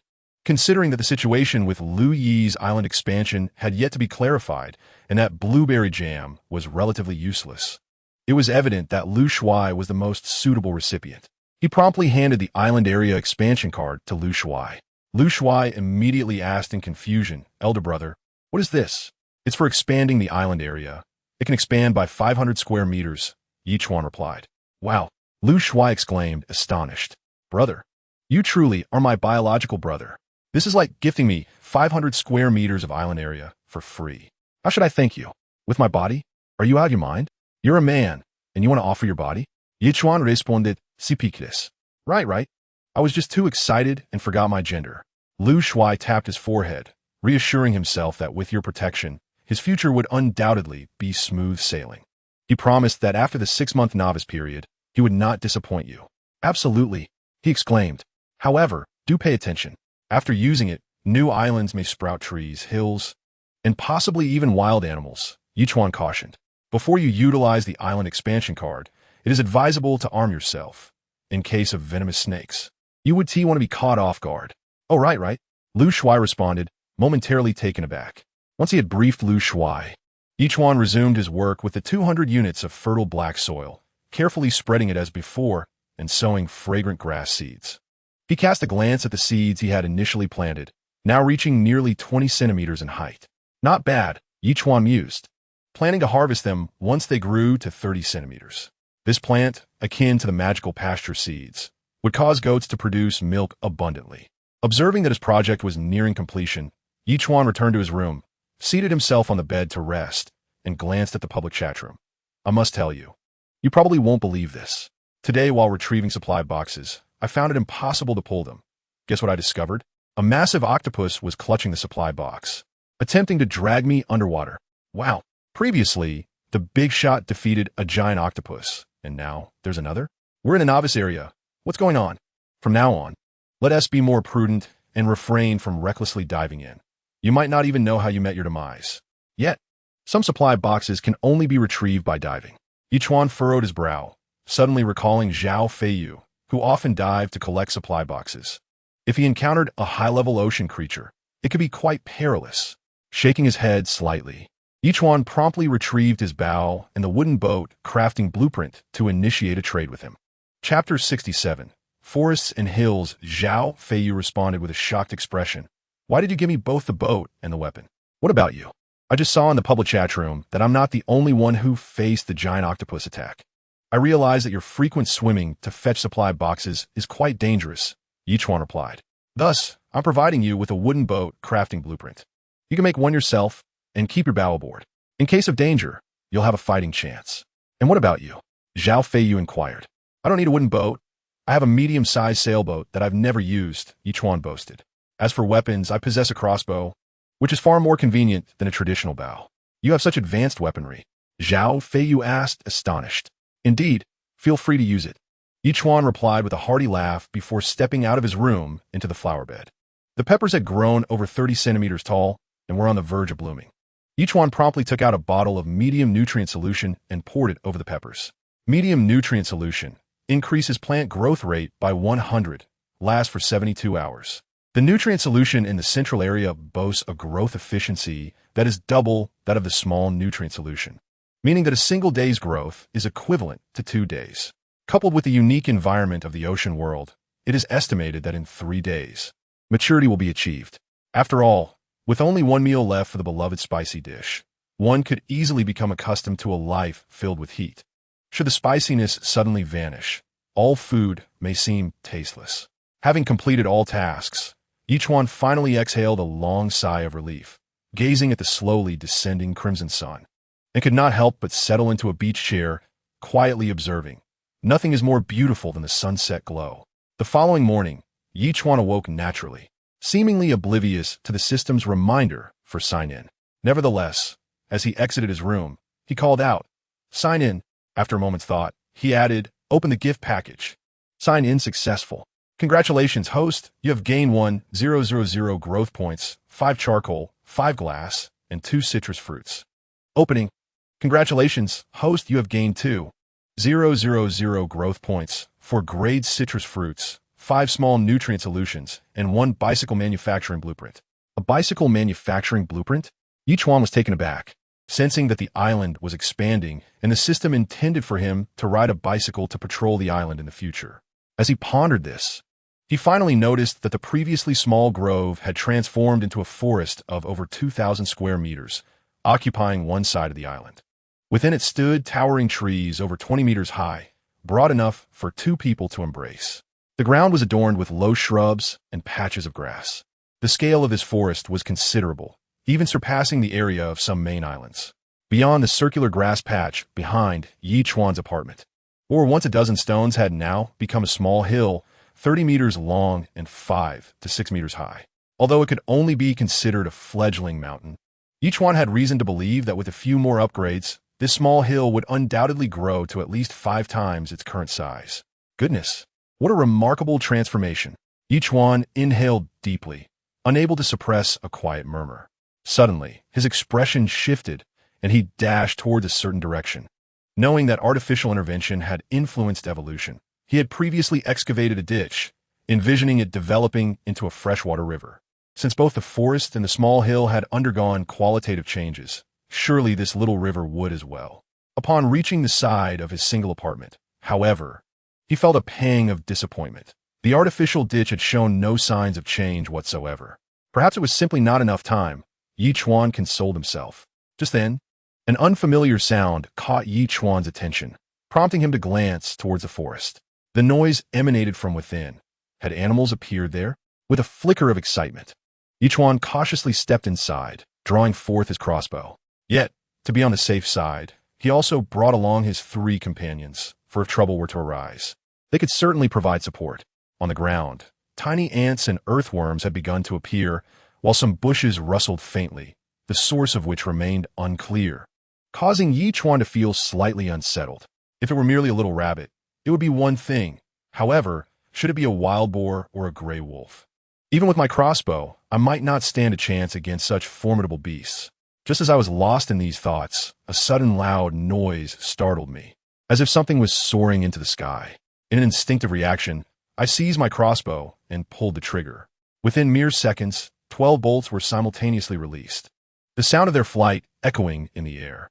After several seconds, a wild chicken fell to the ground, having been struck by one of the arrows, lifeless upon impact. Who would have thought a wild chicken would appear? A flicker of excitement crossed my face as I rushed to retrieve the bird. Finally, I could enhance my meal this noon. It had been far too long since I had savored a proper meat dish, and the mere thought brought me joy. Stepping out of the woods, I swiftly prepared the wild chicken, submerging it in fresh water, anticipating a delightful barbecue later.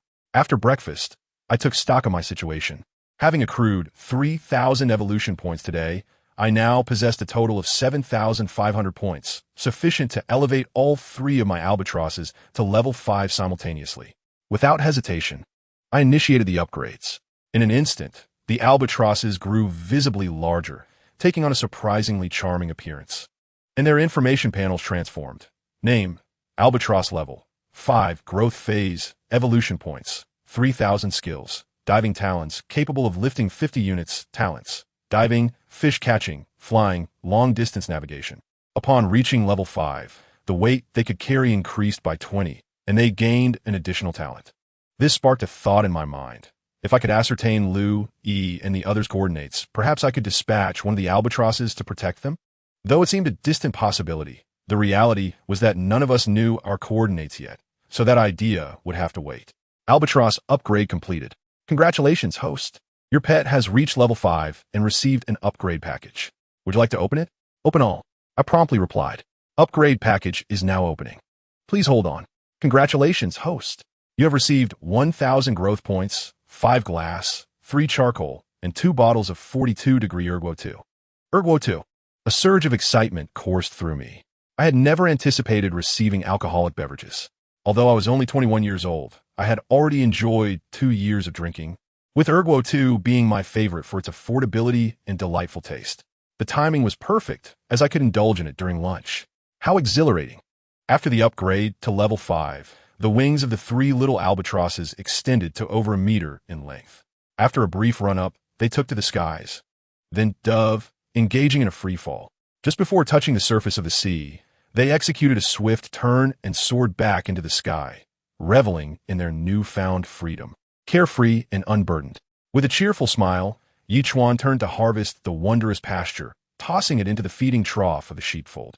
He then crafted a bicycle, surprisingly fitted with rubber tires, impervious to nails and sharp stones. Riding, it was a swift delight, allowing him to circle the 7,000 square meter island in mere minutes, indulging in the exhilarating thrill of speed. Noticing the time, Ye Chuan promptly began roasting a wild chicken while tossing a handful of dried fish to the three little companions who had grown weary. As the moment approached, he sent a message to Zhao Feiyu. Do you drink? I'm from the military, so I generally don't drink, Zhao Feiyu replied. What about outside of principles? Ye Chuan inquired again. I absolutely love drinking, Zhao Feiyu responded eagerly. Great. Ye Chuan then posed the same question to Lu Shuai, receiving a similar answer. Accompanied by a playful rebuke, Brother, tell me, if you don't drink, can you still call yourself a man? Without hesitation, Ye Chuan distributed half a kilogram of liquor and a pound of wild chicken to each of them, prompting the two to leap up in excitement. Zhao Feiyu was particularly elated. Brother, I can hardly express my gratitude. You managed to procure alcohol, and you're willing to share it with me. That is a treasure out here at sea. Even the finest things lose their allure when savored alone, Ye Chuan replied. Though we may be apart, sharing a drink simultaneously is indeed a delightful affair. Well said. I'll drink to that, Zhao Feiyu responded immediately. Brother, you are truly like a blood relative to me, Lu Shuai remarked, almost moved to tears at the sight of the food and drink. Just as he was about to express heartfelt sentiments, Ye Chuan interrupted. Could you refrain from repeating those sentiments daily? I'm beginning to tire of it.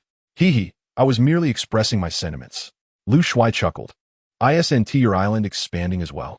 In a few days, you might explore it and discover surprises, Ye Chuan added, leaving one chicken leg behind while sharing another with Lu Yi.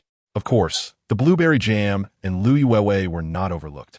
The three women reacted with even greater enthusiasm than the two men, particularly the blueberry jam, whose excitement would likely have caused Ye Chuan to hear her ecstatic screams if there had been voice communication. After responding to the three women, Ye Chuan settled onto a beach chair outside, sipping on a drink while gazing at the distant scenery. What a refreshing experience it was. Meanwhile, several hundred nautical miles away, a small island was approached by a boat. A man aboard, dark and thin, nearly described as skin stretched over bone, possessed piercing eyes that glimmered with a hint of malice, sending shivers down one's spine. Upon spotting the island, his expression shifted dramatically. He leapt up in disbelief at the sight of the devastated land, unleashing an enraged roar. Ye Chuan, I will kill you. I will kill you. This man was indeed the long-absent Lung Feng. In his quest to escape Ye Chuan's control, Lung Feng had drifted for nearly 2 weeks, ultimately binding himself to 3 subordinate island masters and successfully shedding his identity as a subordinate island master. This filled Cold Blade with an exhilarating thrill.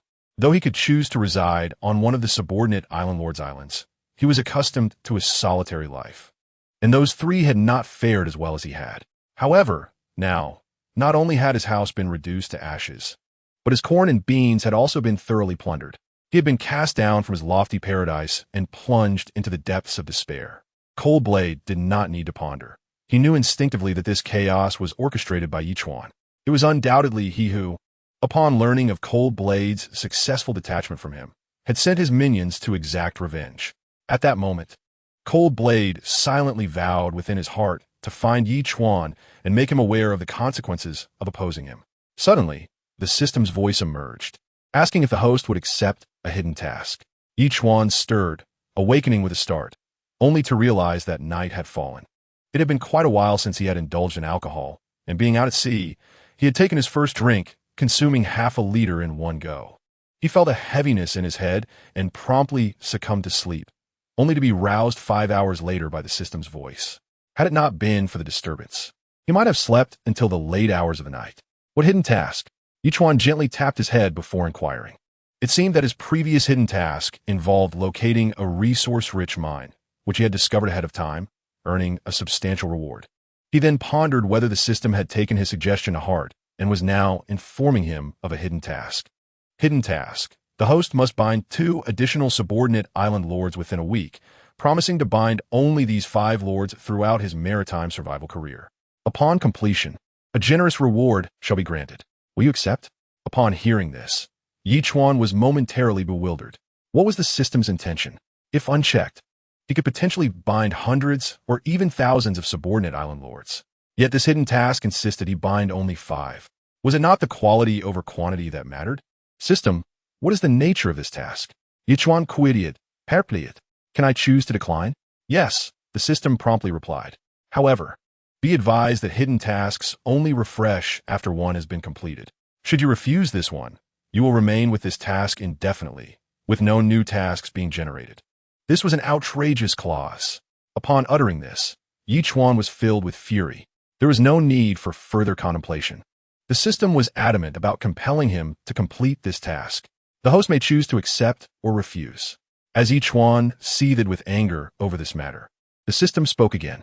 Good heavens, not only is there such a daunting task, but it also pressures me to make an immediate choice. Ye Chuan was taken aback, left speechless. Chapter 69. Trading for a thermostat. Is it going to snow? Initially, Ye Chuan intended to forego the task. However, upon reflection, he realized that declining this hidden task would result in a significant loss. Moreover, acquiring a few hundred or even 1,000 ordinary island masters pales in comparison to securing just one esteemed island master. Currently, I possess 3 distinguished island masters. By recruiting merely 2 more of high caliber, I could amass a force equivalent to 1,000 troops. According to the system's assessment, these esteemed island masters possess the potential to form formidable fleets, which implies that they are backed by powerful families. Hence, it is likely that there exists a plethora of venerable island masters beyond just one. Thus, while I have merely bound myself to 5 distinguished island masters, the extent of their formidable counterparts remains uncertain to anyone. Of course, this does not apply to blueberry jam. With this thought in mind, Ye Chuan promptly responded, "Accepted." Detection indicates that the host has accepted a hidden mission. Please complete it expeditiously. The system promptly replied. Note, Zhao Feiyu is a distinguished island master. Completion is imperative, and it must be swift. Ye Chuan retorted with a hint of annoyance. However, he did not concede that he was being led by the system. Rather, he considered it a maximization of benefits in order to secure the forthcoming hidden mission. As for Zhao Feiyu, as recommended by the system, Ye Chuan had no intention of inquiring further, for he was a representative of the state, and his future endeavors would not reflect upon himself. It was wiser to avoid any entanglements. Stretching lazily, Ye Chuan immediately set about his task, once again preparing teppanyaki, but this time accompanied by steamed buns, distributing 1 teppanyaki octopus and 1 bun to each of the 5 individuals. Today, we have steamed buns. Let us savor their flavor. Brother, amidst this vast oceanic expanse, I find myself feeling as though I am basking in the company of the affluent. I might just become plump. Liu Yu de market, sandinga seye emoji. Encountering you has truly consumed all the good fortune of my lifetime. Your words sound rather like a confession of affection. Ye Chuan replied, sending a playful emoji in return. Really? Over 1,000 seas away, Liu Yi's cheeks flushed crimson as she quickly responded. Isn't this merely a jest between friends? Ha ha ha. Ye Chuan replied with a flurry of laughter emojis. All right, let us eat. This dish will lose its appeal if it gets cold. As he spoke, he replied to the rest of the group, all the while dining and perusing the public chat room. I wonder if you have noticed that the temperature seems to have dropped at least 2 degrees in the past few days. Aside from our winter clothing, I think it would be prudent to procure a tent or some form of shelter. I have a tent. As for a house, that is something only the big shots can manage. We shouldn't overthink it. I just hope our crops don't perish. The temperature is simply too low. None of US can say for certain. It seems to be yet another test from the oceanic realm. As for how low the temperature may ultimately fall, that remains unknown. Damn it. Wouldn't it be better if it just led to our demise? I possess the blueprint for a thermostat. Does anyone desire it? Ye Chuan furrowed his brow, having not previously noticed the temperature drop. Upon seeing the individual offering the thermostat blueprint, he immediately sent a private message. Friend, I am quite interested in your thermostat blueprint. What would you desire in exchange? Winter clothing, food, water. The response came almost instantaneously. I offer you a set of cotton clothing, 5 octopuses, and 1 freshwater exchange. After a brief pause of 4 to 5 seconds, Ye Chuan responded, agreeing to the trade. Certainly, came the instantaneous reply. Ye Chuan promptly placed the worn cotton attire, along with the octopus meat and freshwater, into the trade slot, successfully completing the transaction. He immediately began to explore the construction of a thermostat, which required a thermostat blueprint, 30 metal sheets, 20 glass pieces, and 10 plastic units. To Ye Chuan's astonishment, this thermostat did not necessitate electricity. Rather, it functioned through a winding mechanism. With every 1,000 turns, it could emit heat for 10 continuous hours, maintaining a temperature of approximately 1 degree Celsius across 100 square meters. In order to prevent the temperature from dropping further that night, Ye Chuan wasted no time and began winding the device. Fortunately, the resistance was not particularly significant, and with his enhanced physique, this task was almost as effortless as relieving oneself. In just over half an hour, he completed 1,000 rotations. Once the sky had fully darkened, he carefully positioned the device among several flower beds, and the surrounding temperature gradually began to rise. Ye Chuan gazed into the distance, squinting slightly as he noted the absence of stars that evening. However, he did not dwell on this peculiarity.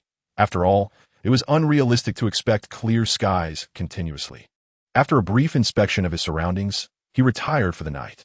Host has not yet checked in. Would you like to check in? In a drowsy state, Ye Chuan heard the system's prompt, opened his sleepy eyes, and declared check-in. Check-in successful. Congratulations, host. You have received 1,000 evolution points, a greenhouse blueprint, and a feather fragment. Note, 3 feather fragments can be exchanged for 1 angel feather, which may lead to unexpected occurrences upon use.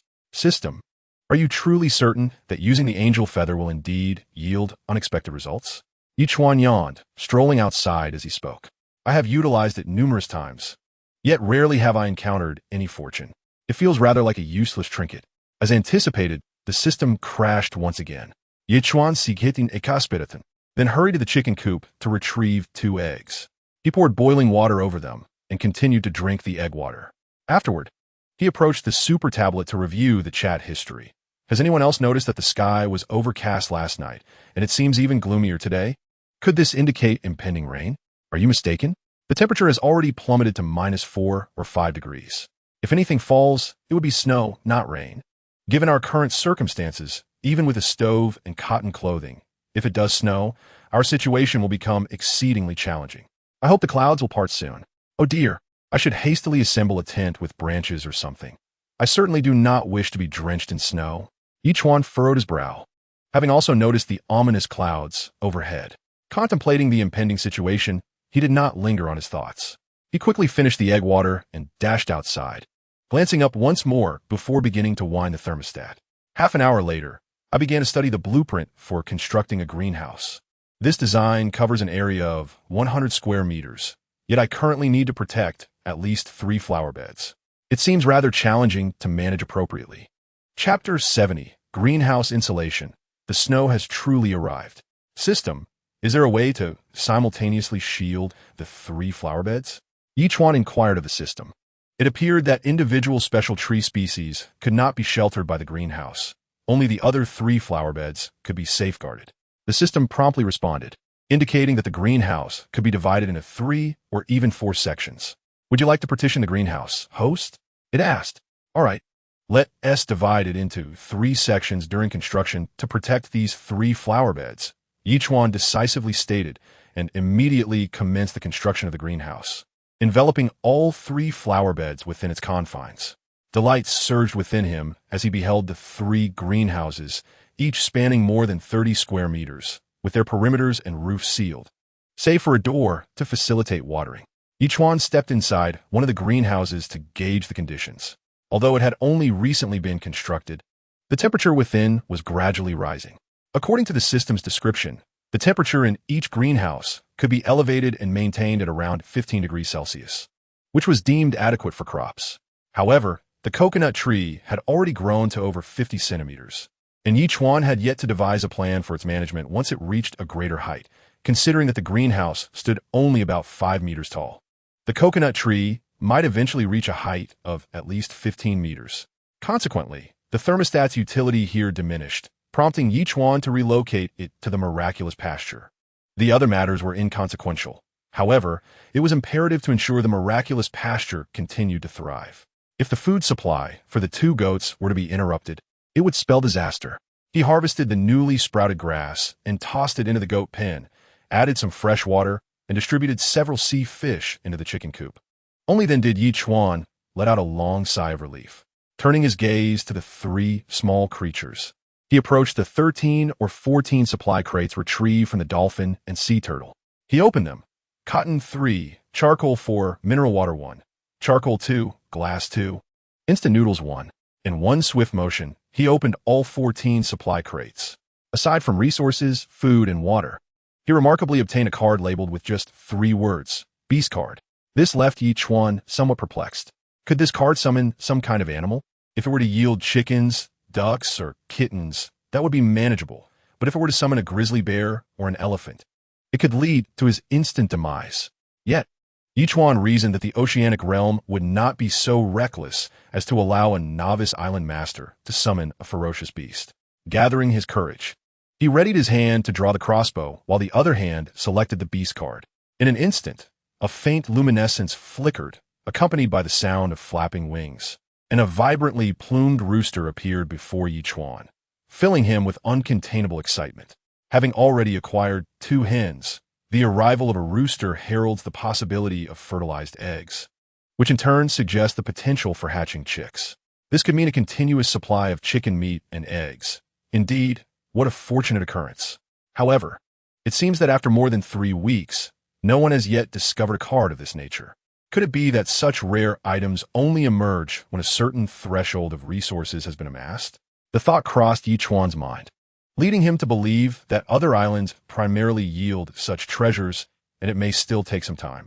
Upon placing the rooster in the chicken coop, it immediately strutted around like a king, while the 2 hens observed without any sense of territorial infringement, even following the rooster closely. This instinctive dominance of the rooster over the hens eased Ye Chuan's concerns. He had feared that the introduction of a new member would lead to chaos. But the outcome was unexpectedly harmonious. After completing these tasks, Ye Chuan returned indoors, took a sip of water, and began to peruse the messages in the public chat room. The weather had indeed turned colder.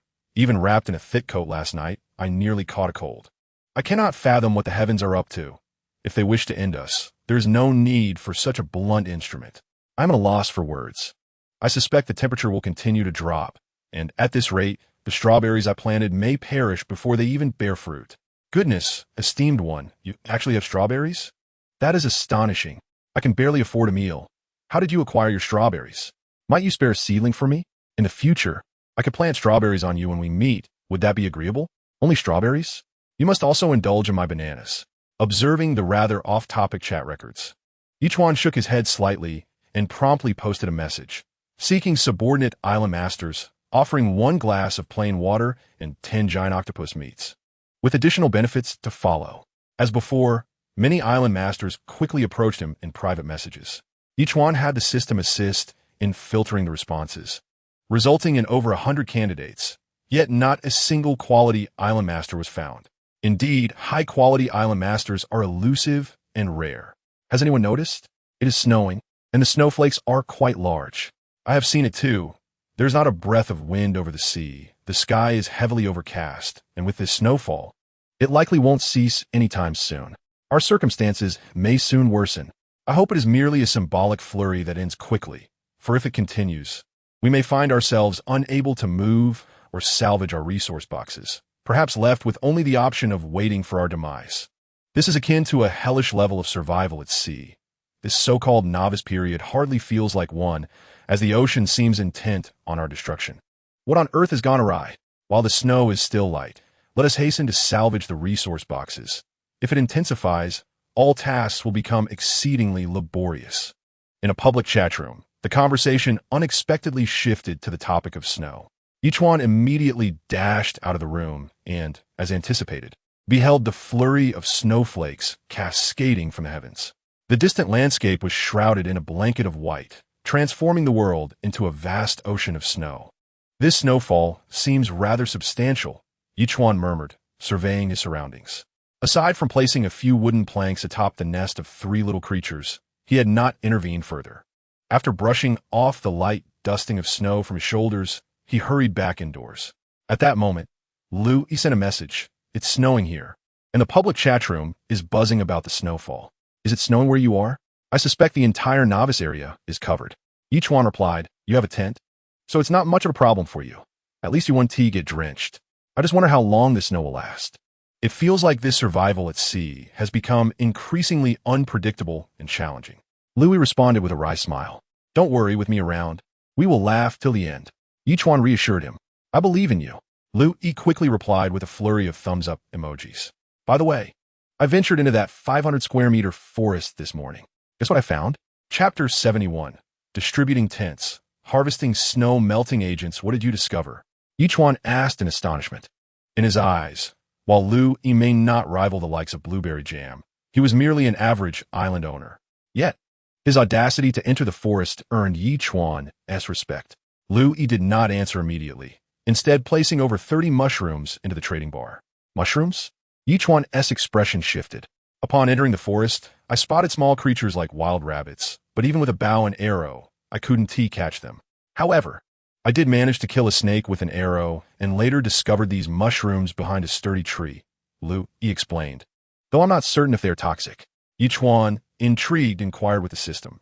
The system promptly responded.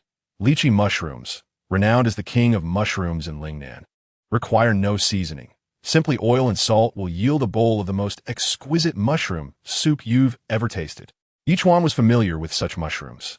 In the year 2333, wild varieties were nearly extinct, and even cultivated ones commanded prices exceeding 1,000 yuan per pound, making them inaccessible to the average person. Naturally, Ye Chuan belonged to that unfortunate group. These are called lychee mushrooms, the epitome of delicacy, he declared, eagerly collecting them.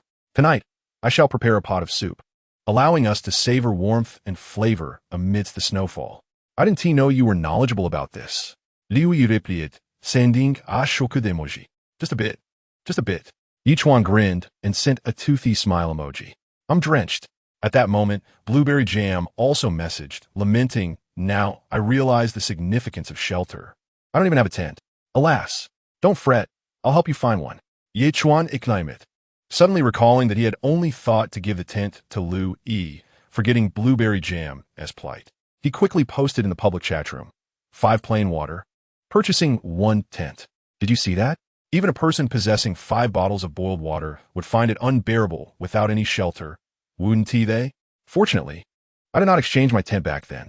Now, nestled within my tent, sipping on boiled water while admiring the snow and engaging in light-hearted banter in the public chat room is simply delightful. In this moment, I feel inspired to compose a verse. 1,000 miles of yellow clouds, the sun obscured. The north wind blows the geese, snowflakes swirl. Do you consider this to be an instance of schadenfreude? Suddenly, a mild commotion erupted in the chat room, and a user named Little Flying Dragon sent a message to Ye Chuan. Hey buddy, I have 2 tents. Can I trade them for 10 bottles of boiled water? I only have 10 bottles of boiled water, and if I give them all to you, what will I drink? Ye Chuan promptly replied, however, I do have 5 pieces of octopus meat. If you agree, I could trade with you. Underneath the heavy snowfall, tents are indeed a scarce commodity. Little Flying Dragon replied with a sigh. How about 10 pieces of octopus meat? Sure. Without further contemplation, Ye Chuan immediately put the water and food up for trade, and the two swiftly completed the transaction. At that moment, the system unexpectedly issued a notification. Little Flying Dragon, quality island owner. Huh? Ye Chuan was taken aback and immediately inquired. System, can you analyze Little Flying Dragon's current resource situation? Weak on the outside, lacking in water and food, the system promptly provided an analysis. A paper tiger? Ye Chuan's expression shifted as he quickly responded. Let us add each other as friends. We might have further dealings in the future. All right. Little Flying Dragon eagerly accepted the friend request. Ye Chuan then traded a tent to Blueberry Jam, who immediately sent a crying emoji. Brother, you are too good to me. I just saw your message about the tent, and I truly don't know what to say. I'm just a mere internet celebrity hiding behind a computer. Don't say that. You have your own value. Ye Chuan replied with a smile, simultaneously gifting a tent to Willow Leaf Weiwei. How did you know I was getting drenched? Willow Leaf Weiwei asked in astonishment. Just a guess, since tents seem to be quite rare. Ye Chuan laughed and replied, hurry and set it up. We don't know how long this snow will last, and you don't want to catch a cold. Thank you so much. Willow Leaf Weiwei nodded repeatedly, responding with joy. A smile unconsciously crept onto Ye Chuan's face as he glanced at the messages in the public chat room before turning to step outside. The snow was falling heavier, blanketing the entire world in a sea of white, visibility barely reaching 10 meters. Ye Chuan quickly instructed the sea turtle to halt its advance, deciding to wait until the snowfall ceased before making further plans. Splash! Feeling as though nothing could be accomplished, Ye Chuan immediately turned back toward his room, but was suddenly startled by the sound of splashing water. He hurried over to find that the dolphin had brought up a supply crate. "Wow, you're really putting in the effort," Ye Chuan exclaimed, grinning. "Dolphin, let's take a break during this heavy snowfall.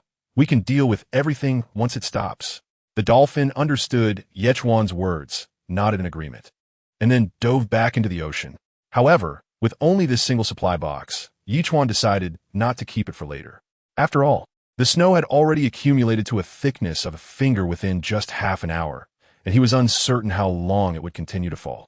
He thought it best to open it now rather than risk losing it in the deepening snow. Without hesitation, Ye Chuan opened the supply box: 3 units of cotton, 2 units of plastic, and 100 units of de-icing agent. De-icing agent? Ye Chuan's expression shifted. He had been troubled about how to clear the snow once it finished falling, and he was pleasantly surprised to find 100 units of de-icing agent. Did this mean the snowfall would persist for quite some time? He promptly returned to his room and distributed 5 units to Zhao Feiyu and the others. Speaking earnestly, this snow may continue for a while, so everyone should be cautious. Once the snow truly stops, apply the de-icing agent onto the snow, and try to conserve it as much as possible. Did you even stock up on de-icing agent? Zhao Feiyu asked, astonished once more. He noticed that no matter what transpired in the ocean world, Ye Chuan seemed to acquire resources or methods to cope with it in advance. Could it be that this fellow had some kind of cheat? I just opened a supply box and happened to find some de-icing agent. Ye Chuan replied with a hearty laugh, attributing his fortune to a benevolent fate. In admiration, Zhao Feiyu could only send a thumbs-up emoji in response. Suddenly, outside, the urgent sounds of 3 little creatures chirping echoed, as if they were confronting something. Ye Chuan's heart tightened. Could it be that some large animal had emerged from the woods, unable to withstand the heavy snowfall? Chapter 72. The 3 birds confront the bald eagle without hesitation. Ye Chuan seized his crossbow and dashed outside, startled by the sight before him. A bird over a meter long, with a black body and wings, and a white head and tail, was facing off against the little creatures. Despite the trio encircling the formidable creature, its piercing gaze and overwhelming presence made even Ye Chuan feel a twinge of apprehension. "System, what is this?" Ye Chuan inquired in a low voice.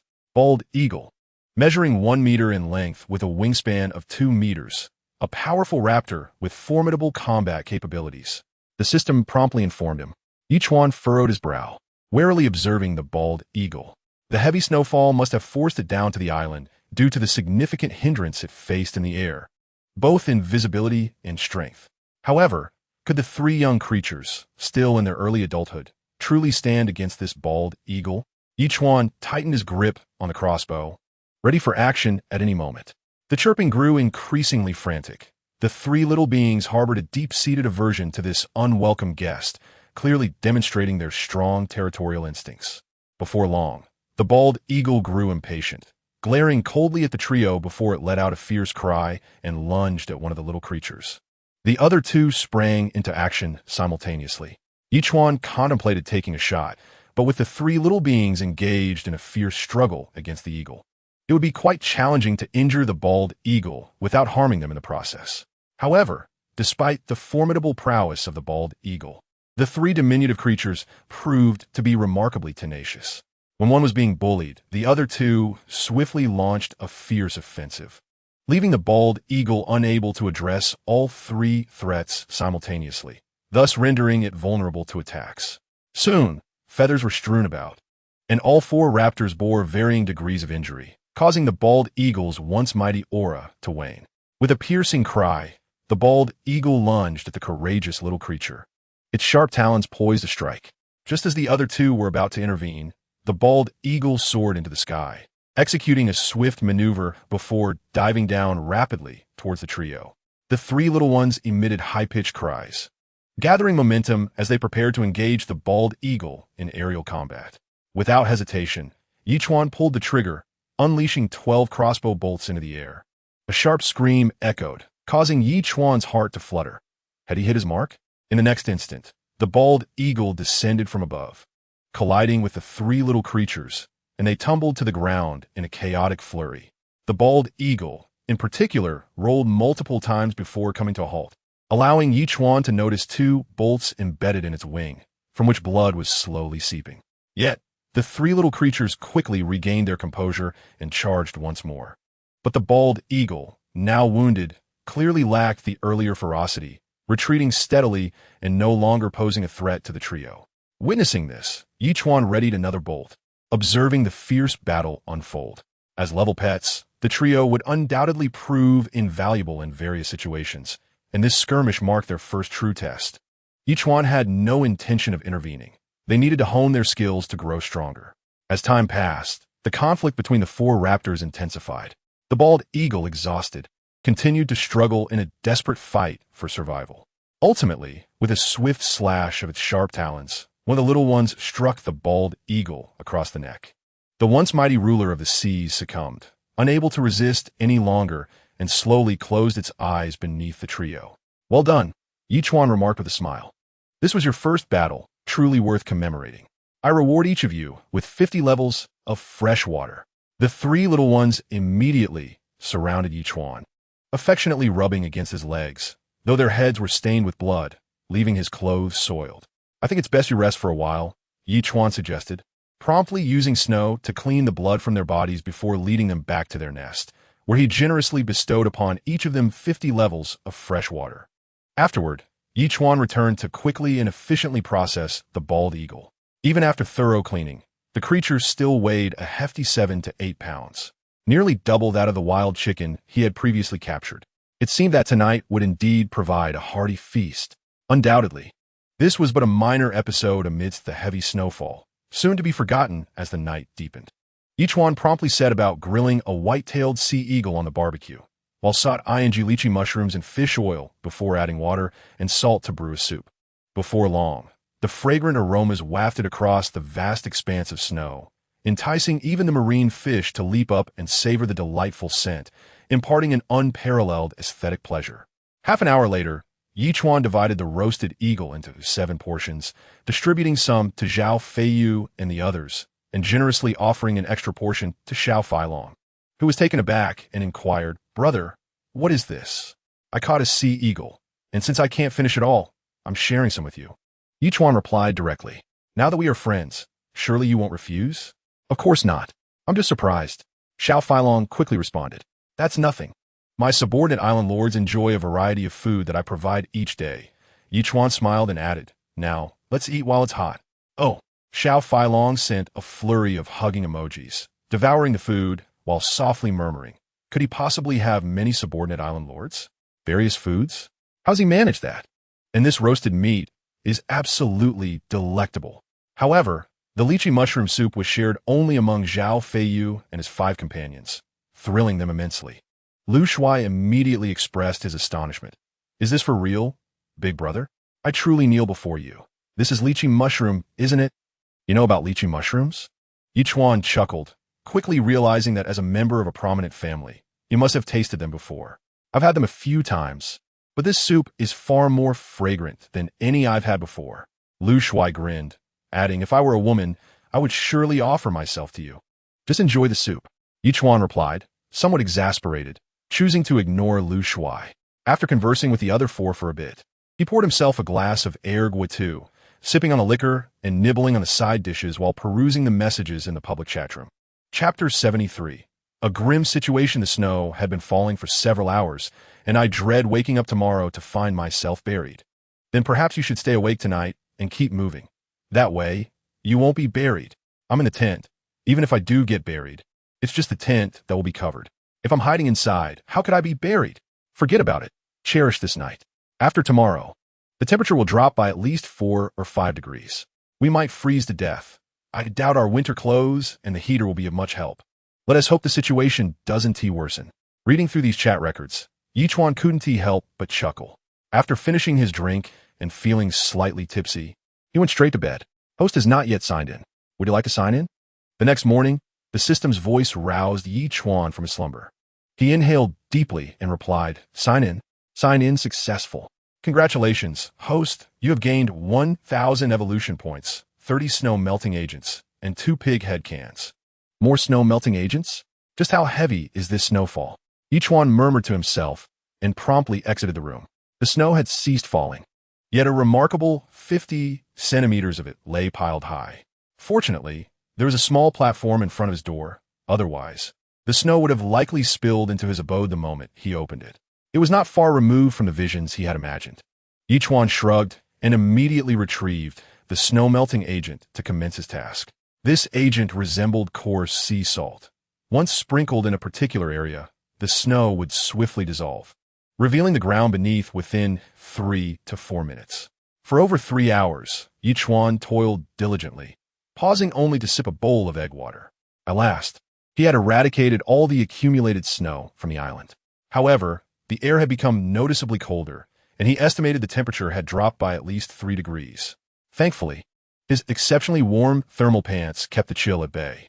After harvesting the miraculous pasture and tossing it into the feeding trough, he stretched languidly before returning to his room to check the public chat room.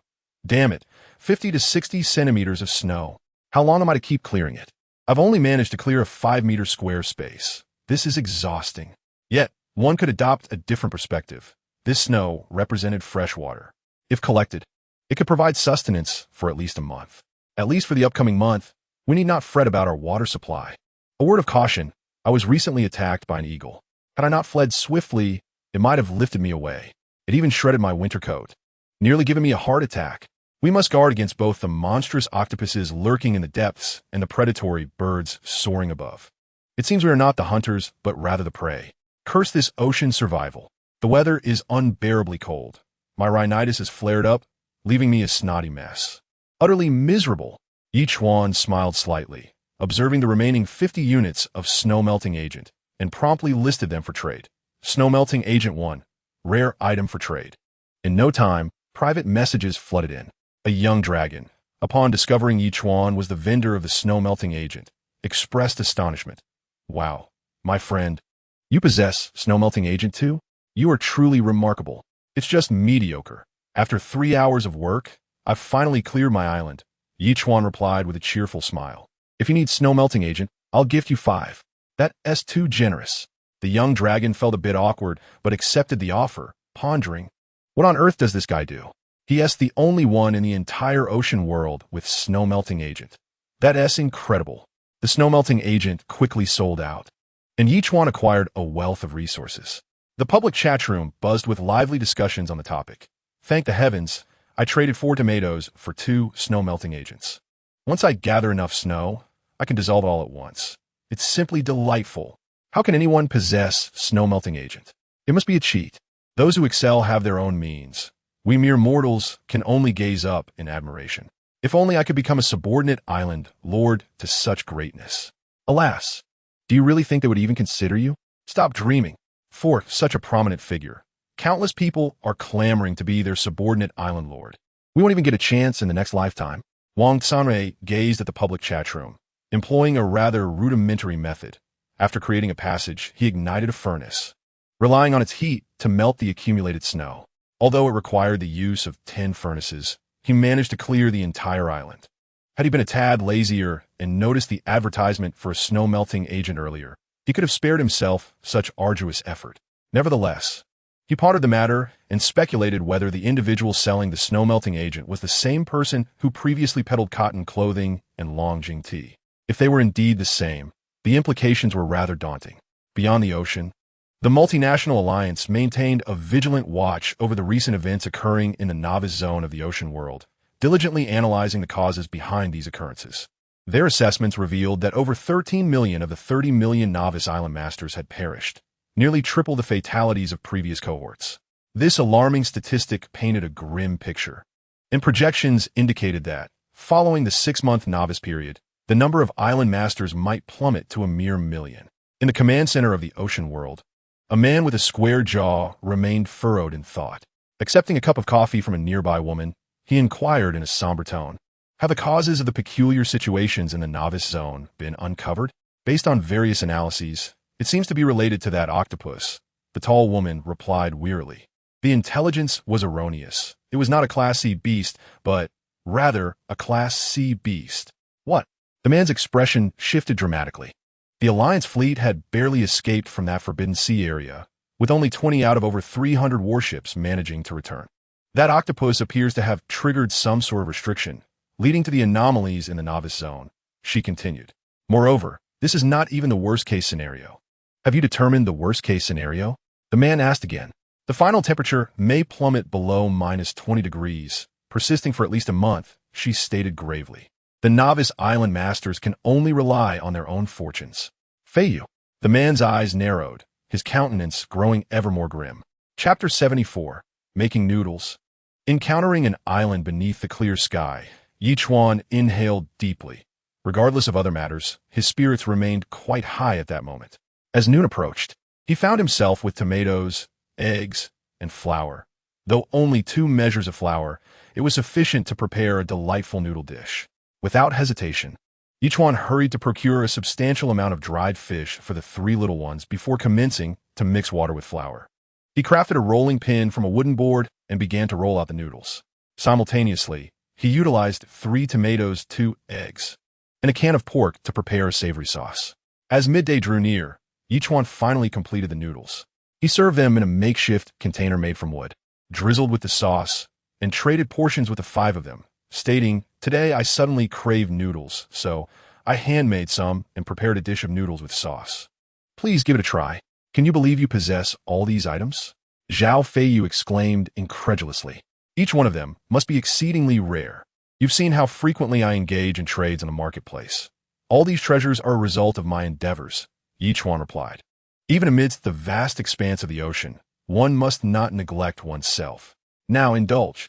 "Thank you." Zhao Feiyu ultimately accepted the offering.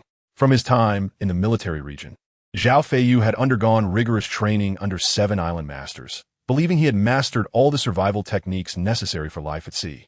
However, after enduring over 3 weeks in this oceanic realm, he realized how brutally unforgiving it could be.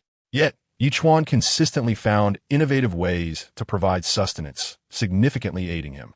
He had every reason to believe that without Ye Chuan's presence, even if he had managed to survive, it would have been an arduous struggle. "Brother, you can even make handmade noodles. This is simply delectable," Blueberry Jam exclaimed, bombarding him with a series of astonished emojis. "I don't care. Once the novice period ends, I must marry you. You are like my reborn parents. Don't you find that statement contradictory?" Ye Chuan replied with a roll of his eyes. "Now focus on your noodles." Blueberry Jam promptly responded with a flurry of grinning emojis. After exchanging a few words with the other 3, Ye Chuan offered the remaining portion of noodles to Little Flying Dragon. "Share these noodles with my subordinate island masters. There's a little left for you." "Wow." Little Flying Dragon quickly responded. "Boss, this is tomato sauce noodles. And there's even pork?" "Indeed, I felt like changing things up, so I made a bowl of noodles." Ye Chuan replied with a smile. "Do you not want any? Shall I take it back?" No. I simply cannot believe it." Little Flying Dragon eagerly accepted the bowl. "This dish reminds me of home, of my dear mother." Enough with the sentimental remarks. Cold noodles are hardly appetizing. Ye Chuan retorted with an eye roll before resuming his meal. However, he too felt a sense of nostalgia, recalling the last time he had enjoyed noodles, which had been prepared by the head of the orphanage. After lunch, Ye Chuan tidied up briefly, then ventured into the flower bed to take a look. The beans and corn had ripened. Although they were not fully mature, enjoying boiled edamame and corn would still be delightful. Dinner is settled. We can finally make a move." Ye Chuan called out to the sea turtle as he exited the flower bed. In Ye Chuan's mind, remaining stationary could pose unforeseen dangers. Only by taking initiative could one seize control of their fate. However, this movement was not without consequence. After traversing more than 20 nautical miles, Ye Chuan stumbled upon a small island, modest in size, approximately 500 to 600 square meters. Yet it boasted little wooden houses and a warehouse, indicating that its inhabitants lived quite comfortably. Initially, Ye Chuan hesitated to intrude, but upon reflection, he considered their encounter a stroke of fate and decided to investigate further, wondering if unexpected treasures awaited him. Meanwhile, the island's residents had already taken notice of Ye Chuan's presence. Suddenly, a colossal figure drifted into view, startling me immensely. I swiftly grasped a multifunctional automatic harpoon, remaining vigilant as I observed this massive island. Ye Chuan soon entered the sight of the island's master, who was smiling and waving, saying, "Hello, leave my island." The woman bellowed fiercely at Ye Chuan. "Otherwise, do not blame me for being impolite. Hey, I've been wandering the seas and stumbled upon your island by chance. Is it necessary to be so aggressive?" Ye Chuan shuruk helplessly. Do you have any food or water? Perhaps I could offer you some. Hasn't the snow on your island melted? Did you use a melting agent? She retorted angrily. What concern is that of yours? She pointed the harpoon at Ye Chuan, declaring, You have 3 seconds to leave, or I will kill you. Are you certain? Ye Chuan inquired with a smile. You. Just as the woman was about to explode, a sudden flurry of sounds erupted as 3 small creatures dove from the sky, seizing her harpoon and ascending into the air. The woman was taken aback, initially intending to resist, but the strength of the small beings was overwhelming. To avoid injury, she reluctantly released her grip when they were just over a meter above the ground, rolling to a stop and gazing at Ye Chuan in bewilderment. Are these your pets? Indeed, I found it rather dull to be alone, so I decided to keep these 3 little companions. Ye Chuan replied with a cheerful smile. Aren't they adorable? Be cautious. The other party is a high-quality island master. Host, please manage this situation carefully. Suddenly, a voice from the system resonated. Wow, is this for real? Am I truly this fortunate? Ye Chuan murmured joyfully, then turned to the woman with a smile. Is there anything lacking on your island? I can assist you. On what grounds? The woman scrutinized Ye Chuan warily, instinctively taking a few steps back. Strictly speaking, every novice island master is a potential rival. After all, the novice zone is limited. Once the novice period concludes, any assistance will undoubtedly ignite a resource competition. Why would someone help you without reason? Fear not. I harbor no ulterior motives. I merely wish for you to become my subordinate island master. Ye Chuan stated directly. On what grounds? The woman's voice sharpened. We can make an exchange. Ye Chuan quickly suggested. You can propose any condition. All right, I haven't bathed in ages. Can you provide me with enough hot water for a bath? She boldly demanded, presenting an almost impossible condition without hesitation. Ye Chuan was momentarily taken aback. If you cannot fulfill this condition, then you should leave immediately, the woman declared, her expression darkening. If I can manage it, will you agree to become my subordinate island master? Ye Chuan pondered, stroking his chin. If you consent, I believe it is not impossible. Indeed, as long as you can accomplish it, I will agree. The woman, Liang Hongying, stated earnestly. I, Liang Hongying, always keep my word and never go back on my promises. All right, then come to my island to bathe. I have a solar water heater, and there is plenty of fresh water. Ye Chuan replied with a smile. You can even bathe for an hour without issue. What did you say? Liang Hongying's expression changed dramatically. What I just said is precisely what you just heard. Ye Chuan remarked, shrugging his shoulders. Please, my 4th subordinate island master. He gestured with an air of gentlemanly grace. Liang Hongying felt conflicted. After all, she was not acquainted with this man. What if he had ulterior motives? Rest assured, if I intended to harbor ill intentions towards you, there would be no need for idle chatter here. Ye Chuan replied nonchalantly. My time is rather precious. With such a statement made, Liang Hongying contemplated and realized the truth in his words. Ultimately, she stepped onto Ye Chuan's island, but as she proceeded, she was taken aback. My goodness. You even have sheep and chickens. Indeed, one must have some hobbies, right? Ye Chuan replied with an indifferent nod. Otherwise, being alone on an island would be quite dull. What is this, a 1-bedroom apartment made of reinforced concrete? Liang Hongying exclaimed, startled once more. This must be a feature of the island. I haven't heard of any island master who could conjure such architectural designs. I consider myself fortunate. It just so happened to manifest, Ye Chuan said calmly. There's even a greenhouse and trees. And look, solar water heaters. Liang Hongying swallowed hard, feeling as if she were in a dream. After more than 3 weeks at sea, this was the first time she had encountered such opulence on an island. Is this survival at sea? This is more like a vacation. All right, you may go in and take a shower now. Ye Chuan said as he led Liang Hongying into the small dwelling. The hot water will last you about 40 to 50 minutes, though there's no soap. Don't worry. I won't peek. Liang Hongying bit her lip, wanting to say more, but Ye Chuan's remark made her pout and turn towards the bathroom. Soon, the sound of rushing water echoed from within. With nothing else to do, Ye Chuan glanced at the public chat room.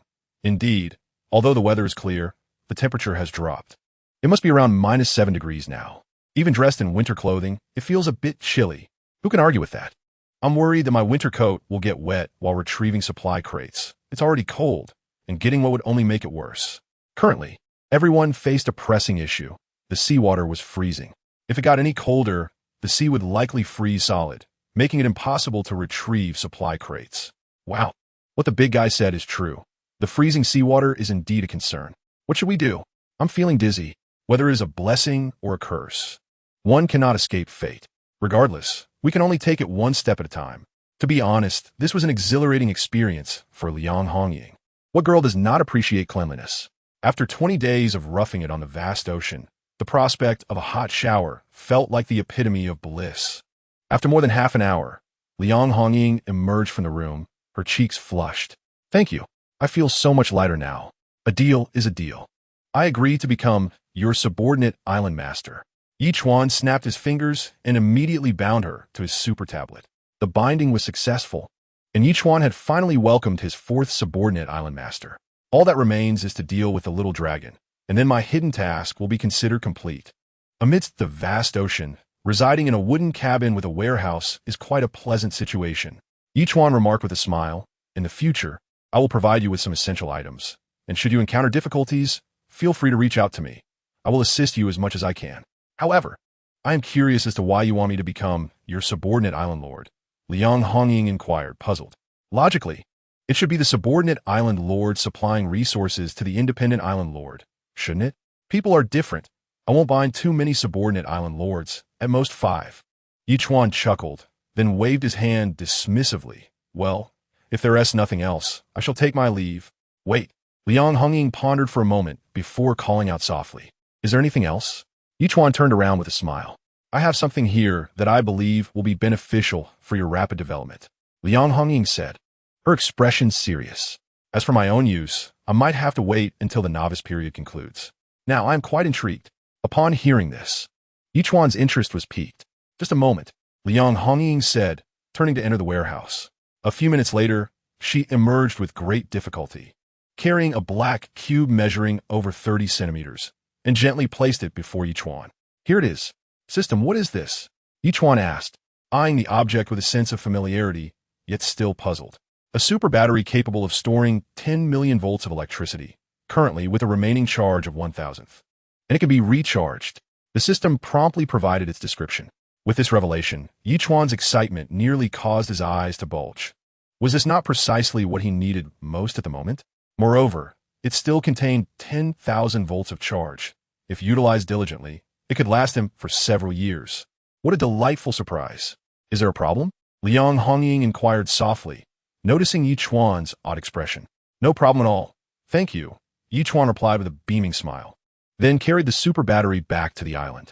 As the island gradually drifted away, Ye Chuan quickly fashioned a groove from stone to place the super battery within, subsequently securing it thoroughly.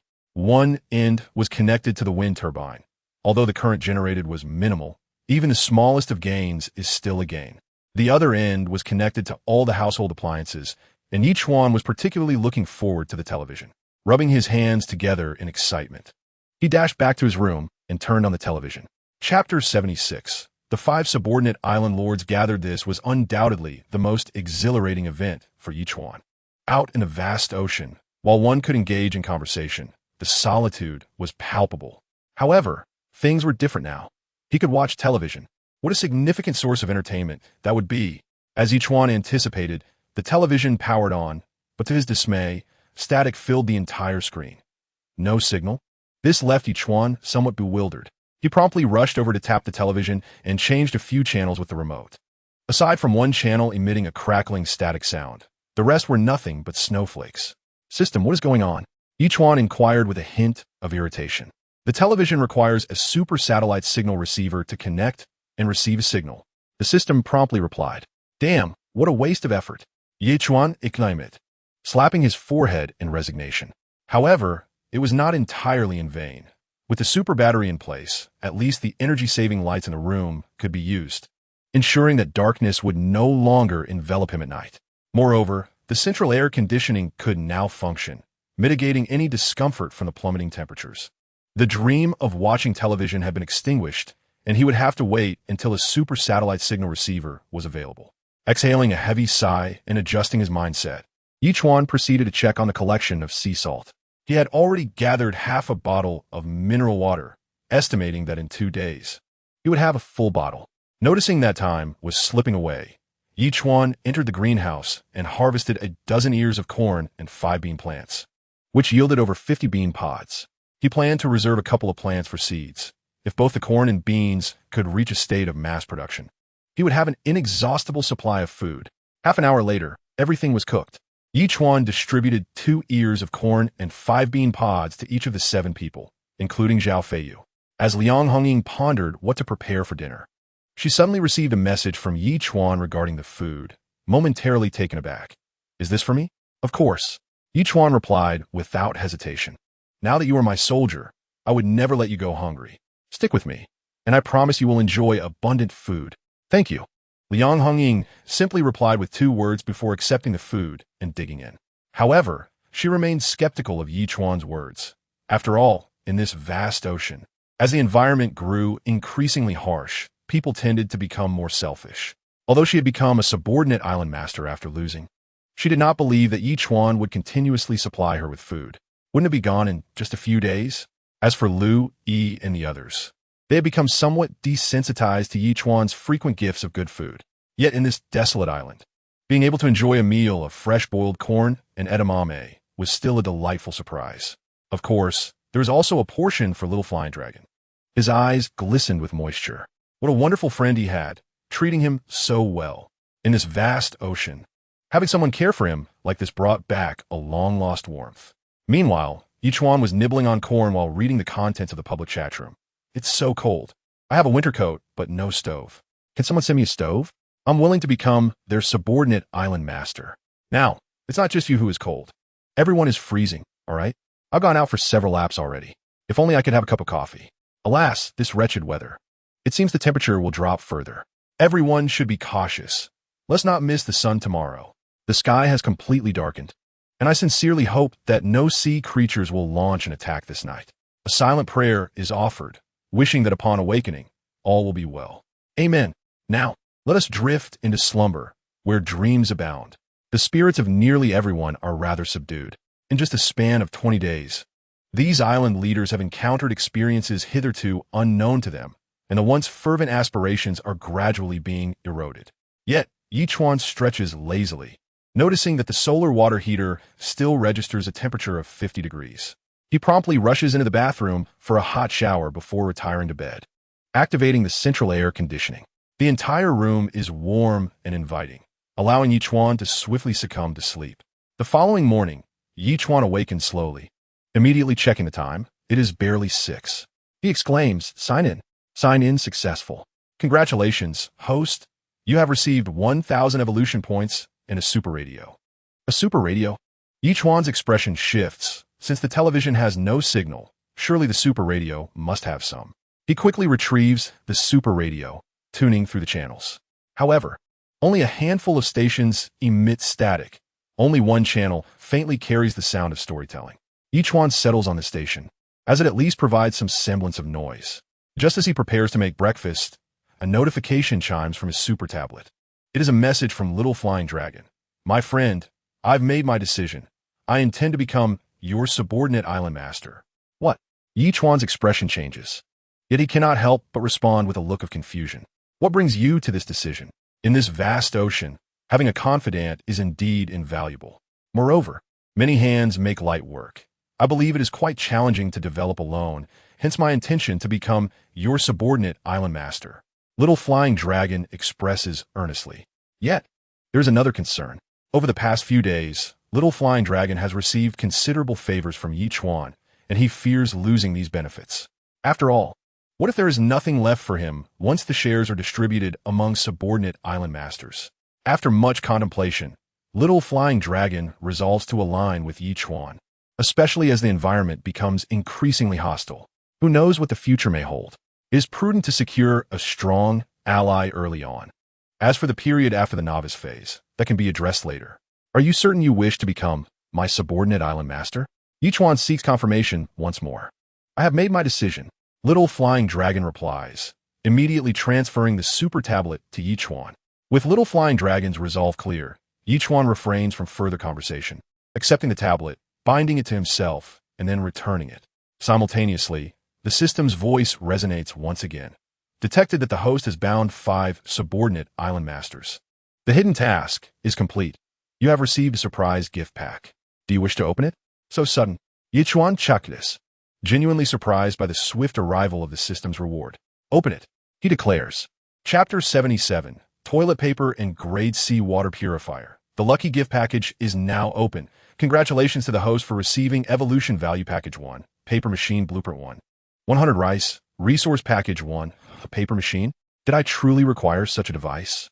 Even for a significant call of nature, the automatic spray system suffices splendidly. After a moment's contemplation, Ye Chuan decided to take a glance at the paper machine, and his expression shifted with intrigue. No wonder it was a reward from the system. It could manufacture a variety of paper types tailored to his needs: rice paper, cardstock, toilet paper, and more. By merely selecting the desired paper type and adding a wooden plank, he could effortlessly produce it. The operation was astonishingly simple. With a slight smile, Ye Chuan swiftly crafted the paper machine, then took a wooden plank and selected toilet paper. In less than 3 seconds, a roll of toilet paper emerged, pristine and remarkably resilient, soft and smooth, truly a premium specimen among toilet papers. At the very least, this toilet paper could serve as a substitute for towels, he mused, and proceeded to produce several more rolls, distributing 2 to each of Lu Yi and the others. Lu Yi was immediately taken aback. Brother, how on earth did you manage to create this? This is incredibly useful. I acquired a paper machine, capable of producing toilet paper. Ye Chuan replied with a grin, and the quality is exceptionally good. It feels like a timely boon, Lu Yi exclaimed with excitement, particularly given the circumstances of the past few days. Ye Chuan, slightly smirking, understood Lu Yi's unspoken implication, those few days each month. He promptly sent Lu Yi 200 units of fresh water. During this time, be sure to avoid anything cold. This fresh water will aid your recovery. Drink it, and reach out if you encounter any issues. Thank you. Lu Yi blushed, accepting the offer with gratitude. It was her first encounter with such a considerate young man. He had discerned her predicament merely from her casual remark. The toilet paper was indeed a precious resource for her at this moment. The 3 men were relatively unfazed, while the 3 women expressed varying degrees of enthusiasm. Blueberry Jam, particularly exhilarated, traded several stones she had mined recently to Ye Chuan. Brother, these are the few stones I managed to break. Though they are scarce, they are a token of my appreciation. Excellent. Ye Chuan accepted the offering without hesitation. Blueberry Jam had always felt inadequate. Rejecting her gift might dampen her confidence. He thought it best to accept it for now, with the understanding that he would return it should she find it useful. Subsequently, Ye Chuan listed a roll of toilet paper on the trading interface. Toilet paper 1. Trading for rare items. In an instant, the public chat room erupted in a frenzy. What the heck, toilet paper? Someone is actually selling toilet paper. Am I seeing things? Is this real? It seems that despite the passage of time, I have yet to uncover anything related to paper. How astonishing it is that this esteemed individual has managed to do so. To be candid, since my arrival on this island, I have resorted to using leaves, and, at times, even stones. While toilet paper may seem trivial in everyday life, it becomes an invaluable asset during certain extraordinary circumstances. I shall not linger on this matter. I must swiftly trade with the esteemed individual to spare my dignity from the torment of stones and clods. Such a precious commodity. Do you truly believe it could be acquired so easily? Wang Sanrui, of course, promptly recognized the significance of the roll of toilet paper and immediately reached out to Ye Chuan in a private message. Brother, what do you intend to offer in exchange for this roll of toilet paper? In the vast oceanic realm, toilet paper is indeed a rarity among rarities. Ye Chuan replied without hesitation, I trust you understand its value. So if you wish to obtain the toilet paper, you must consider carefully what you will offer in return. I possess an upgrade card, Wang Sanrui declared, which, according to the description, can enhance anything. He hesitated momentarily before continuing, although I am not entirely certain what upgrade entails. I believe a single roll of toilet paper does not suffice. At the very least, it warrants 3 rolls in exchange. Ye Chuan frowned slightly, feeling displeased at Wang Sanrui's audacious demand. However, if the upgrade card could indeed enhance anything, could it not be elevated to a higher level? Just as he was about to respond, Wang Sanrui added, Indeed, toilet paper is precious, but I have managed for days without it. If you truly do not wish to trade, then so be it. Very well, I shall proceed with the exchange. Ye Chuan replied after a brief pause of 3 or 4 seconds. I only have 5 rolls, yet I believe this upgrade card may hold potential. So let us complete the transaction. With that, the two swiftly finalized their exchange. Although Wang Sanrui acquired 3 rolls of toilet paper, he remained somewhat skeptical. Did the other party comprehend the true utility of the upgrade card? As it stands, 3 rolls of toilet paper are undoubtedly a priceless treasure. Unable to fathom this, Wang Sanrui chose not to dwell on it for now and promptly messaged the assistant island master. Inform everyone that I possess 2 rolls of toilet paper, and they may trade scarce items for them. Understood, the assistant island master replied immediately, though a hint of astonishment lingered in his heart. Could it be that the roll of toilet paper listed on the trading interface belongs to him as well? Truly remarkable for an independent island master to acquire such a rare item. Meanwhile, Ye Chuan had begun examining the upgrade card. Just as Wang Sanrui had mentioned, it could enhance anything, but only once.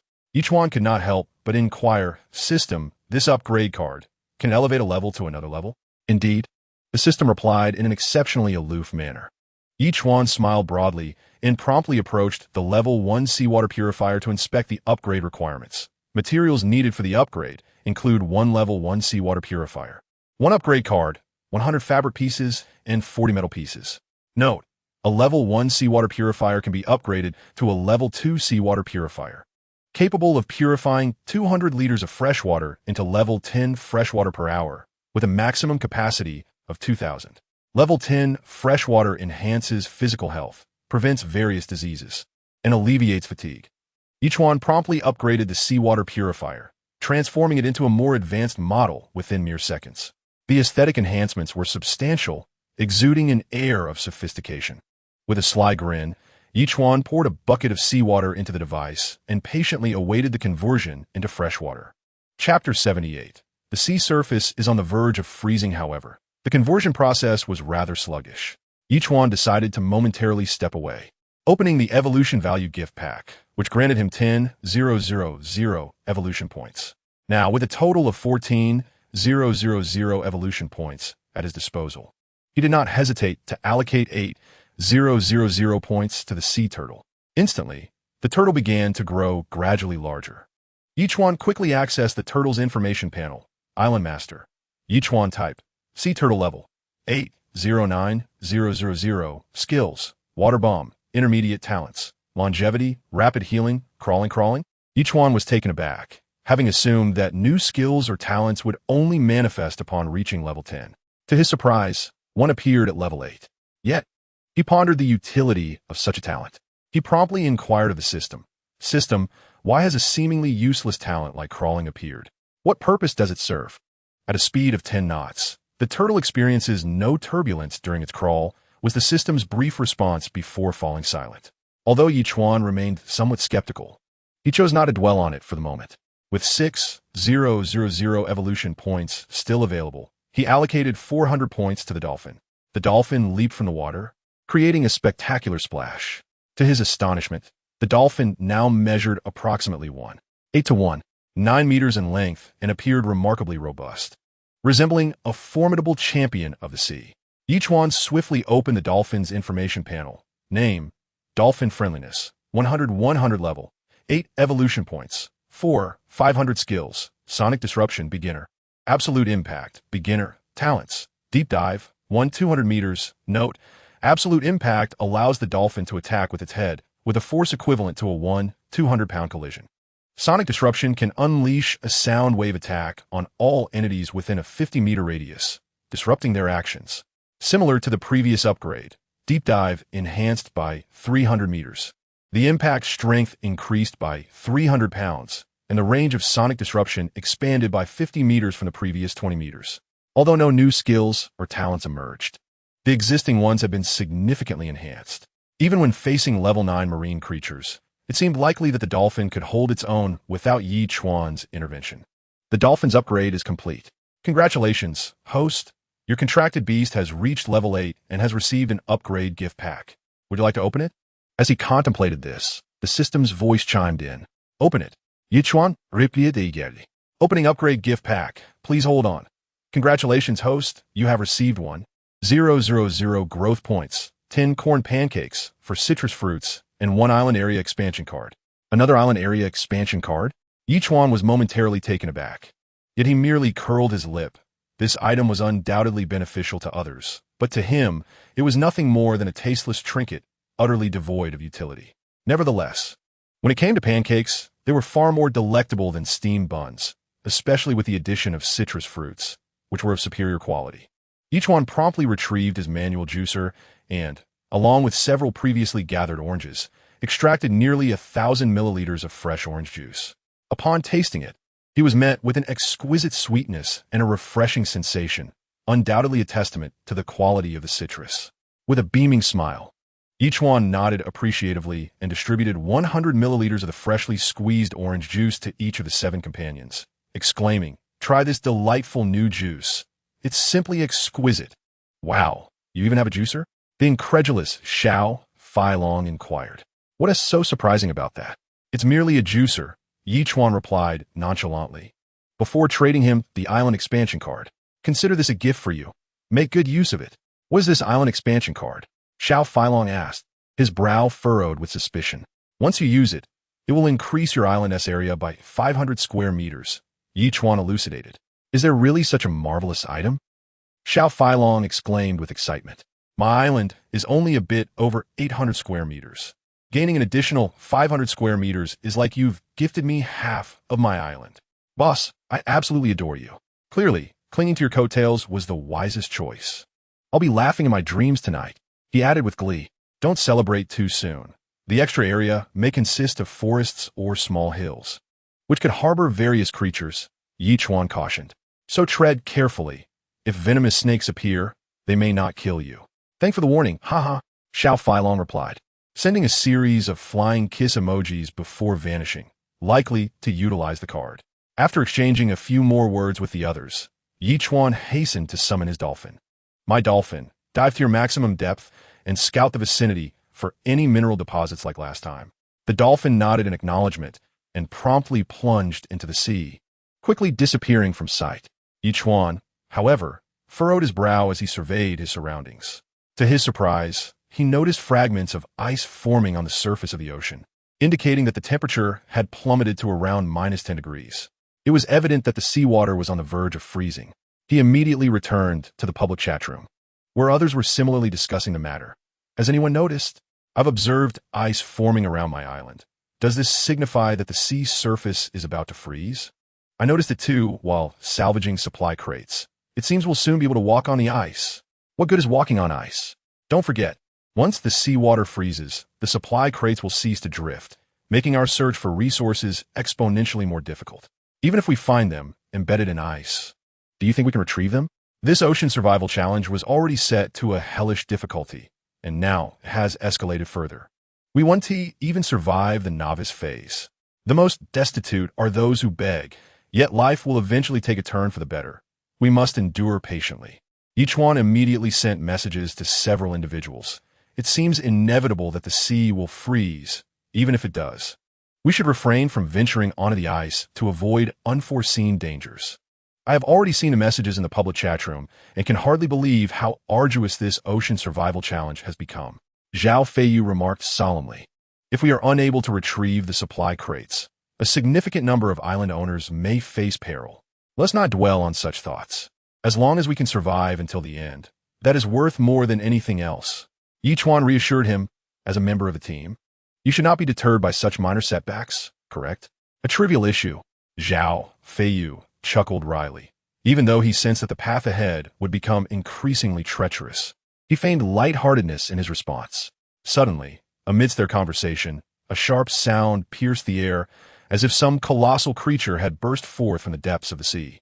Ye Chuan vaguely glimpsed what appeared to be a dolphin returning, and he dashed outside without hesitation. Chapter 79. Someone in the sea, the dolphin surfaced, and a battered trident emerged on the shore. Ye Chuan furrowed his brow.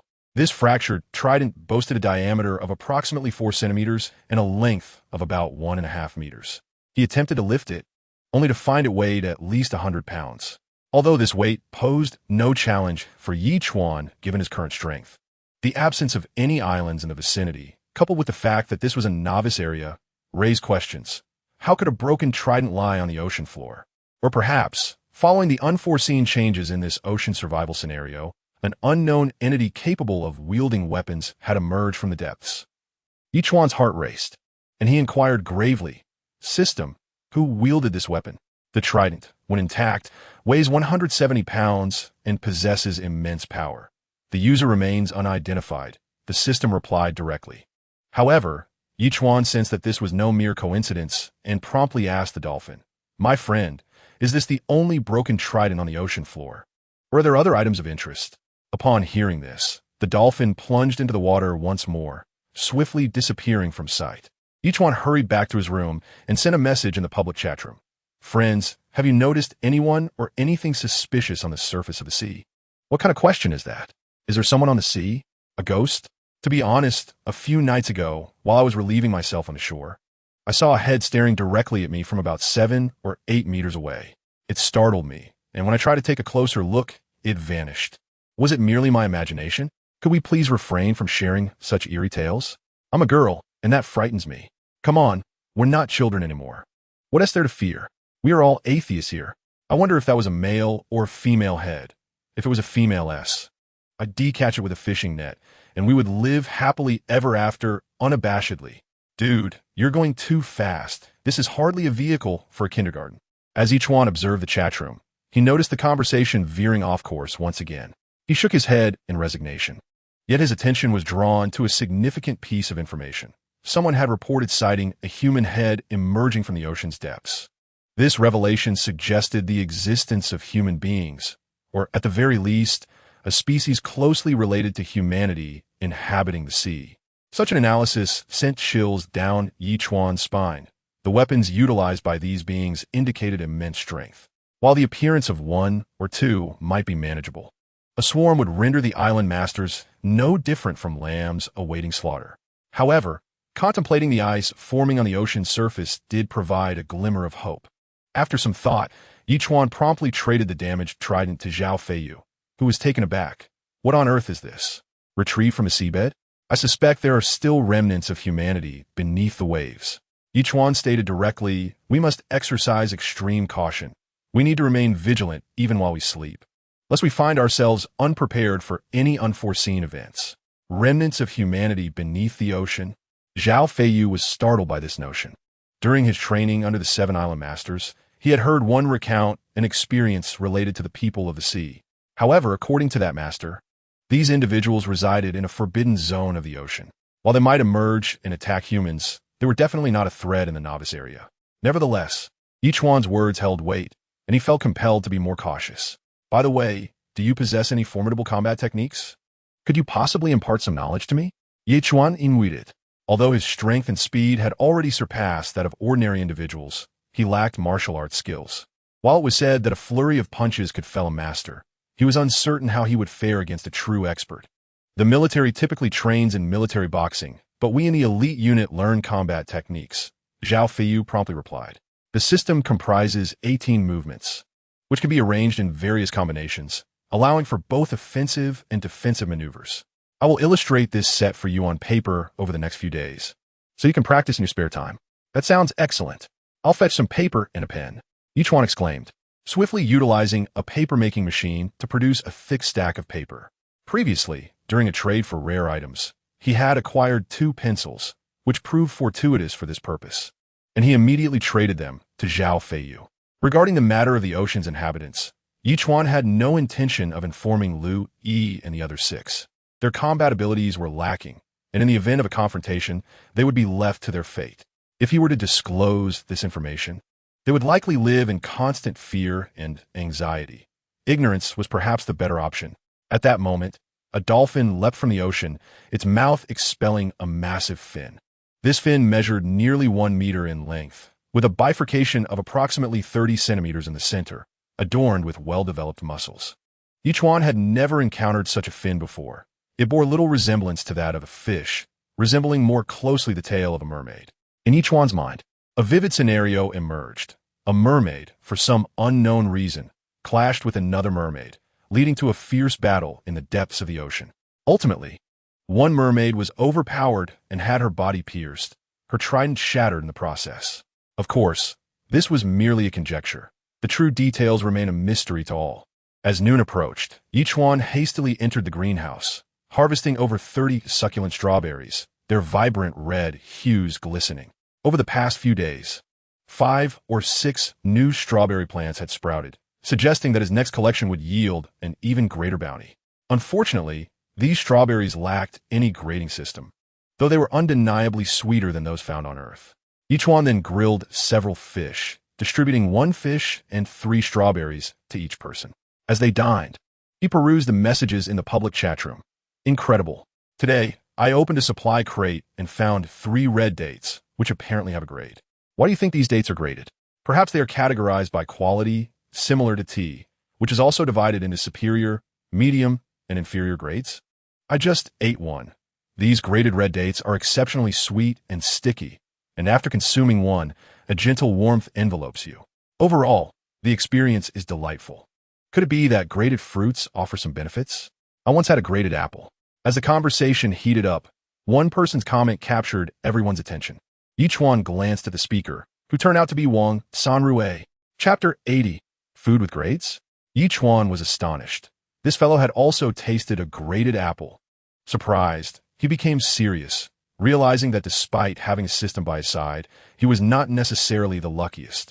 In the vast ocean world, there were certainly others as fortunate as he, if not more so. It seemed pride and complacency were ill-advised. Wang Sanrue instantly became the center of attention. Big shot. What is a graded apple like? Is it exceptionally large and sweet? Can you share how you obtained this graded apple? Was it also from a supply crate? Alas, I have yet to even see any fruit, while the big shot has already enjoyed high-grade food. Will we soon be classified into different tiers? I believe everyone has the potential to open graded apples. It's just a matter of unequal opportunity. Perhaps the next supply crate will yield one for us. Do you not fear that such grand claims may lead to regret? Graded items are rare and elusive. Graded fruits not only cure many mild ailments, but also enhance physical strength. Wang Sanrue elaborated. For instance, if you typically possess 50 pounds of strength, consuming a graded fruit could increase your strength to 70 or even 80 pounds. I have several graded fruits. You could become my subordinate island lord, and I will distribute them judiciously. Upon reading these words, Ye Chuan could not help but shake his head. Wang Sanrue, that rascal, seemed to have nothing better to do than recruit subordinate island lords all day long. Did he not realize that being overly ostentatious was not a virtue? After finishing lunch, Ye Chuan stepped out of his room, inhaling the cool, moist air, and turned his gaze towards the woods. Tomorrow morning, the forest would once again undergo its metamorphosis, potentially giving rise to larger creatures. Perhaps he could venture in early to conduct some reconnaissance. Last time, he had been interrupted by a wild chicken before he could complete his investigation. Yes, today he would explore the small woods again, with a plan in mind. Ye Chuan beckoned to his 3 little companions, and together they made their way towards the forest. Passing by an uncovered flower bed, he was taken aback by an unknown tree species that had grown to about 13 or 14 meters in height. This tree stood remarkably straight, with a diameter of around 3 centimeters, and its 12 meters of smooth bark were adorned with merely 5 or 6 leaves at the top, devoid of any other distinguishing features. What kind of tree are you? How much taller do you intend to grow? Ye Chuan sighed helplessly, gently caressing the trunk before striding into the woods. In contrast to the outside, the forest seemed to be enveloped in a warmer embrace, filled with the continuous chirping of birds and intermittent rustling sounds that imparted a sense of subdued tension. With a crossbow in hand, the 3 little ones formed a protective formation around Ye Chuan, who remained vigilant, observing his surroundings. Moments later, a gray shadow suddenly darted forth from a thicket, akin to an arrow released from its bow, racing into the distance. A wild rabbit. Ye Chuan's expression shifted, and he immediately raised his hand, unleashing 12 bolts from his crossbow. However, the rabbit proved to be extraordinarily cunning, despite Ye Chuan's swift actions. All 12 arrows missed their mark as the rabbit evaded them with agility. Come on, let's get it. Ye Chuan chuckled heartily, raising his voice. Although the 3 little creatures were formidable in the air, they sprinted through the forest with remarkable speed. As advanced pets, their intelligence surpassed that of ordinary animals, and their teamwork was impeccably coordinated, allowing them to chase the rabbit as it weaved through the trees, quickly closing the distance to Ye Chuan. As the 3 little ones gradually tightened their encirclement, the rabbit drew nearer to Ye Chuan, just as it seemed poised to collide with him. The rabbit abruptly altered its course and leaped. Thud! It crashed violently into a tree and, with a roll of its eyes, succumbed to death. Ye Chuan stared at the rabbit in disbelief. Was this the legendary stubbornness in the face of death? Nevertheless, this saved him the trouble of hunting. As he effortlessly lifted the rabbit, which, for some unknown reason, weighed nearly 10 pounds, enough to feed 8 people. Tonight's dinner was secured. Without delay, Ye Chuan began to prepare the rabbit, which, even in its processed state, weighed around 8 pounds. After surveying the forest once more, it was evident that there might still be wild hares nearby. However, one was sufficient for Ye Chuan. He decided not to linger any longer in the area. After temporarily placing the hare on the multifunctional barbecue grill, Ye Chuan proceeded to the tortoise shell, where he opened the accumulated dozen or so supply crates. To his astonishment, he had unearthed 3 grade-level hawthorns from the crates. It appeared that moving forward, these crates would contain a greater abundance of graded items. However, it was likely that grade items would be more prevalent, while grade items might only be found at a rate of 1 in 10,000. Without hesitation, he consumed the 3 grade-level hawthorns and then made his way to the grade water purifier, which had transformed roughly 50 units during this time. Rubbing his hands together, he eagerly took a drink. Instantly, a warm sensation surged from his throat into his stomach, rapidly radiating throughout his body as if spreading into every limb and sinew. The indescribable sense of comfort caused Ye Chuan to become entranced, leading him to slowly sit down, taking a full 7 to 8 minutes to regain his composure. Truly, the efficacy of grade freshwater exceeded that of ordinary freshwater by 3-fold or more. It was difficult to fathom how robust his body would become if he were to consume this grade freshwater daily. The mere thought brought him joy. As night descended and the temperature dropped once more, Ye Chuan's body remained as warm as a furnace. He began to grill the hare on the barbecue, while also heading to the sheep pen to extract several pounds of sheep's milk, which he boiled in a large pot and served portions of both the hare and milk to the 7 others. He reserved a small 2 pounds of hare meat and 500 milliliters of sheep's milk for himself, enjoying his meal while listening to the radio and perusing the public chat room. After an afternoon of discussions, everyone continued to deliberate on the topic of graded food. Liang Hongying also sent Ye Chuan a private message. I see they're discussing the grading of food. Have you ever encountered such items? Ye Chuan replied somewhat irately. Not only have I encountered them, but I have also obtained grade items, and you have tasted them. Upon hearing this, Liang Hongying's expression changed, disbelief washing over her. Chapter 81. Friday. In retrospect, she did indeed feel a warm sensation in her stomach after drinking the orange juice, and her overall comfort had significantly increased. After all this time, was that grade orange juice? Ye Chuan had actually shared grade fruit with her. Was this a ploy to win her favor? Certainly. Having lost a bet and become his subordinate island master, he must have intended to win her heart, sparing no expense. She speculated that soon enough, his true nature would be revealed. With this thought, Liang Hongying felt a newfound sense of justification and chose to disregard Ye Chuan. Ye Chuan, disinterested in explaining himself to her, continued to review the public chat records, contemplating the gathering of more useful information. Indeed, I was correct. Today, I opened a supply crate and found a grade apple, which certainly provided some benefit. I am far superior to you. I discovered a grade orange, and with each bite, it burst forth with sweetness. It lingers in my thoughts. After opening numerous supply boxes, I had scarcely encountered any that contained items of higher grade. Yet now, so many have emerged. Does this portend significant events to come? Regardless, this ocean survival scenario surpasses even the harshest of trials. Merely surviving is a miracle in itself. So why ponder further? Indeed, our utmost aspiration at present is simply to endure. As for the matter of graded sustenance, no one can elucidate it clearly. However, Ye Chuan shares a profound sentiment. Although this ocean survival has undergone considerable transformation for various reasons, the rules of this maritime realm seem to strive to provide certain advantages to the island lords, thereby enabling novice island masters to persist. Yet, what precisely shall unfold remains to be seen. After perusing the public chat room for a while without discovering any valuable information, Ye Chuan listened to the radio briefly before opting for slumber. Brother, I promised to perform striptease for you, and now it is time to fulfill that promise. Blueberry Jam said bashfully, her body beginning to sway. Ye Chuan, do you find me beautiful in this attire? Louis asked, her cheeks flushed as she gazed intently at him. Or do you prefer me without any clothing? Detection indicates the host has not yet checked in. Would you like to proceed with the check-in? Suddenly, a frigid voice echoed in Ye Chuan's ears, startling him awake. What the? Was this merely a dream? This dream was indeed rather tantalizing, but alas, it was interrupted by the system. Otherwise shaking his head, Ye Chuan stretched lazily and declared, Check-in. Check-in successful. Congratulations, host.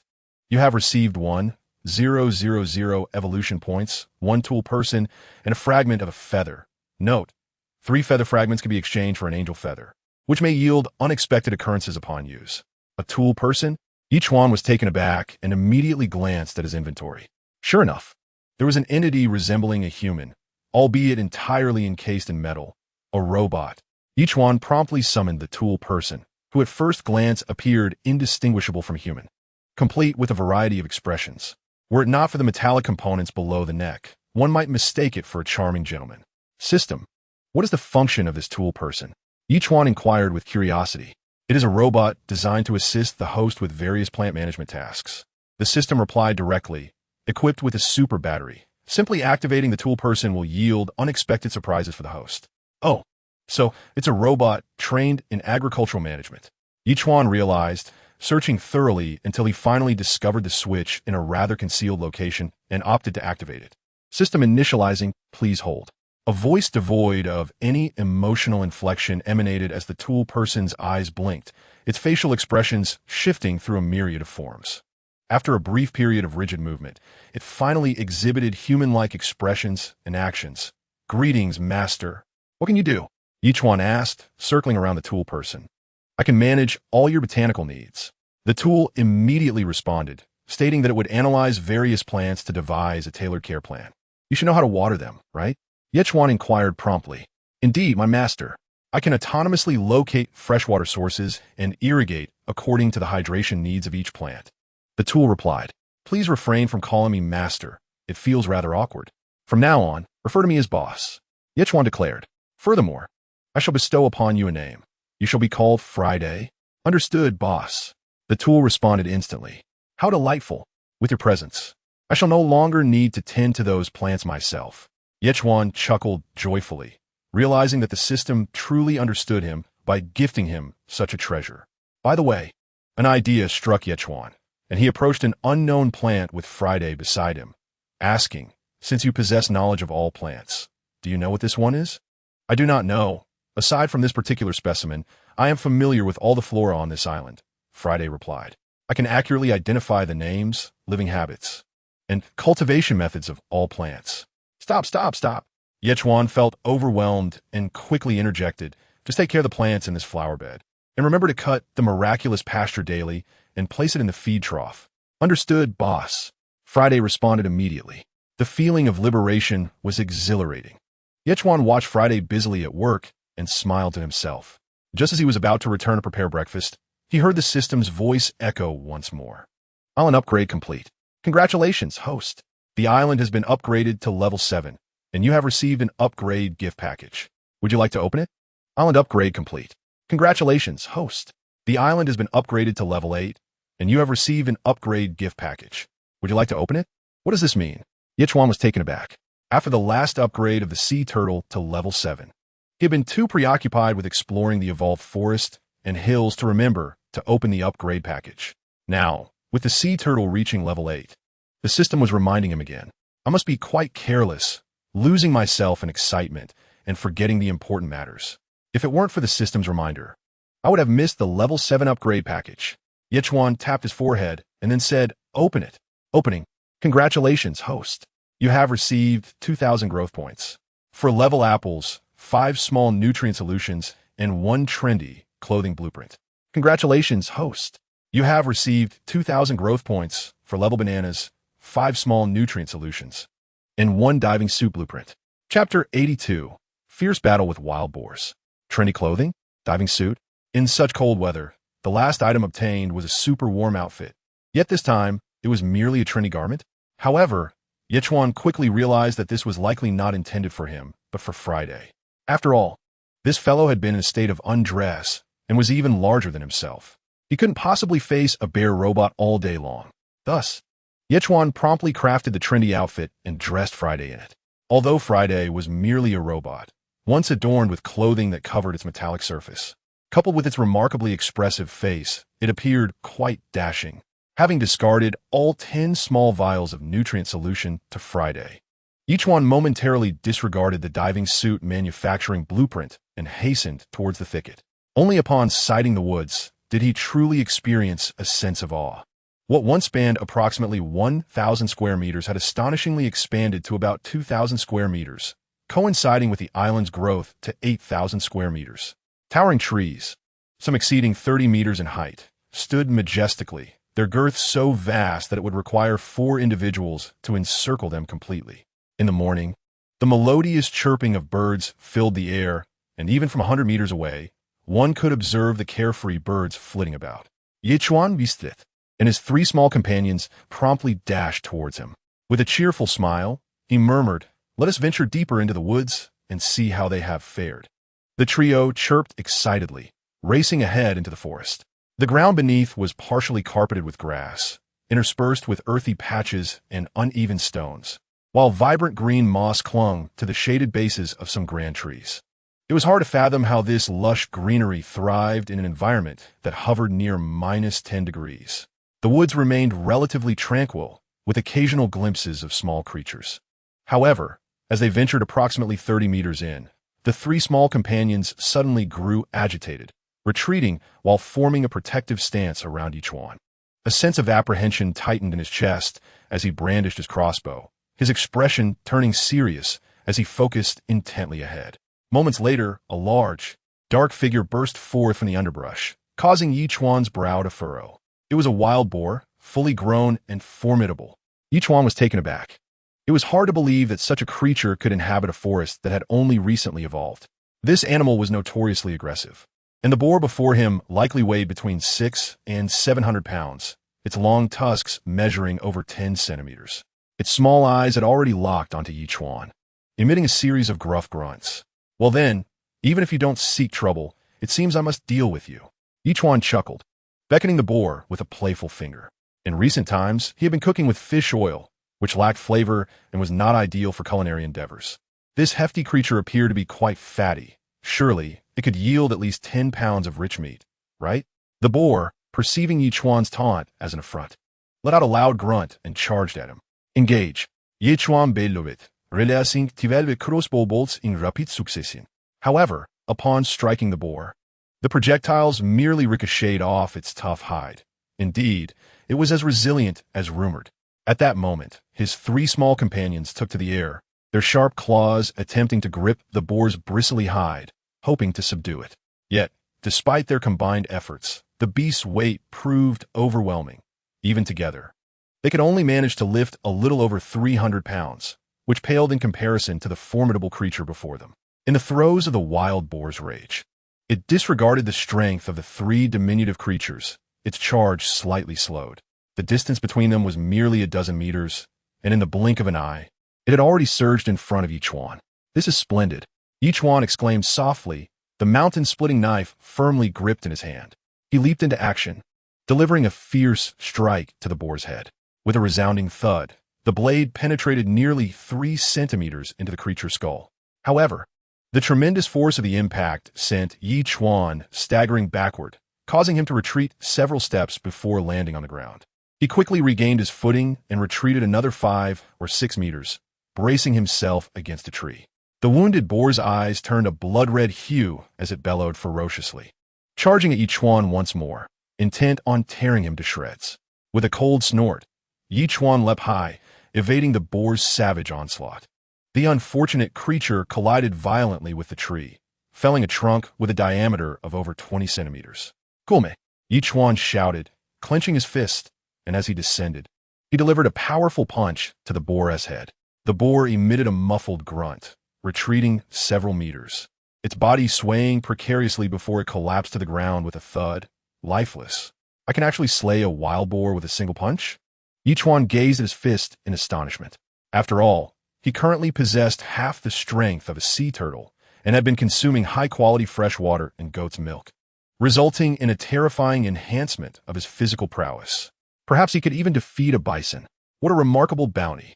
With a hearty laugh, Ye Chuan grasped one of the boar's legs and strode out of the thicket. Without hesitation, he swiftly eviscerated the boar, removing all the fat before separating the remaining meat from the bones, meticulously preparing everything for storage in the refrigerator. Regardless of the circumstances, today's ribs were a guaranteed feast. At that moment, Ye Chuan cleaned a large pot, added 100 liters of fresh water, and tossed in thick slices of fat, beginning the process of rendering lard. This was the most primitive method of lard extraction in the Great Han nation, requiring a gentle simmer. As time passed, all the fat would gradually yield its oil. This process demanded patience. If the fat were to burn, the resulting oil would turn bitter. After approximately half an hour, Ye Chuan had produced a large pot of lard. He quickly fashioned a storage jar from stone and poured the oil into it, yielding about 7 liters. At this temperature, the lard would solidify into a white substance upon cooling. He stored 2/3 in the refrigerator, reserving the remaining third for everyday cooking, which would likely last over a month. As it was still only around 10 o'clock, Ye Chuan chuckled to himself, promptly retrieving 2 pig bones and a pork chop. After chopping them with the mountain-splitting knife, he tossed them into the pot to begin simmering the ribs. Seizing this opportunity, Ye Chuan began to contemplate the fabrication of a diving suit. Chapter 83. The first dive and the capture of tuna. The creation of the diving suit necessitated 1 blueprint for the suit, 1 shark skin, 10 pieces of fabric, and 2 pieces of glass. Shark skin as a requirement? Although the reason eluded him, it was rather fortuitous that he had retained the shark skin after processing the creature. He had not anticipated its utility in this moment. Encouraged, Ye Chuan promptly crafted the diving suit. This suit was a delicate shade of pink, adorned with subtle flame-like patterns, and was remarkably thin, complete with modest fins on the feet. Given that the ribs would take over an hour to cook, Ye Chuan seized the opportunity and donned the suit. The garment fit him snugly, enveloping his body entirely, save for 2 nearly transparent lenses for his eyes. To his delight, the suit was equipped with an oxygen pouch, allowing him to breathe underwater for a full 15 minutes, ample time for his needs. Testing the water temperature brought him further surprise. Perhaps due to the shark skin, it effectively insulated against the cold. With resolve, Ye Chuan plunged into the depths, discovering an oceanic realm of unparalleled clarity, visibility extending at least 20 meters. Even upon his descent, he could see fish darting freely below. He called out to a dolphin and dove deeper into the ocean, confident with 15 minutes of oxygen at his disposal and his own ability to hold his breath for approximately 5 minutes.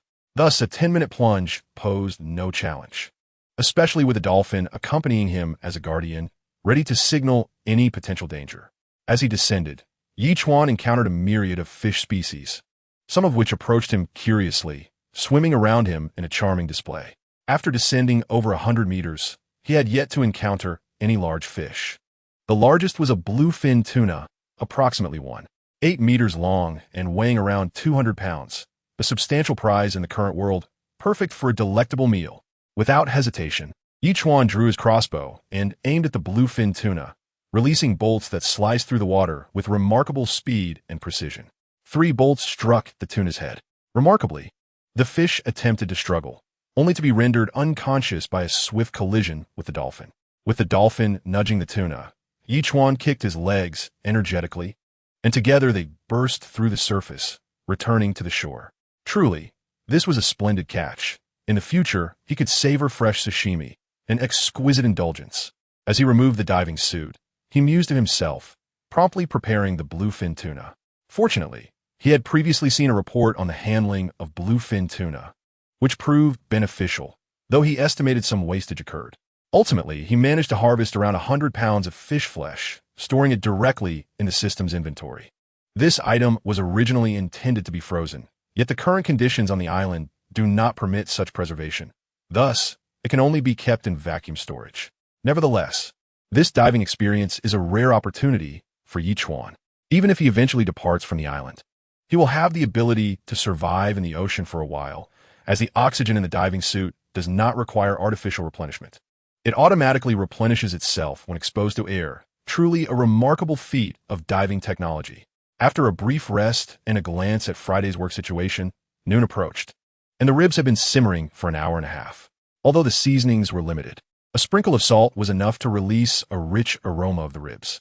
At that moment, Ye Chuan quickly divided the ribs into 7 portions, each containing 15 pieces, alongside a large bowl of rib soup, which he traded to Lu Yi and the other 6. Lu Yi was somewhat astonished. Is this really rib? Pork ribs. Indeed, it had been a long time since he had savored ribs. Ye Chuan replied with a proud expression. How long has it been? I haven't had any for over 2 months. Lu Yi excitedly responded, hardly daring to dream of having such a feast while surviving at sea, and with so much meat. Wouldn't he end up gaining weight? You're so thin. It's perfect for you to replenish. Ye Chuan retorted directly. How do you know I'm thin? Did you know me before entering the ocean world? Lu Yi inquired, surprised. Didn't he that imposter posing, as you say, you were the school beauty? In my recollection, school beauties are typically very slender. Ye Chuan was taken aback and quickly clarified. Let us not discuss that now. Let us hurry and eat the ribs before they cool down. All right, Lu Yi replied, yet with a hint of melancholy, gazing at the large bowl of ribs. He murmured softly, if only you were Ye Chuan, wouldn't that be wonderful? The others also expressed varying degrees of excitement, but Zhao Feiyu questioned skeptically. Did you even raise pigs? Not at all. The forest on my island is quite expansive. I discovered a wild boar while venturing deeper and managed to kill it. Ye Chuan ape-laying it. You actually killed a wild boar? Zhao Feiyu asked in astonishment.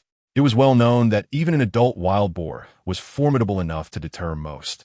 Yet Ye Chuan had managed to slay one. Truly, he was not to be underestimated. It was merely a fortunate coincidence, and I had a few pet helpers with me. Ye Chuan remarked with a proud expression. Even though that wild boar was fierce, I am not without my capabilities. Still, exercise caution, Zhao Feiyu replied. I anticipate that my combat skills will be ready for you by tomorrow, which will undoubtedly enhance your fighting prowess. All right, there is no need to rush. Let's eat first, Ye Chuan concluded, observing that there was still over 1,000 units of rib soup in the pot. He promptly began to set them up. 100 rib soup, pork ribs, 1 rare item.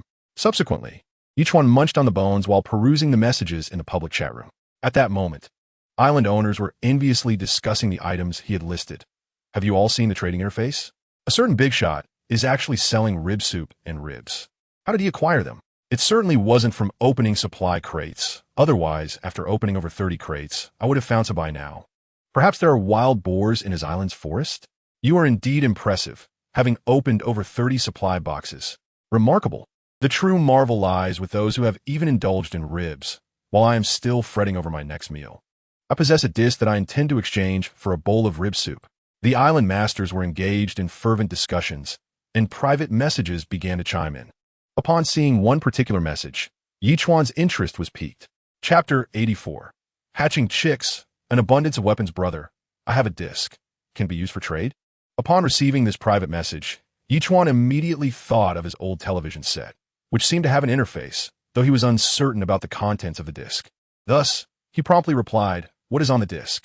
I'm not sure either. I stumbled upon it while opening supply boxes, came the response, accompanied by a resigned emoticon. I knew it. Out in the vast ocean, with no one using a computer, what purpose does a disc serve? Nevertheless, it is a fine item. So I decided to keep it. Ye Chuan replied without hesitation. Yet, this thing holds little value. I shall give you only 100 bowls of rib soup for it. But no ribs. That works. Thank you, brother. The other party immediately listed the disc for trade, and Ye Chuan completed the transaction at a leisurely pace. He quickly connected the disc to his television and turned it on. To his delight, it was operational. Using the remote, he accessed the disc and nearly fainted with excitement. Films. It contained over 1,000 domestic and international action blockbusters and comedies, along with several performances by Guo Xiaojiang.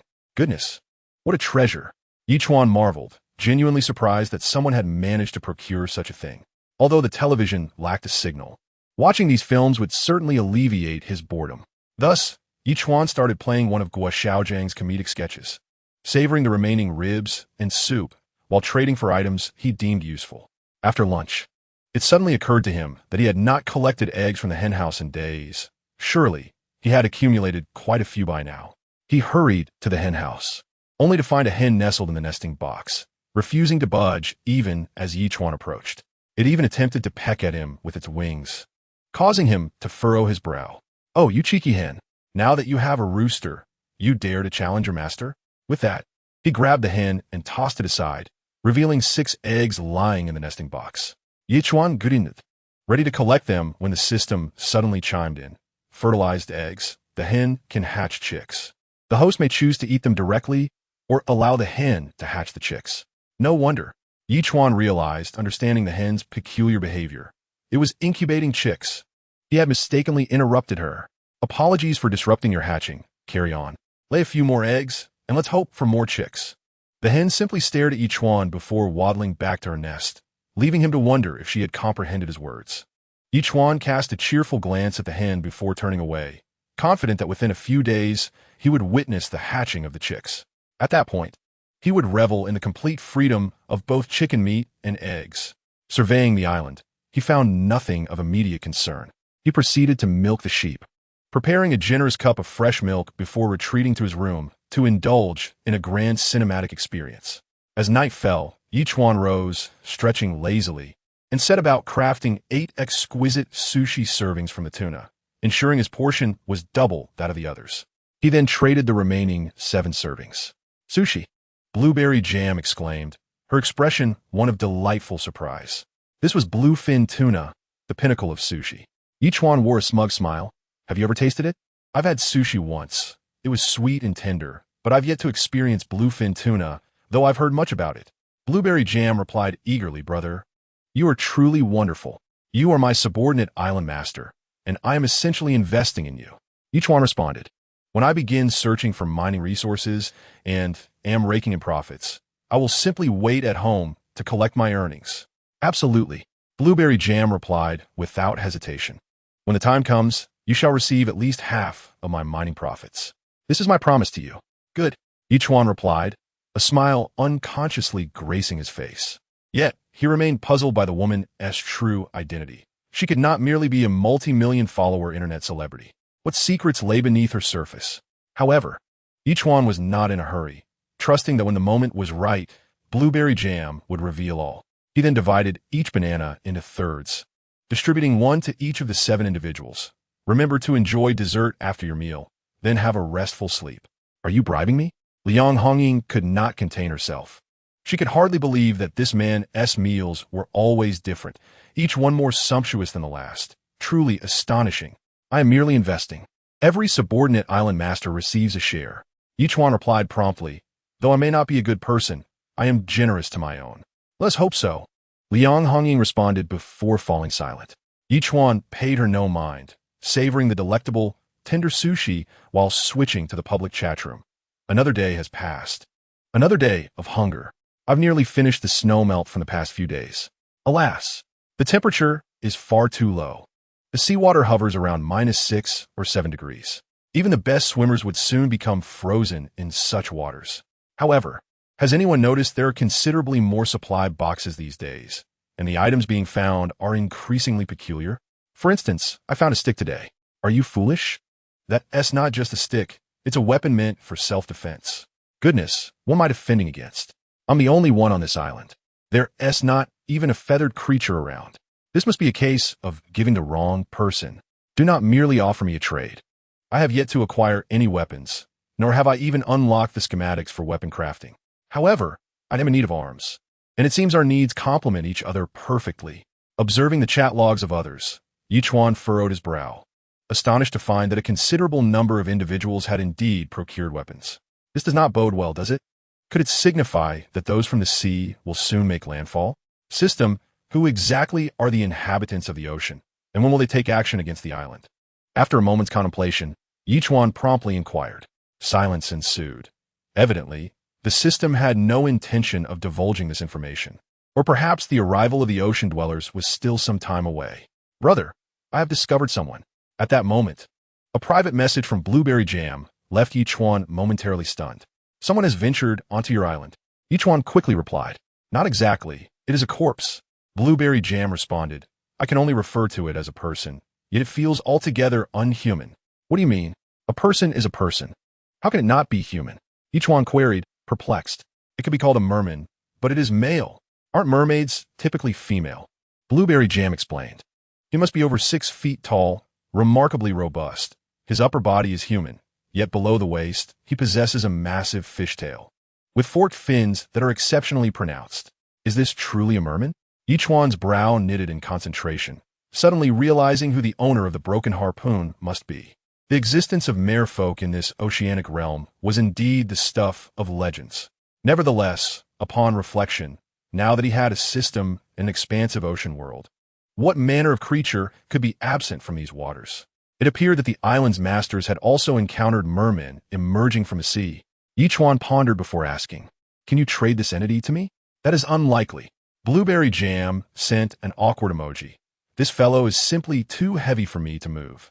I stumbled upon him while stepping out to use the restroom, nearly fainting from fright. Well, since he is deceased, he poses no threat. You should take a moment to rest and get some sleep." Ye Chuan resusurit. "All right, your words bring me immense comfort," Blueberry Jam replied before retiring for the night. Ye Chuan then posed a question to Zhao Feiyu. "Have your instructors ever mentioned mermen?" "Indeed, they have," Zhao Feiyu promptly responded. "These mermen inhabit the open seas and comprise a vast clan, commonly referred to as the Sea Tribe. They are all quite formidable and have engaged in several skirmishes with our fleet, resulting in mutual casualties." "Why do you suddenly inquire about this?" "I have a subordinate island master who discovered a deceased merman," Ye Chuan replied. "That is impossible." Zhao Feiyu's expression shifted dramatically as he responded. "These mermen are exceptionally powerful, and the rules of this oceanic realm do not permit them to enter the novice zone. Thus, our instructors have not elaborated on the subject of mermen." Ye Chuan sighed, recognizing that for some reason, mermen had appeared in the novice zone.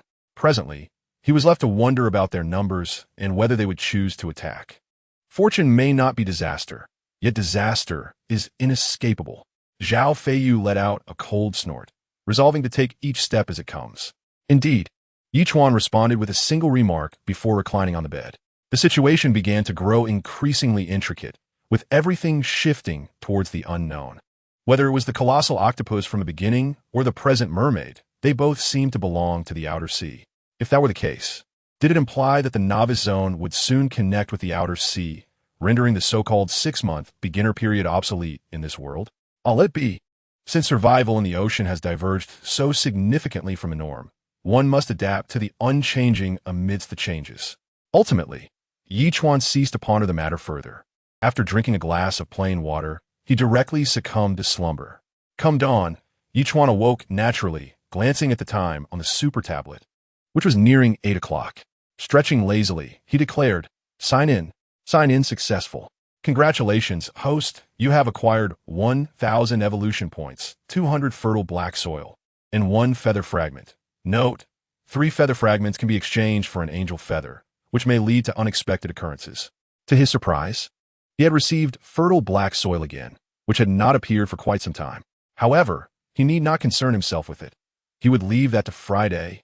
Subsequently, Ye Chuan observed the feather fragment and combined it with the other 2 to forge an angel feather, clicking to use it while murmuring, System, dear system, I have always felt that using the angel feather yields no greater fortune than abstaining from it. This time, you must lend me a hand and bless me with luck.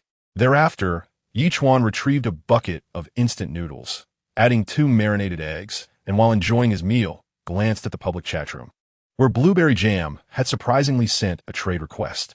Ye Chuan was taken aback, realizing in astonishment that this girl had actually traded for the deceased mermaid. This revelation enlightened him to a fact. It appeared that, aside from humans themselves, everything else could be traded. I thought you couldn't move him. How did this happen? Ye Chuan inuited sikiptikari. I couldn't move him, but I brought the super tablet next to this fellow. Blueberry Jam replied with a grin, initially approaching it with a trial and error mindset, only to discover it truly worked. You are quite the clever little one. Ye Chuan praised Blueberry Jam with a thumbs up. After swiftly finishing his noodles, he immediately began to examine the mermaid. Just as Blueberry Jam had stated, this mermaid stood nearly 6 feet tall, bare-chested and rippling with muscle. The enormous fishtail on her lower half likely weighed around 100 pounds. Even having lived in water all her life, her hands bore calluses, suggesting she had either wielded weapons or frequently used tools. System, can you analyze this mermaid? Ye Chuan couldn't help but ask. Incredibly strong and exceedingly dangerous. The system provided an 8-character assessment. Is that all? Ye Chuan was taken aback. Yet, the system remained silent. How frustrating. It would have been better to say nothing at all. Ye Chuan spoke with a hint of irritation and turned to open the supply crates. Indeed, as the islanders had mentioned, recently it had become quite feasible to salvage these crates. In just a day's labor, the 5 of them had successfully retrieved 20 supply crates, surpassing the total they had managed to salvage over the previous 2 days. Upon opening them, in addition to the usual resources and food, they surprisingly uncovered a blueprint for crafting a bow. However, this bow was rather lightweight, weighing only 40 pounds, making it unsuitable for him. Nonetheless, it would be perfect for blueberry jam. Given the current situation seemed rather dire, with mermaids now appearing, it was imperative that he equipped everyone with weapons. After observing Friday at work for a while, Ye Chuan returned to his room and glanced at the super tablet, where he found a trading message from Zhao Feiyu. Without hesitation, Ye Chuan accepted the trade, astonished to discover it was the combat technique he had sketched. So soon, Ye Chuan inquired. I completed it overnight. See if you find it comprehensible. I can provide explanations if needed, Zhao Feiyu replied. Chapter 86. Teaching combat techniques. The combat technique consisted of 18 movements, each of which Zhao Feiyu had meticulously divided into 3 steps. Over the span of a day and night, he had astonishingly illustrated 54 human figure movements. Although each resembled a stick figure, they were rendered with remarkable precision. Ye Chuan responded, I find it quite comprehensible. Let's not linger on that. I shall give it a try. With that, he stepped into the open space before his door and began practicing each movement as instructed. Ye Chuan's comprehension was notably strong, and over this period, he felt that his understanding had significantly improved, perhaps due to his continuous consumption of high-quality freshwater. In any case, each movement appeared simple to him. Within just over an hour, he had memorized all the movements. Furthermore, combining the 18 movements was not particularly challenging. As Zhao Feiyu had indicated, these 18 movements could be freely combined. 2 movements could yield 2 combinations, 3 movements could create 6 combinations, and so forth, ad infinitum. Ye Chuan had currently memorized all the movements, yet to fully integrate them would require some time. However, Ye Chuan was not in a hurry. With daily practice for an hour, he believed he would soon master their application.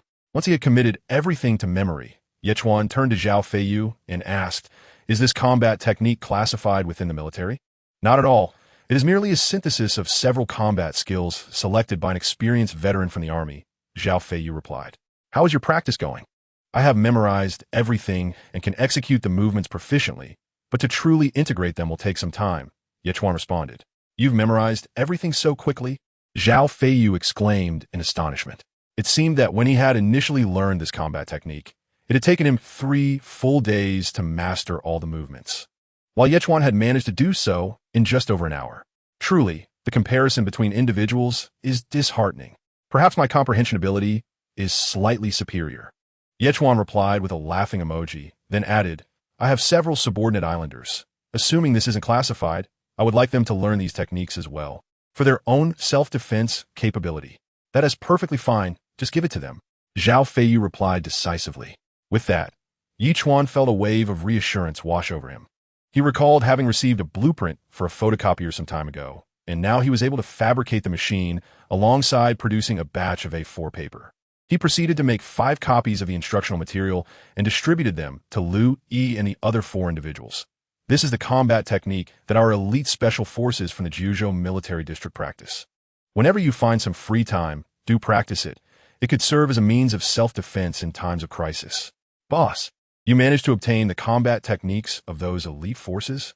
Xiao Feilong asked incredulously. That is simply astounding. Is it really that difficult? Ye Chuan replied with remarkable composure. Difficult? It's classified information. If Xiao Feilong had been beside Ye Chuan, he might have been heard screaming in disbelief. You have no idea. Anything pertaining to the CRME, de la CRME of the military district is exceedingly precious, especially this combat technique. It's far superior to many martial arts from prominent families. Is that so? Ye Chuan was taken aback. It dawned on him that Zhao Feiyu's words were a testament to their camaraderie, undoubtedly also a way to repay a favor. Of course it's true, Xiao Feilong replied earnestly. You should know that our Juzhou Marine World Command is under the jurisdiction of the military district. Their authority surpasses that of all families and conglomerates. Ah, I see. Ye Chuan said, enlightenment washing over him. He didn't elaborate further, but simply added, you can study it, but under no circumstances should you disclose it to anyone. Once you master it, tear it into pieces and dispose of it in the sea in batches. Ensure that no one discovers it, understood? Rest assured, boss. This information is absolutely top secret, far superior to the techniques of our family. Even if you asked me to divulge it, I wouldn't. Xiao Feilong chuckled in response. Understanding the magnitude of Ye Chuan's capabilities, Xiao Feilong marveled at the fact that not only could Ye Chuan provide diverse culinary delights, but he also had access to such confidential materials. Upon reflection, Xiao Feilong comprehended the reason behind Ye Chuan's prowess. He was a member of the military district, belonging to the elite ranks, an existence akin to a king of warriors. It was inconceivable that he would lack combat skills. This analysis only deepened Xiao Feilong's admiration for Ye Chuan. The others were equally astonished by this revelation. Though only Blueberry Jam seemed oblivious to the true value of the combat techniques. Nevertheless, he fervently pledged to master them, striving to acquire self-defense capabilities in the shortest time possible. With this in mind, Ye Chuan immediately crafted a 40-pound bow and subsequently produced over 100 arrows, which he then traded to Blueberry Jam. This elicited a wave of excitement from Blueberry Jam. Brother, are these for me? What? Do you think I have weapons to spare? Ye Chuan retorted. Of course not. I can't even find any supply crates. The only resources I have are the stones. And I've given those to you. Blueberry Jam replied with a beaming smile. You are truly wonderful to me. If you were by my side, I would surely have left marks of strawberries all over you. Upon recalling that scene, Ye Chuan couldn't help but grimace and promptly responded. You might want to see if this bow suits you first. It fits perfectly. I tried it just now and can draw it with ease. Though the arrows only travel a little over 10 meters, perhaps with my lack of skill, replied Blueberry Jam, accompanied by an awkward emoji. But I will strive to improve. Indeed, practice makes perfect, Ye Chuan concluded, pressing his lips together. At present, he was well equipped, with Blueberry Jam being the only other subordinate island master possessing weapons. He realized he must procure additional arms for unforeseen circumstances. With this thought, Ye Chuan activated his semi-automatic fishing net, launching it into the water. As he slowly reeled it back in, the system reported the catch: 500 sardines, 3 squid, and 1 sea turtle. Ye Chuan was taken aback when he noticed something struggling amidst the fish pile. A sea turtle with a shell nearly half a meter in diameter. He couldn't help but laugh, promptly returning the turtle to the ocean, saying, "You're too small. Go home and find your mother." Afterward, he returned to stock the sardines, 10 fresh sardines, and a weapon manufacturing blueprint. In an instant, the public chat room buzzed with activity. Chapter 87. Let me slay the fisherman. Wow, there's actually a big shot collecting weapons. Does this signify something? What could it possibly mean? Collecting weapons is just that. What does it have to do with us? The big shot has their own motives. I can't shake the feeling you're a fool. If the big shot is gathering weapons, it must be due to some impending danger. Otherwise, why would they bother? You're the real fool, a complete fool. Your entire family are fools. I must be losing my mind engaging with such idiots. I need to wash my eyes. I'll wash my eyes too. Observing the absurdity of the chat, Ye Chuan sighed and turned to private messages. Big shot, I have 3 long spears. Can I trade them for 10 sardines? Damn, have I encountered another fool? Ye Chuan frowned and immediately blocked that individual. After all, long spears could easily be crafted without a blueprint, and their offensive capability was rather limited. Otherwise, he wouldn't have been contemplating acquiring more weapons. At that moment, Wang Tsanwei studied the trading interface, lost in thought. He pondered whether this weapon collector was the same person who had previously bought up large quantities of cotton, sold cotton clothing, and engaged in extensive fish and water sales. That individual must be exploiting cheats, possessing foreknowledge of secrets unknown to other island masters. Since they were now fervently acquiring weapons, it could indicate that the oceanic world was soon to face peril. With this realization, Wang Tsanrui immediately summoned his subordinate assistant island masters. Have you seen the weapon acquisition on the trading interface? You must list your own. We need to gather arms. Boss, are we about to encounter danger? The subordinate assistant island master asked, alarmed. Better safe than sorry, was Wang Tsanrui's only reply. Indeed, an independent island master is wise beyond measure. In response to this, the assistant island master expressed heartfelt sentiments before promptly attending to his duties. Aside from the formidable forces of Ye Chuan and Wang Sanrui, others began to acquire weapons, albeit at prices that offered little advantage. Ye Chuan remained indifferent to this development, as he was already captivated by a new piece of information. "Hello, I possess a design for a small cannon. How many sardines would you exchange for it?" A small cannon? Ye Chuan's expression shifted.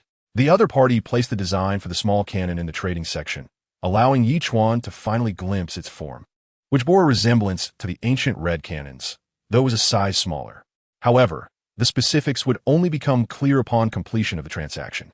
Ye Chuan promptly replied, 20 sardines. "Could you perhaps offer me 15 sardines and 5 boiled water?" Came a counter. "I suffer from diarrhea when drinking snow water, and boiling it does not help. I seek fresh boiled water." "Very well." Ye Chuan did not take offense and swiftly finalized the trade, then began to study the manufacturing requirements for the small cannon, which included 1 design, 100 metal sheets, 10 cloth pieces, and 2 stones. "System, is this small cannon feasible?" Ye Chuan pondered, stroking his chin, and subsequently inquired. "Range, 500 meters, tremendous power, explosion radius of 30 meters, equipped with a sight capable of 360-degree rotation, and can be upgraded." The system promptly provided the answer. "If that's the case, it sounds promising." Ye Chuan's demeanor brightened, particularly at the prospect of upgrades. Moreover, when combined with his air cannon alongside the turtle, even medium-sized sailing vessels could be easily sunk. With this thought, Ye Chuan surveyed his surroundings and decided to place the small cannon atop a hill behind his house. After its second evolution, the hill now stretched over 50 meters long and stood nearly 15 to 16 meters high, allowing one to gaze over the trees and catch a glimpse of the ocean beyond. Importantly, as the area of the turtle's back increased, so too would the hill's height. Thus, situating it here was undoubtedly the optimal choice. With this in mind, Ye Chuan immediately opted to manufacture the cannon and positioned it on the flat ground at the summit. Despite being a small cannon, it likely weighed around a ton, with a barrel nearly 2 meters long, giving it an imposing appearance. "System, now that I have the small cannon, how do I produce ammunition?" Ye Chuan scratched his head and inquired. "Ammunition production requires 1 small cannon, 1 saltpeter, 1 sulfur, 1 charcoal, and 1 stone," the system promptly replied. Where could he procure saltpeter and sulfur? Wasn't this precisely the materials used for gunpowder in ancient times? Ye Chuan couldn't help but feel somewhat stunned, exclaiming loudly. Unable to find a solution, he dashed to the public chat room and shouted, "Who has sulfur and saltpeter? I'm willing to pay a high price." "Wow, there's a big shot buying sulfur and saltpeter. Is he planning to make gunpowder?" Someone remarked. "I'm not saying, but some big shots are quite clever, while others are just foolish. This is a maritime world. Where on earth would one find sulfur and saltpeter? Do you think everyone has it readily available? Just because you can't find it doesn't mean others can't. With so many people, the daily supply of boxes must contain millions. Could there really be none? Come on, this concoction is akin to gunpowder. I doubt anyone can truly wield it. How about we wager? If someone can, I'll go live and eat excrement. Aren't you disgusted?" The public chat room erupted in chaos, yet Ye Chuan could only shake his head in disbelief. It seems that no matter where one goes, internet trolls are ever present. However, there is a truth that Ye Chuan must concede. In this oceanic realm, it seems sulfur and saltpeter are indeed scarce. Since these 2 items are temporarily unattainable, Ye Chuan decided not to dwell on them for now. After all, with a small cannon in hand, it won't be long before ammunition can be manufactured. Fortune is often a close companion, is it not? Just then, the system's voice broke through his thoughts. "Hidden mission detected. Do you accept?" "What hidden mission?" Ye Chuan's expression shifted. Perhaps by completing this hidden task, he could procure saltpeter and sulfur. "Hidden mission. The host must slay a merman within 1 week to receive generous rewards. Do you accept?" The system responded. "What?" Ye Chuan was taken aback. "Are you kidding me? Didn't you just tell me that mermen are incredibly powerful? Now you want me to kill one? Isn't that tantamount to courting death?" "The host may choose to accept or decline," the system reiterated. "I accept." Ye Chuan grimaced, feeling compelled to shout. "If I refuse, there may be no hidden missions in the future." Detection. The host has accepted the hidden mission. Please complete it promptly. The system replied instantaneously. What kind of fate is this? I'm trying to figure out how to evade mermen, and the system insists I confront one. Is today a stroke of luck or pure misfortune? Ye Chuan rubbed his hair, a look of despair etched on his face. Chapter 88. stir-fried pork with chili, trading green onion, ginger, and garlic despite the predicament. Life must go on, right? Ye Chuan sighed, glancing at the clock, which signaled noon. He promptly began preparations for lunch. He was quite fond of the pancakes he had acquired and decided to make them the main dish. To his pleasant surprise, he had harvested some chilies.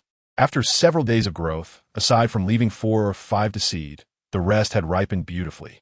Ye Chuan picked a dozen or so, planning to prepare stir-fried pork with chili for lunch. Given the abundance of wild boar meat, even if they dined on it daily, 8 people could feast for a month. As for the remaining chilies, Ye Chuan instructed Friday to dry them all. Though the temperature was relatively low, the sun was still decent, and he believed they would soon be thoroughly dried. Next, Ye Chuan busied himself. If only he had green onions, ginger, and garlic. In the afternoon, he should check the public chat room. Since other island masters had obtained seeds and fruits, surely they would have some green onions, ginger, and garlic as well. With these thoughts in mind, Ye Chuan began cooking. Although the quantity for 8 people resembled a large communal dish. With the aid of lard and his prior experience as a cook in an orphanage, he managed quite well. 5 minutes later, the stir-fried pork with chili was ready. After savoring a bite, although devoid of soy sauce, both the wild boar meat and chili peppers, influenced by their environment, were remarkably delicious. Imbuing this dish with a certain soul, Ye Chuan could only describe it with a single word: fragrant. With an excited chuckle, he exchanged a pancake for a small plate of stir-fried chili pork, declaring, "Today at noon, we shall indulge in stir-fried chili pork. It is only a soulful experience when wrapped in a pancake. Goodness, there are chilies." Lu Yi responded with a cheeky emoji. "Chilies are my absolute favorite. Have you forgotten that you shouldn't eat anything too spicy these past few days?" Ye Chuan replied, momentarily taken aback. Upon reading his message, Lu Yi's face flushed a deep crimson as she quickly retorted, "I used to relish spice in all its forms, even the most diabolically hot varieties. So I'm more than willing to accept the usual stir-fried chili pork." That's reassuring. Hearing Lu Yi's words, Ye Chuan felt a wave of relief wash over him. Through the responses from a few others, he found solace. Everyone enjoyed spicy food. Only blueberry jam abstained from spice, not out of distaste, but rather out of concern for breakouts that might mar her appearance during live streams. However, the fear had dissipated, for on the island, there would be no audience for at least half a year. What harm could come from indulging in chili peppers? After finishing lunch in a few swift bites, Ye Chuan relished a large cup of Longjing tea, contentedly burping, and then sent a message in the public chat. "Is there anyone with scallions, ginger, or garlic? Or their seeds? I am willing to purchase them at a high price." Who is this affluent individual? Merely having food is a blessing, yet they seek scallions, ginger, and garlic? Some remarked. While certain individuals might currently be in dire straits, others had already amassed a wealth of supplies. Greed is inherent in human nature. Once one enjoys a good life, the pursuit of an even better one ensues. Sigh, comparing oneself to others is often disheartening. To be honest, I'm still subsisting on raw fish, lacking even the privilege of cooking it. Congratulations, you've progressed to eating raw fish. Impressive. Get lost. The public chat erupted into excitement, with a flurry of private messages requesting food and drink, all of which Ye Chuan chose to disregard. After a few minutes of waiting, seeing no substantial offers, he was about to step outside for some fresh air when a sudden message caught his attention. "Big shot, I have scallions, ginger, and garlic." "You have them?" Ye Chuan replied, astonished. "I opened a small resource pack. It contained only 5 pounds each of scallions, ginger, and garlic. Was that not intentional?" The other party complained. "Eventually, I was so famished that I consumed 2 pounds of ginger, resulting in a painful array of blisters." "So, you still have 3 pounds of ginger and 5 pounds each of scallions and garlic?" Ye Chuan inquired, his excitement palpable. He couldn't help but admire the person for their audacity. Consuming 2 pounds of ginger raw was truly remarkable. "Indeed," came the affirmative reply. "Very well. I will offer you 10 sea fish and 5 freshwater fish." Ye Chuan responded decisively.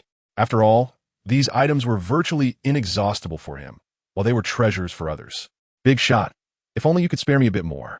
The other replied with a toothy grin. "These scallions, ginger, and garlic are truly one of a kind. It is said that this item is somewhat dispensable. Even without it, I would not mind, would I?" Ye Chuan promptly responded, "Consider it carefully. If you wish to trade, then let us proceed. If not, I shall not impose." I will take a stroll and breathe some fresh air while you contemplate. Please don't. The other party interjected without hesitation. I am indeed interested in the trade. Ye Chuan swiftly placed the items into the trading interface, and the two completed the transaction. They exchanged 5 pounds each of scallions and garlic, with roughly 20 stalks of scallions and about 40 heads of garlic, along with 2 substantial pieces of ginger. After some consideration, Ye Chuan decided to keep 15 stalks of scallions, 20 heads of garlic, and 1 piece of ginger. Subsequently passing the remainder to Friday, plant the garlic and ginger directly, and save the scallions for replanting later. Brother Chuan, there's no land left, Friday exclaimed, raising his hands in exasperation. There's no rush. We can plant tomorrow, Ye Chuan replied, and then he retreated to his room, posting a trading message on the interface. Stir-fried pork with chili, 1 planter blueprint. Wow, incredible. Have you all noticed? A major player possesses a recipe for stir-fried pork with chili. I wonder if it was self-created or cooked. Are you daft? Can you really obtain chili or pork from a supply box? It must have been prepared by them. I suspect it's the same major player who sold the rib soup yesterday. I don't think there's any need for insults, is there? Just because you're foolish doesn't mean you should be ridiculed. With your level of incompetence, you might not even finish the beginner phase. Shut it. While the public chat room buzzed with fervor, the trading interface had successfully completed the transaction. The other party sent a message. Friend, I also have another planter blueprint available. Interested in another trade? I no longer have stir-fried pork with chili, Ye Chuan replied. 1 freshwater for it. The other party countered. 1 freshwater, 5 sea fish. The other party insisted, clearly aware of Ye Chuan's possession of sea fish. I am also aware that you have more planter blueprints. If I need more, I can simply return to the trading interface, Ye Chuan replied after a brief pause. I have something else you might find intriguing. The other party took a full minute before responding. I am curious to see what it is, Ye Chuan replied, adding a smiley face. A greenhouse blueprint. The other party responded. In this weather, cultivating anything is quite challenging, but having a greenhouse changes everything. Consider it? You make a valid point. Very well. I shall offer you 1 freshwater and 10 sea fish. If you agree, let us trade, Ye Chuan declared, placing the items in the trading interface. Very well. After 2 or 3 minutes of contemplation, the other party finally placed both blueprints in the trading interface, and the transaction was completed. Immediately, Ye Chuan crafted the planter.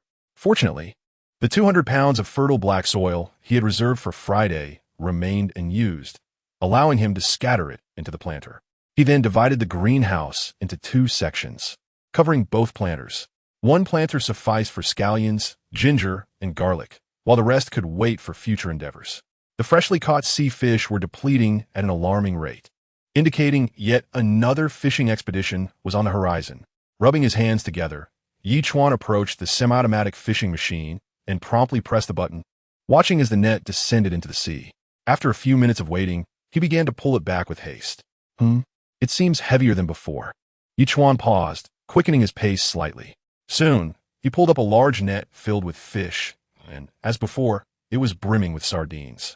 The system immediately reported the catch: 367 sardines, 2 king crabs, and 1 lost harpoon. A lost harpoon? Ye Chuan was taken aback and quickly searched through the fish until he discovered the harpoon, approximately 56 meters long and weighing over 20 kilograms. Remarkably, it was automatic. When a button was pressed, a 30-centimeter-long harpoon would be launched, with a range of about 10 meters, connected by a slender steel wire. Quite similar to the spear he had used previously. Could this also be a relic of the merfolk? Ye Chuan mused himself, aware that such questions would elicit no answers from the system. The added weight was due to the harpoon and the fact that this batch of sardines was noticeably larger than the last. Previously, it took a dozen sardines to yield one. Now, 5 or 6 produced the same result, lively and vigorous. Ye Chuan quickly placed them on the trading interface. 1 sardine for 3 planks, 1 sardine for 3 metal sheets, and 1 sardine for 1 stone. Given the size of this catch, it was perfect for trade.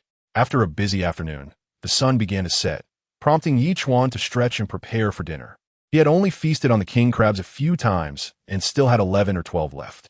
He decided against any elaborate preparation and opted for simply boiling the king crabs. 1 for himself to savor.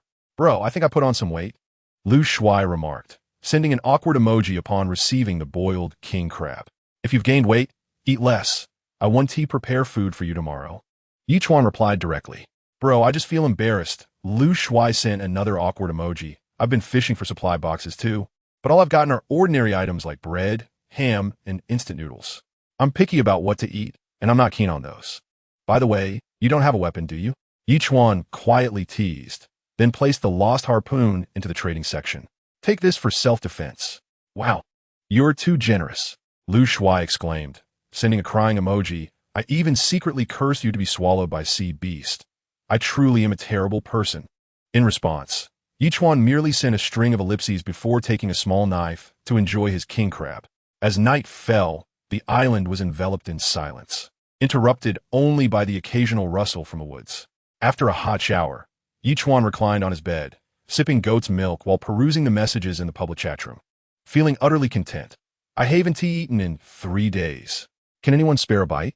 I'm willing to become your subordinate island lord and accompany you to bed every day once we meet.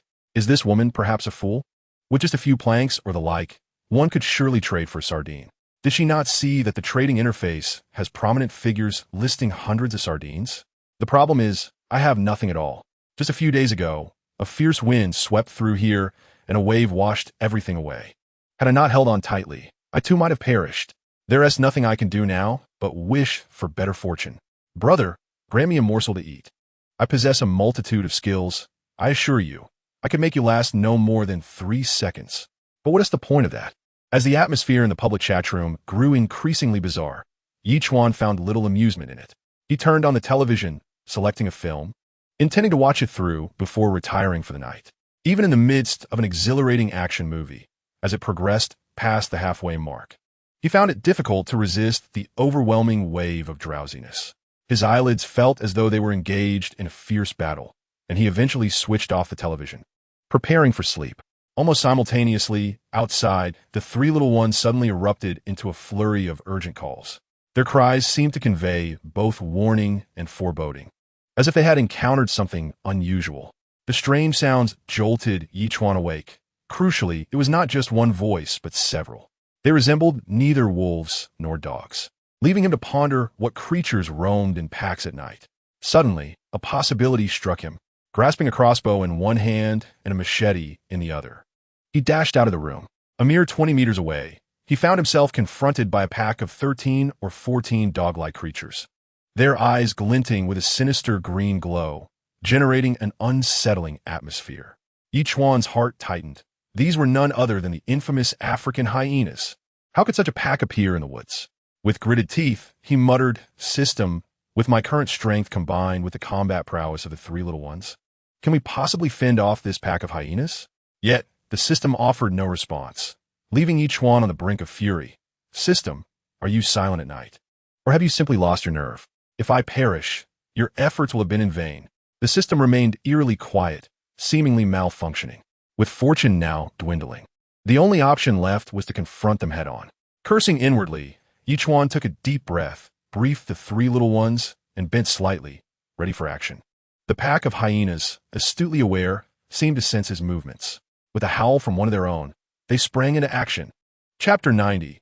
Fierce battle with the hyena pack. The 3 little ones cried out, flapping their wings as they charged forward, their sharp claws seizing 3 hyenas and swiftly ascending into the sky, their shrieks echoing below. Ye Chuan shouted, and while swinging his crossbow, he triggered the mechanism, unleashing 12 bolts that shot forth, striking 2 of the leading hyenas with precision. In less than 3 seconds, 5 of the 13 hyenas had already fallen. However, the sheer number of hyenas was overwhelming. The others surged forward, gaping mouths ready to deliver a vicious bite at Ye Chuan. Bang! Ye Chuan commenced his work with deft precision, one hand unleashing an air cannon while the other wielded a cleaver. As the air cannon struck a hyena, the cleaver simultaneously cleaved into the skull of another. The unfortunate hyena was propelled several meters away, colliding with a large rock, and promptly collapsed to the ground, howling in agony. Although the air cannon had reached an intermediate level, Ye Chuan only benefited partially from its power, rendering it still at a rudimentary stage. While it could send the hyena flying, slaying it remained a formidable challenge. The second hyena, however, was met with a brutal fate. Its head was cleaved, causing its eyes to cross in bewilderment as it howled in distress. With a swift flick of his wrist, Ye Chuan sent the creature soaring through the air. Yet, despite his impressive speed, the odds were against him as he faced 6 hyenas, their predatory gazes fixed upon him. One hyena seized his calf, prompting a muffled grunt from Ye Chuan. He retaliated with a powerful kick to the creature's abdomen, forcing it to relinquish its grip and flee, only to be struck in the rear by an air cannon, collapsing in a pitiful heap. As the remaining 5 hyenas prepared to attack, a series of loud thuds resounded, and 3 hyenas, snatched away by the smaller creatures, plummeted from the sky, meeting their demise. Within 10 seconds, 8 hyenas had lost their combat capabilities, and the remaining 5, now cowed, tucked their tails between their legs and began to retreat, turning to flee. However, 3 massive figures swooped down from above, and despite the hyenas' swift escape, 3 were captured before they could reach the shelter of the trees, their cries echoing as they ascended into the air. With only 2 hyenas remaining, Ye Chuan pursued them with fervor, yet they ultimately vanished into the thickets of the forest. He muttered a fierce curse under his breath, glancing at the bite mark on his leg, which had already healed, leaving only a hole in his clothing that hissed as the wind rushed in. Had he not been warmed by recent exertion, he would have surely been shivering from the cold. With a resounding thud, the 3 hyenas that had been lifted into the air met their end after a brief freefall. Ye Chuan exhaled deeply, relief washing over him as he settled onto a nearby rock, catching his breath. He addressed the small creatures with gratitude. "You 3 did splendidly. Without your assistance, I would have struggled to defeat them alone." The trio eagerly approached him, rubbing against his legs, their eyes narrowed in delight, seemingly relishing his praise. While the threat had been neutralized, the hyenas needed to be dealt with promptly, delaying until the morrow could lead to complications in skinning them. Resolute, Ye Chuan gathered several wooden planks, ignited them, and began processing the hyenas by the light of the flames. Though their flesh was putrid and unpalatable due to their scavenging nature on this desolate island, there were those who would endure hunger. Selling the carcasses could yield valuable resources, if not rare items. Certainly, Ye Chuan was indeed preoccupied with those hyena skins. He possessed a sewing machine, allowing him to craft several exquisite hyena fur coats, which would be quite splendid. Accompanied by the 3 little ones, he toiled until the clock struck 1 in the morning, finally finishing all the hyenas. He temporarily stashed the meat and skins in the cold storage, stretched languidly, and gazed at his disheveled appearance, covered in grass and dirt, as if he had just emerged from a bath. After guzzling 100 levels of fresh water, Ye Chuan took a hot shower, and by the time he settled into bed, it was nearly 2 in the morning. Sighing with relief, he exhaled a breath of fatigue, his eyelids drooping as he gradually drifted into slumber.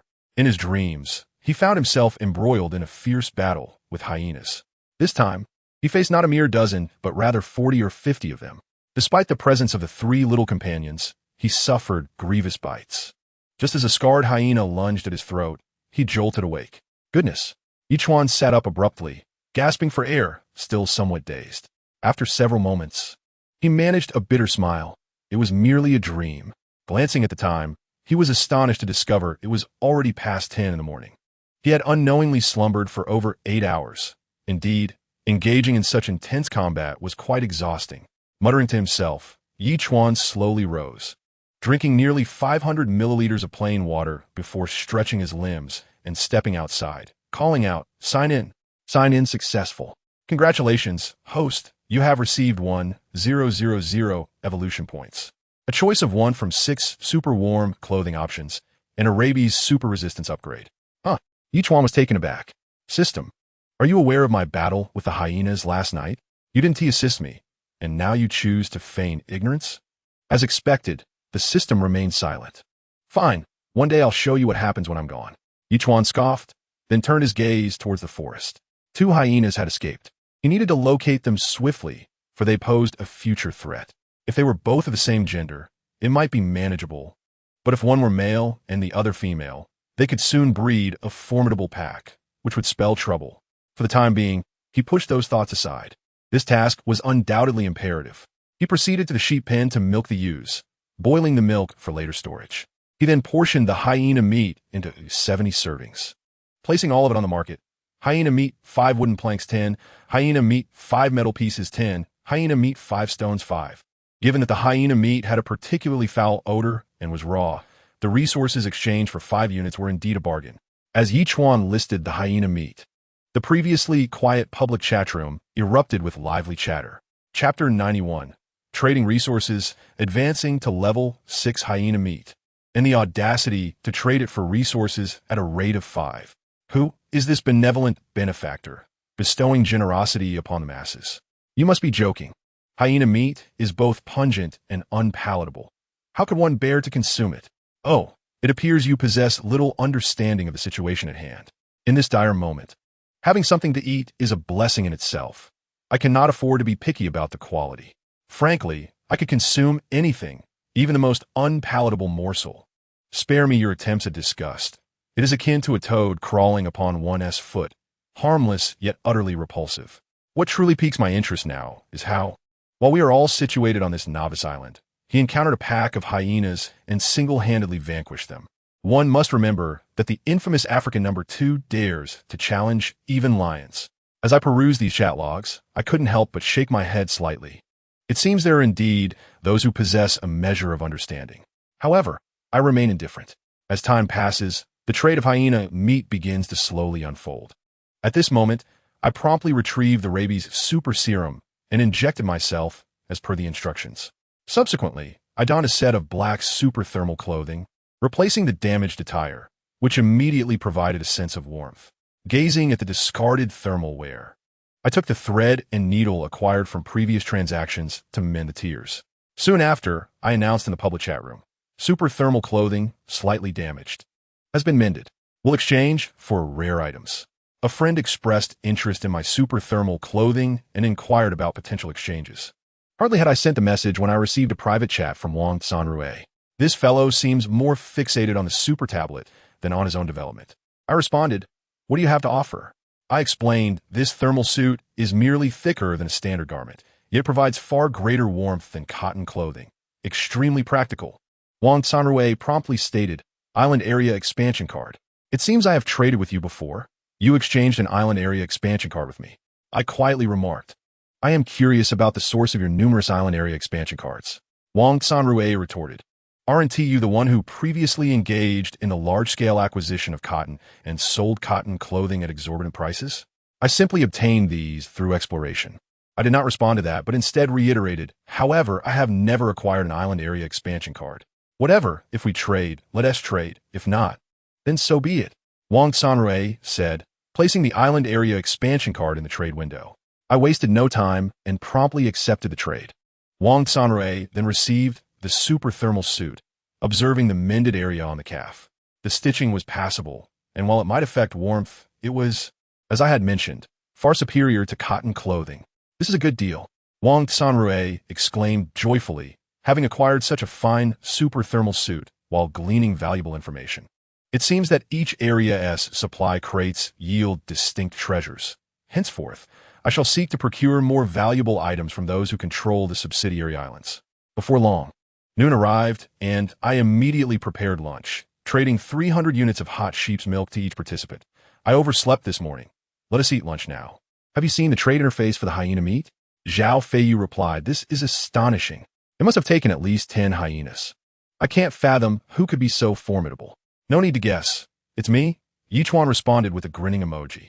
"My forest is quite expansive. Last night, a dozen hyenas unexpectedly charged out, and my pet and I managed to take down 11 of them, though 2 managed to escape." "Wow," Zhao Feiyu exclaimed with a flurry of astonished emojis. "You truly are impressive, battling against a dozen hyenas. What sort of pet do you have equally fierce?"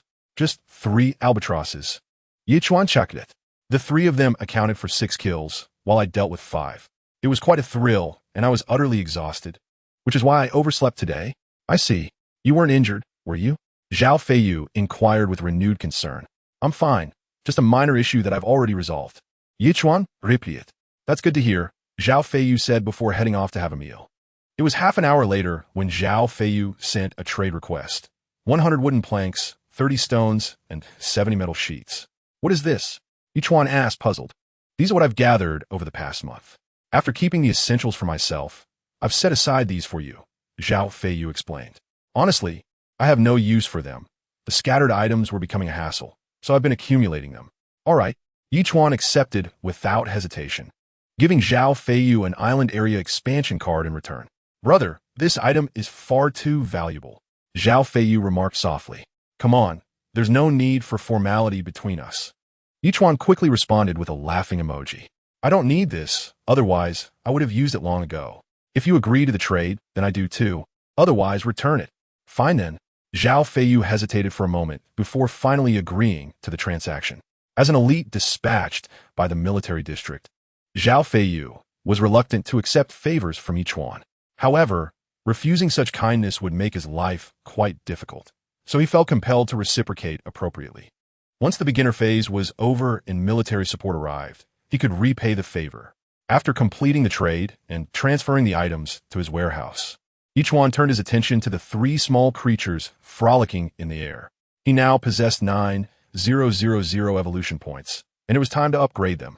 With that thought, Ye Chuan promptly summoned the 3 little ones and allocated the evolution points to each of them.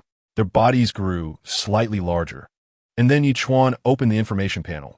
Name, Albatross level, 6, growth stage, evolution points, 03500 skills, diving talents, capable of lifting 70 weight, talents, diving, fishing, flying, long-distance navigation. After upgrading to level 6, the little one's carrying capacity increased by 20, though the other attributes remained unchanged. Ye Chuan was not in a hurry, as the increase in size also enhanced their combat capabilities. He thought it might be time to venture into the forest and track down those 2 hyenas. Albatross upgrade complete. Congratulations, your pet has reached level 6 and received an upgrade gift pack. Would you like to open it? The albatross has completed its upgrade. Congratulations to the host for elevating their pet to level 6 and receiving an upgrade gift package. Should it be opened? As these thoughts crossed his mind, a series of 3 notifications from the system echoed in his ears, prompting Ye Chuan to chuckle and declare, open them all. Chapter 92, Crafting Shells, a bountiful harvest. Congratulations. Host, you have gained 1,000 growth points, 2 sulfur, 3 charcoal, and 3 bottles of 67-degree old white liquor. Congratulations, host, you have gained 1,000 growth points, 5 planks, 3 plastic, and 10 self-heating pots. Congratulations, host, you have gained 1,000 growth points, 2 nitrate, 3 stones, and 5 sets of 100 seasoning materials. Wow. Today as gifts are indeed plentiful. Ye Chuan's expression shifted. The old white liquor was the classic 67-degree variety, and he had received 3 bottles at once. Was this a tribute to youthful revelry, where drunkenness became a way of life? Furthermore, he had been gifted 10 self-heating pots. Had the system decided to become generous? As for the 5 sets of seasoning materials, including Sichuan pepper, star anise, white peony, bay leaves, and cinnamon, with 100 of each, it appeared that he would no longer fret over stewing meat. However, what truly delighted Ye Chuan was the acquisition of sulfur and nitrate. Receiving 2 of each was undoubtedly a boon from the system. Perhaps it was a subtle favor for the challenges he faced in the mermaid-killing quest. System, you're not so bad after all. Though you sometimes feign ignorance, you still show understanding in crucial moments. Ye Chuan chuckled to himself as he examined the method for crafting shells, gathering 2 pieces of charcoal and stone and successfully creating 2 shells, estimating that each shell weighed around 8 pounds. These small cannons were quite convenient. They only required aiming at a target and pressing a red button at the tail to launch the shell. However, Ye Chuan refrained from testing them, placing both shells into the system's inventory, reserving them for when they might be needed. Brother Chuan, the soybeans are ready for harvest. Shall we proceed? Friday approached to inquire. What about the corn? Ye Chuan asked once more. The corn will take about another day, Friday replied. Then let's harvest the soybeans first, Ye Chuan nodded. We will collect the corn tomorrow, but ensure to leave at least 50 seeds for both the corn and soybeans to replant when the land is prepared. Understood, Friday responded, promptly getting to work. Half an hour later, Ye Chuan had harvested approximately 4 pounds of golden soybeans. Gazing at the vibrant beans, he took a deep breath, initially contemplating the immediate preparation of tofu or bean curd. However, upon reflection, he decided to postpone this plan, as both dishes required gypsum, which he currently lacked. Thus, he shelved the idea for the time being. With this in mind, Ye Chuan hurried back to his room and sent a message in the public chat room, willing to pay a high price for gypsum. Please private message me if you have any. Gypsum? What is it good for? It seems rather useless. Surely, it can't be for a big shot building a house and needing gypsum for plastering the walls? Goodness, your imagination is vast. In a place like this, who would be so particular? Who needs plaster for a house? That is hilarious. I pondered, perhaps it pertains to the production of tofu, as a creation of tofu necessitates gypsum slurry. Yet, from where does the esteemed individual acquire soybeans? One cannot fathom the thoughts of such a person. No matter how much one speculates, clarity eludes us. Regardless, we lack such resources. Let us instead discuss the impending drop in temperature. The seawater here is on the verge of freezing. What of your location? If the sea were to entirely freeze, we would all be doomed. Are you truly excited about this? Observing the conversation veering into unrelated territories, Ye Chuan was left speechless, realizing he could only bide his time. At that moment, a private message arrived. Friend, could you enlighten me on your purpose for acquiring gypsum? Why would that concern you? I doubt you possess any gypsum yourself. Ye Chuan retorted with a hint of annoyance. I was merely contemplating that if your intentions were different, I would certainly not have gypsum. But if you are indeed producing tofu as mentioned in the public chat, gypsum is not strictly necessary. Came a reply. Indeed, I am engaged in tofu production, but you claim it can be done without gypsum? Ye Chuan inquired, his skepticism evident. Tofu can be categorized based on geographical distinctions. Southern tofu utilizes gypsum, while northern tofu employs brine. In the north, we require brine for tofu production, the interlocutor explained, citing the familiar adage. Brine coagulates tofu. Each ingredient counterbalances the other. What precisely is brine? Ye Chuan asked, momentarily taken aback. Brine can be considered the crystallized form of seawater, primarily composed of magnesium chloride, the other responded. You merely need to evaporate seawater to obtain those crystals. However, if you can separate the sea salt from it, that would be even better. I possess such materials. If that is the case, it becomes quite simple. Ye Chuan's expression shifted. Do you know how to make tofu?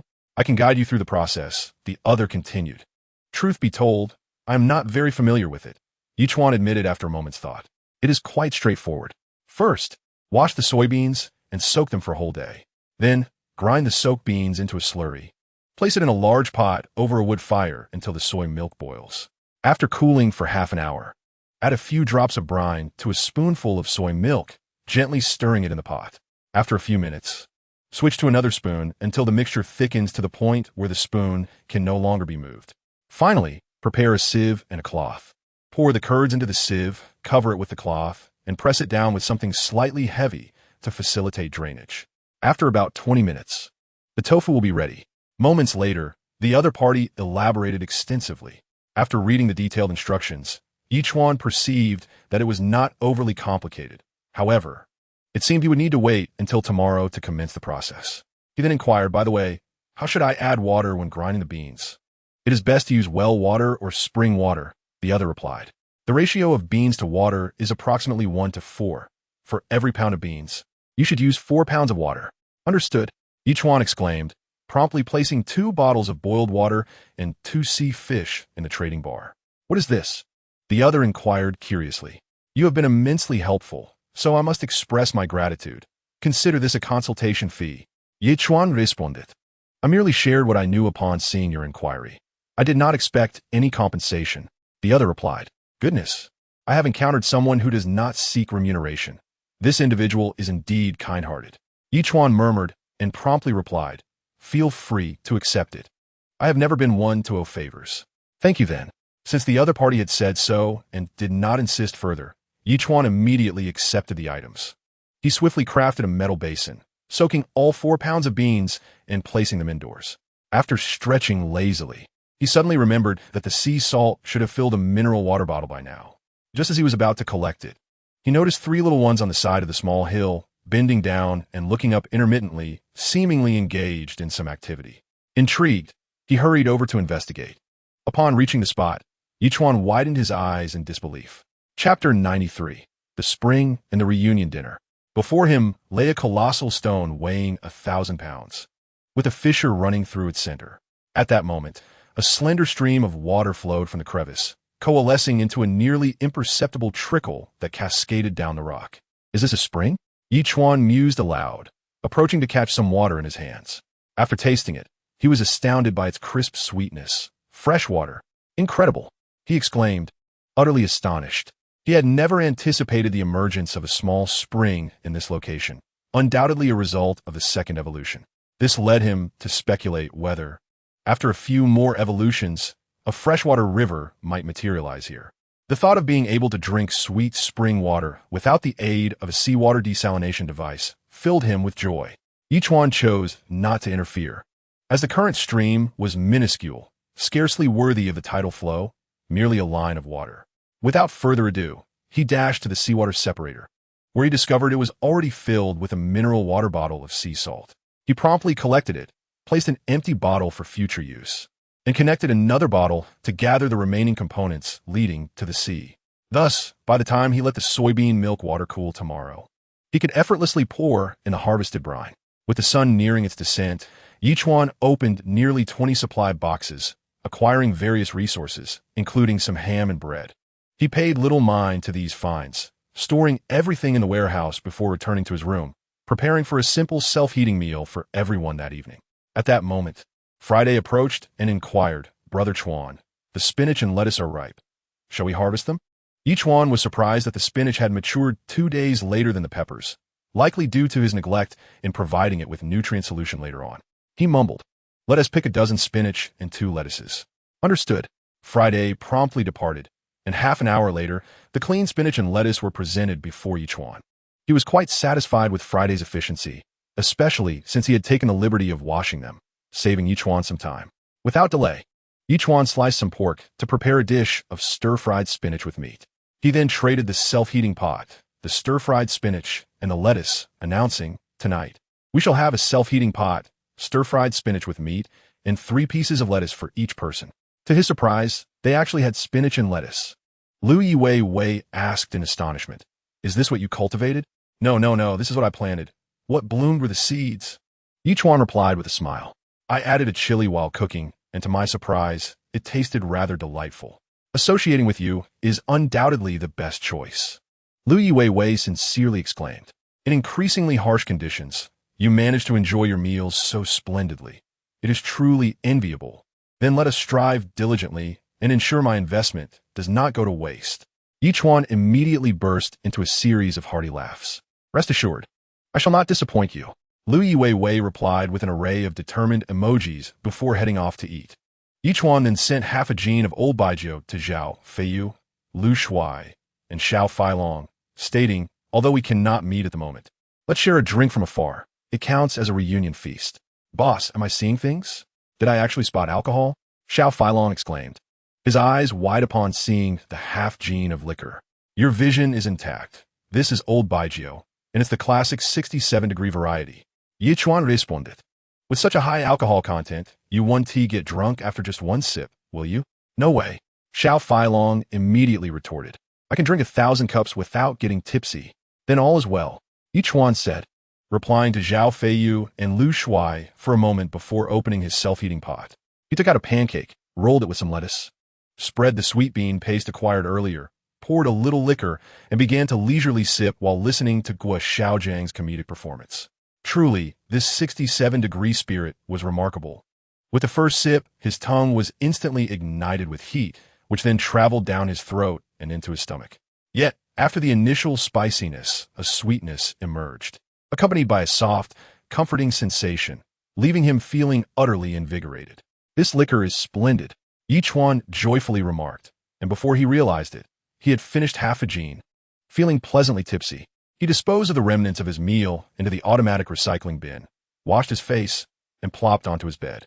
Glancing at the public chat room, he sought any useful information. "I encountered a giant octopus again. While I was in my small boat retrieving a supply box, it capsized. Fortunately, I was only 7 or 8 meters from shore, and I quickly stripped off my cotton jacket and swam back. What a thrilling experience. In such cold water and weather, you survived. You truly have a strong fate. I have 2 stoves and ignited a few wooden planks.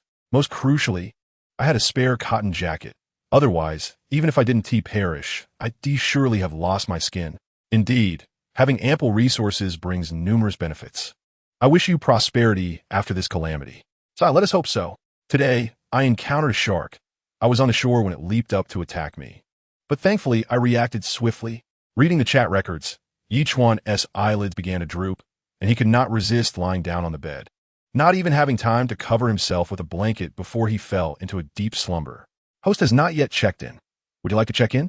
The next morning, Ye Chuan was awakened by the system's voice, the clock just striking 6.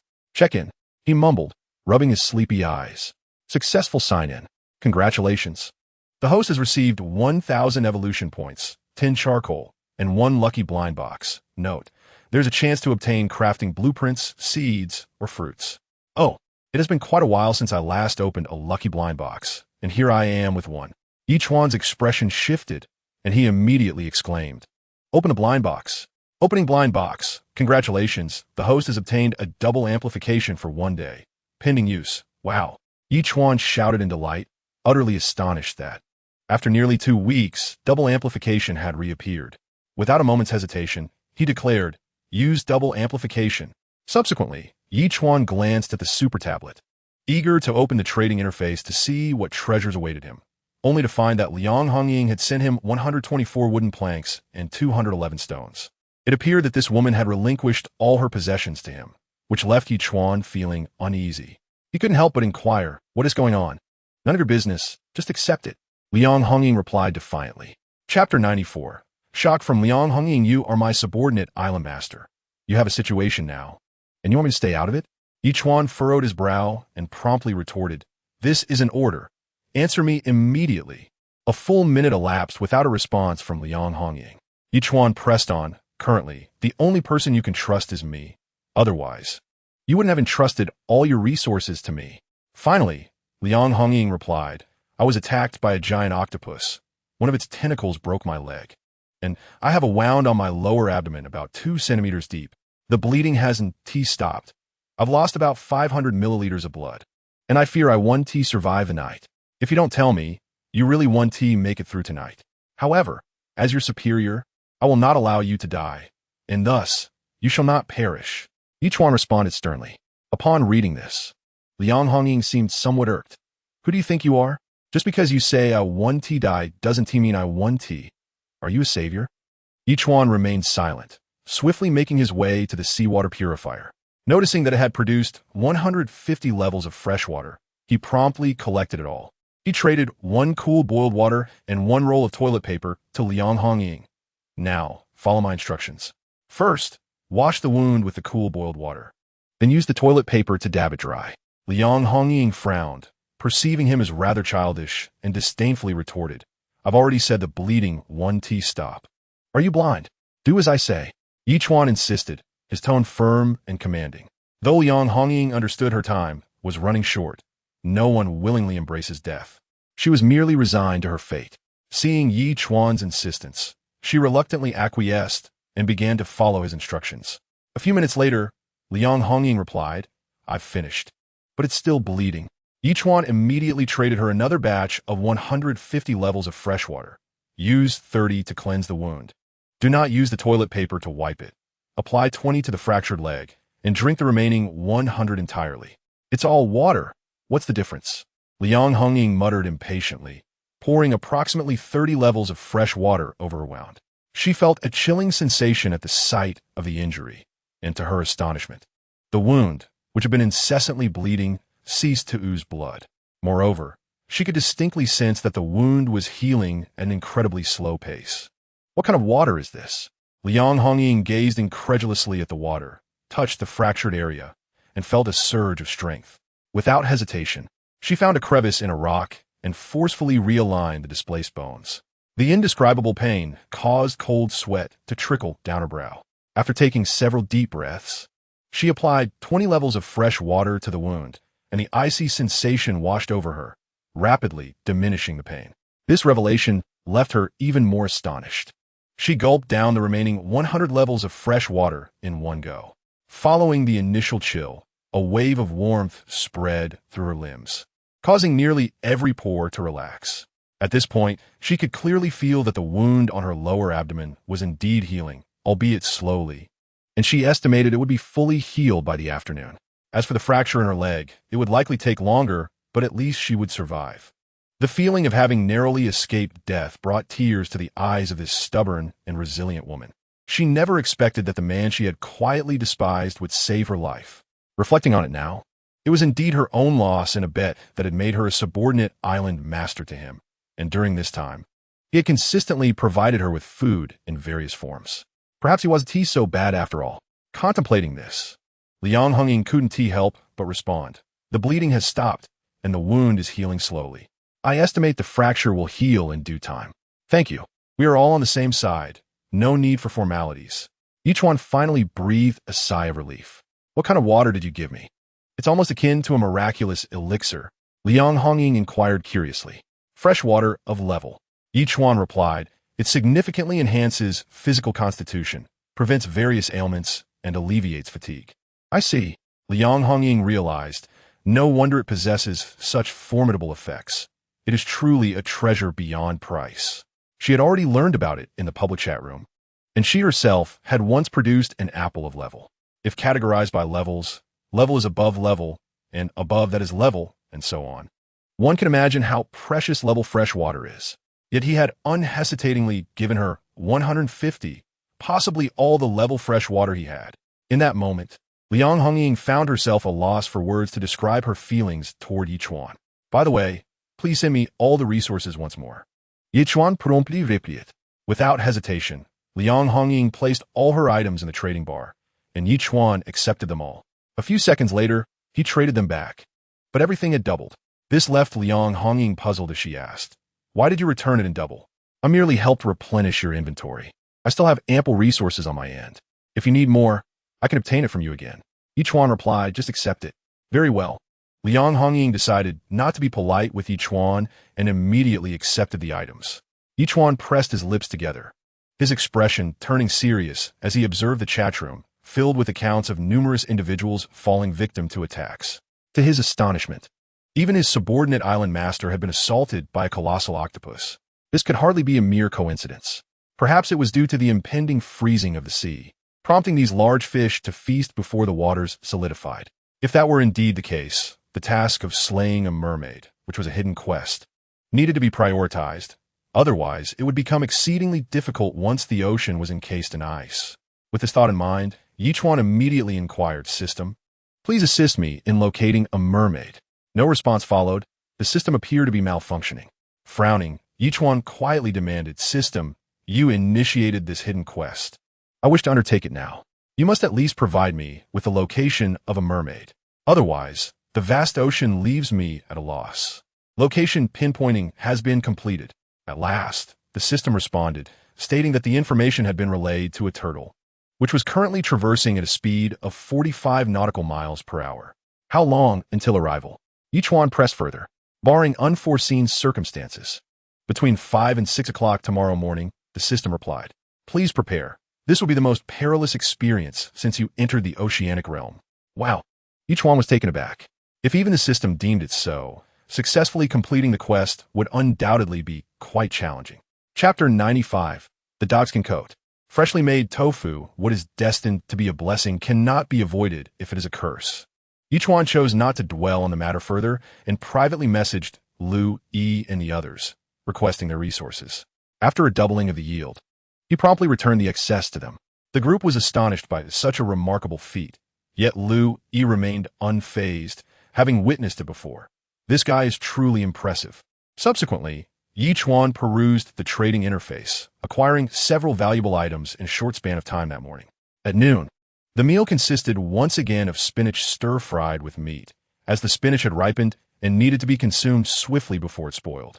Additionally, Ye Chuan prepared a bowl of instant noodles, trading the spinach stir-fried meat among the 7.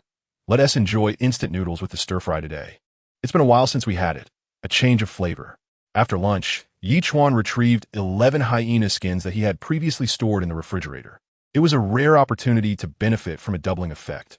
Why not craft these skins into coats? Each dogskin coat required 2 hyena skins, and without hesitation, Ye Chuan commenced the crafting process. Soon, 10 exquisite dogskin coats appear before him, each with exceptionally soft and resilient fur, impervious to even the strongest tugging, and remarkably warm, surpassing even the effectiveness of super-insulated clothing.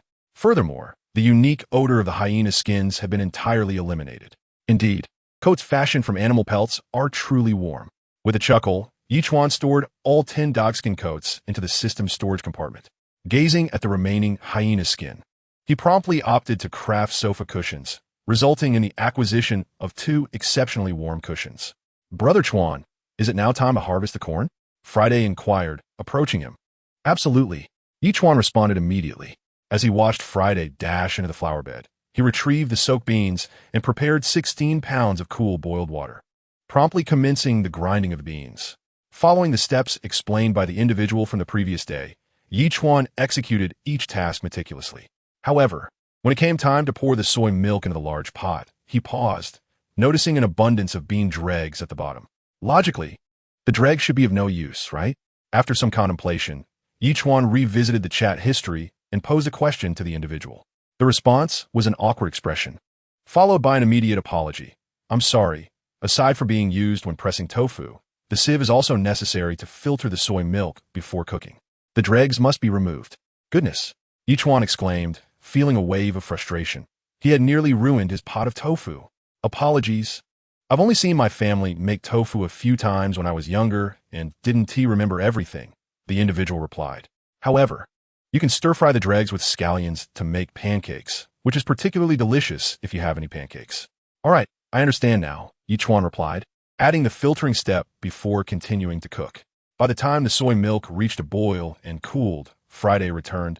"Brother Chuan, all the corn has been processed, yielding a total of 30 pounds. "Such a quantity?" Ye Chuan asked in astonishment. Indeed, Friday confirmed.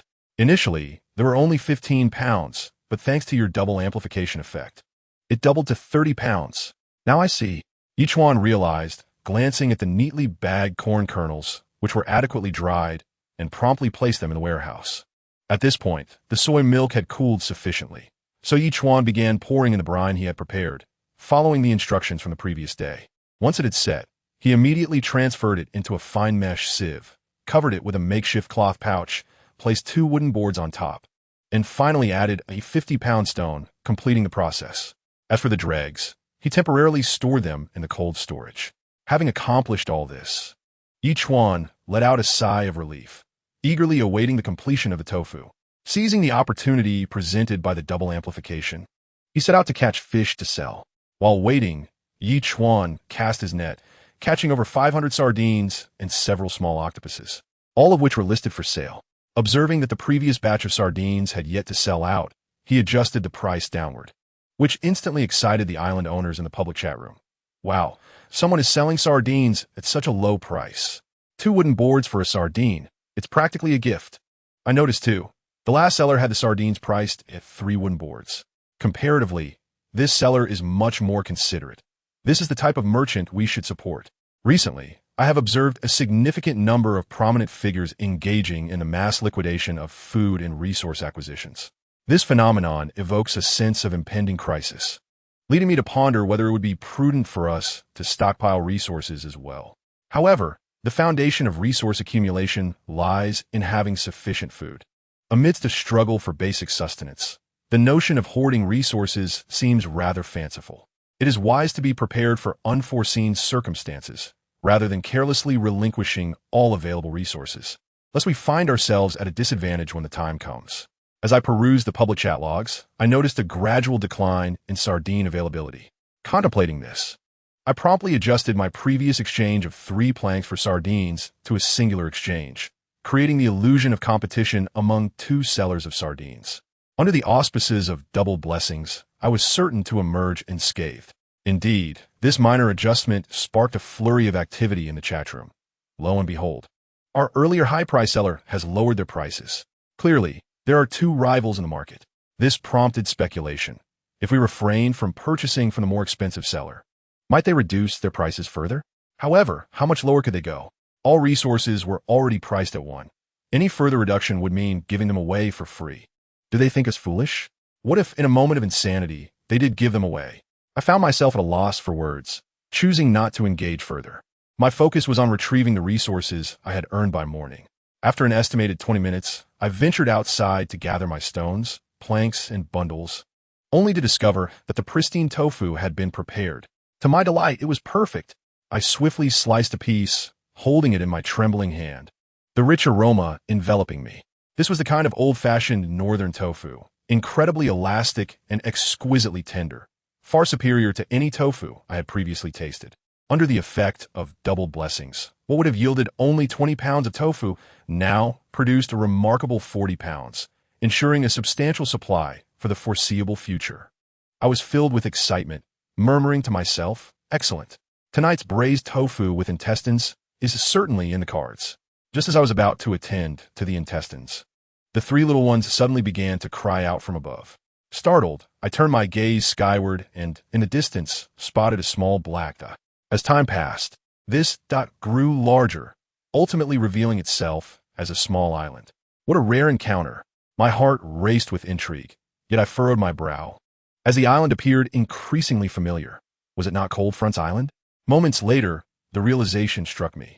Chapter 96. The astonishing Cold Front. I never anticipated that after all this time, I would circle back to Cold Front's domain. I wondered whether he had returned.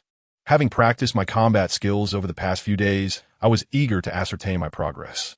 With Cold Front's formidable prowess, he would make an ideal sparring partner. Thus, I declared, let's take a detour and pay a visit to Cold Front's island.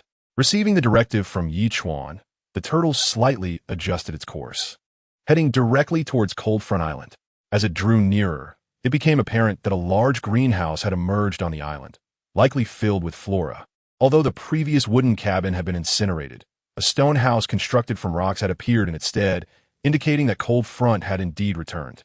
Ye Chuan chuckled and promptly leaped onto the island, calling out loudly, "Cold Front, come out." There was no response. It seemed Cold Front had already departed. "I know you're on the island. Why are you hiding?" Ye Chuan said impatiently. "I burned your home and took your beans and corn. Don't you hate me? If you do, come out and kill me." Just as the words left his lips, Ye Chuan sensed a faint chill rushing towards him from a certain direction. Almost instinctively, he drew his machete and slashed behind him without turning, simultaneously leaping to the side. There stood Cold Front, coldly gazing at him, clad in animal hide, wielding a dagger, and lowering his stance as he said, "Once I unbound your super tablet, I vowed to find you and kill you. I never expected you would come to me today, saving me the trouble of searching for you. Last time, you were my defeated foe. Do you think you can best me this time?" Ye Chuan grinned and replied, "Whether I can or not, I must try." Cold Front ceased further words, deftly wielding his dagger and advancing with lethal intent. Recalling the movements of combat techniques, Ye Chuan awkwardly defended with his machete. This caused Cold Front to furrow his brow. Although Ye Chuan's movements were not graceful, he could clearly sense that in merely a few days, Ye Chuan had made significant progress. Cold Front murmured, "What you're using seems to be combat techniques." "Oh, you know about combat techniques?" Ye Chuan asked, astonished. Clearly, Cold Front was not a military man. His strikes were vicious, nearly fatal, and a moment's carelessness could lead to severe injury, resembling the mannerisms of an assassin or a champion from an underground fighting arena. No wonder. He must be from the military district. Cold Front realized, regrettably, that today the military district would lose a talent. With that, he struck again, his attacks becoming even more cunning.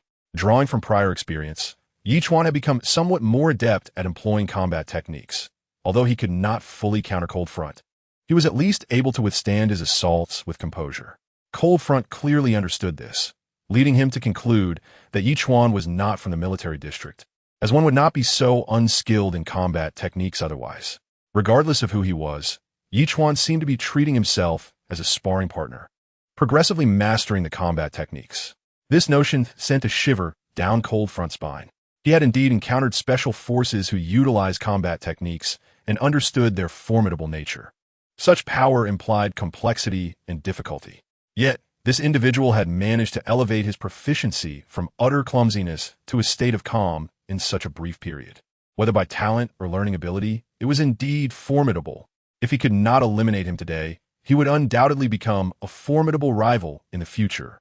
As he contemplated, Cold Front gritted his teeth, holding his breath as his speed surged once more, the dagger thrusting an exceedingly cunning angle towards Ye Chuan's left rib.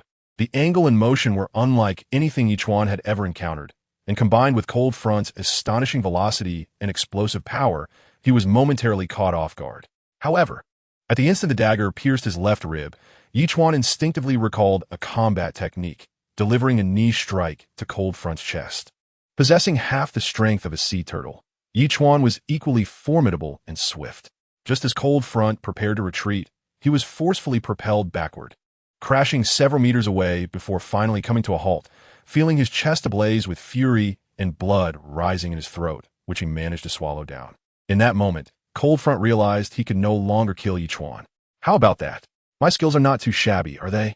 Ye Chuan chuckled it, observing the wound that had already healed halfway, and he leisurely approached Cold Front. Indeed, you are quite strong, Cold Front replied, taking a few deep breaths before lunging forward to strike Ye Chuan once more. Yet, having barely advanced 3 meters, he suddenly turned and sprinted towards the sea, seemingly attempting to flee. Was that merely a feint? Ye Chuan's lips twitched in disbelief. However, he did not pursue Cold Front, instead standing still and patiently awaiting his return. Within a minute, Cold Front re-emerged from the water, propelled by a dolphin that had seemingly saved him. How is it that you wish to escape after just one kick? Ye Chuan teased. Aren't you worried about freezing to death in this frigid water? What do you truly desire? Cold Front gritted his teeth and inquired solemnly. Weren't you intent on killing me? Am I not presenting you with an opportunity to do just that? Ye Chuan replied nonchalantly. What? Have you lost your nerve? Oof. Cold Front scoffed, his mind racing. After a few moments of contemplation, he stated, I can once again become your subordinate island master, and I shall be utterly loyal to you henceforth. Can your words be trusted? Ye Chuan smiled, intrigued. Ding! Hearing this, Cold Front promptly discarded his dagger and approached Ye Chuan. Does this not sufficiently demonstrate my sincerity? You currently command 3 subordinate island masters? Ye Chuan remarked with a cold smile, yet he still inquired. Indeed, should I become your subordinate island master, they too shall follow suit and become yours. Thus, you would possess 7 or 8 island masters. Even if I wished to break free, I would find myself powerless. Cold Front nodded earnestly. Your reasoning bears some merit. Ye Chuan muset no ding toth. To be candid, I am an assassin, and behind me lies a vast organization. After a 6-month novice period, you will gain not merely 1 subordinate island master, but a substantial fortune. Cold Front continued. If that is the case, I find myself rather intrigued. Ye Chuan's expression shifted. As the Cold Front approached, a subtle, cryptic smile flitted across the corner of his lips. Suddenly, a small dagger, approximately 20 centimeters in length, materialized in his hand, thrusting fiercely towards Ye Chuan's abdomen. Chapter 97. Grade Items. Braised tofu with intestines. Everything transpired in an instant. Not only was it abrupt, but the swiftness of the Cold Front was astonishingly rapid. He felt as if his speed had surpassed even his peak. Ye Chuan was undoubtedly doomed. Clang! Yet, merely a fraction of a second later, the Cold Front was startled by a crisp sound. The scene he had envisioned, with the dagger piercing Ye Chuan's body, failed to materialize. Ye Chuan stood like a rock, unmoving, his face adorned with a hint of mockery. The Cold Front's expression shifted dramatically, realizing that his formidable strike had been effortlessly blocked by Ye Chuan's mountain-splitting blade. Furthermore, his own immense strength had not only failed to budge his opponent, but had caused his own palm to split open.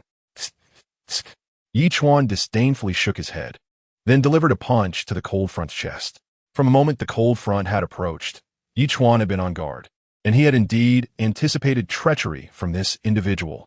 Having already suffered a heavy blow to his chest, the Cold Front was now struck again, sent flying backward, unable to suppress a mouthful of blood before even hitting the ground. Upon landing, he felt an unbearable pain in his chest, unable to rise for a time. Damn it! The Cold Front gritted his teeth. After undergoing numerous elections to arrive here, his aim had been to unite with the senior members post-beginner phase and embark on the organization's predetermined plan. Yet now, realizing he was no match, he questioned the futility of his efforts. Ye Chuan slowly approached the Cold Front, inquiring with an air of resignation, "What do you seek?" "I possess a treasure map, and hope to exchange it for my life." The Cold Front replied through clenched teeth, his voice grave. "A treasure map?" Ye Chuan chuckled. "You possess such a map in the novice area? How absurd. It's from the outer seas," the Cold Front asserted, producing the map he had carried with him. "This was given to me by our vice president when I entered the novice area. We were to unite with the seniors after this phase to seek the treasure." "Is that so?" Ye Chuan retorted dismissively, If you had a treasure map, wouldn't you have already acquired the treasure? Why would you need a novice like yourself? Because those seniors are cunning. They could very well sneak off to find the treasure themselves. The cold front insisted, but I am different. I have been nurtured by the vice president. After the novice phase, I will rally all the seniors to venture forth together. Very well, I understand. Ye Chuan nodded slightly. But just then, a sharp sound rang out as an albatross suddenly swooped down, seizing the cold front and lifting him high into the air. In that fleeting moment, Ye Chuan snatched the treasure map for himself. This map resembled parchment, irregularly circular, marked with a route and various symbols. Though it appeared uncomplicated, Ye Chuan found himself perplexed and could not help but ask the system, is this treasure map genuine? A grade treasure map, leading from the outer seas into the life-restricted zone, directly to the sunken ship of the Pirate King, promising boundless treasure, the system responded. This left Ye Chuan gasping in astonishment. A high-tier item, indeed one of the most esteemed existences within the oceanic realm. He never anticipated that a momentary whim to seek a sparring match with Cold Front would lead to such a precious acquisition. It seems that once he surpasses the novice zone, a treasure hunt will be imperative. Bang! At that instant, a resounding crash echoed as Cold Front, having been carried to an altitude of 200 to 300 meters by the albatross, was released, plummeting freely to meet a gruesome fate. How foolish to oppose me rather than contentedly serve as my subordinate island lord, enjoying the bounties of life. Such a demise is truly lamentable. Ye Chuan shook his head slightly and entered the stone house, finding little of worth within. He was compelled to scavenge all the resources, planks, stones, and the like.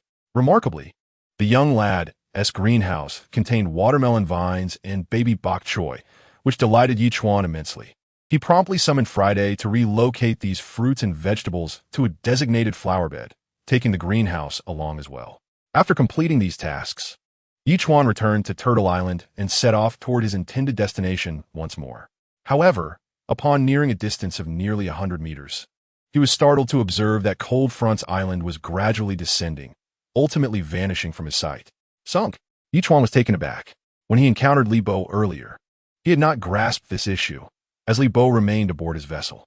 Now it was evident that the death of any island lord would cause their corresponding island to disappear, a matter he must heed in the future.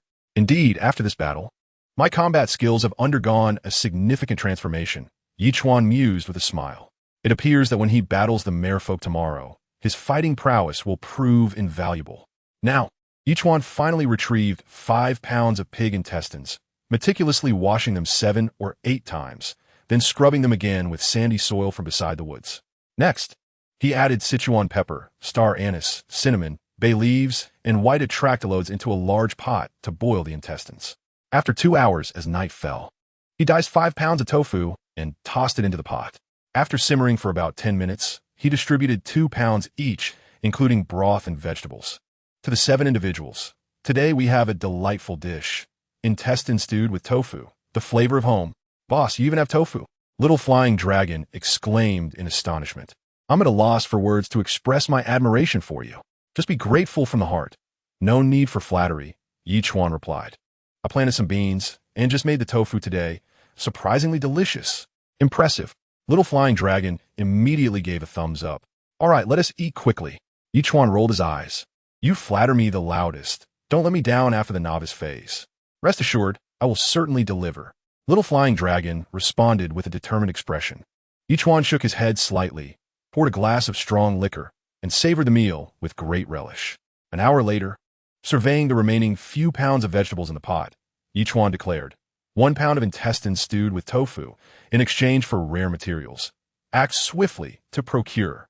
The public chat room erupted once again. What an astonishing miracle it is. There are even esteemed figures who possess braised pork intestines. What is so surprising? Just yesterday, a prominent individual inquired about gypsum, undoubtedly for tofu production, and now, it turns out they even have pig intestines. Now, that is a true connoisseur. This is a unique delicacy in the world of the ocean, and the rare resources exchanged for it must be extraordinary. Nonetheless, it appears I shall not partake. As I was observing the public chat room, a private message arrived. It was from Wang Sanrui. Chapter 98. The Trade of Anesthetic Needles, to my surprise. Wang Sanrui was not interested in braised pork intestines. My friend, May I trade for 3 pounds of tofu? You're not trading the braised intestines, but only tofu? Ye Chuan replied with a hint of irritation. I have no interest in intestines, but I know you are the one who consulted about gypsum yesterday. And you must have quite a bit of tofu. Wang Sanrui responded. I enjoy scallion salad with tofu and was hoping to prepare a dish of it while sipping some wine. Do you have scallions and wine? Ye Chuan asked, astonished. I have scallion seeds and 250 units of erguo too, which I've been reluctant to drink, Wang Sanrui replied. Just let me know if we can trade only tofu. First, I need to see if what you possess is worth that price. Ye Chuan promptly responded. 2 island area expansion cards, Wang Sanrui said, biting his lip before sending the message. To be honest, island area expansion cards hold little value for me. Do you have anything else? Ye Chuan asked brusquely. This time, Wang Sanrui remained silent for a full 3 minutes before replying. I have anesthetic needles. Are you interested? Anesthetic needles? Ye Chuan was taken aback. This seemed like a valuable item.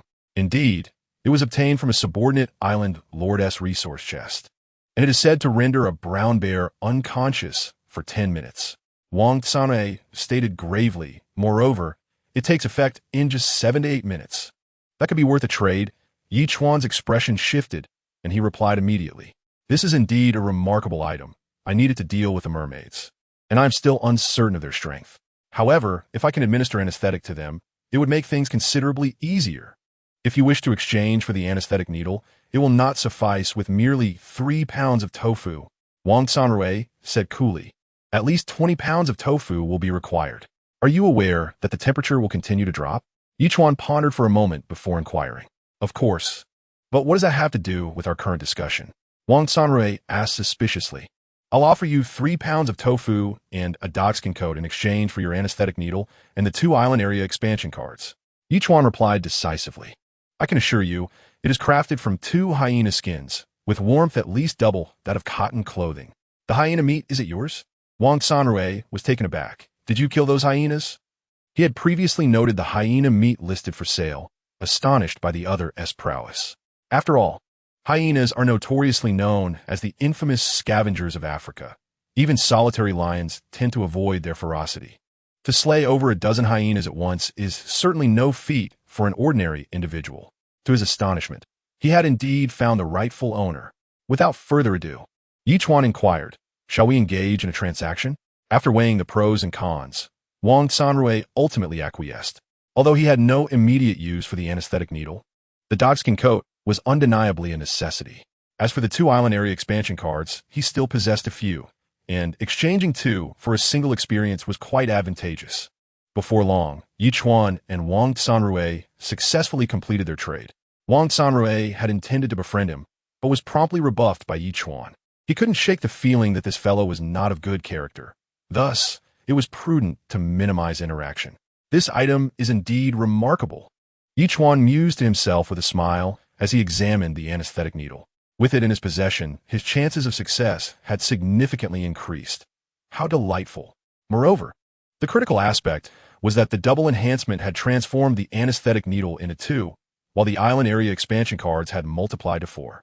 Consequently, he now had an additional anesthetic needle, which might prove invaluable in the future. Within an hour, several portions of braised tofu with intestines had been traded, and Ye Chuan acquired several rare items. Although they might not serve an immediate purpose, it was always wise to be prepared for unforeseen circumstances. At that moment, as Ye Chuan listened to Guo Xiaozhang's comedic performance, he perused the chat logs on his super tablet. I feel it's already minus 13 or 14 degrees. The seawater is finally beginning to freeze, and our good days are coming to an end. Have we ever had good days?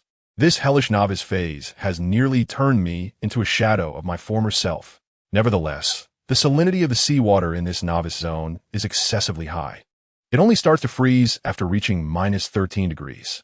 I scarcely know what to make of it. No matter how high the salinity, we cannot extract anything of use. What time is it? Time to sleep. It's so cold that I can't sleep. I yearn for a lovely companion to warm my bed. Indeed, it only begins to freeze after minus 13 degrees. The salinity is quite substantial. Ye Chuan nodded slightly, realizing the hour was late. He turned off the television and promptly succumbed to slumber. Host has not yet signed in. Would you like to sign in? In his drowsy state, the system's voice resonated, causing Ye Chuan to sit up abruptly. He had promised to reach the mermaid's location between 5 and 6 in the morning, and it was already 6 o'clock. However, Ye Chuan quickly recollected that he had spent at least an hour on Cold Front's Island yesterday, and he estimated it would take at least another half hour to arrive at the mermaid's position. With this realization, he breathed a sigh of relief and promptly declared, "Sign in. Sign in successful.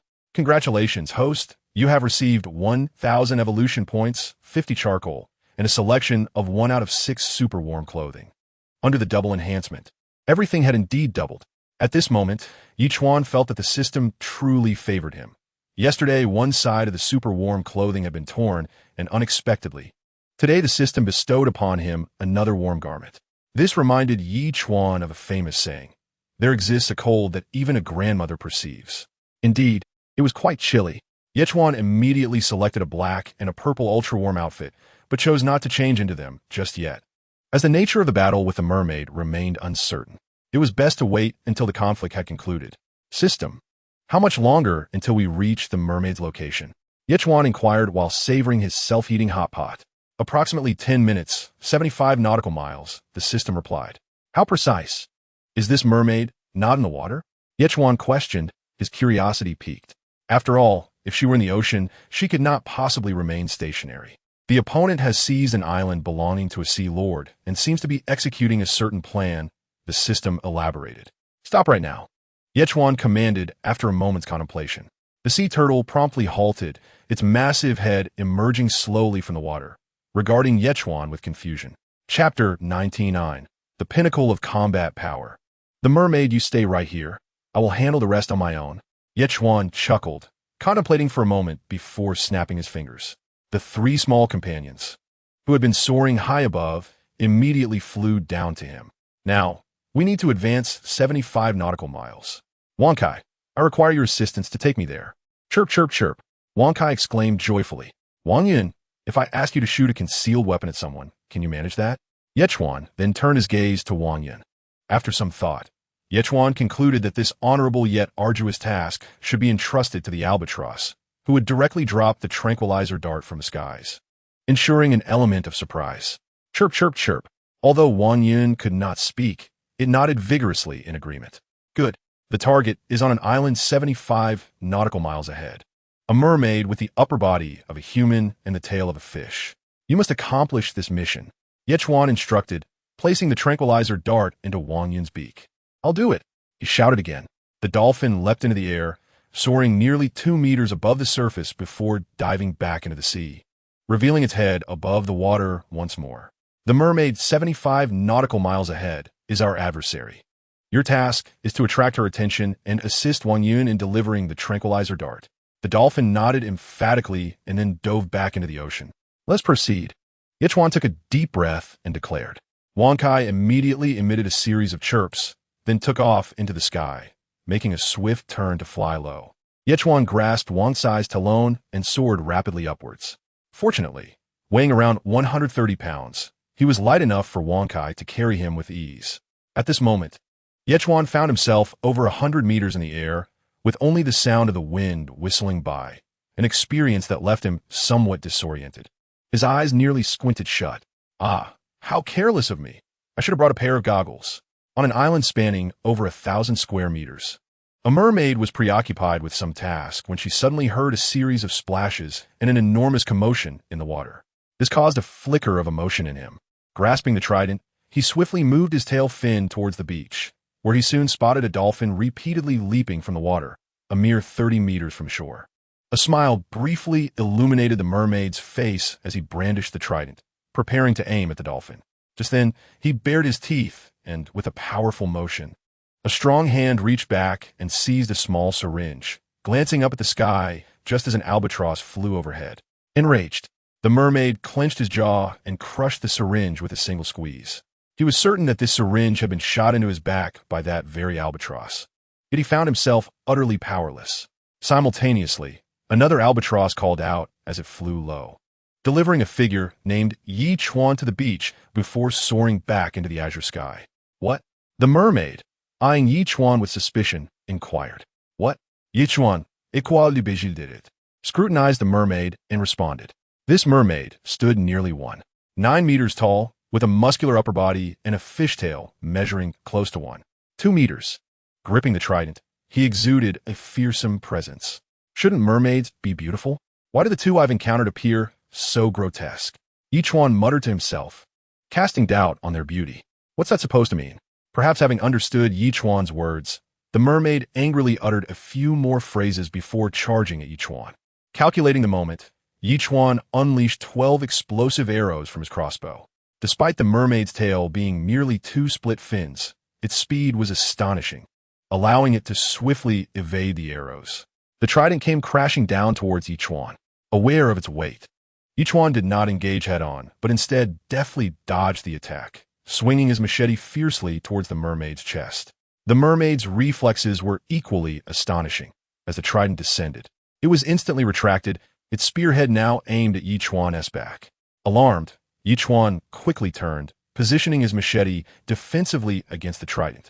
A sharp clang resonated as the trident struck the blade, the immense force causing Ye Chuan, even with the strength of a half-sea turtle, to stagger back 3 or 4 steps. Almost immediately after executing this attack, the mermaid launched another, combining overwhelming strength with blinding speed. No wonder the system had warned him that this was the most perilous experience since entering the oceanic realm. It was not merely dangerous, but terrifyingly so. With no choice but to evade, Ye Chuan contemplated his strategy. 3 minutes had already elapsed, and he needed to endure at least 5 more. Yet it felt as though he could barely last a minute. The mermaid, face twisted in fury, suddenly directed another statement at Ye Chuan. It was in this fleeting moment of distraction that Ye Chuan turned and struck the mermaid with a palm, the air cannon unexpectedly crashing into the mermaid's face, causing him to instinctively close his eyes. Gulme. Taking advantage of the opportunity, Ye Chuan let out a fierce shout and charged forward, wielding his mountain-splitting knife with tremendous force aimed directly at the mermaid's abdomen. A resounding impact echoed as the blade struck, causing Ye Chuan's hands to tingle painfully, forcing him to retreat several steps in disbelief. Had he truly struck flesh? Was this not steel? The mermaid let out a cry, glancing down to see blood seeping from her lower abdomen. Although Ye Chuan had been jolted back, he had managed to inflict a wound, albeit shallow, on the mermaid. System, what on earth is this creature? It is extraordinarily formidable. Ye Chuan gritted his teeth and inquired, but the system remained silent, seemingly malfunctioning once again. Why did it always go unresponsive at critical moments? If only it could assist in translating what this creature was saying. Ye Chuan's lips twitched in frustration as despair began to creep in regarding the system. The mermaid, gritting her teeth in fury, glared with bloodshot eyes. 8 minutes had passed, and she still stood strong. Finally reaching the 8th minute, the mermaid, who should have been unconscious by now, remained vibrant and vigorous. With a fierce roar, she hurled a trident at Ye Chuan with great force.